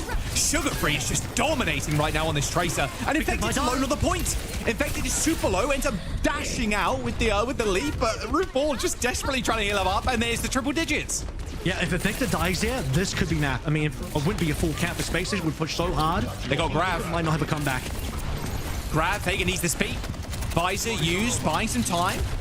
Tree, though, can't play too far up with the risk of just getting grabbed. In fact, this could be even a two-man here. Sound barrier used from Vega. Grav sent in by Hawk. Okay, they had the emergency get out of jail free card button there, but Team Liquid still need to gain the lead. This fight isn't exactly one-sided. They're still losing. Honestly, I think trading Grav for beat, excellent trade for Space Station. Gaming Hawks don't go over towards Diva instead. Enough Zarya gameplay. Knowing that Infected is just going to be on the Winston. Yeah, play the Diva. You know you've been winning on this comp. You know you've been winning on this hero. But the reason why the grab trade is important is, well, you're swapping anyway, but also you get rid of the beat. And now, once again, Vega is going to be behind the 8-ball. It's double support ultimate's about to be online for CJ Lep. RuPaul can match, but Vega's millions of miles away.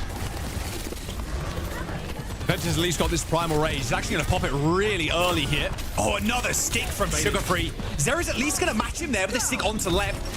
We'll see if CJ actually ends up using this ult, because with Chronic using this overclock here, they can push Team Liquid all the way back. So all that progress getting completely denied.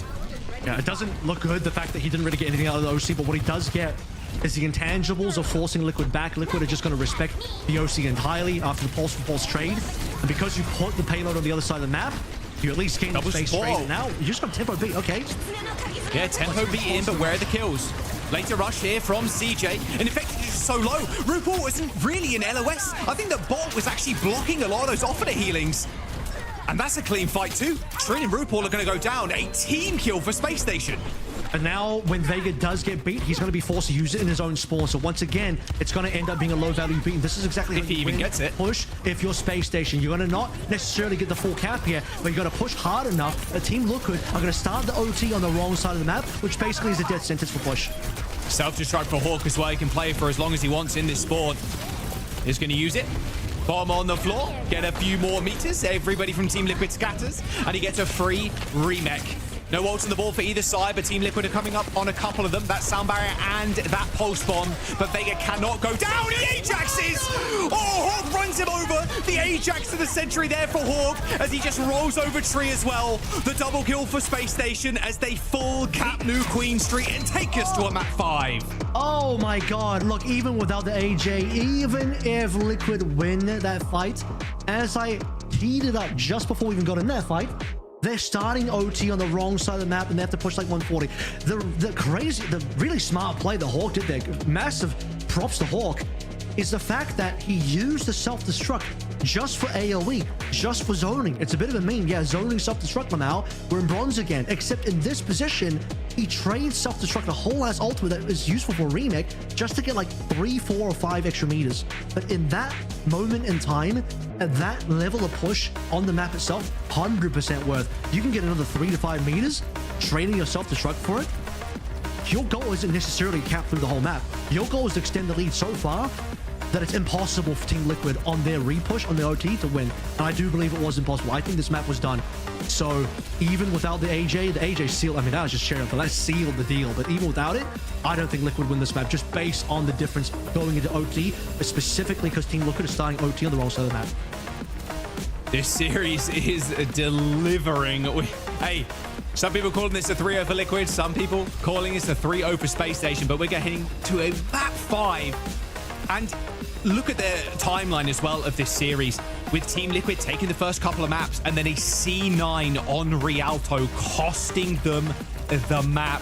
The Ajax here in 4K as Hawk runs over Vega.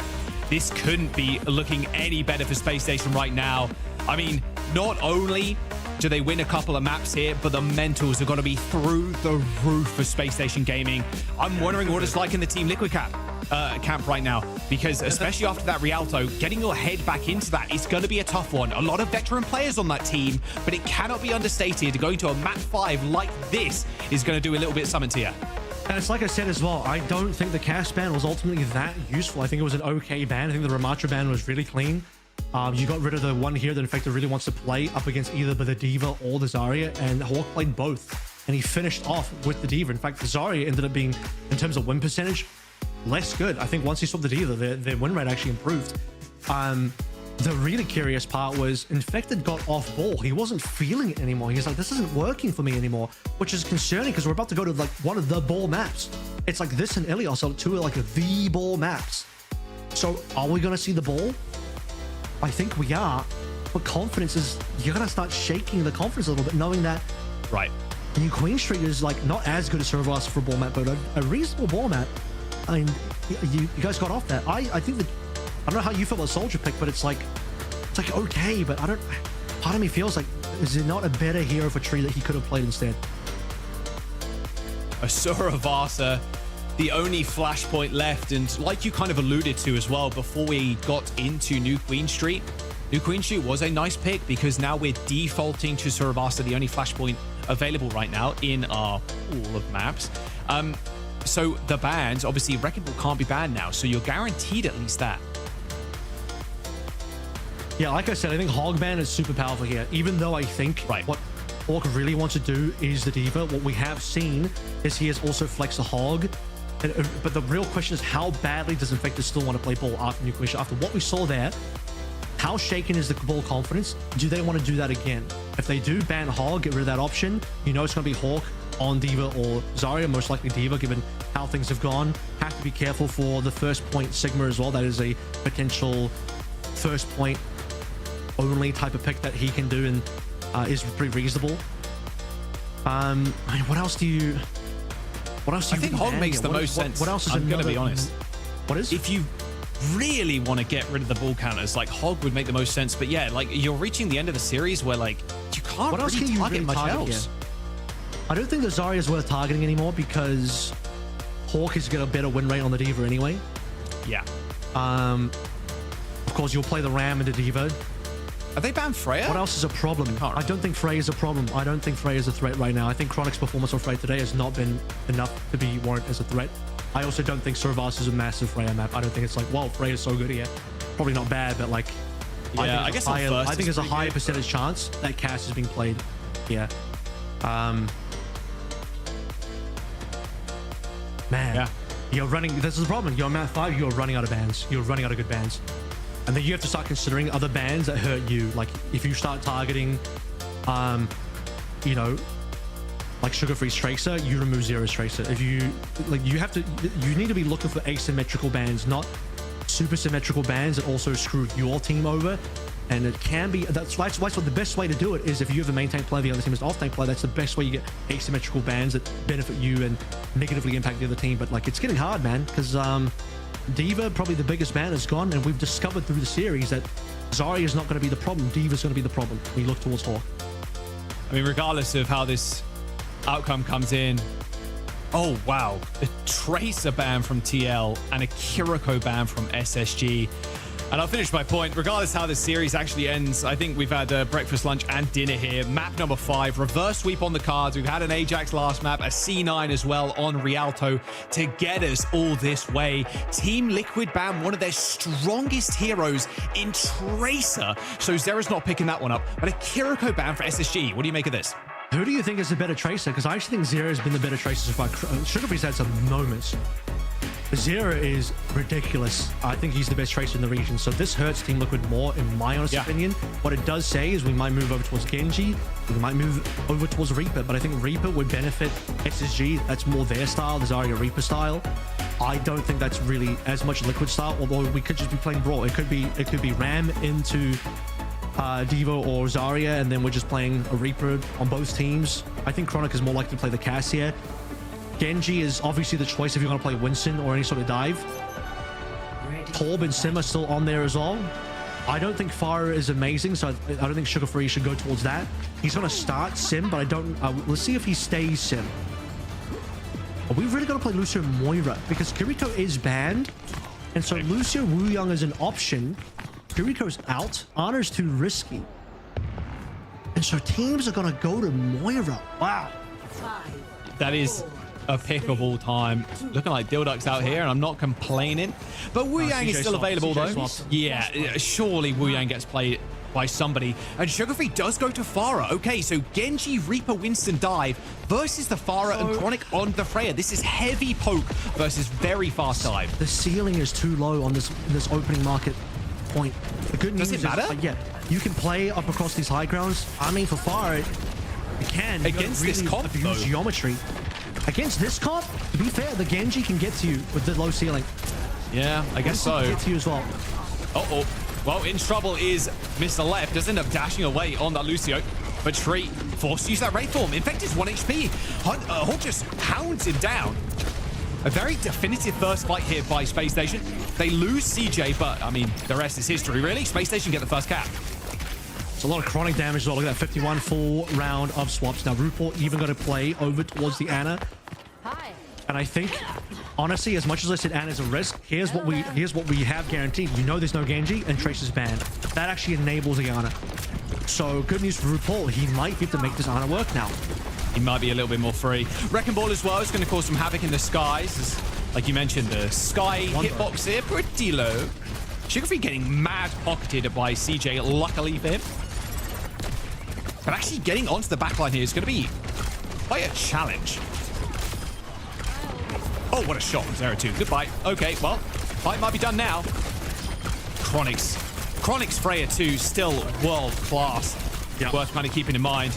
Yeah, RuPaul dead. This is a fairly easy and trivial first point for Space Station. Goal now for the Liquid is to start forcing some ultimates out of Space Station, make it expensive for them. Percentage chance that you actually win this third point is decreasing by the moment. Unless Tree, 0%. Somebody gets an incredible shot on there, you are going to touch for a contest. No, you're not. They're too far away. Okay. RuPaul, they're swapping again, Avril. Infected now. Ram and RuPaul on the BAP. Yeah, the third hero for RuPaul. And Infected. Yeah, it's looking rough out here for Team Liquid. I did say, look, Ram is going to be Infected's answer to the Diva. He actually wanted to try the ball first. I'm like, I don't know. If you want to do ball, commit the ball. This is what I was saying on New Queen Street at the end as well. It's like, it looks like they're losing on ball now. Maybe they don't want to play the ball anymore, but they decided to come in for a couple fights of that anyway. And now, because no ultra force out of Space Station, they're going to have the full suite, full house, all 5. There's the blast. Oh, the tidal blast actually attached to Sugar Free. RuPaul goes down to a rocket barrage, and that is CJ and Lep dead, however. So a lot less healing now available for Space Stations, and the Infected just plants himself on the point and takes the fight to them. Team Liquid, I really needed this cap. Falling behind in this series as for the first time now, Space Station with that 1-0 after the market cap. They're actually in the lead. The series, obviously, we're both 2-0 on both teams match point. Liquid's opportunity to start building some of these ultimates. You do know, by the way, Lep did die in the previous fight. He's been slowed down heavily on this ult charge for the beat. The point now where, yeah, I don't think Zero's going to get it in time for the blade without the beat on the other side. But yeah, I mean, Lep should have had a beat a long time ago. Hawk with the remake 2, Lep with the beat, trying to amp it up, get in there ASAP. Looking like towards the Genji right now, the sound barrier from Lep. My word, that was close. Hawk eating the bolus too as the blades popped by Zera. Looking towards Hawk's mech right now. Can't unfortunately eat those with the Matrix. Zera does end up dashing away though, but they've still managed to force the remech out of Hawk. So limited ults to Space Station, make that a big fat 0 in fact, as RuPaul uses the window for a little bit more of a defensive play here on a very strange off angle. Actually finds Chronic and goes for the 1v1 in the skies and wins it out too. Equaling up now, 100-0. Team Liquid. It's the D-Mech. Strong for the second point. A D-Mech as well. To be fair, they can't... Okay, I was going to say they can't stagger him because he went on the point. They haven't finished capping yet. If they finished capping, that would have been a disgusting D-Mech into a stagger. This is unbelievably close, Jack. This is about... We could just go into all 5 rounds on all 5 maps here as well. Infected Looking over towards his annihilation in the next fight. A really nice opening. They're getting them point control. Are they comfortable, though? Is this the comp that they just want to run through with? 100-0 on that one is at least going to fill them with confidence going into this next fight. They have capability to start dealing with some of the big threats now. Chrono down range, Sugar Free in the air. Bro, Sugar Free is 1 HP. Lucky Zera didn't have the dash there at all. But they get to Hawk's mech again. Oh, and they're going to Annihilation too. Wait, what? Infected just gets focused down mid Annihilation. They do end up trading, and there is a Tidal Blast available for CJ too, so they can just run on in if they want to. Sugar Free's got this barrage too. Are they actually going to want to pressure them? Hawk eventually gets the remake. He's half out, but he's here. Space Station. There it is. Tidal Blast on the Farah, straight to the back line. RuPaul ends up going down, but Tree snipes Sugar Free out of the skies. They're still in control at this point, mind you, a Liquid as Infected comes back on the ball, but quickly dealt with. This is going really poorly, kind of for both teams, because Space Station what are these picks? should be winning right now, but Liquid are not giving up the point. It's a very late flip, and with a late pick on a Chronic, Infected coming back on the ball, second life on the ball now after he just died previously. Team Liquid might be able to get a counter flip. Yeah, these random picks are insane. The counter flip's going to come in. Tree's on a good off angle too. He's going to have the bolus in hand, and Vegas nearing this sound barrier. A very, very quick cap from Space Station. Doesn't really result in much. 20% or thereabouts. Like, okay, sure. A nice double connection there onto Sugar Free, who's sent really nowhere. Now they're going to push into the back line. Sugar Free taken out of the skies as Zera just jumps over the veranda. Takes care of a Lep as well. This is going to be point here for Team Liquid.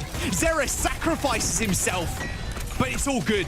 Team Liquid have control, and the likelihood that someone touches from Space Station, a clean touch of that is going to be slim. Self-destruct to go for the remake, but Hawk quickly dealt with. No one dies in a 4-man sound barrier for Space Station to keep them in it, but Team Liquid, they've got the perfect answers to deal with what is dealt by Space Station. There's only a couple of moments left before the point gets capped, as Team Liquid have got ults to spare as they get this 1-2. Yeah, and they wanted to make it expensive. They made it really expensive. Team Liquid had to blow a couple of extra ults there, but Space Station made a genuine concerted effort. I think their win percentage chance of actually making that comeback happen on that point, very low. 85%. Hawk is gone, has to fly back in, burn stuff to strike very quickly to buy some zoning space. But what you cannot afford is to give up that point and allow Liquid to walk onto what could be the final point of the map and the series with 5 ultimates. Liquid have 3. Mines very strong here on the opening. By the way, Zero Blade, no defense, no beat. Slam, Mines, quick teleport away. Look at that, but they're split up completely. Zera, oh, he got moved off the map. He luckily, though, manages to climb up and has actually spotted CJ, who's now alone and isolated without a wave. A couple of nice reflex there from Zera as Lep and CJ left on an island, and they are drowning as Team Liquid run over Space Station are going to get the cap first.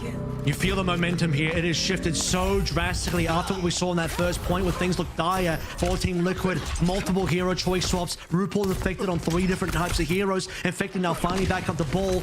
These last 2 points have gone so well. We all even got that 100-0 on Palace as well. And now Liquid, first cap as expected with ult advantage on what could be the final point. Space Station still looking for an opening. Surely another slams here. Infected waited to maybe bowl people off there. He's coaxing them in. A teleport, though, they're not even going to give him the chance. They slam down on the TP as the bolus gets sent in, and that is large damage. Infected just teaming up there with Tree's ult, and they just eviscerate them. I mean, that push wasn't even close. Space Station on their last limb now, Avril.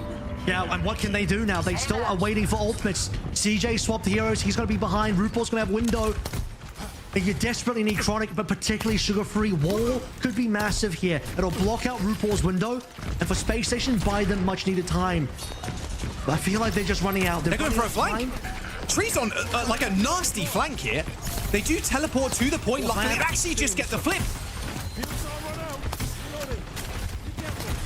No ults used just yet, buying time. Chronic and Sugar Free waiting for their moment here. Now it's Team Liquid. They have to be the ones to go. Window first. They got wall as well soon. Window used by RuPaul, and what an angle.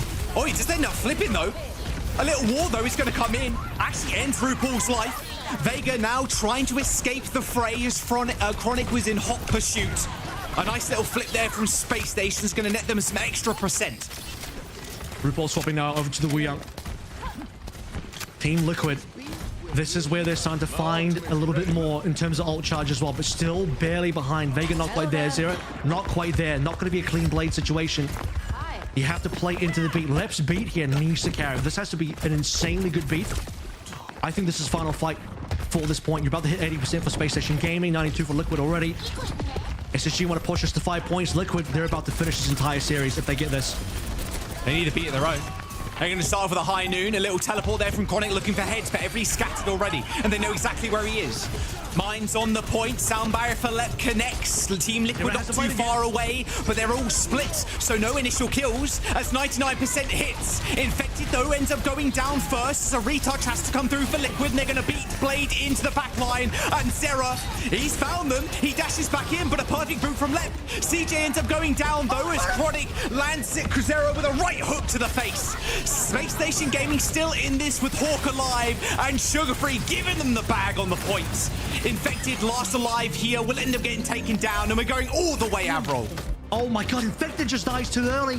But then you also have the tempo beat from Lep, which I thought might have been critical in terms of you could lose the entire series off that one beat alone. Zera's waiting patiently. He's thinking, okay, wait for the beat. I'm going to get my own beat played in. But a perfect TP from Sugar Free allows Space Station to completely rotate around the beated Blade. And then Chronic gets back on the point and gets a double. Unbelievable stuff. Insane clutch from Chronic. Big TP, Tree's waiting for him. Bowler's eaten by Hawk. Amazing stuff. Survives too, because thanks to the lamp. RuPaul focused down by Hawk as Tree tries to escape the massacre. That is that teleport play. Infected at least ties this one up, but still Hawk is alive, but actually gets demeched in the end. Chronic though with a big kill and a remech for Hawk. It might just guarantee Space Station this first cap. First cap indeed found. Team Liquid backs against the wall now. Pressure is on. This is where it really counts. How experienced really is your team? A pivotal moment in the entire series will be an SSG reverse sweep in this series if they can win it right now. And you better bet Chris will be gloating all over Kasaurus. Ultimate's available. Did I? High noon. TP can TP back down to low as well. There's the deflected. Oh, the 90-degree flip there from Chronic takes care of Infected with the high noon, but they've still got a lot in them. They're going to try and go for the chase, but don't want to be too over-eager. They end up backing off. Team Liquid, 40% left to try and contest this one. Space Station have nearly confirmed the win. And they thought that they might not even get a single point. At least that's what Chris said. They've gotten more than that today. CJ looking at ultimate. Lep's there as well. Vega so far behind. What else can Team Liquid do? Infected needs to live on Annihilation. This Tidal Blast. Does get booted away initially, but the beat connects eventually for Lep. No Ajax there at all. It connects with 4. Zera now is alone right now. He's at no HP. Annihilation on the point for Infected, but he needs to carry this, and they need to keep touching. Sugar Free and Lep do end up going down, and CJ's going to bite the dust with the rest of them. As Team Liquid, they get the cap, but at a heavy cost. Can you imagine if Lep got AJ there? Zera delivers the bubble and explodes in Lep's face. Could have been critical. Still, Team Liquid win this fight, still. But it did cost them an extra Annihilation. Liquid still need time to build up for Vegas ultimate, and it has to be the 0 to 99. On Flashpoint, though, we've seen it happen. It can, and usually, not usually, but certainly is capable of how fast that point ticks up. Space Station, waiting for the TP play. What angle are they looking for? It's a fakey, actually. CJ's going to have window. They're here on the point as well. It's going to be such a good opening for Chronic to get some kills. Cross off angle at the moment. Waiting for the group up here down. Another fakey. Look to get a lot of percentage. They need to do something. Oh no, they gotta go. Hawk ends up teleporting. There's the window on the point. Infected forced to pop the Nemesis form. Here comes the bolus, but perfect healing from CJ and a good lamp as well. Negates that ultimate entirely. Vega with the sound barrier surges them forward. Chronic, CJ already dead. They have to die now. They have to just go down. This is going to be the last touch here. Team Liquid, they get any stagger, and it's disaster for Space Station. 85%. Blade popped. Hawk staggered. 90% and building. And it's only Lep and CJ to touch as Team Liquid are going to deny this reverse sweep. Lep is going to be the final one here, but it's him against the world, and Space Station are going to rest amongst the stars as Team Liquid get the series now 3-2. Go Liquid, go. That white horse do be running to the finish line in first place, completely leaving everyone else in the dust. But this space station squad pushed Liquid much further than many would have thought, much further than I thought, much further than maybe even Chris himself, coach of SSG, had thought. But this was a totally winnable series by the end. A reverse sweep nearly found by Space Station, but Liquid will not be denied when it really counts at the end of the day. In the final moments, a 0-99 comeback required on that final point on Suravasa after losing 2 maps. The 4th map of that, New Queen Street, brutal loss as well for Team Liquid. But we had a close series the entire way through. We started with Lijiang Towers a 2-1, a 4-3, 4-3 finish. In fact, I think Rialto even went further than that. There was a C9 in there as well. Multiple captures, time banks confirmed on both our hybrid and escorts. And then all 5 points found on Suravasa. I mean, we went the maximum distance we really could have on this series today. I absolutely love that the gods granted SSG C9 on Rialto, then the massive Ajax on New Queen Street, and then Team Liquid looked so rattled at the start of Suravasa, right? It really looked like this is SSG, they're stepping up, and then even towards the very end, 99-0 in round 5, you'd think like this is SSG. The tenacity of Team Liquid to bring that one back from the dead, essentially. They resurrected the team. Incredible from both of these Unbelievable. teams. This was the match we wanted all day long. This mental is game it. there That was it. Is massive. So you touched on it, like the C9, you're looking rattled going into the next one. Yeah. You hit the Ajax there at the very end. Even with the beat landing, it might not have been winnable, but the chance there just is elevated if that beat ends up connecting. You go to a Suravasa, you go all the way to 5 points. Kasaurus, I'd imagine, just pumping his fist right now in glee, and I can imagine the rest of Team Liquid are as well in comms. Like, my God, this was the series we were promised, and it delivered through and through. I mean, look, Team Liquid, SSG, GK, they're all fighting for the top spot, but one thing can be said for sure, everybody has leveled up, and this is just a case in point. Yeah, I mean, according to Christopher, Kasaurus still lost his job since they did drop some maps. So, you know, you win some, you lose a lot still. Let's actually head to the DHL Daily Highlights to wrap up our day and also this series. Just take a look at what went down. We actually nearly didn't get a 5-map series in the sense that this could have been a 3-0 result. Liquid up 2-0. We had to look at him towards the potential reverse sweep, but every single map was close, genuine. This would have been a situation where if it was a 3-0, I would have said one of those lines like, yeah, but it's a close 3-0. It's one of those, you know, score doesn't blah, blah, blah, dictate, etc. But like now that you actually get the full 5 map, you can comfortably say that this series was just like tooth and nail. These two teams are so close right now, which is a scary look because SSG at the end of last stage, disappointing finish, didn't make the major. What a comeback. Despite losing this one, I think they can walk away heads held high knowing that they have the capability of taking down Team Liquid. And not a single map do I look at this and think and thought like, man, this is just really, really rough from the SSG side. Maybe the Sigma TP stuff on Lighthouse is a bit rough, but that was map 1. Everything else, I mean, for sure. 5 maps are just closeness, you know. I think what's crazy as well, Team Liquid end up banning the Tracer, their best hero, or one of their best heroes, right? In Zera, like, that was like a bit of a mind melter, I think, for SSG in a weird way, because Sugar Free had also had like such an insane series, and then Zera comes back in on the Genji and just kind of cleans up like an insane series. Look, it goes to a map number 5, but I want to just harp on what you just said there, like how close these two teams are. It comes down to map choices and bans, something we talked about at the very start of the series, and it's just point proven here. The amount of times Liquid swapped in that last map was insane. RuPaul and Infected they swapped 3 times within the first point. Like, ridiculous amount of flips. And normally, something like that, it's very hard to come back from because you're so behind in ult economy. But normally, when you see that happening, it's like it's a sign that the team is struggling to find their footing. Like, what are they? They don't know what they're playing right now. So, Infected end up swapping 5 times over 3 heroes, and with that, Liquid put themselves into 3-0.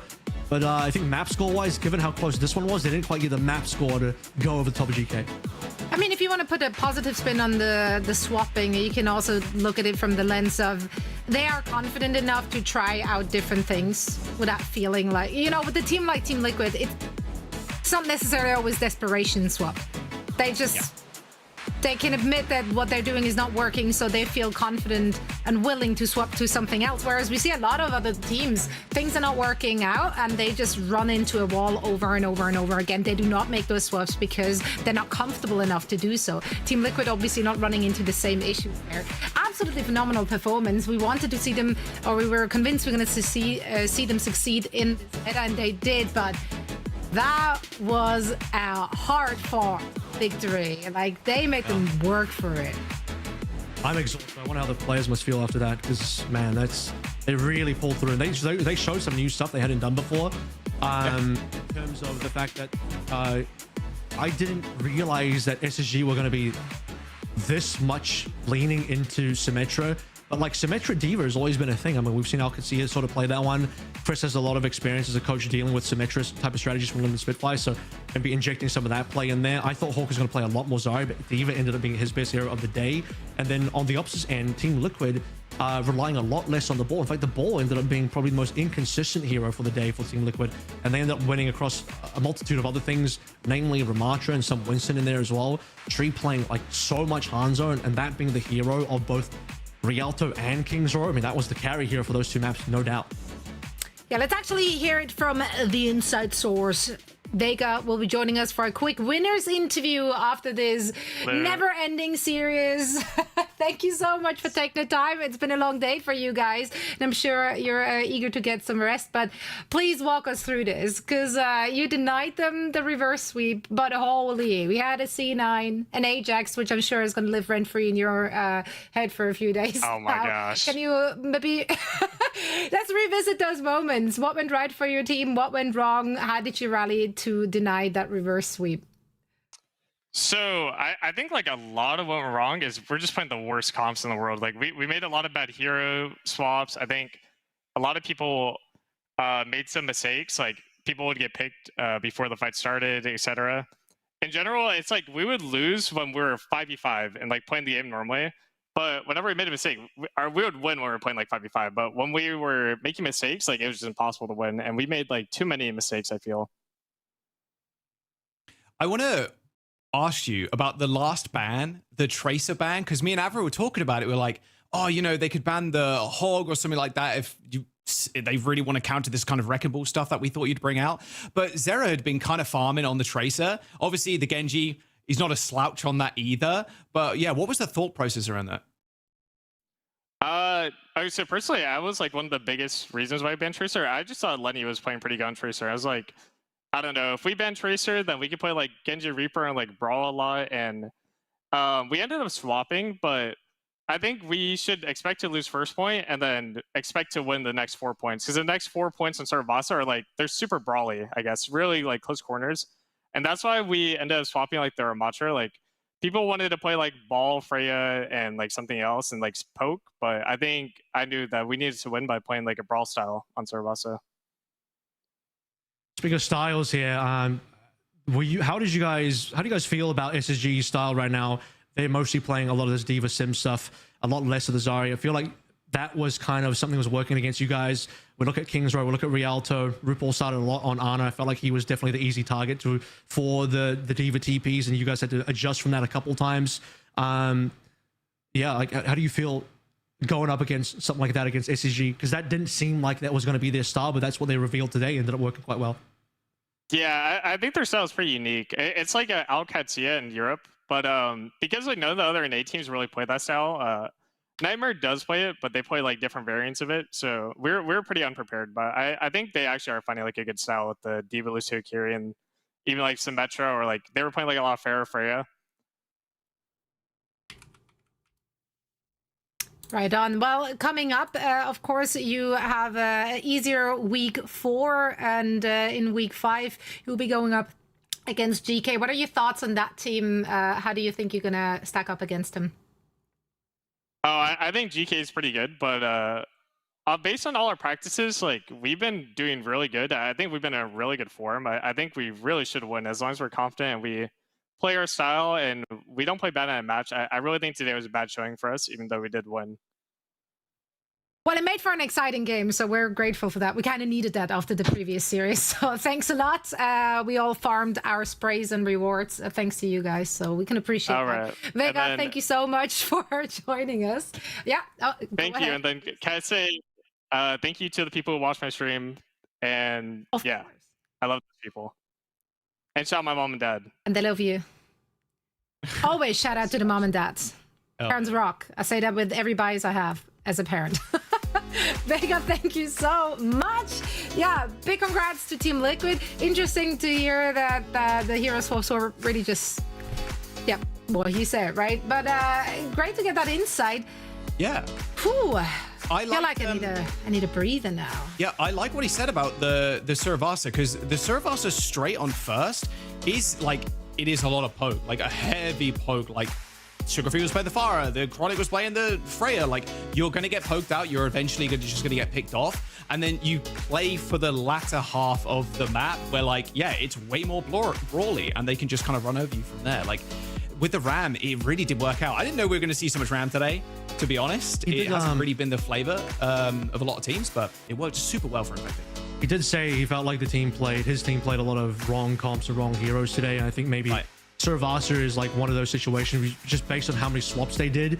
That is kind of like the biggest, you know, example. Like, what are we playing, guys? What do we really need to be playing here? Because Infected swapped like 5 times, right? So I think. Well, again, that is the result of them going up against a more unique style of SSG. I'm sure they wouldn't be forced into such positions by any of the other teams, really. For now, though, let's take a look at what's ahead in, I don't know where the sentence went, at what we're going to see tomorrow. Let's go with that way. Here you are, tomorrow's schedule. It's been a long one. Right, these are our matches. Which one are you most excited for, and why is it Dildox potentially getting their first victory? Dildox, they're gonna do it. Honestly, though, like the TM Vision game, kind of looking sick with Violet. I'm looking forward to that and Twitter one. So, but the Dildox games are always going to be fun. And then this is very much the like we want to be able to punch up tier, right? With Extinction already at 1-1. If they beat Sakura here, they're like solid 5th, maybe even 4th. So that's going to be a really fun one. Well, we talked to Z, and you know, as mentioned in the interview, double header for Sakura this weekend. Super winnable games. Would be a huge win for Sakura to go 2-0 this weekend. Yeah, for Z especially, that's just like one dub after another after the Calling All Heroes success that Z and quite a few other players actually from Team Z, I believe, had this week. So yeah, dubs around across the board. We love to see that. We're also very excited for all the matches tomorrow, but for now I'll stop holding you hostage. It's been a very long day. I'm gonna say bye for now. Thank you all so much for bearing with us through some of the difficulties we had, or rather the teams had. This was not on us. I'm just completely blaming all the players. Their internet's like washing our hands of that one. Avril, Jack, thank you both so much for letting me pick your brains. Big shout out as always to our production, but for now it's bye bye. Thank you all so much for watching, and we're going to see you again tomorrow.